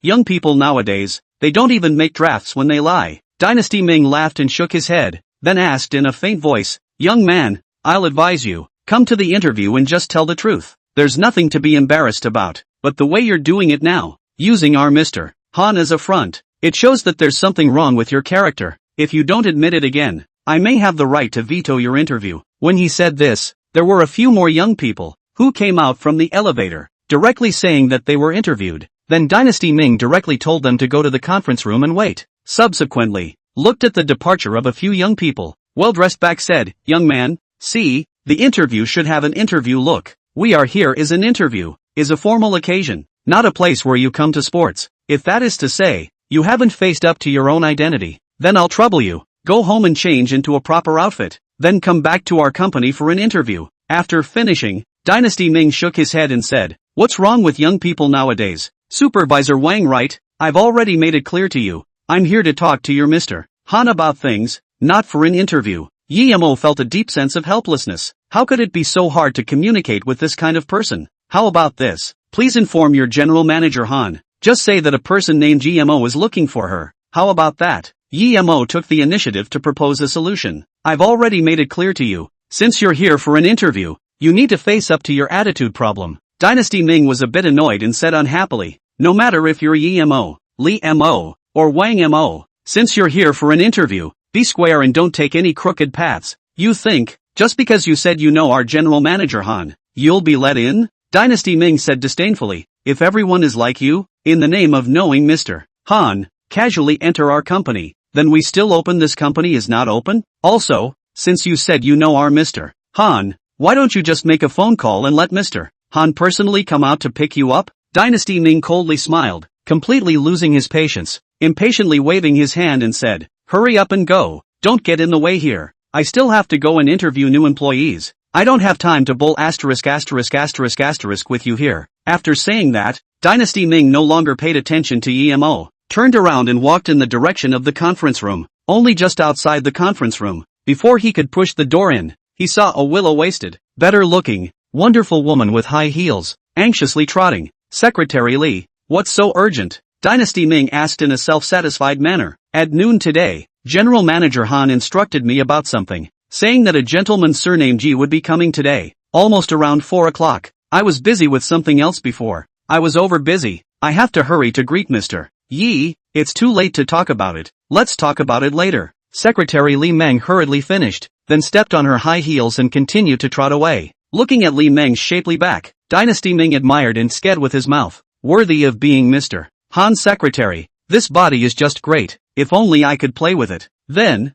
with a smile on the corner of his mouth, not knowing what nasty thoughts he was thinking, he pushed open the door of the conference room and walked in. As for what Li Meng said about the gentleman surnamed Ji, he didn't take it seriously at all. Chapter 60 Crisis. Mr. Yi, Mr. Han is having a very important meeting, so please wait for a while. Inside Han Yining's office, Secretary Li Meng poured a cup of tea and said sweetly, "Okay." Yi Mo nodded and sat on the sofa, looking at a fashion magazine in boredom. Li Meng, on the other hand, looked at Yi Mo curiously, and couldn't help but mutter in her heart, "What is this Mr. Ye's origin?" That general manager Han allowed him to wait in her office. She had also followed Han Yueling for half a year, and in those half a year, Han Yueling had never allowed a male, alone, to wait in the office. Given this reason, she was extraordinarily curious about Yi Mo, but curiosity was curiosity, and she had a sense of what to say and what not to say. After chatting with Yi Mo for a few moments, she retreated and went about her business. Although Yi Mo had been to the company a few times, Han Yueling's office was his first time, so he couldn't help but get up and look around. 10 minutes passed, when the door to the office was once again pushed open. Yi Mo thought it was Han Yueling coming back, and couldn't help but look back, when he saw that the visitor was Supervisor Wang, who had previously mocked himself to his heart's content at the company's front desk. Yi Mo subconsciously frowned. As for Dynasty Ming who came in, he also didn't expect there to be another person in the office. He was supposed to come to report on the recruitment situation, and Li Meng who was waiting outside wasn't there, so he thought of coming in to wait for Han Yueling. When looking at Yi Mo in the office, he first froze, then coldly rebuked. "Didn't I tell you to hurry up? Why did you sneak into Han's office?" The reason why he felt this way was that the people within the company all knew a habit of Han Yueling. Anyone outside the company, especially male personnel, were not allowed to enter her office. So the first time Dynasty Ming saw Yi Mo, he decided that Yi Mo had sneaked in. "In the name of the head of this company, I'm ordering you to grab your ass and leave. Otherwise I'll call the building security," Dynasty Ming said threateningly. "I think it's not too late for you to speak to me after you have the need to understand clearly." Yi Mo calmly sat on the sofa and picked up the tea and took a sip. It was a bit cold. His brows furrowed. He got up and went to the water dispenser on the side to get hot water and said, "I've already told you several times, and I won't explain it to you again. If you have any unanswered questions, you can go to your general manager Han to find out." It was also at this time that the door to the office room was pushed open again. This time it was undoubtedly Han Yueling. When she saw Yi Mo, she didn't have much of a reaction, but when she saw Dynasty Ming, she frowned and said with some displeasure, "Supervisor Wang, who gave you the right to appear in my office in private without my permission?" Dynasty Ming panicked, realizing that his actions had violated the company's big taboo. Just when he didn't know how to answer, he suddenly glanced at Yi Mo and said with a twinkle in his eye, "Mr. Han, you've come at the right time. I've captured a thief who privately broke into our company." "Thief? Who is it?" Han Yining's face was calm, and she said coldly, "Is it you, or me?" "It's him, it's this man. He entered your office privately without any permission. Maybe he's a commercial spy sent by another company. Hurry up and send him to the law enforcement authorities." "Supervisor Wang, if you have nothing to do all day, I can transfer you to work at the grassroots level." Han Yining sat on the office chair and calmly said, "His name is Yi Mo. I'm the one who called him." What? Dynasty Ming was a bit stunned. He didn't think that this unknown youth in front of him was really a guest of General Manager Han. However, he is also a human savant. Hastily snorted and said, "Mr. Yi, look, this is all a misunderstanding. You said you are the guest of General Han. Why didn't you say it to me earlier? Are you sure I didn't tell you?" Yi Mo looked at him and said meaningfully. Dynasty Ming was a bit embarrassed and couldn't get off the stage for a moment, and both Yi Mo and Han Yueling, at this moment, were staring at him, making him break out into a bit of a cold sweat. Wiping the cold sweat on his forehead, Dynasty Ming swallowed his saliva and said, "This day, it's really too hot. My brain is buzzing. It's my misunderstanding. My dereliction of duty. Mr. Han, so what? The two of you chat first. When we finish chatting, I'll come back to report to you," Dynasty Ming said, and was ready to leave. "No need. Talk about your gains today." Han Yueling's tone was a bit icy. Dynasty Ming, however, heard some bad news from Han Yueling's tone. Before, because of his work ability, Han Yueling had already been dissatisfied with him. Now, he appeared in her office as he wished for no reason, surely giving her impression once again greatly reduced. Chao Ming could even predict that if the company wasn't employing people right now, the first person Han Yueling would fire would be him. In order to salvage some image points from Han Yueling, Dynasty Ming cleared his throat and prepared to report his work. Just as he was about to open his mouth, his secretary, Li Meng, pushed open the office door in a hurry and said with a heavy face, "Mr. Han, that group of people from yesterday are here again." "What? Didn't we already give them a solution yesterday?" Han Yueling's brows were also furrowed, and she immediately got up and said, "Take me over to take a look."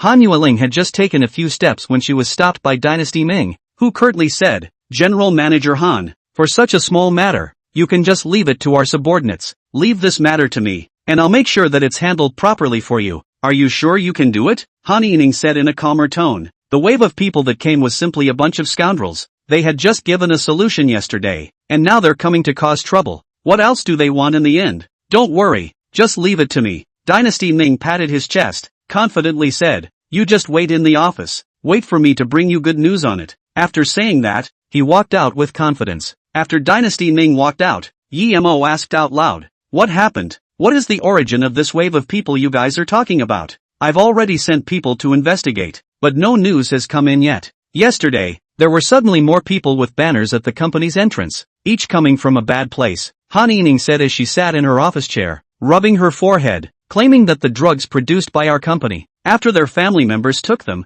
all had all sorts of adverse reactions, asking the company to give them a statement. Yesterday I tried my hardest to convince them, saying that I would give them a solution after 3 days, and they agreed at that time, but I didn't expect it to come back today. Han Yueling sighed and said, helpless against these people. Moreover, I've already recalled the batch of drugs they were talking about, urgently, and just opened a seminar about this matter, but after our investigation, this batch of drugs has no problem whether it's in the prescription or the formula, and also went back to many patients, all claiming that our medicines don't have any adverse reactions. There's no problem with other people eating it, so why did their family members have an adverse reaction when they ate it? Han Yining was puzzled and sighed. This matter, if it's not handled well, the company is going to be forced to close down because of public opinion. Yi Mo heard and also realized the seriousness of this matter, and couldn't help but ask in a condensed voice, have you recently offended someone? Chapter 61, questioned. You mean, someone is secretly manipulating and deliberately causing trouble for the company? Han Yueling was able to bring the company to its current level and was also a smart and clever Wonder Woman, so in a split second, she understood Yi Mo's meaning. However, in the next second, Han Yueling rejected this speculation and shook her head. That's impossible. In the entire Tianhe city, I'm the only pharmaceutical company. There aren't any hostile companies at all. So what's the point of framing? This was the truth. Looking at the entire Tianhe city, apart from Han Yueling's Mingma Pharmaceutical Company Limited, there was no second pharmaceutical company. Moreover, Mingmare Pharmaceutical Company, Ltd., has already been on the right track now, and in 2 days ago, got the relevant departments of the strong support. In the end is what people have such a big courage, dare and relevant departments against the dry? Although Han Yueling bites, this matter is by no means the interference of external factors, but Yi Mo always has a premonition. This matter is someone in the secret ghost. Otherwise, why would the company have just gotten support from the relevant departments? And within a few days,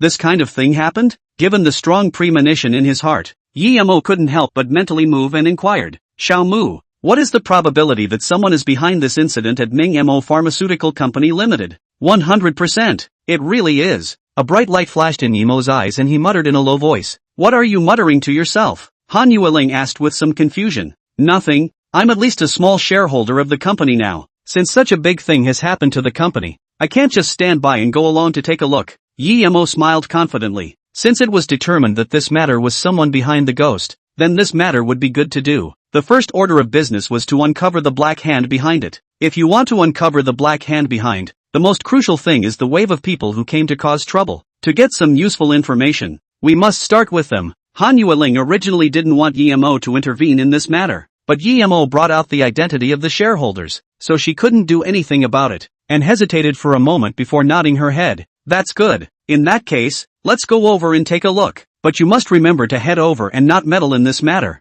I'll find a professional to handle it. There were 2 reasons why Yi Mo was not allowed to intervene. 1. It was because Yemo wasn't a professional. If he forcefully interfered, he might get counterproductive results. The second was that since Yemo had gotten the shares, he could just wait for the dividends every month. She didn't want anyone other than her to meddle in her company and interfere with her decisions. It was also because of the second reason that she delayed accepting help from her family. Okay, I'll listen to you. Yemo grinned. Let's go then. Although Han Yining's face was calm, in her heart, more or less, she was still a little anxious. Counting the time, 5 or 6 minutes had passed, so it was just time to see how it was handled on Supervisor Wang's side. Outside the conference room, Yemo and Han Yueling looked at the scene in the conference room through the floor-to-ceiling glass, only to see Dynasty Ming. Supervisor Wang was discussing something with the more than 10 men inside. At the beginning, Dynasty Ming was still able to speak calmly and nicely, but somehow, he suddenly lost his temper and yelled a few words. This attitude, but the conference room more than a dozen people angry, have risen up to beat Dynasty Ming. Dynasty Ming see the situation is not good. Hastily and the company's staff help. Gray slipped out of the conference room. Out of the conference room, directly cursed, a group of unruly people, want money want crazy, said, cleaned up the footprints on the body as well as water stains. However, because the action was too large, pulled the wound on his face, and could not help but show his teeth. Very painful. At first, he didn't notice the duo of Han Yueling and Yemo not far away. After cursing and swearing, he found that no one around him made a sound to cater to him and realized that something was wrong. Eventually, under the reminder of an employee, he turned around violently and realized Han Yueling not far away. Immediately, his face changed and became heavy as he walked up to Han Yueling and said, Mr. Han, I'm really sorry. I failed your heavy responsibility to solve this problem. I don't blame you. These people are indeed difficult. Han Yining didn't move and said in a calm tone, the professional legal services I contacted, where are they now? The secretary, Li Meng, came forward and whispered, Mr. Han, that legal affairs guy is afraid he won't be able to come. Just now, he called and said that his wife suddenly had a difficult time delivering the baby, so he can't come over. What? Han Yueling's brows furrowed once again, realizing the seriousness of the matter. Right now, if the legal affairs were to be recontacted again, the earliest they could arrive would be in the evening at the earliest. If these people were to make a scene until evening, everything in the company would be delayed, and the losses would be heavy at that time. But if we don't look for a legal counselor, we can only let this group of people make trouble in the company, and no one can step in to calm them down. For a moment, Han Yueling was in a difficult position. How about letting me try? Yemo looked at the group of men in the conference room and said with narrowed eyes. Han Yueling's face sank as she spoke out. This is not the time to fool around. I told you that it's fine for you to come, but you can't intervene in this matter. You can't solve this matter. Even if I don't go, what can you guys do? Yemo understood the predicament he was facing right now and spoke out. Instead of spending time like this and doing nothing, why don't you let me go and try? Maybe there's still a chance of survival. At these words, Han Yueling's heart loosened a bit. Mr. Yi, although we've had some misunderstandings before, but in a business-like attitude, I still have to mention some experiences to you. Dynasty Ming wiped the ointment on his face and said quietly, I am the most eloquent supervisor in the company. If I can't solve the matter, the whole company, there is no one who can solve this matter. It's no exaggeration to say that this matter, not to mention you, even if the most professional legal affairs came, it would be very tricky to deal with. How will I know if I don't try? Yemo grinned and said, Supervisor Wang, you'd better mind your own business first. Look at you being beaten up. Your face is full of injuries. I have a measure of my own abilities, and no more than that, I wouldn't have gotten into the situation you're in now. Or, are you afraid that I'll take care of this matter and steal your thunder? Yemo said meaningfully. Mr. Yi, please pay attention to your words. I'm just kindly reminding you that you shouldn't make the relationship between the two of us so stiff. Dynasty Ming narrowed his eyes and said wistfully, I know that we had some small misunderstandings before, but you can't turn a blind eye to my proposal just because of the misunderstandings. You can't be too petty as a human being. Mr. Yi, don't you think so? When Dynasty Ming said this, the atmosphere immediately became strange. At this time, everyone in the company looked at Yemo with more or less contemptuous gazes. In these people's eyes, Yemo, at this time, had become a narrow-minded villain. Supervisor Wang, the matter between you will be resolved later. For your mistake, it's time to apologize and repent. Han Yueling yanked back the upside-down black and white with one sentence and said in a cold voice, the most important thing right now, is this matter in the conference room? Yemo, how many % sure are you? Han Yueling asked out loud. She was more concerned about this issue compared to some conflicting misunderstandings. Yemo didn't say anything, just stretched out a finger. Chapter 62, not 10%, but 10%. Only 10% certainty. Are you here to be funny? Dynasty Ming unabashedly let out a loud laugh and coldly mocked. General Han, although this Mr. Yi is your friend, I really can't help it. To dare to ask for help in solving this matter with only 10% certainty, is treating all of us as little cuties, playing? With these words, Han Yueling's face couldn't hold it, slightly annoyed. Yi Mo, what exactly do you mean? This kind of thing can't be child's play. Mr. Yi, did you hear that? Our general manager Han has personally spoken. Dynasty Ming said with contempt, if you only have 10% certainty, don't make a fool of yourself here. 10% certainty. Everyone present dares to say that. Who said I only have 10% certainty? Yi Mo stuck his hands in his pockets and laughed lightly. Then is it hard for you not to have full certainty? Dynasty Ming froze, then said. Yi Mo slowly nodded his head and smiled confidently. Naturally. At that moment, the company's employees were silent, followed by a burst of mocking noises led by Dynasty Ming. Mr. Yi, you'd better not play. If you continue to play like this, I'm afraid that all the employees of our company will be laughed to death by you. Dynasty Ming smiled coldly and said, full certainty, who do you think you are? Even if the most powerful legal affairs in all of China came to deal with it, they wouldn't dare to say that they have 100% certainty. Just based on you? Just based on me. Yi Mo's gaze was calm and he said eloquently, just by the fact that I am more certain than all of you present. Yi Mo, are you serious? Han Yining also asked in a condensed voice. Seriously, if I can't solve it, I'll let you do whatever you want. Yi Mo nodded his head, and after getting the consent, he directly walked in the direction of the conference room. After all, he also possessed 30% of the shares, so if this matter couldn't be solved, he would also have losses in the end. This time, Dynasty Ming didn't do any more blocking. Instead, a cold light flashed in his eyes and he snorted coldly. I'd like to see how you're going to get slapped in the face by your own words later. In Dynasty Ming's opinion, Yi Mo's assurance was nothing more than a futile joke. Even he couldn't solve things. What ability did a Yi Mo have to solve them? Only, when he was about to walk to the conference room again, Yi Mo suddenly turned around and said out loud, please prepare a glass of water for me. At these words, everyone, including Han Yueling, was filled with confusion, not knowing what Yi Mo meant. Yi Mo also had no intention of explaining, turned around and walked in the direction of the restroom. What? Is Mr. Yi afraid, or is he reacting to the fact that he can't solve his own big talk and is ready to run away from the battle? Dynasty Ming's gaze chilled as he said in a conspiratorial manner, don't take the dirty thoughts in your head to figure me out. Yi Mo didn't even look at him and said lightly, people have 3 urgencies, and they aren't allowed to pee? Peeing? I think you're so nervous that you want to pee. Dynasty Ming smiled coldly and said to Han Yueling beside him, General Manager Han, I always feel that this Mr. Yi is unreliable. Do you really want to let him handle this matter? I trust him. Han Yueling's 4 short words showed her attitude. Dynasty Ming's face changed, and when he wanted to say something, he was stopped by Han Yueling. Afterward, she said to the secretary behind her, Li Meng, Xiao Meng, go prepare a glass of water for Yi Mo. Although he didn't know what Yi Mo was selling, through his observation of Yi Mo in recent times, Yi Mo was no longer the wasteful young man he was with. Since he said he had a way to solve it, it must not be empty talk. He must have his own way. Only the onlookers don't know it.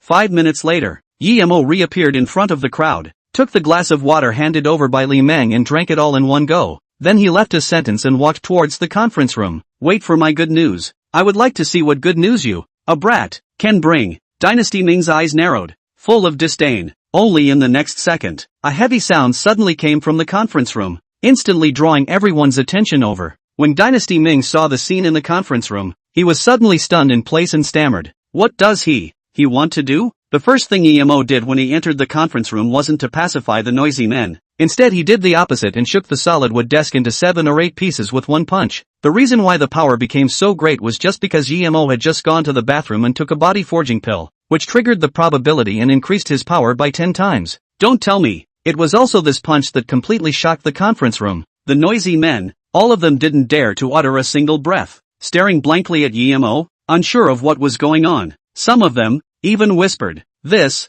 company won't want to come hard, right? Everyone was talking, but no one noticed that in the center of the crowd, there was a young man with an inch head who quietly turned his face away, not daring to look at Yi Mo. At this time, outside the conference room, Dynasty Ming accused with an angry face, Mr. Han, what do you call this? Is he here to destroy public property, or is he here to take care of things? Without saying a word, this scrapped one of our tables. What kind of thing is this? It must be stopped. If it's not stopped, maybe he can demolish the whole company. If you can also deter these people, I don't mind if you tear the company down. Instead of being angry, Han Yining said calmly. This was indeed true. Everyone had failed to shock these people who were causing trouble, but only Yemo, with just one punch, had done what no one, in the entire company, had done. Dynasty Ming also realized that he had said something he shouldn't have said, and hurriedly shut up, but at the end of the day, he still muttered in a low voice, if I knew that this would work, I would have used it earlier. Although he said this, he was secretly shocked in his heart. Can a fist, shattered solid wood desk, this guy is still a person? For a moment, Dynasty Ming some regret. Tell me, what's the situation? Sitting on another table in the conference room, Yemo lit a cigarette and asked softly. While speaking, he also scanned his eyes over everyone's faces, and when he saw the person who was hiding from him, his mind stirred. This person, why is he somewhat familiar? The dozen or so men who were causing trouble. You looked at me, I looked at you. No one used the initiative to come forward, fearing that if they were to be the headliner, they wouldn't have a good ending. After all, the power of Yemo's punch just now, the matter was still in their minds, lingering. None of them said anything? Not saying anything means it's okay? Since that's the case, a few of you guys pack up and leave our company. Yemo clapped his hands, left these words, and turned around to leave. And at this time, a middle-aged man dressed in plain clothes, under everyone's gesture, stood out tremblingly and said, your company's medicine harms people when they eat it. You must give us a statement. Once this statement was made, all the men in the conference room responded, yes, must give us an argument. To give an account, give us an account. My grandmother just ate the medicine produced by your company, and is still lying in the hospital. If we don't give an account, we won't leave. Chapter 63, just wait quietly for 10 minutes. You said that your grandmother ate our company's medicine and was hospitalized? Yemo narrowed his eyes while asking in his mind, Xiao Mu, what is the probability that this man's grandmother was hospitalized and was eating the company's medicine? 0%. 0%? Yemo instantly understood in his heart and looked at the man who opened his mouth and said, these days, meals can be eaten indiscriminately, but these words are not to be spoken indiscriminately. Since you said that your grandmother took our company's medicine and became like this, do you have any evidence? Yemo calmly asked. What more evidence is needed for this? It's eating your company's medicine. How do you want me to give you evidence? A panic flashed in the eyes of the man who was causing trouble and roared. Let me remind you, if you have evidence, bring it out. Let's talk in a nice voice. But if you slander our company, your end will be very bad. Yemo said out loud, his eyes glancing every now and then at the solid wood table that was shattered by his punch. You threaten me? The man fearfully took a step back, then gulped, a little hexed, and couldn't help but glance at the man in the very center, the most central, stayed in the inch head, bare arm there is a tattoo. See, all the people will cast their eyes to him. Cannot help but heart cursed a sentence, a group of waste, thinking in his heart, but he didn't dare to make a sound for fear of being recognized by Yemo. However, it was already too late. Through the actions of this group of people, Yemo had already decided that this tattooed man was the mastermind among the troublemakers this time. Figuring this out, he walked straight forward and said, if I'm not wrong, you are their leader. The tattooed man was flustered in his eyes and looked away, not daring to meet Yemo's eyes. I don't know what you're talking about. After saying that, he was about to leave the conference room. Everyone disperse first today. This company dares to treat us with violence. We will continue to come over tomorrow after making preparations. As the words fell,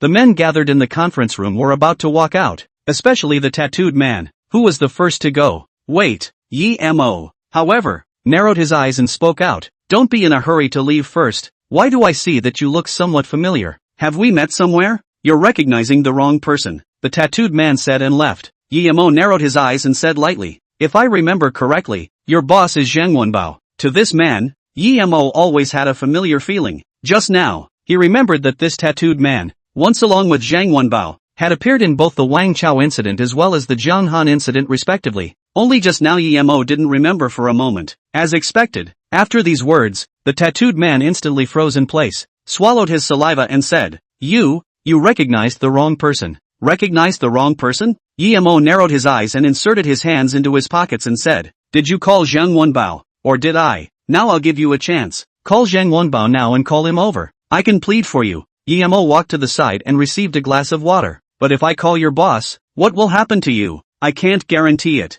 Big brother, don't. I'm also unaware of this matter. It's Brother Panther who asked me to come. The tattooed man instantly panicked, and continuously begged, never call Brother Panther to come, otherwise my end will be miserable. The tattooed man looked at Yemo pitifully at this point. Yemo didn't open his mouth. Instead he sat on a side chair, crossed his legs and drank water, looking at the tattoo man from time to time. The tattooed man gave in to Yemo's eye attack, gritted his teeth, took out his cell phone and dialed. Brother Leopard, things are screwed up. Come to the company on this mission. Subsequently, a cursing voice came out from the phone. The tattooed man could only bear it, not daring to retort in the slightest. The matter is indeed a bit tricky. You'll know when you come over. Afterwards, the tattooed man hung up the phone and carefully came to Yemo's side and said, Big brother, Brother Leopard will be here soon. Yemo nodded and signaled the tattooed man to stand aside. The tattooed man obediently stood aside, not daring to utter a single breath. Supervisor Wang, who was waiting outside, started complaining about the waterway.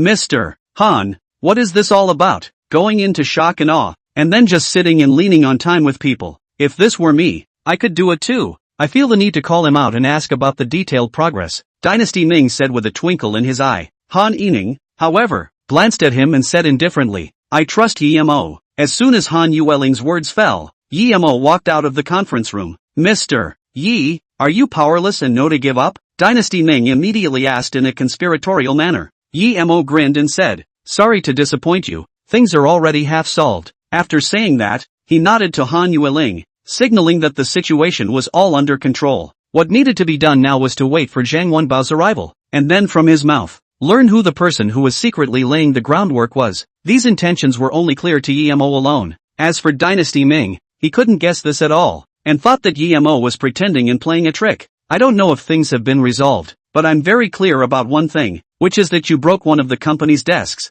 Other than that, I haven't seen any useful information. The Emperor is not in a hurry. Yemo glanced at him and said quietly, The key to solving the matter still requires the arrival of a person. What are you in a hurry for? Just wait for 10 minutes. You, Dynasty Ming was annoyed in his heart, but Han Yueling didn't open her mouth. He couldn't say anything more. He couldn't help but coldly read in his heart. I'd like to see what else you have to come up with. In Dynasty Ming's opinion, Yemo's move was nothing more than stalling for time and making excuses for his inability to do anything. He could even imagine that after 10 minutes, Yemo would excuse himself to go out to meet him, or excuse himself to leave for something, leaving this mess unattended. Yemo, as long as you can solve this matter, don't say 10 minutes, even an hour will do. As long as you can solve it, Han Yueling said with a grave expression even though she believed Yemo. Don't worry, since I said I'll fix this matter for you, I'll definitely be able to fix it. Yemo said with a confident smile. These words were heard in Dynasty Ming's ears and he smiled disdainfully.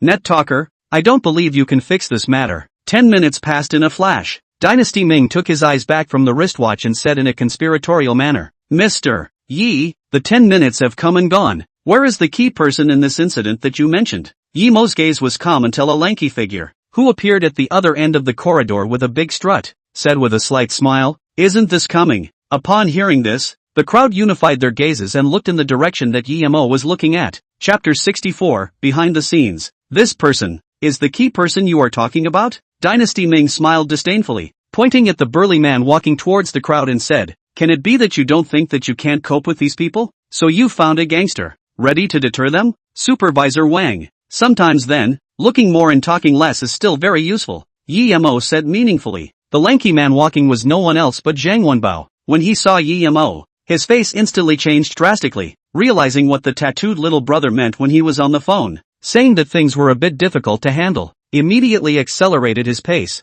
jogged 2 steps to Yemo's side, bowed his head and fawned. Brother Yi, it's really a coincidence. Why are you here too? Coincidence? Yemo seemed to smile and said meaningfully, Since I've come all the way here, I'm not going to beat around the bush with you. Those people in the conference room, you paid to hire them, right? At this remark, Zhang Wenbao's face changed dramatically, and hurriedly explained, This matter, there is a reason. Before he could finish his words, he was interrupted by Yemo. This company, and I have a bit of a relationship. You get it, right? Brother Yi, you are not making it difficult for my little brother. I also have to support my family. Zhang Wenbao looked embarrassed and rubbed his hands together. If I can't handle this matter well, I will end up in a very embarrassing situation. Yemo, how much longer do you have to put on a show? I do remember you saying that you have enough confidence to get this matter done. Dynasty Ming couldn't stand to watch from the side and let out a mocking voice. You asked us to wait for you for 10 minutes just so that we could see how you're going to put on a show? Who the hell are you?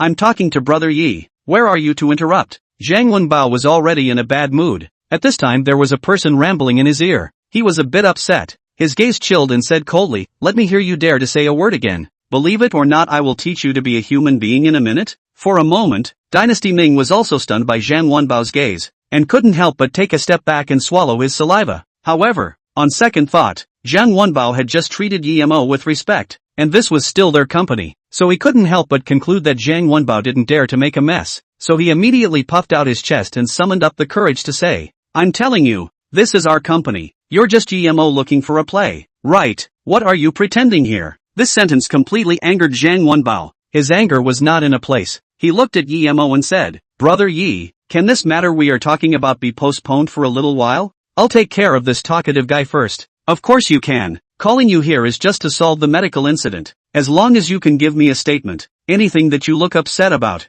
you can do it. I don't have the right to govern you." Yemo shrugged his shoulders and said without thinking, "For this Dynasty Ming King Grand Supervisor, he had long been fed up with him. If it wasn't for Han Yueling's sake, he would have already given him a big mouth. Where else would it be his turn to be arrogant in front of himself?" Now Zhang Wenbao's move was just what he wanted. Receiving permission, Zhang Wenbao rolled up his sleeves and walked towards Chao Ming with an unkind gaze. Dynasty Ming was so scared that he took a step back and stammered, "You, what do you want to do? I'm telling you, there are 20 to 30 people in our company. If I give an order, you won't have any good fruit to eat. I'm going to you. Fooling around in front of my old man. You're looking for death, aren't you?" Zhang Wenbao roared, not spoiling Dynasty Ming at all, and kicked up. Dynasty Ming was full of unbelievable fall to the ground, then back to the spirit, face fierce drumming emotions. "Colleagues, this person dares to hit me today. The next one to hit is you. Everyone together, will him to drive out." Dynasty Ming indeed has a way of encouraging people. In a few words,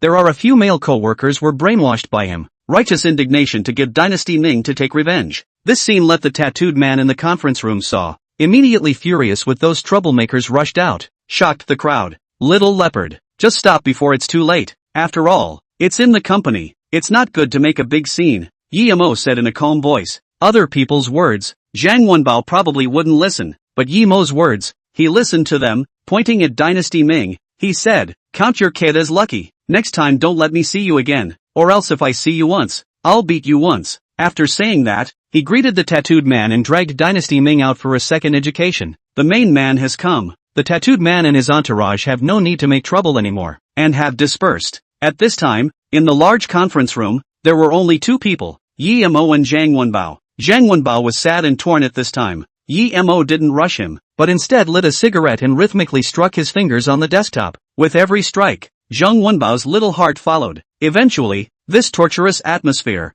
Zhang Wenbao couldn't take it anymore and started confessing. "Brother Yi, I'm guilty, I confess. I'll tell you everything." "Very good, just like the way you look when you cooperate." Yemo grinned and asked out loud, "Say it, who instructed you to do this?" "It's Wang Kuan Wang Xiao. His father has some power. I can't not listen." Zhang Wenbao gritted his teeth and told the mastermind behind the scene. If it was someone else, beating Zhang Wenbao to death wouldn't have confessed, but now that he was facing Yemo, he didn't dare to lie or deceive in the slightest. This was because he already had a sense of fear in his heart towards Yemo, just like a child seeing a police uncle who was full of justice. "Wang Kuan?" Yemo murmured in a low voice. There was still an impression of this person. After all, at that time, in order to relieve Han Yueling, he had once thrown him into a trash can, but on second thought, Wang Kuan just because of this, there was no need to make such a big scene. In a moment, after solving one doubt, another doubt once again hit his mind. Yemo was preoccupied and waved his hand at Zhang Wenbao. "Okay,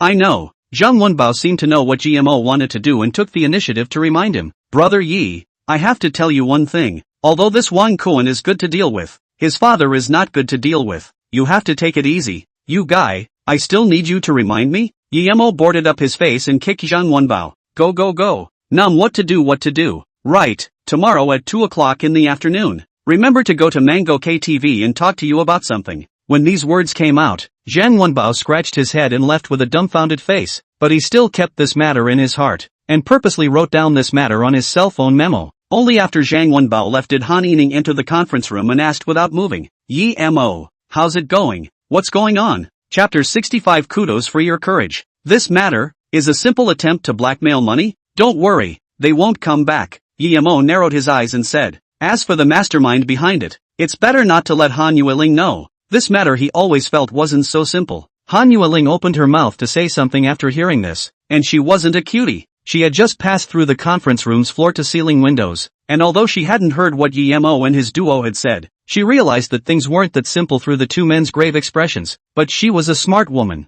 If Yemo didn't say, she wouldn't ask for the time being. Right, do you have time tomorrow? Yemo digressed and asked. Han Yining pulled her hair back and asked suspiciously, what's so important? I want to accompany Bei to a playground. If you have time, you can come along. Yemo shrugged and said, after all, this idea had existed in Yemo's mind for a long time, and it just so happened that there was nothing to do during the weekend, so he could bring Bei along to play. Han Yining heard this and revealed a surprised expression, then nodded. Of course. After returning home in the evening, Yemo opened the door to Bei's room and saw that the little guy was sleeping, and was holding the Piggy Pachy doll tightly in his arms. The whole person shrunk into a ball. Seeing this, Yemo's heart violently seized, realizing that the companionship given to her during this period of time was really too little. He couldn't help but walk up and gently stroked Bei's head, his eyes full of tenderness. Bei's sleepy eyes opened. When she saw Yemo, she instantly became happy, pouncing on Yemo's arms, rubbing her little head against it. Poopy, to lift high. Bei, Daddy will take you to the amusement park tomorrow, okay? Yemo accompanied Bei for a while and placed her on the ground. His mouth tinged with a smile as he said, will that delay Pupa's time? Bei was excited at first, then thought of something and bit her finger and asked worriedly. Yemo sniffed and was very upset, while resolving in his heart that he would take more time out in the future to accompany his baby girl, because she learned that she was going to play at the amusement park. Bei was so excited that she couldn't sleep until almost 11 o'clock, when she was a little tired and continued to sleep. Yemo coaxed Bibi to sleep before returning to his room and planning some things. Nowadays, the first thing he had to do was to first take back the Yi family from the hands of his eldest uncle and the others, and stop the scene where his parents were killed from happening. But the Yi family was a big family in Tianhe City, but it was hard to make this happen with his strength alone, so he had to have a force of his own. The first step Yemo took was to acquire Mango KTV, and then use KTV as a springboard to develop his own cronies. So far, Li Xiuwen and Zhang Wenbao are his favorites.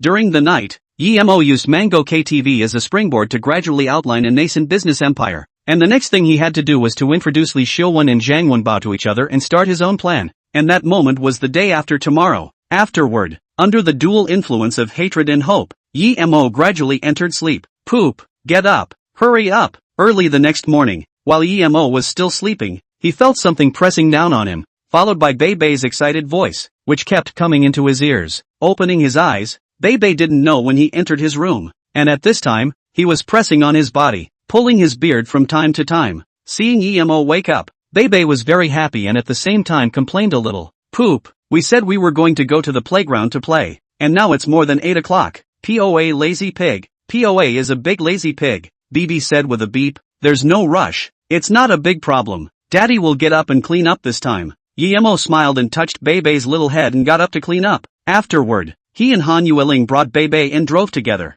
heading to the Tianhe amusement park. There were all sorts of programs, and Yemo accompanied Bei to play them all. However, in a parkour trampoline program, Yemo as an adult cannot go, so he and Han Yueling waited outside, by Bei alone to go in to play. On the guardrail, when Han Yueling looked at Bei who was laughing and bouncing around, she felt something in her heart and suddenly said, ever since Tong Shui left, it's been a long time since I've seen Bei laughing so happily. After saying that, Han Yueling realized that she had said the wrong thing and hurriedly changed her words. In the future, if you have the chance, you can accompany Bei out more often to have fun. Yemo nodded and didn't say anything. Han Yueling frowned and asked again. Bei is also almost at the age of going to school. Have you considered this? Yemo was just about to speak, when suddenly from behind him, came a conspiratorial voice. Yo, who do I think it is? It turns out to be our big beautiful Han and the little white boy she has adopted. Upon hearing this the two turned back, only to see the pale, walking floating Wang Kuan, with his arm around a demurely dressed woman,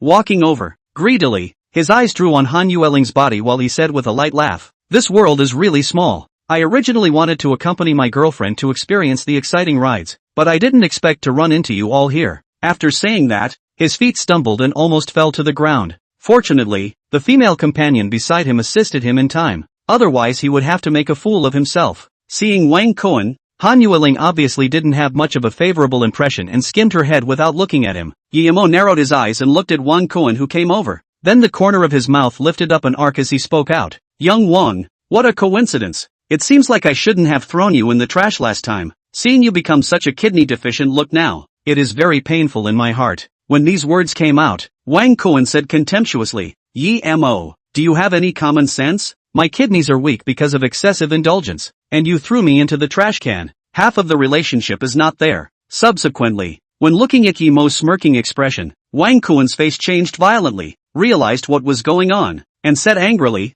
"Mo, you messed with me." Wang Kuan realized that it was a bit late. At this time, the people who passed by had covered their mouths and looked at Wang Kuan, pointing. Even the female companion in his arms was also a bit snappy and unnatural. After all, if people know that their boyfriends have weak kidneys, and also personally admitted it, this kind of thing to say out is very embarrassing. "Young Wang, this is something you yourself admitted. You can't blame me." Mo grinned and said with his hands in his pockets, "Besides, next time, be more careful. Don't go around flaunting your kidney deficiency when you meet someone. After all, as a man, the matter of having a weak kidney is still a bit embarrassing to talk about. However, given your courageous behavior, daring to admit your shortcomings, I still have to give you a nod for your courage." Mo gave a thumbs up. Then sked, "It's just a pity about the girl in your arms. You said that you only have a few minutes each time. You're just getting into a state of being done with your life. How much of a sin this can be." As soon as the words fell, Wang Kuan's face became more and more ugly. Narrowing his eyes,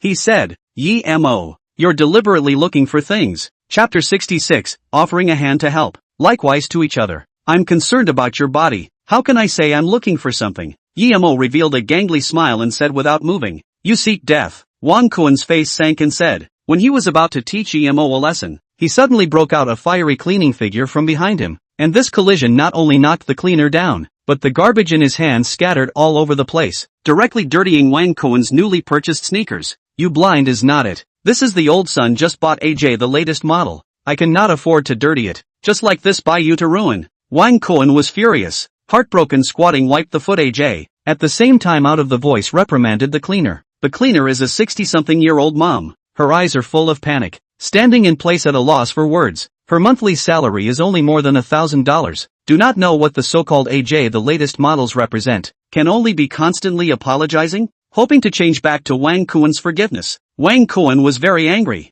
A push away from the cleaning lady, angrily said, "Get lost. Away from me. This pair of shoes but I saved a month to buy, which only wore less than an hour." "Say it, how do you compensate me?" "Much." "How much?" The cleaning lady trembled, pulled out a cloth bag from her pocket and said, I still have more than $100 here." "Is it enough? Is it enough?" Laying the cloth bag flat in her hand, it was full of dimes as well as nickels and dimes. "Oh, just this much money, to send off a beggar?" Wang Kuan, a hand of loose change on the ground, said disdainfully, "I tell you, I this pair of shoes but AJ the latest models. No $3,000. You do not want to get things done." $3,000. How so much?" Cleaning lady was squatting and picking up the change that fell on the ground, sniffing scared. "Six gods, frozen in place. I don't have so much money.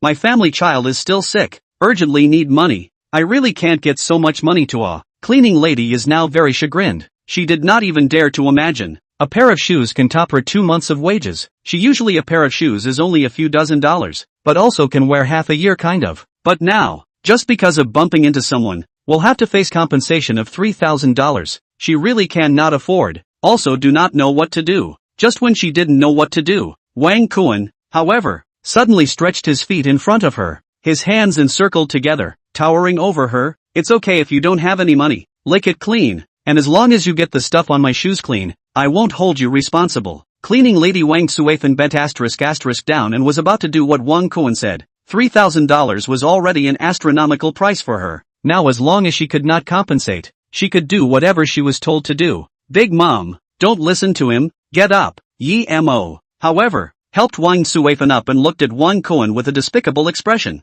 "Wang Kuan, you're really over the top. An old man is bullied. Are you still considered a human being? Young man, you don't blame him. All rely on me not watching the road." Wang Suathan's eyes were hollow. The corners of her mouth shivered. $3,000 is too much. I can't afford to pay for it. Don't rely on him. I'll have to pay for it if I piss him off. Hearing this, Mo's heart felt bad. Wang Kuan was also smug and complacent. Mo, what kind of good guy do you think you are acting here? This old undead is willing. What do you care? Quick, just lick it clean for me. Then there's nothing for you. Wang Kuan was still looking for presents, constantly urging, "It's not just $3,000, I'm out." Yi Mo couldn't look on, narrowed his eyes and said in a chilling voice, "People like you, you're simply scum." Afterwards, letting Han Yueling take care of Wang Chuifen, Yi Mo went to a short distance away to get money, and then handed $3,000 to Wang Kuan and said, $3,000, take it and get lost. Wang Kuan reached out to take it. Just when he was about to get the $3,000, Yi Mo's eyes were cold. A flip of the hand, $3,000 but accidentally fell on the ground. Wang Dazhou, you see, really sorry. Hand slipped it. Wang Kuan's gaze sank, withdrew his hand and said, Yi Mo, you are determined to fight against me, aren't you? Young Wang, it's not possible to talk about opposing, but I'm just not used to some of your styles. Yi Mo shrugged his shoulders. His meaning was obvious. Just can't get used to the way you bully people. If you can't get used to it, have the ability to hit me. Count you hard. Wang Kuan stretched out his finger pointing at Yi Mo. Then $3,000 did not go to pick up, but instead a kick down under the female companion said, pick up, this money is yours. Auntie, it's okay now, you just keep working. Yi Mo smiled and said to Wang Suifen. Wang Suifen only slowed down at this point, clutching Yi Mo's hand, saying thank you one by one. The rest of her words seemed like she wouldn't say anything. Ding, activating a randomized quest to help Wang Suifen. Successful quest, rewarding one skill. Right at this moment, in Yi Mo's mind, the system's beep suddenly sounded. At this time, Wang Suifen was already ready to leave and continue her work. Yi Mo suddenly brightened up and called out, Auntie, please stay. Young man, is there anything else? Wang Suifen coughed twice and asked out loud, your old man recently, did you encounter something? Yi Mo frowned and asked what was on his mind. When Wang Suifen heard this, her gaze darkened a bit, then she shook her head and said, young man, I know what you intend, but my matters are all small things that I can solve on my own. Wang Suifen smiled amiably and clutched Yi Mo's hand and said, you are a good person. Good people will have good rewards. Yi Mo's heart stirred. Just now he did see the gaze of longing to be helped in Wang Suifen's eyes, but probably for a variety of reasons. He was not willing to mention it out loud. If there are any difficulties you can help me as much as you want. I will definitely help if I can. Yi Mo said in a soft tone. As soon as these words came out, Wang Suifen's body paused, then slowly shed tears. Wiping the tears that flowed from the corner of her eyes, Wang Suifen told her difficulties. Truth be told, I have indeed encountered some things now. The old man ran away with someone in the early years, leaving me and the child alone. Originally I and the child's life, gradually better, but God is not as good as people want. Just half a month ago, my bitter child, suddenly found out the leukemia. I have no way. I looked for this job, to earn some money. After Wang Suifen's explanation, Yi Mo largely understood. She now had a daughter, in her early 20s, who had leukemia that was expensive to treat, and was now less than a week away from the time of the next surgery. She needs money urgently, but can't get it. Looking at Wang Suifen, who was full of chagrin and pain, Yi Mo firmly said, and Wang, I can help you. Chapter 67, Helping others is the essence of happiness. This won't work. I can't trouble you. I can get enough money together. Wang Chuifen kept shaking her head. Since her husband ran away with someone, for more than 20 years, she had been relying on her own efforts to support herself and her daughter. Now that her daughter had leukemia, but being strong, she still wished to come and save up enough money on her own without the help of others. And Wang, don't reject me. As far as I know, a simple leukemia surgery costs several $100,000, and with some other expenses, it's enough to crush you. Yi Mo's gaze was sincere. Although he helped Wang Suifen in the beginning because of the random quests released by the system, but after the experience Wang Suifen recounted, Yi Mo felt the greatness of a mother's love and he was moved. Moreover, he was now also a father and knew the disapproval of being a parent. He not only wanted to help Wang Chuifen, but also wanted to teach his daughter Bebe to be a good person with a heart of goodness and eagerness to help others. No matter what Yi Mo said, Wang Suifen just didn't agree. Yi Mo suddenly brightened up and changed his mind. Let's do it this way. Let's take this money as me lending it to you. How about you return it to me when you have the money? It's settled. Without this money, your daughter's illness will be delayed in treatment.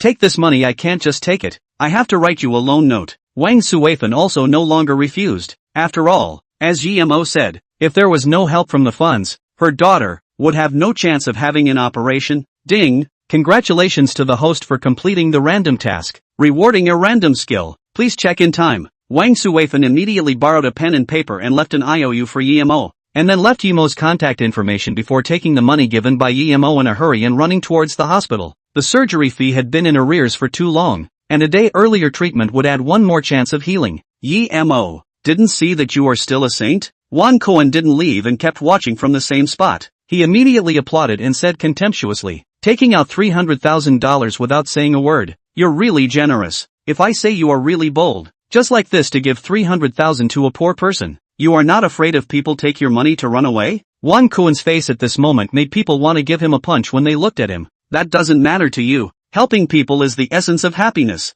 Helping people all the time is always happy. This kind of feeling, a villain like you won't be able to experience it. Mo grinned and unabashedly disliked him. As for the concerns Wang Cohen mentioned, Mo didn't even consider it. Furthermore, although $300,000 was a bit much, as long as it could save the life of a fancy girl, in Mo's opinion, it was worth it. Han Yueling, what kind of vision do you think you have? It's just a matter of adopting a man. Why do you think you've adopted a little cutie? What about it? Wang Cohen saw that he couldn't get any favors from Mo, so he couldn't help but change his strategy. Schadenfreude gazed at Han Yueling and kept uttering mocking words. $300,000 without blinking an eye. It couldn't have been spent on you, right? TSK, I have to say, people nowadays are really willing to do what they want. If it were me, taking other people's money to do charity, I'd be very happy to do it. This ugly face of yours is really ugly. Han Yueling's face was calm as she said coldly, and I agree with Mo's move. You're a heaven and a hell compared to Mo. Sure enough, it's a little cutie.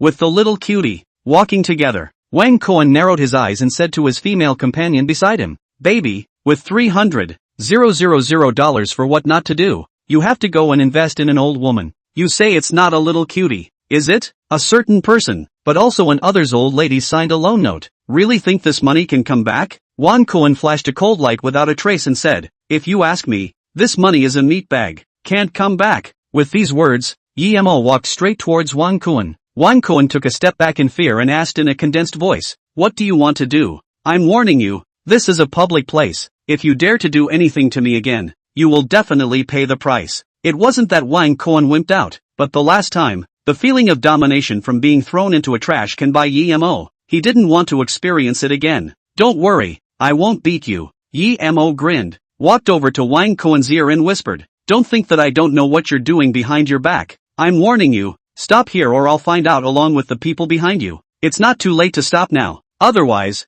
I will let you know what is called regret." At this time, it so happened that Bebe had also had his fun, and ran out sweating profusely, excitedly shouting, "Baba, Baba, I want to eat ice cream. Hello, Daddy will accompany you to buy it." Mo responded and looked at Wang Cohen meaningfully. "Remember the advice I gave you. Otherwise I don't mind messing up your father's life's work. Trust me, I have the ability." For a moment, Wang Cohen was indeed subdued, but on second thought, Mo was just an abandoned young man and was now relying on a woman to feed him. What did he have to fear? Immediately, his gaze went cold, and he thought in his heart, "Mo, you forced me to do this. Since this is the case, let's just wait and see." Afterwards, he took out his cell phone from his pocket and called one of the loan lenders under his father. Originally, Wang Cohen just wanted to mess with Mo, but he didn't expect to hit the right spot by mistake and dissociate Mo and Han Yueling's relationship. Of course, this is just a digression, something that no one thought of, an impossibility, but it did happen.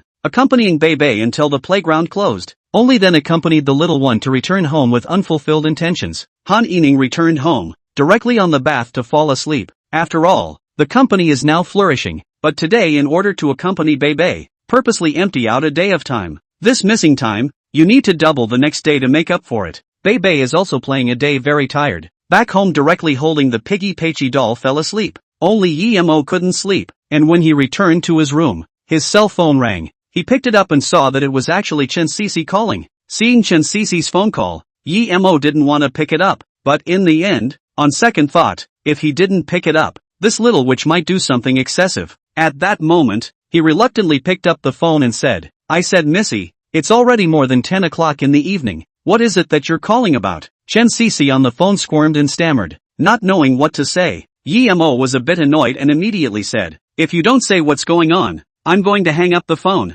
This sentence really worked. Chen Cece's anxious voice came out. Don't hang up. I'm looking for you for something important." Chapter 68, The Beginning. "Then you say it, what is it?" Mo shook his head. Hanging up the phone was still not an option, and asked helplessly, "You tomorrow, can you come to the school? I think I want you to accompany me to an event. Chen Cece became greatly generous after saying it, explaining, tomorrow is our department's graduation event. Can you do me this favor? There are so many men around the world. Why do you have to chase after me? Yi Mo sighed and said, I have other things tomorrow, so I might not be able to go. It's in the afternoon. Just make sure you can come to school before 5 p.m. Chen Cece's heart tightened and she hurriedly said, moreover, besides this matter, I have a very important thing to talk to you face to face. It's not clear over the phone. This matter must be seen and spoken to you in person. Chen Cece finished, quietly waiting for a reply. I'll try my best. Yi Mo hesitated for a moment and answered. In the afternoon of the next day, Yi Mo set off for Mango KTV,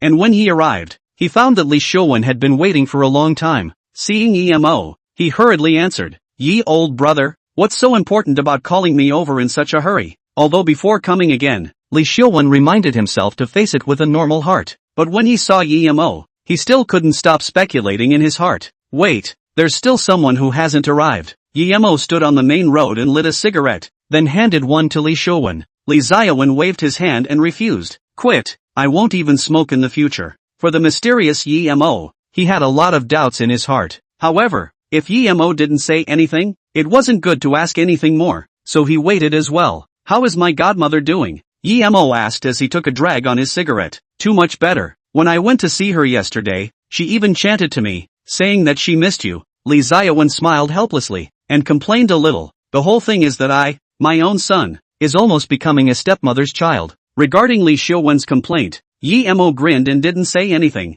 knowing that he was just complaining and wasn't really unpleasant. Between the two of them talking, a dilapidated Santana stopped at the side of the road, while a bald, burly man with a large gold chain walked down. When he saw the waiting Yi Mo, he closed the car door and jogged 2 steps, apologizing, Brother Yi, there was some traffic jam. I came late. Not late, we also just arrived at just the right time. Yi Mo didn't mean to blame him, then introduced, Brother Xiuwen, let me introduce you. This is Zhang Wenbao, Brother Pao. I'm Li Xiuwen. Li Xiuwen took the initiative to extend his hand, and probably understood Yi Mo's meaning in his heart. Zhang Wenbao was flattered and hurriedly extended his hand. Brother Wen, you're too polite. You can just call me Xiao Bao. You too. What's the point of being so polite? I called you here today because there's something I want to ask you too for your opinion. Yi Mo laughed and cursed, kicked Zhang Wenbao and said, you guy, you're usually a big talker. Now you're so polite. Is it still you? Brother Wen is your friend Brother Yi. This is a must.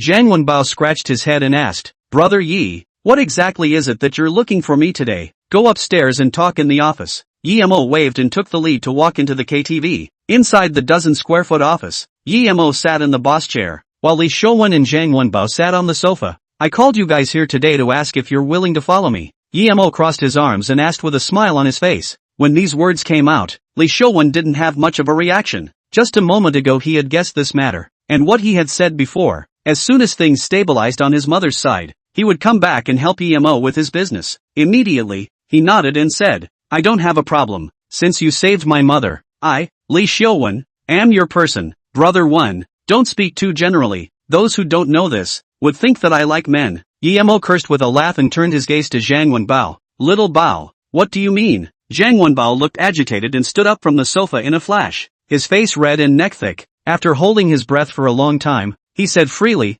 I've long wanted to follow you, only that you've always disagreed. No matter what, as long as Brother Yi gives the order, even if the front is a mountain of fire, I, Zhang Wenbao, will also run into it. Zhang Wenbao patted his chest and said, this statement had an exaggerated meaning. Even Yi Mo didn't expect that Zhang Wenbao, later on, really did make it this far, going through fire and water for Yi Mo, without hesitation. Very well, since both of you have no more opinions, then I will talk about my plan. Yi Mo nodded with great satisfaction and took out a long outline plan sheet from his clothes. Waving his hand, he called the two men over and said, then from now on, Brother Wen will be in charge of business matters. As for the safety and maintenance of the KTV, it's up to you, little leopard. No problem. I still have a dozen loyal brothers under my hand. With them there is a guarantee that nothing will happen. Zhang Wenbao patted his chest and said, very good. With you here, I'm relieved. Yi Mo propped his hands on the table and looked at Li Xiuwen. Brother Wen, I need you to expand our business to the entire district. In a month's time, is there any problem? 1 month is a bit difficult. I still know quite a few bosses in the entire district. To accomplish this plan of yours, I can do it, but the most important point I need financial support. Li Xiaowen frowned and gestured on Yimo's planner. Convincing them to cooperate is no problem, but there are a few hardened opponents. It's hard to convince them, unless they are acquired. I'll solve the problem of funding. I'll give you $5 million first now, but after a month, I have to see effective results. Without saying a word, Yimo transferred the last $5 million to Li Xiaowen and said in a condensed voice, "Don't worry, after a month, I will definitely give you a satisfactory result," Li Xiaowen said in a firm tone. Good. At this point, the prototype of Yimo's business empire was established in this small 10-square-meter room, and no one thought that it was these three people who would become characters that could shake this world in the future. After Li Xiaowen and Zhang Wenbao discussed for a while, they directly started the progress of the plan, with Zhang Wenbao gathering his brothers and uniting the KTV's original security guards, regrouping them to form a new department, while Li Xiaowen gathered the members of the KTV and started a new lecture.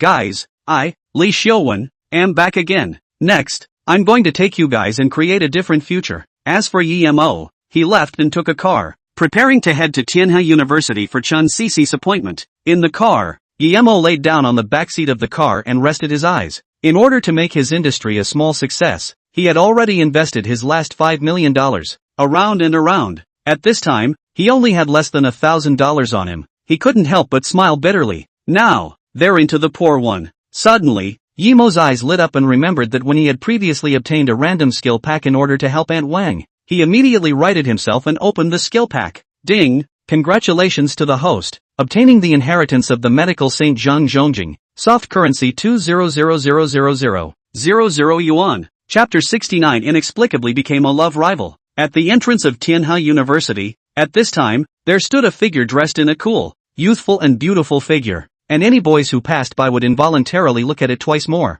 All the boys from the Department of Economics and Management recognized the girl as one of Tianhe University's schoolflowers, the perfect goddess Chen Cici in most people's hearts. For the adoration as well as strange gazes coming from the surroundings, Chen Cici didn't care. At this time, she looked a little anxious, looking at the time from time to time, muttering in a low voice, "It's almost 5 o'clock. Is he still coming or not?" The agreed time. He won't come, right? Just as Chen Cici was waiting, suddenly from the entrance of the school, a graceful figure walked out. He was also the school grass-level character of the Department of Economics and Management, the famous genius young man Wang Ximing. Wang Ximing, since childhood, is a lot of parents, other people's children, not only the family distinguished, but also multi-talented, is a lot of girls look up to the boy god. From childhood to adulthood, Wang Ximing and the family basically have asked for everything, including growing up, all the girls or things he fancy. In the end he will get all of this. After the appearance of a person, completely broke this convention. This person was Chen Cici, who was not far away from Wang Ximing,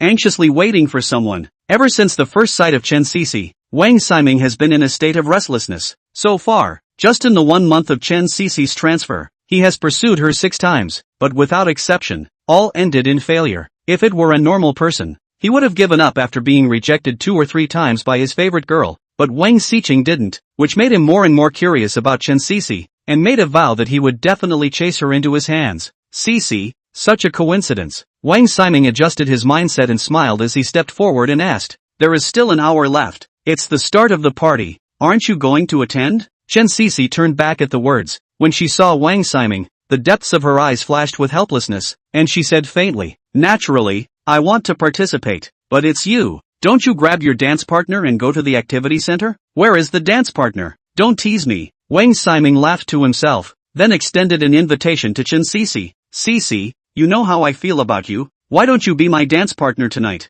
After saying that, he looked at Chen Cici with an expectant gaze. As early as yesterday, he had inquired, and Chen Cici did not have a dance partner until now, which also gave him the illusion that he had an opportunity to take advantage of. "Student Wang, I'm really sorry. I already have a dance partner yet," Chen Cici said apologetically with a faint smile, "and he's coming later, so you'd better hurry up and find your own dance partner." "That's impossible. You obviously don't have a dance partner." Wang Ximing was filled with astonishment and spoke out. When this statement came out, it drew a frowning expression from Chen Cici, which made Wang Ximing panicked and explained, "I mean, I've never heard you talk about your own dance partner. Is it from our Department of Economics and Management?" "It's from our school." Chen Cici did not want to explain too much and said flatly. At this time, just as a cab stopped, Yimo's figure appeared in her eyes. With a twinkle in her eye, she quickly stepped forward and held Yimo's arm without saying a word, saying daintily, "Honey, why are you just coming?" People have been waiting for you for a long time. Big sister, are you not messing with me? I admit that I kissed you in the beginning, but I swear to the heavens that it was indeed in order to save you that I had no choice but to do so. A panic flashed in Yemo's eyes and he hurriedly explained. He was unsure, and thought that Chen Sisi was going to claim a claim for the life-saving kiss at that time. You unintelligent elm. Chen Sisi was annoyed and displeased in her heart. How many people want to hear themselves personally call out the 3 words dear? But Yemo was good. Not only do not want to accept it, but instead look horrified. Could it be that I am so unattractive and can't attract you? Dear, what are you babbling about? You're tired from rushing all the way here. Look at your hair all messed up. Wang Ximing behind her was watching. She couldn't afford to snap. She couldn't help but follow up on this excuse, tidying up Yemo's hair that was only a few millimeters long, while bending her son down, accidentally revealing a spot of white tender skin under her collarbone. Yemo chanced to glance at it, then turned his gaze away, and secretly thought in his heart, sin, can't look at it, resolutely can't look at it. Still, it's quite big. Although Yemo tried his best to restrain the thoughts in his heart, this thought, still involuntarily popped out of his mind. For her own nakedness, Chen Sisi didn't realize it. Instead, she was intimate, came to Yemo's ear and exhaled. There's a nasty guy in the back. He's been pestering me. If you help me fix him, before you stole a kiss from me, we'll write it off. A wet touch came from his ear, making Yemo a little touched for a moment, but he quickly restrained himself and came back to his senses. Originally, he didn't want to agree, but Chen Sisi had said that the previous matter of stealing a kiss was written off, so he couldn't help but ghostly nod and say, deal, it's a deal. After saying that, Yemo regretted it, and thought in his heart, it's over, I'm on the hook. I wasn't stealing a relative, I was making a contribution to curing the sick and saving people, and now once I agree, won't it be a fulfillment of the fact that I'm stealing a relative? As expected, Chen Sisi's eyes flashed a brilliant light, but on the surface didn't say anything. In her heart, she did say viciously, good wow, you're admitting this matter. Afterwards, realizing that she couldn't have a seizure right now, she couldn't help but glare fiercely at Yemo before taking his arm and walking towards Wang Ximing. Wang Ximing had some pain in the depths of his eyes, looking at the Chen Sisi duo who were walking towards him, but he adjusted quickly, his unkind gaze, retracted from Yemo, and asked with a smile, Cc, who is this? Mr. Wang, let me introduce you, his name is Yemo, he is my dance partner tonight, and as I told you, my dance partner. Chen Sisi smiled sternly and thought in her heart, now, you're probably dead in the water, aren't you? Although Wang Ximing was gifted and multi-talented, and was deeply loved by the little girls, the little daughters-in-law, he was never his own dish. Even though Wang Ximing was a handsome mess, comparable to many traffic stars, but for him, Chen Sisi could never raise her interest. I don't know why, I can't say it, but I can actually feel it. Cc, picking a big name as a dance partner, are you sure that tonight, you can have fun? Wang Ximing's eyes narrowed as he asked wistfully. After all, the reputation of Yemo, the little white boy and king of soft eaters, was still as loud as thunder in the entire Tianhe University. He hadn't seen Yemo, but he had heard that, at least until now, he hadn't heard that there was a second one named Yemo in Tianhe University. So, easily, Yemo's identity was known to him. Yemo, Yi De Xiao, you have a child and you still come out to hook up with other girls. Don't you have a little sense of guilt in your heart? Feeling Wang Ximing's unsuspecting and hostile passionate gaze, Yemo reached out and touched his nose, helplessly thinking, being a human being, you still can't be too famous. You have to be misunderstood every now and then. Who am I inviting? Chapter 70, The Different Blue-Haired Girl. There's no need for you to care about what's going on between us, now that it's less than an hour before the party starts. Instead of having this time to stir up the relationship between us here, you might as well seize the time to find a dance partner. Instead of getting angry, Chen Sisi took the initiative and reminded meaningfully, as one of the school herbs of our Department of Economics and Management, in case you don't have a dance partner at the gala, how embarrassing it would be for you. Moreover, for this party, we have also invited some outstanding students from other departments. You don't want to be made a fool of by them, right? Wang Ximing was calm on the surface, but his heart was not. To find his dance partner, all he had to do was a simple wave, and there would be many girls flocking to him, begging and shouting to become his female partner. However, Wang Ximing is also a person who recognizes death. Tonight he decided that he wants Chen Sisi to be his dance partner. He will accomplish this idea by all means, not to mention other people, even if it is a heavenly-looking star coming. He doesn't even bother to take a glance at it. He only identifies Chen Sisi. Friend, although I don't know the relationship between you and Sisi, how close it is, but I have heard of some of your deeds. Wang Ximing shifted the breakthrough and looked at Yemo. I know that you and Cici are together, but it's just for money, but I hope you can recognize a reality. In terms of talent, Cici and I were born to be together. In terms of family history, my family and the Chen family are a perfect match. In terms of looks, I can even get rid of you by 3 blocks.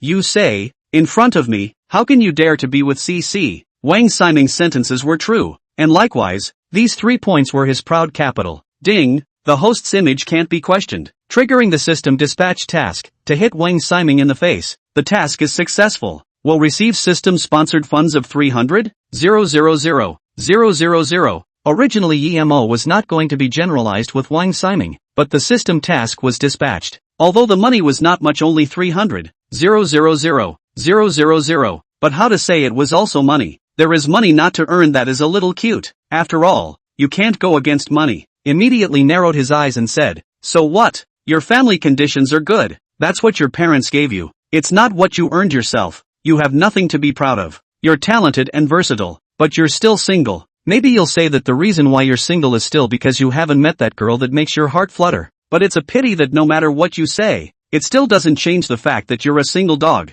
Yemo showed no mercy under his mouth and asked with a smile. I've heard people say that all single dogs give off a clean scent. Does it smell good? Every sentence was like a sharp blade stabbing into Wang Ximing's little heart, and with every sentence he heard, his face would darken. At this moment, Wang Ximing's face was as black as charcoal, so angry that he couldn't say a word, especially the last sentence. Wang Ximing was so angry that he had the heart to spit out blood. Chen Cici, on the other hand, had been listening in place. At this moment, even forgetting the fact that the two were pretending to be a couple, occasionally leaking adoration in her eyes. She looked at Yemo and thought in her heart, I didn't expect that this guy would have such a cute scene like this now. Why didn't I realize it before? Wang Ximing became infuriated and pointed at Yemo, unable to say a word. Finally, annoyed, he stifled a sentence. I'm a single dog and I'm proud of it. Then you'll stay single. As for this one beside me, you can't even think about it. He's not yours. Yemo suddenly wrapped his arm around Chen Cici and walked forward, and left a sentence at the end.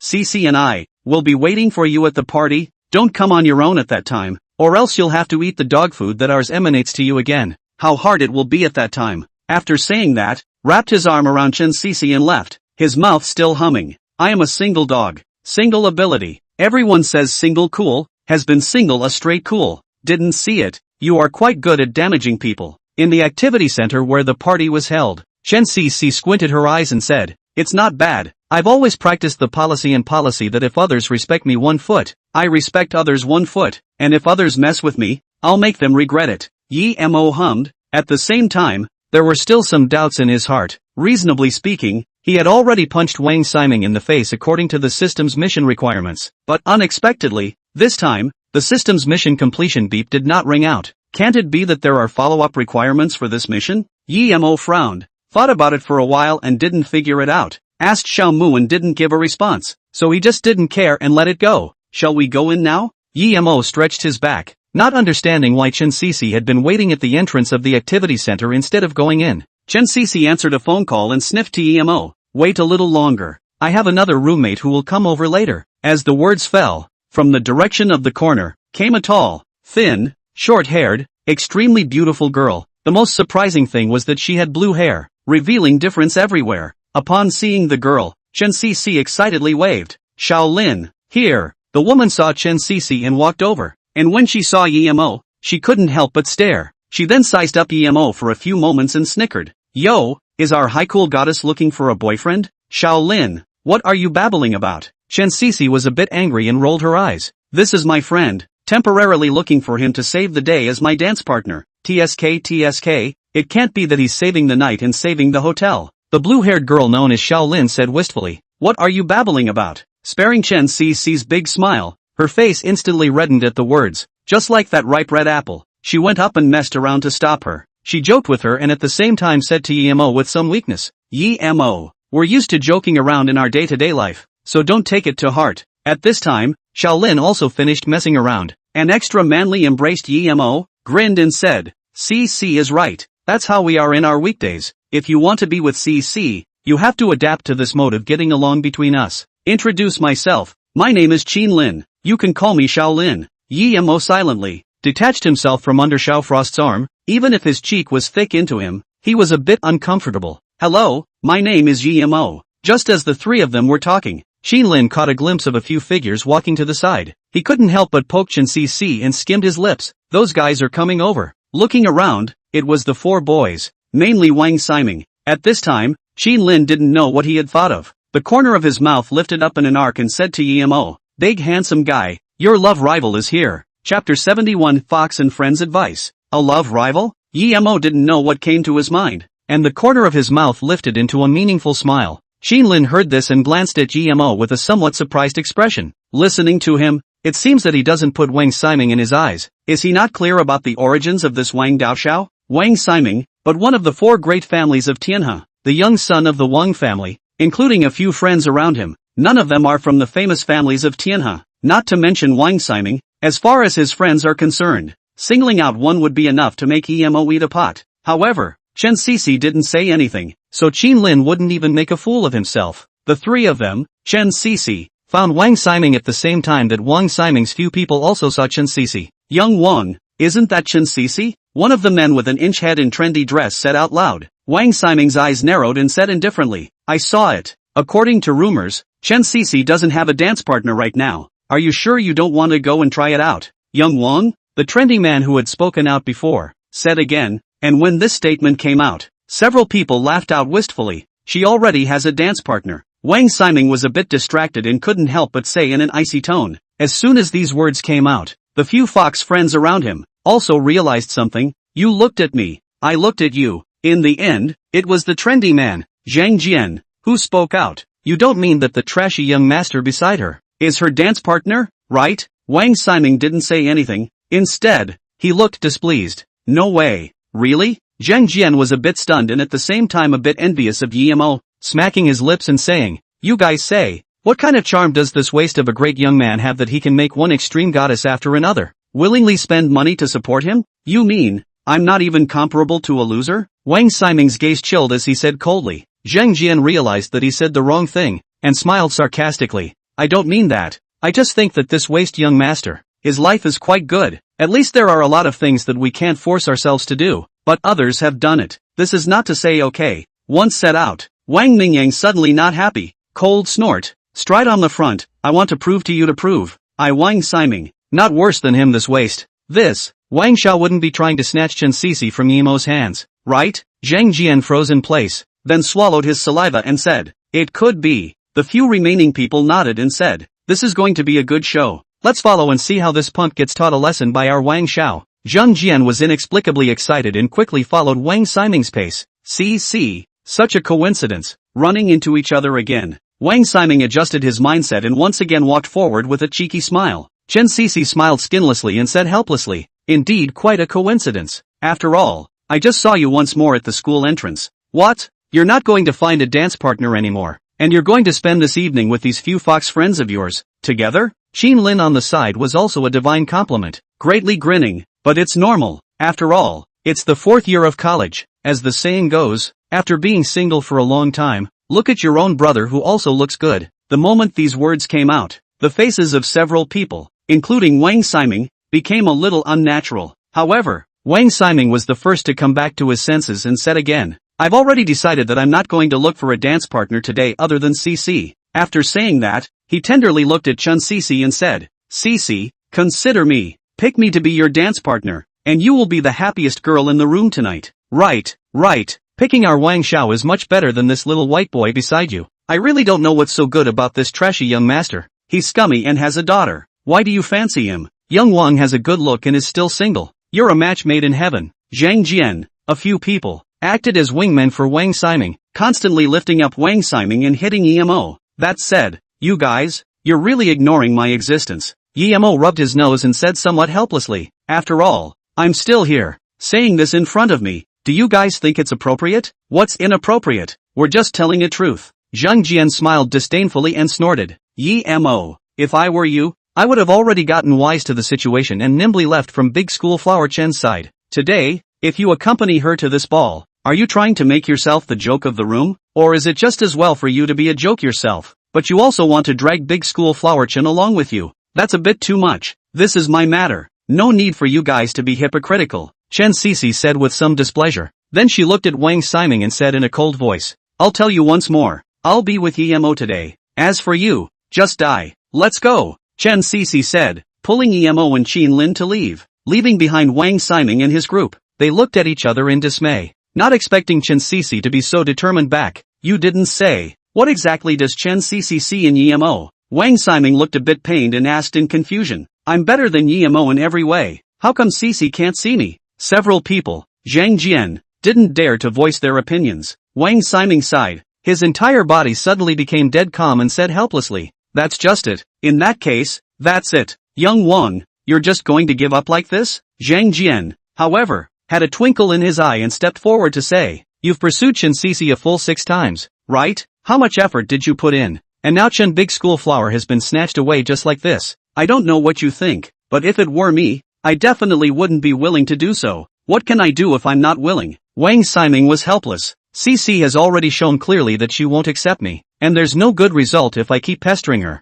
But, as far as I know, at the party today, there will be international students who will also be attending, and if I remember correctly, there is a guy with the surname Park, who is also interested in Chen Damsel. Zhang Jian's eyes rolled and he said wistfully, if he sees that Big Beauty Chen has a dance partner, I'm sure that with the character of their race, they won't let it go and will definitely try to find Yemo's trouble, and will even make a move. At that time, when Big Beauty Chen is in trouble, the brothers will help you stand up for you and put on a good show of a hero saving a beauty. So guess if Big School Flower Chen's impression of you will change a bit? As soon as these words came out, Wang Ximing's eyes lit up. You mean, when Yemo is powerless and even retreats, a few of us go on? Zhang Jian rubbed his hands together and said with an impish gaze, of course, anyone who is familiar with Yemo knows that this is just a one lord with a vain appearance and a wimpy interior. By the time the guy surnamed Park looks for trouble with him, he will definitely be scared to hide behind a woman, and then you will make a strong appearance. Forming a contrast, won't a beautiful love story happen? These words gave Wang Ximing confidence. Immediately summoned up the courage to stand up his chest, waved his hand and said, go, let's enter. Chapter 72 International Student Park Min Nang. In the large activity center, there were numerous fashionable men and women gathered at this time, in piles of 3 to 5. Yemo Chun Cece, the 3 of them, managed to find an exclusive position in the front row, while Wang Ximing and the others were not far away, in a somewhat remote place. With the opening remarks of the host of the party gradually entered into the right track. Numerous programs were performed, causing the atmosphere of the scene to reach its peak. After a young man wearing a white practice suit with a thin red belt around his waist finished performing taekwondo, he shook off his long hair and walked over to the host without saying a word. Forcefully snatching the microphone over, he said in broken Chinese, hello to all of you present, I'm Park Min Jae from the management department. Let me hear your cheers, okay? With these words, along with Park Min Nang's handsome face that had undergone surgery, he instantly attracted the screams and cheers of many girls. This made the many Chinese students on the sidelines very unhappy, but no one showed it. The atmosphere of the scene, especially the adoring gazes of the many girls, made Park Min Jae proud, and immediately lifted the corner of his mouth into an arc as he continued. The next thing I want to say is that my study abroad career is about to come to an end, and before I return to my home country, there's still one more thing I need to do, and that's to confess to the girl I like. Min Na, I love you. Take me back to your home country. Park Min Jae, I've admired you for a long time. Please pick me and go on a date with me. No matter who the girl you love is, I won't forget you. Many of the girls in the activity center were shouting as if they were crazy. What's this? Those who don't know thought that I came to the scene of a celebrity concert. Yemo laughed and joked. The cheering at the scene was just too loud. He couldn't help but pull out his ears. Only, Chen Cece's expression was a bit unnatural, as if she expected something. Qin Lin, who was on the side, smiled meaningfully and explained, this guy is called Park Minji. He is a member of the international students. You don't know, when this guy first came to Tianhe University, he instantly attracted a lot of girls with his handsome face as well as his elegant gentlemanly demeanor. What's more, some of them would rather not attend classes than go to the management department to take a look at him. This is the man of the hour in our school, and he's still being pursued by our CC. Qin Lin smiled wistfully and poked Chen CC. CC, do you think what he just said, the girl he loves, wouldn't be you, right? How is that possible? Even if it is, I won't agree with him. Chen Cece was a bit unnatural and subconsciously glanced at Yemo. Qin Lin looked back and forth between the two of them, Yemo and Chen Cece, and laughed in realization. I do know why. So our Cece has a sweetheart. Yemo. If something really happens later, You have to protect our Chen big schoolgirl. Don't let a foreigner snatch her away. Xin Lin was meaningful, as if he expected something to happen. Yi Mo nodded, and before he could say anything, he saw Park Min-ji on the stage, walking straight towards their position. I'm sure the girls who love me dearly have already guessed who my sweetheart is. That's right, she's the most beautiful flower in our school, my goddess Cecilia Chen. These words elicited bursts of huffing and puffing, and there were even some girls who couldn't take the blow and ran out in tears. But what those girls were reacting to, Park Min-ji had only one purpose in mind, walking up to Chen CC, stretching out his hand and saying, my goddess CC, for this moment I have waited for a long time. Are you willing to return to my home country with me? Park Min-ji, I'm really sorry, I can't agree with you. In full view of everyone, Chen CC fell squarely to her feet and refused to say. Park Min-ji covered the location of his heart in a very exaggerated manner and said with a pained expression, Why do you not want to come with me even though I love you so much? My motherland has a long history. Many of the Chinese nation's illusions and ancient festivals originated from my motherland. Such a beautiful and powerful country. Don't you want to go? Park Min-ji revealed a sacred and reverent gaze, constantly luring Chen Cece. As long as you arrive at my motherland, you will feel a different atmosphere of a great country. In my motherland, no matter it is the air or the human style, it is too much better than here. Just before he finished his words, he was interrupted by Chen Cece with a cold face. Park Min-ji, although I don't know what reason gave you enough courage to dare to say such words, but I want to remind you of one thing. The Chinese country has a long history.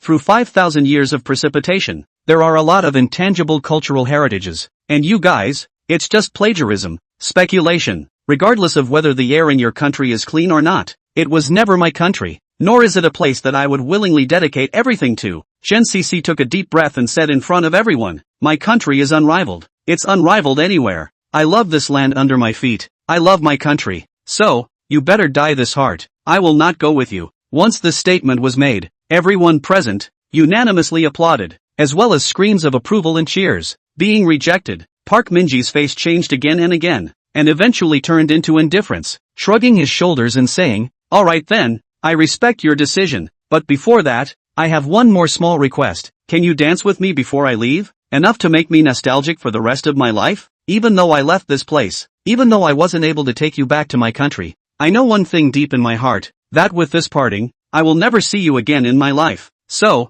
can you fulfill this request of mine, so that I can have a deep, nostalgic memory when I recall Huaxia in my later life? This, Chen Cece was a little embarrassed. Rationally she knew that she couldn't agree to this request from Park Min-ji, but at this moment she really didn't know what to do. Agreeing she would not agree, but if she were to refuse, at this moment, Park Min-ji's sincere and serious expression, it was really difficult for her to say the word refuse. I'm really sorry, she already has a dance partner, so I'll decline this request of yours for her. Just when Chen Cece didn't know what to do, Mo suddenly wrapped his arm around her brute waist and said with a smile, isn't it right, student Park, to ask a girl who already has a dance partner, and in front of her dance partner, don't you think this is a very rude thing to do? Park Min-ji's expression suddenly sank as he looked at Mo and said in a cold voice, who are you, and what's this got to do with you? Chapter 73, The Arrogant Park Min-nang. Just because I'm her dance partner, she belongs to me tonight. Mo's eyes narrowed and he said with his hands in his pockets.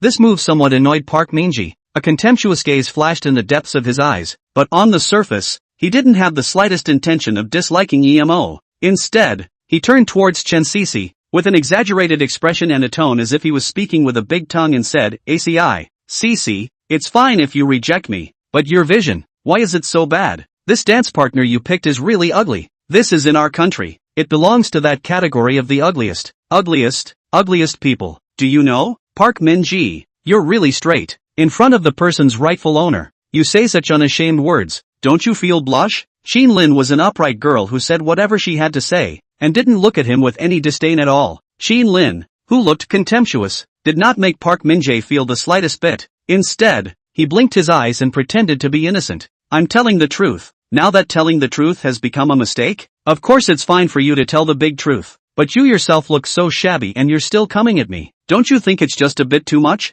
Mo calmly spoke out, not thinking, or is it that when you didn't put a knife in your face, you are the kind of person you call the ugliest and most unsightly kind of person? When these words came out, it somewhat enraged Park Min-ji, suddenly changing his normal state, as if he had been poked in the pain. He picked up Mo's collar and said angrily, hey, I'm warning you, don't talk nonsense or I'll make sure to embarrass you. Yemo easily removed Park Min-ji's hand and said indifferently, I'm also warning you a word. If you dare to disrespect me again, I'll teach you what it means to respect people. Arrogant and arrogant fellow. In that case, let's have a duel. I will not give up on CC. Whoever loses, immediately get out of each other's sight. How about it? Park Min-jae said provocatively, relying on his taekwondo red belt mastery. When he said this, he looked like he was acting after being provoked, but in reality, he had thought long and hard about it. In his opinion, Yemo had a skinny look, he looked malnourished, and if he fought against himself, he could beat him in minutes. When the time came, he would let Chen Cici see what kind of dance partner he had found, and that he was unbeatable. Maybe once they compare, they will feel that they are more handsome, and thus change their decision and go back to China with them. Young Wang, look, there's going to be a fight. Now is the perfect time for you to make an appearance. Not far away, Zheng Jian shouted in delight. Wang Ximing sniffed and took a look. He couldn't help but brighten up, waving his hand and said, let's go. Let's represent the majority of males and go give this guy a lesson. After saying that, with conviction and vigor, he walked over. Park Min-ji, let me remind you to pay some attention. Yemo is my dance partner no matter what. Don't you think this is excessive? Chen Cici frowned and scolded in a cold voice. Tonight is a cheerful party. Do you have to make it a competition for you alone? A show-off contest? CC, how can you misunderstand me like this? I did this so that I could share a dance with you. You're really hurting my heart too much by doing this. Park Min-ji's 5 senses squeezed into a ball and covered his heart in pain. I'm really sad. If you don't want to see me do this, then it's fine if I don't do it. As long as you can agree to share a dance with me,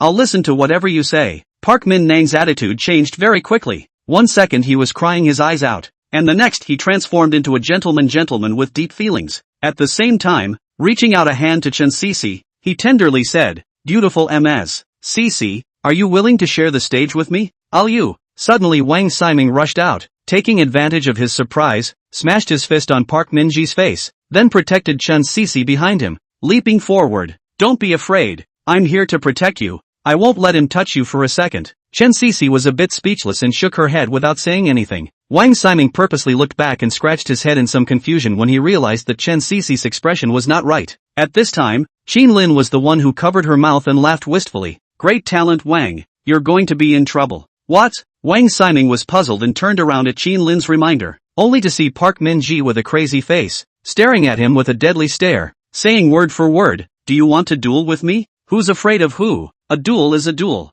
I'm afraid of you? Wang Ximing straightened his chest and said with disdain. He couldn't wimp out with Chen Cici watching behind him, then glanced at Yemo and said, do you think I'm some waste of space who doesn't even dare to accept your duel? Yemo rubbed his nose and was helpless. This was really an innocent lie. Who was he inviting? Dog guts? Come up then. Park Min-ji left a sentence, walked onto the stage, picked up the microphone and said, today, I didn't want to make a big deal out of it, but nah, some of you guys have to challenge my limits. Since that's the case, let's do it. I'm going to show you guys that our nation's fighting strength is by no means comparable to you sickos. These words aroused the ire of the crowd, who blamed Park Min-jae. It's too much. It's simply intolerable. Wang Ximing was already displeased with Park Min-ji, and when he heard this, he angrily charged straight up. As he passed by Yemo, he also dropped a line. Rubbish. Watch this. Only a strong man can protect Cici, and that person will be me, not you. Good luck then. Yemo shrugged his shoulders,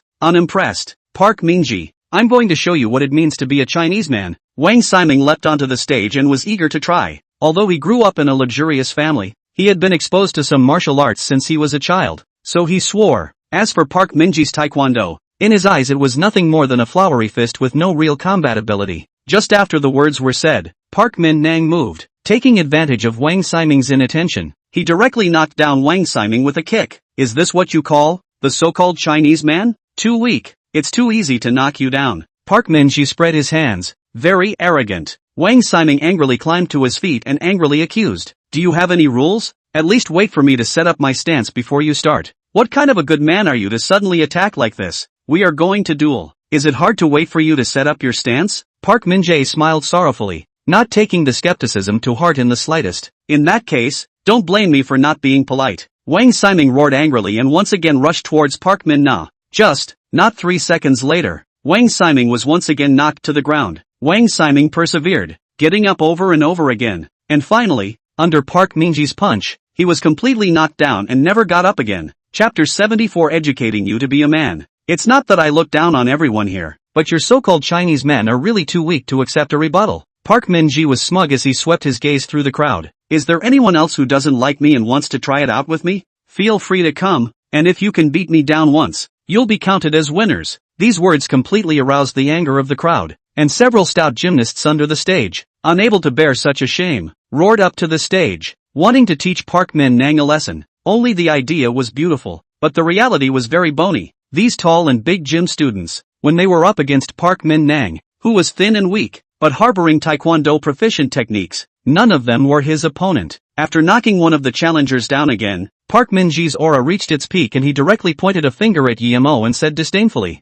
"Since CC chose you, it means you have some ability. Dare you come up and fight me? Boring move." Yemo shook his head, not taking his provocation to heart at all. "Are you still a man? Why are you such a wimp?" Xin Lin was a straightforward person who said whatever he had to say and said with some contempt. The fact that other people had provoked him to the face, and Yemo still looked like he was indifferent and didn't dare to respond to the fight, made Xin Lin's previous opinion of him completely change. Thinking that Yemo was a person who was fearful and didn't have the slightest bit of manly bearing, Shaolin, Yemo should have his reasons for refusing. Chen Sisi defended Yemo from the side. After all, when she and Yemo first met, she had seen his hands, and a man who could beat down several thugs with the strength of one person would definitely not be the kind of man who was afraid to fight, because this kind of man simply would not have rushed up without a second thought when faced with a large truck. In fact, it was also Yemo's move that day that completely planted a budding seed in Chen Sisi's heart that gradually grew and sprouted. "Sisi, what are you defending him for? If he's a man, he shouldn't be apprehensive, and when he's provoked, he should bravely respond, and go and beat up all the people who provoked him,"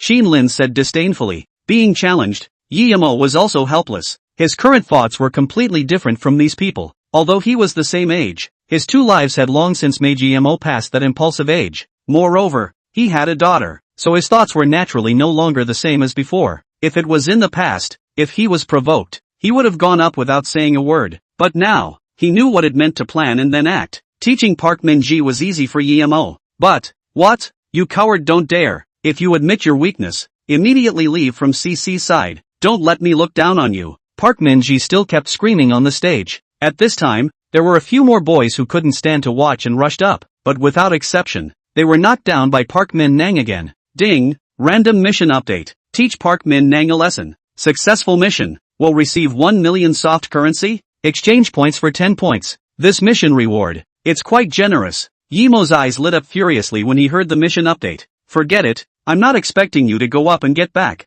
I just can't figure it out. How did CC fall for you? Xin Lin was still chattering from the side. Just as the words fell, Yemo unexpectedly rushed up. He finally couldn't look away? A color flashed in Chen Sisi's eyes in anticipation of something. Xin Lin, however, bristled and said, even if he goes up, he doesn't have much ability to change. I'm really convinced. There are so many men present. Isn't there a single one who can strike a blow against Park Min-ji's arrogance? He can. Chen Sisi said meaningfully. Him? Forget it. Xin Lin's impression of Yemo was already bad, and didn't believe that Yemo could combat Park Min-ji's arrogance at all. He really can. Just watch and you'll see. Chen Sisi didn't explain much. Instead, the corner of her mouth lifted up in an arc and shouted out, Yemo, cheer up. I'm bullish on you. As Chen Sisi shouted out, some of the people around him were not following the trend. Instead they were questioning Yemo. Him? Who is he? Haven't seen him before? Can he do it? I know him. He seems to be that wasteful young man, the guy who abandoned his wife and son.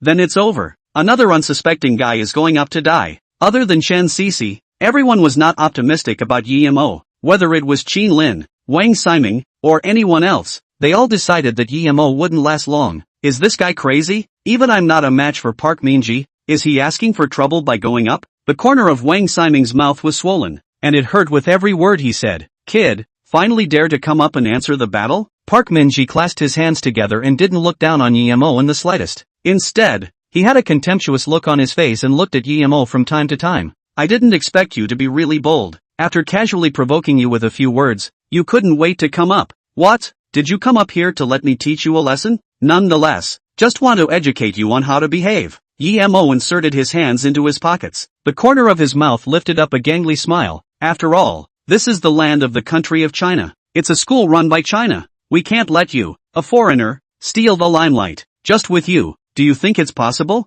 Park Min-ji coldly smiled, showing off and said, I'm a Taekwondo red belt expert, not to mention you. Even if it's a famous boxer in your Chinese country, they wouldn't dare to say that they can educate you. What do you base on? At this moment, Park Min-ji was exceptionally arrogant. Defeating 10 or so people in a row made him confident to defeat any challenger. He wanted to show Chen Cece that he was too much stronger than the Chinese men, to make her realize that her previous rejection of himself was a wrong decision. Red belt in Taekwondo, is that impressive? Yi Mo, however, shrugged his shoulders and said without thinking. This move enraged Park Min-ji. His eyes narrowed in a sidekick with a strong wind kick towards Yi Mo. I'm going to show you how ignorant you are. In response to Park Min-ji's strike, Yi Mo stood still and didn't even dodge. Instead, a meaningful smile appeared at the corner of his mouth. This move, in the eyes of the onlookers, Yi Mo was intimidated by Park Min-ji's aura, and they looked at Yi Mo poorly. It's over. You said he doesn't have the ability. What's the point of going up there? To embarrass us?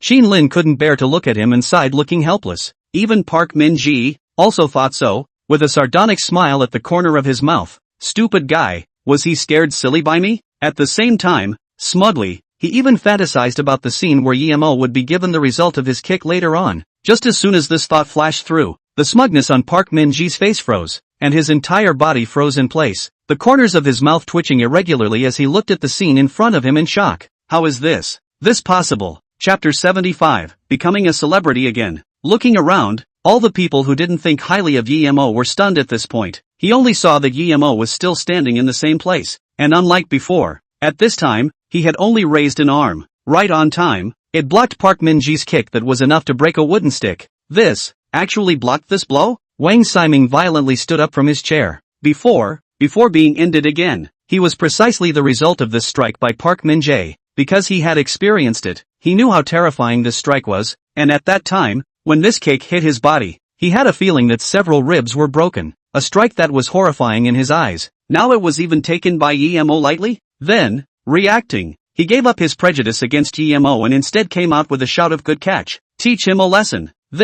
How did he do it? Qin Lin also had his mouth wide open and was filled with dismay. Originally thinking that Yi Mo would get the result if he went on stage, but he didn't expect that it would be reversed, and that he would easily receive a killing blow from Park Min-ji. Then, realizing something, he skimmed his lips and said disdainfully, it's just good luck to catch this move. If you're really capable, just knock Park Min-ji down. You actually caught my crazy kick? Park Min-nang narrowed his eyes to hide the shock in his heart. If this amount of force can be called a crazy kick, then you're afraid that you're teasing me. Are you trying to tease me to death so that you can inherit the only $1.02 left on me? Yi Mo laughed out softly and said quietly, you seek death. Suffering from the provocation, Park Min-ji's fire heated up and rushed towards Yi Mo once again. It's too slow. The force is too light. Hitting the body is like scratching an itch. Every time Park Min-ji attacked, Yi Mo was able to pick out all sorts of faults, and every time, he was able to infuriate Park Min-ji half to death. The infuriated Park Min-ji's offense became more and more messy, more and more unstructured, and even slower and slower. In the end, Yi Mo couldn't stand it anymore and directly punched out with a light punch. He is trying to do damage with this light punch? It's a bit arrogant yet, Qin Lin said with some derision. Not only Qin Lin, even Park Min-ji was looking down on Yi Mo's punch and let loose a contemptuous voice. I have to say, your defense is indeed very good, but your offense is soft and flimsy, and you still presume to knock me out? Park Min straightened his breath and laughed disdainfully. Just as soon as the words fell, Yi Mo's punch struck his abdomen. At first, Park Min-nang wanted to taunt a bit more, but after a second passed, his face instantly became agonized, a feeling that was like being hit by a bull. Then, Park Min-jae let out a heavy scream and instantly fell to the ground, foaming at the mouth, unconscious. Holy, he actually did it. Wang Ximing stood up from his chair with a prancing movement, incredulous. Afterward, he blurted out a sentence. Yi Mo, Nyobi. Once this sentence came out, everyone stopped questioning Yi Mo and shouted along. Yi Mo, Nyobi. This sentence immediately resounded throughout the entire event center. Ding! Congratulations to the host for completing the advancement task, rewarded with 1 million soft coins and 10 exchange points. Ding! Congratulations to the host for redeeming points to reach 100 points. Please redeem items as soon as possible, otherwise the points will be cleared at the end of each month. It was just that the good times didn't last long. The security guards who had heard the news rushed into the activity center and started to maintain order. And there were even a few security guards who wanted to rush through the crowd and get on the stage to bring Yi Mo under control. When Yi Mo didn't have much of a reaction, he suddenly felt that his wrist was grabbed by someone, and then he was led to run. Chen Sisi ran in front and said out loud, "Hurry up, Park Minji is an international student. If the security guards catch you, the school will definitely discipline you." It wasn't until they ran out the back door of the activity center, more than 100 meters, that the two of them stopped at the edge of the school's small lake. Chen Sisi panted and looked at Yemo, then laughed out loud without any regard for her image, and as she laughed, her expression suddenly became a bit painful. "Egu, I ran too fast and got sidetracked. Really can't do anything about you." Yemo shook his head helplessly. "You're still laughing. Hurry over and help me rub it. It hurts like hell." Chen Sisi's pretty face was filled with pain and said with some annoyance, Coming. Yemo was helpless and helped Chen Sisi to sit down on a chair. Then his big hands were on her abdomen, constantly rubbing it around, and Chen Sisi first trembled, then let out a comfortable murmur. Then her pretty face turned red and she didn't dare to meet Yemo's eyes. In her heart, she was itching, pursing her lips tightly and forcibly enduring the sensation coming from her body. Still not good? After a few minutes passed, Yemo's magnetic voice came out, interrupting Chen Sisi's enjoyment. Chen Sisi opened her eyes and gave Yemo a grudging look before saying with some reluctance, "Much better." Yemo removed his hand and sat beside Chen Sisi, looking at the lake in front of him, not knowing what he was thinking. This time, "You're afraid that you're going to be famous again." Chen Sisi didn't know what came to her mind and said with an arc at the corner of her mouth, "With such a big thing?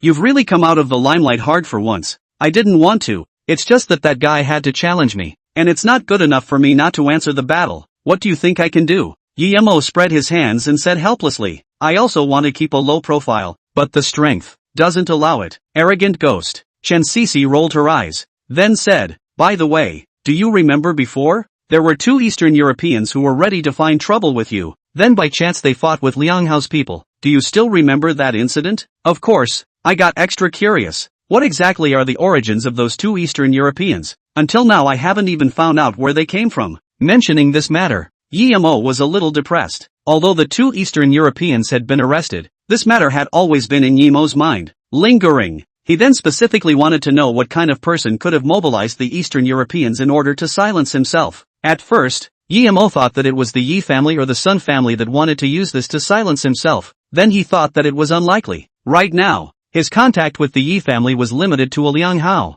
If it was really sent out by the Yi family, it was unlikely that the oops that happened at that time would happen. Moreover, if it was the Sun family, there was no need. With the Sun family's strong and powerful family, if they wanted to exterminate themselves, they wouldn't be able to use Eastern Europeans at all. Casually sending out a few family elites would be enough for them to eat a pot. So that's why this matter had always puzzled Yemo. Then, realizing something, he violently looked at Chen Sisi and said with some excitement, "Can't it be that you know where they came from?" Chapter 76 Wang Siming's Little Mind. "Of course, otherwise you think. What do I look for you for no reason? It's hard not to really want you to be my dance partner, ah?" Chen Sisi rolled her eyes and said in a high-flown manner, "This girl is the one who has countless suitors. How could she possibly care about you being my dance partner?" Okay.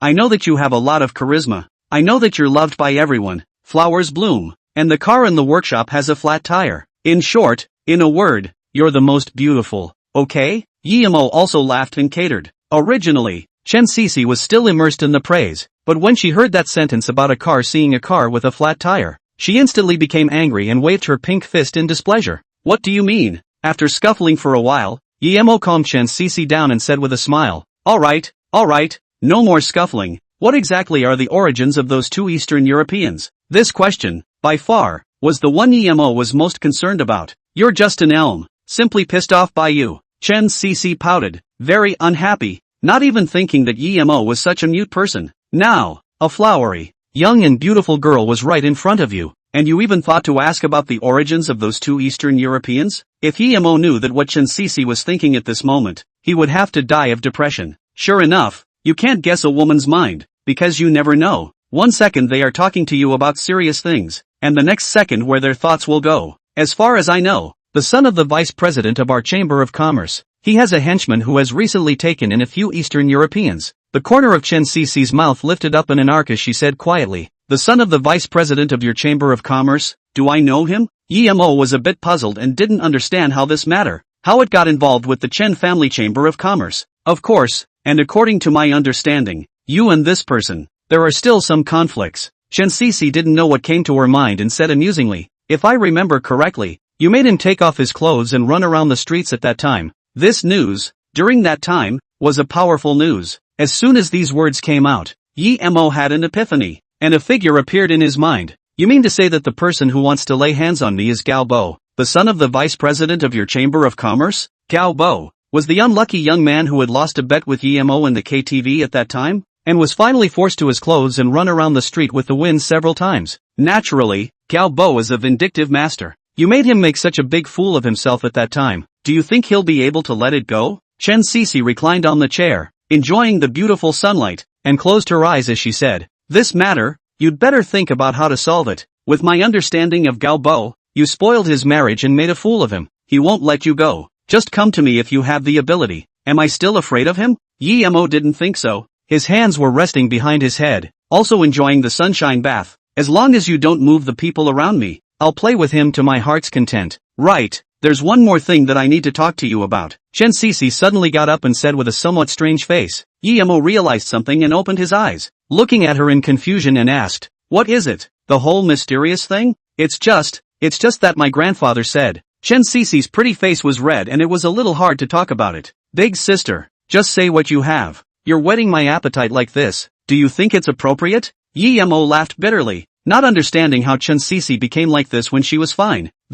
It's okay to bother you guys and delay you for 5 minutes. Is that okay?" Just as Yi Mo was pursuing the question, a male voice, however, came out behind them. When Yi Mo and Chen Cece heard it, they coincidentally turned around at the same time, only to see Wang Ximing, whose face was red and swollen, appearing behind the two of them. Looking at the two's puzzled gazes, Wang Ximing smiled awkwardly and said, "I just saw you guys coming out of the back door, so I followed you over. What do you want? I have already made it clear to you that it is impossible between us. Don't be paranoid anymore," Chen Cece said with a wary face and some ice coldness. "No, I think you've misunderstood. I don't dare to think about you anymore." After Wang Ximing finished speaking, he gave Yi Mo a backward glance and said, "With such an expert accompanying you, you're not afraid of being annoying." "I'm still afraid of my personal safety." Wang Ximing let out a bitter smile. The strength Yi Mo had shown earlier had completely shocked him. At the same time there was some small sobriety in his heart, sobering up and not pissing off Yi Mo completely. Otherwise at that time in the activity center,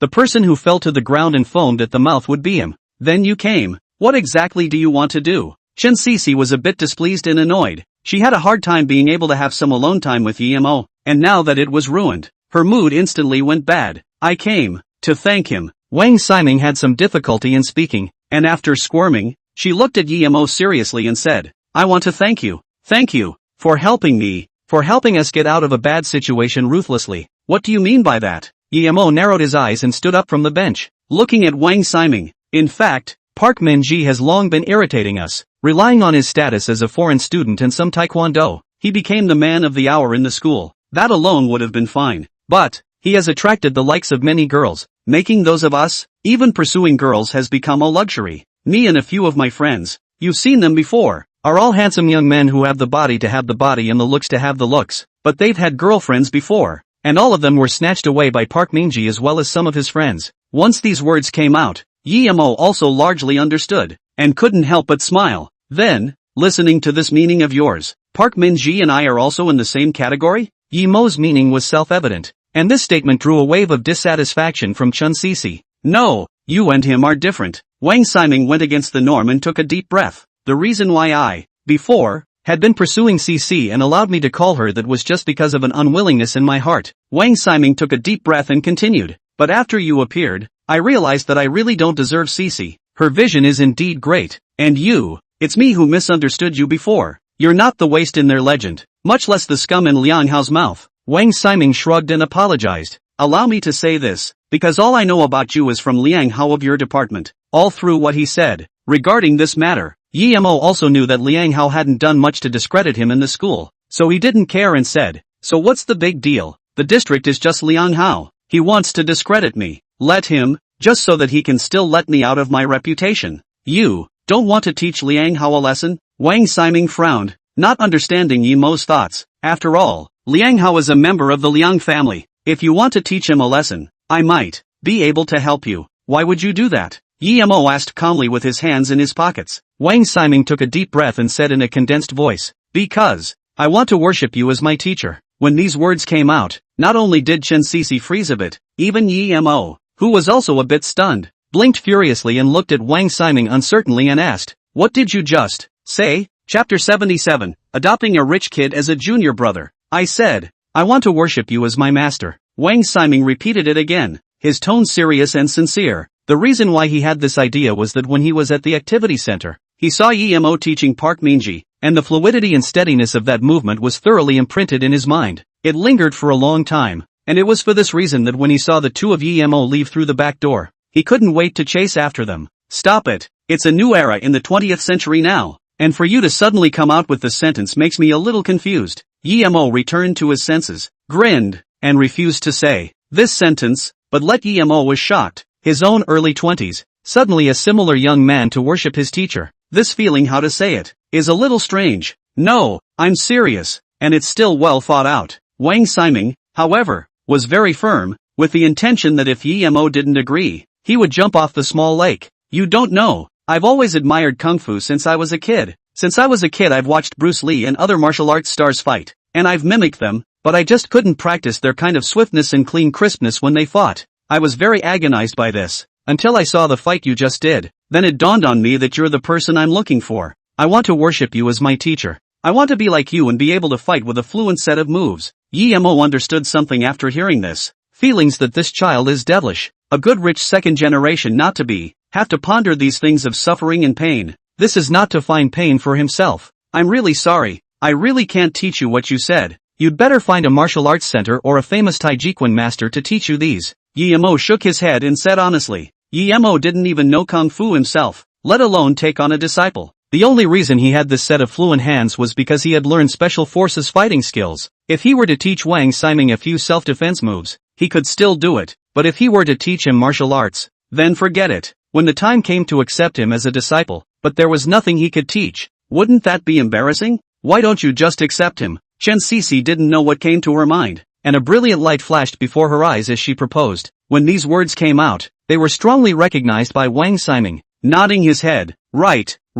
Right, just take me, you can't buy a loss or be fooled. And you also have an additional multi-talented disciple. How good is that? Wang Ximing exerted the spirit of shamelessness, and one after another, he wanted to worship Yi Mo as his master. Yi Mo patted his head and said helplessly, worshipping the master is even better. How about this? The two of us make friends and sometimes we can spar. The hopeless Yi Mo thought of such a compromise. Well then, Wang Ximing was a bit reluctant, but still agreed to this proposal from Yi Mo, but held on to an idea. Since this is the case, then I'll recognize you as my big brother. In the future, I, Wang Ximing, will be your person. Hold it. What do you call this? Yi Mo hurriedly rejected him, wanting to cry. What do you mean from now on? I'm your own person? This would have to be a misunderstanding if he didn't understand the truth of the matter. Look at this mouth of mine. What I mean is that in the future, if Big Brother has anything, he can come and find me. As long as I can do it, I will definitely do it properly for Big Brother. Wang Ximing slapped his head and hurriedly changed his meaning. By the way, Big Brother, do you know a news? Is that your department of that Liang Hao? Some time ago seems to have messed with something or someone. Directly arrested in. Seems to be his father to plead no matter what. Directly shut down 7 days. Although Wang Ximing is a rich second generation, but what he thinks in his head, no one knows. This said well, and do not know how he thinks. Directly said this news that he got. This has gone in for 5 days. There are 2 days to come out. By then do you want me to find some people, go to the detention center to squat him? Only then did Wang Ximing say what he really meant. This guy dares to rumor about my big brother. It's simply outrageous. He must be taught a lesson. Don't you know that this Liang Hao was only gotten in because he messed with your big brother? Chen Sisi covered her mouth and smiled at the side, and she was not as hard on Wang Ximing as she was before, now that the relationship had shifted. In the past when he was a suitor, Chen Sisi had no choice but to put on a cold face, but now it was different. Now that he had become Yi Mo's little brother, even if she didn't have any good feelings for him, but the reasoning of loving the house as much as the crow's feet, Chen Sisi still understood. Sister-in-law, is this true what you said? Wang Ximing's address to Chen Sisi changed, full of consternation. This Liang Hao, although the interactions between us are not much, but he is also quite famous in Tianhe. Is it really true that my big brother got him in? The Wang family, which Wang Ximing was a member of, was one of the 4 major families in Tianhe, and he had been sent abroad to study since he was a child, and he didn't come back until the previous 2 years, which was the year of Yi Mo's accident. so he only knew Yemo as a person, but he hadn't met him specifically a few times. However, this Liang Hao, he had often seen him at major gathering places, and was also clear that behind the Liang family was the Yi family, which was the head of the four great families. Although Liang Hao is not a big fan, but the Yi family behind him is enough to make Wang Ximing a little bit afraid. However, as long as Yemo had a word, he would dare to go up a mountain of daggers and down a sea of fire to get his hands on Liang Hao. This was exactly the habit he had developed by growing up abroad, disdaining the domestic world, and having nothing but true feelings. He also knew how big Liang Hao's reputation was, and it was enough to shock him that Yemo, with the strength of a discarded young man, could mess with Liang Hao. What's fake about this? I was there at the time and saw it with my own eyes, Chen Sisi said calmly. There was no need for her to lie to Wang Ximing about this matter. This is too unbelievable. My big brother deserves to be my big brother. Even managed to mess up Liang Hao all a bit. Little brother admires. Wang Ximing's eyes were full of admiration. Following the example of a chivalrous warrior in an ancient movie, he arched his hand at Yemo and said, Big brother, my little brother is suddenly in the mood today.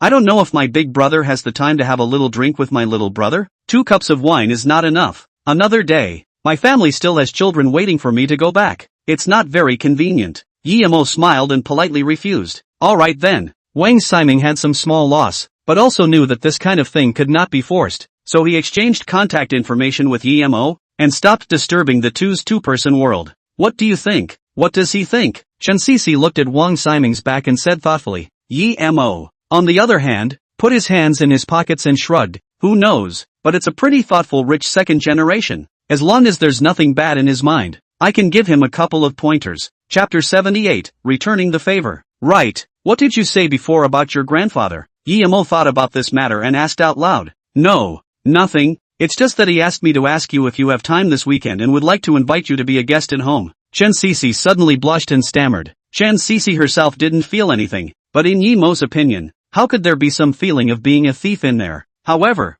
Yemo didn't think much about it, since it was Elder Chen who wanted to invite, then he couldn't refuse, and immediately nodded his head and said, Of course, I have time on the weekend. Just tell me the time as well as the address. I will definitely go to the appointment on that day. After parting ways with Chen Sisi, Yemo hurriedly took a cab, and his destination was the building where Han Yueling's company was located. Today he rejoined Tianhe University. There was no way to take care of Bei, just as Bei cried out and wanted to go to Han Yueling's company to play. There was no other way, so he let Han Yueling follow Bei and head to the company to stay. There was even a moment where Yemo felt that Han Yueling was on the verge of becoming Bei's little mom. Tong Shui, wait for me, I've already taken the most important step. In less than half a year, I'll definitely head to the Sun family to get you back, Yemo said firmly in his heart. When Yemo rushed to the downstairs of Han Yueling's company, he suddenly saw an old lady of advanced age who was dressed in rich clothes but had a somewhat stooped figure, in front of a luxurious Rolls-Royce car,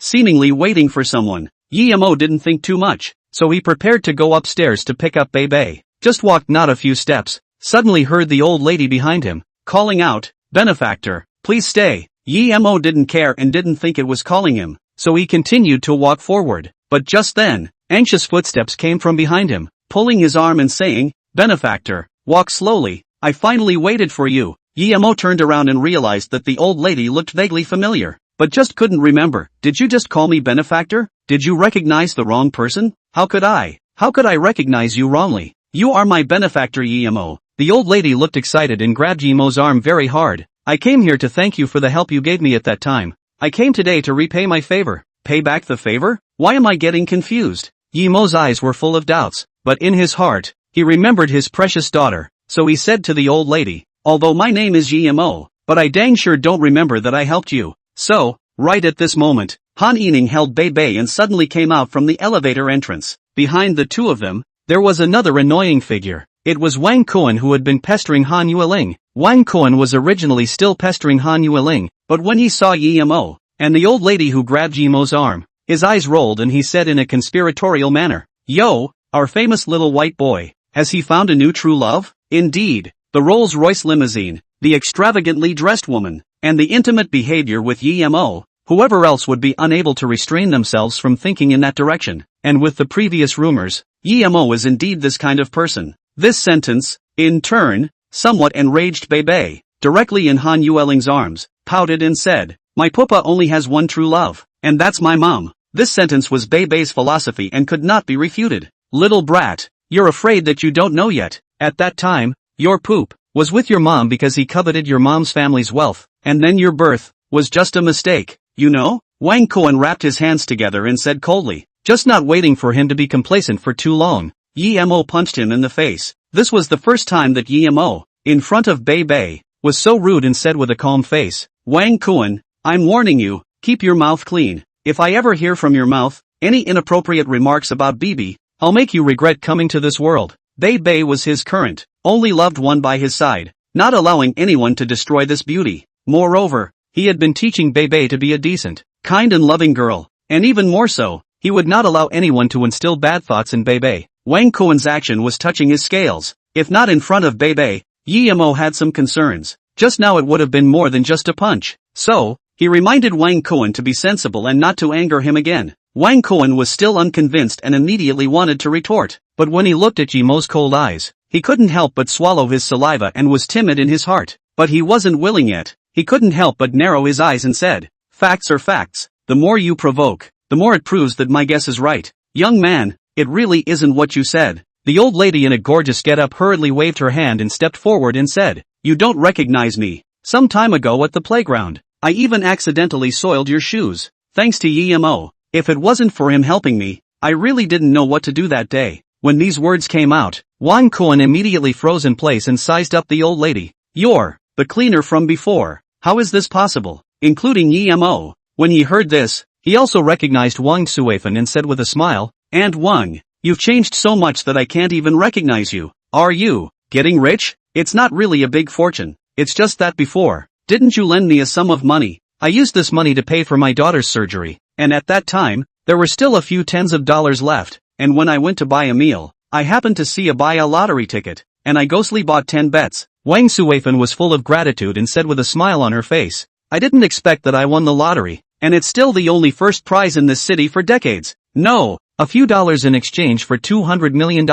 Hired the most famous expert for my daughter to treat her, and it won't be long before my daughter can recover. As for me, I suddenly had this large sum of money, and I didn't know how to spend it, so I remembered that you left me this address at that time, and I came over. Wang Suifan had gotten rich overnight, but still held the innocence of a native. She knew that if it wasn't for all the money that Yi Mo provided at that time, she wouldn't have a life like this right now, and after settling this matter of her daughter's heart, the first thing she did was to hurry to find Yi Mo to repay her favor. This ghost luck is also too good. Wang Kuan muttered two sentences in a low voice, envious, and at the same time, chagrined, regretting how he had a hot head in the first place, and missed out on a rich woman with a family fortune of hundreds of millions for the sake of a mere pair of shoes. Hundreds of millions of bonus enough to be worth 5 times his Wang family industry. Then he looked at Yi Mo, full of envy. This guy, it can't be open, right?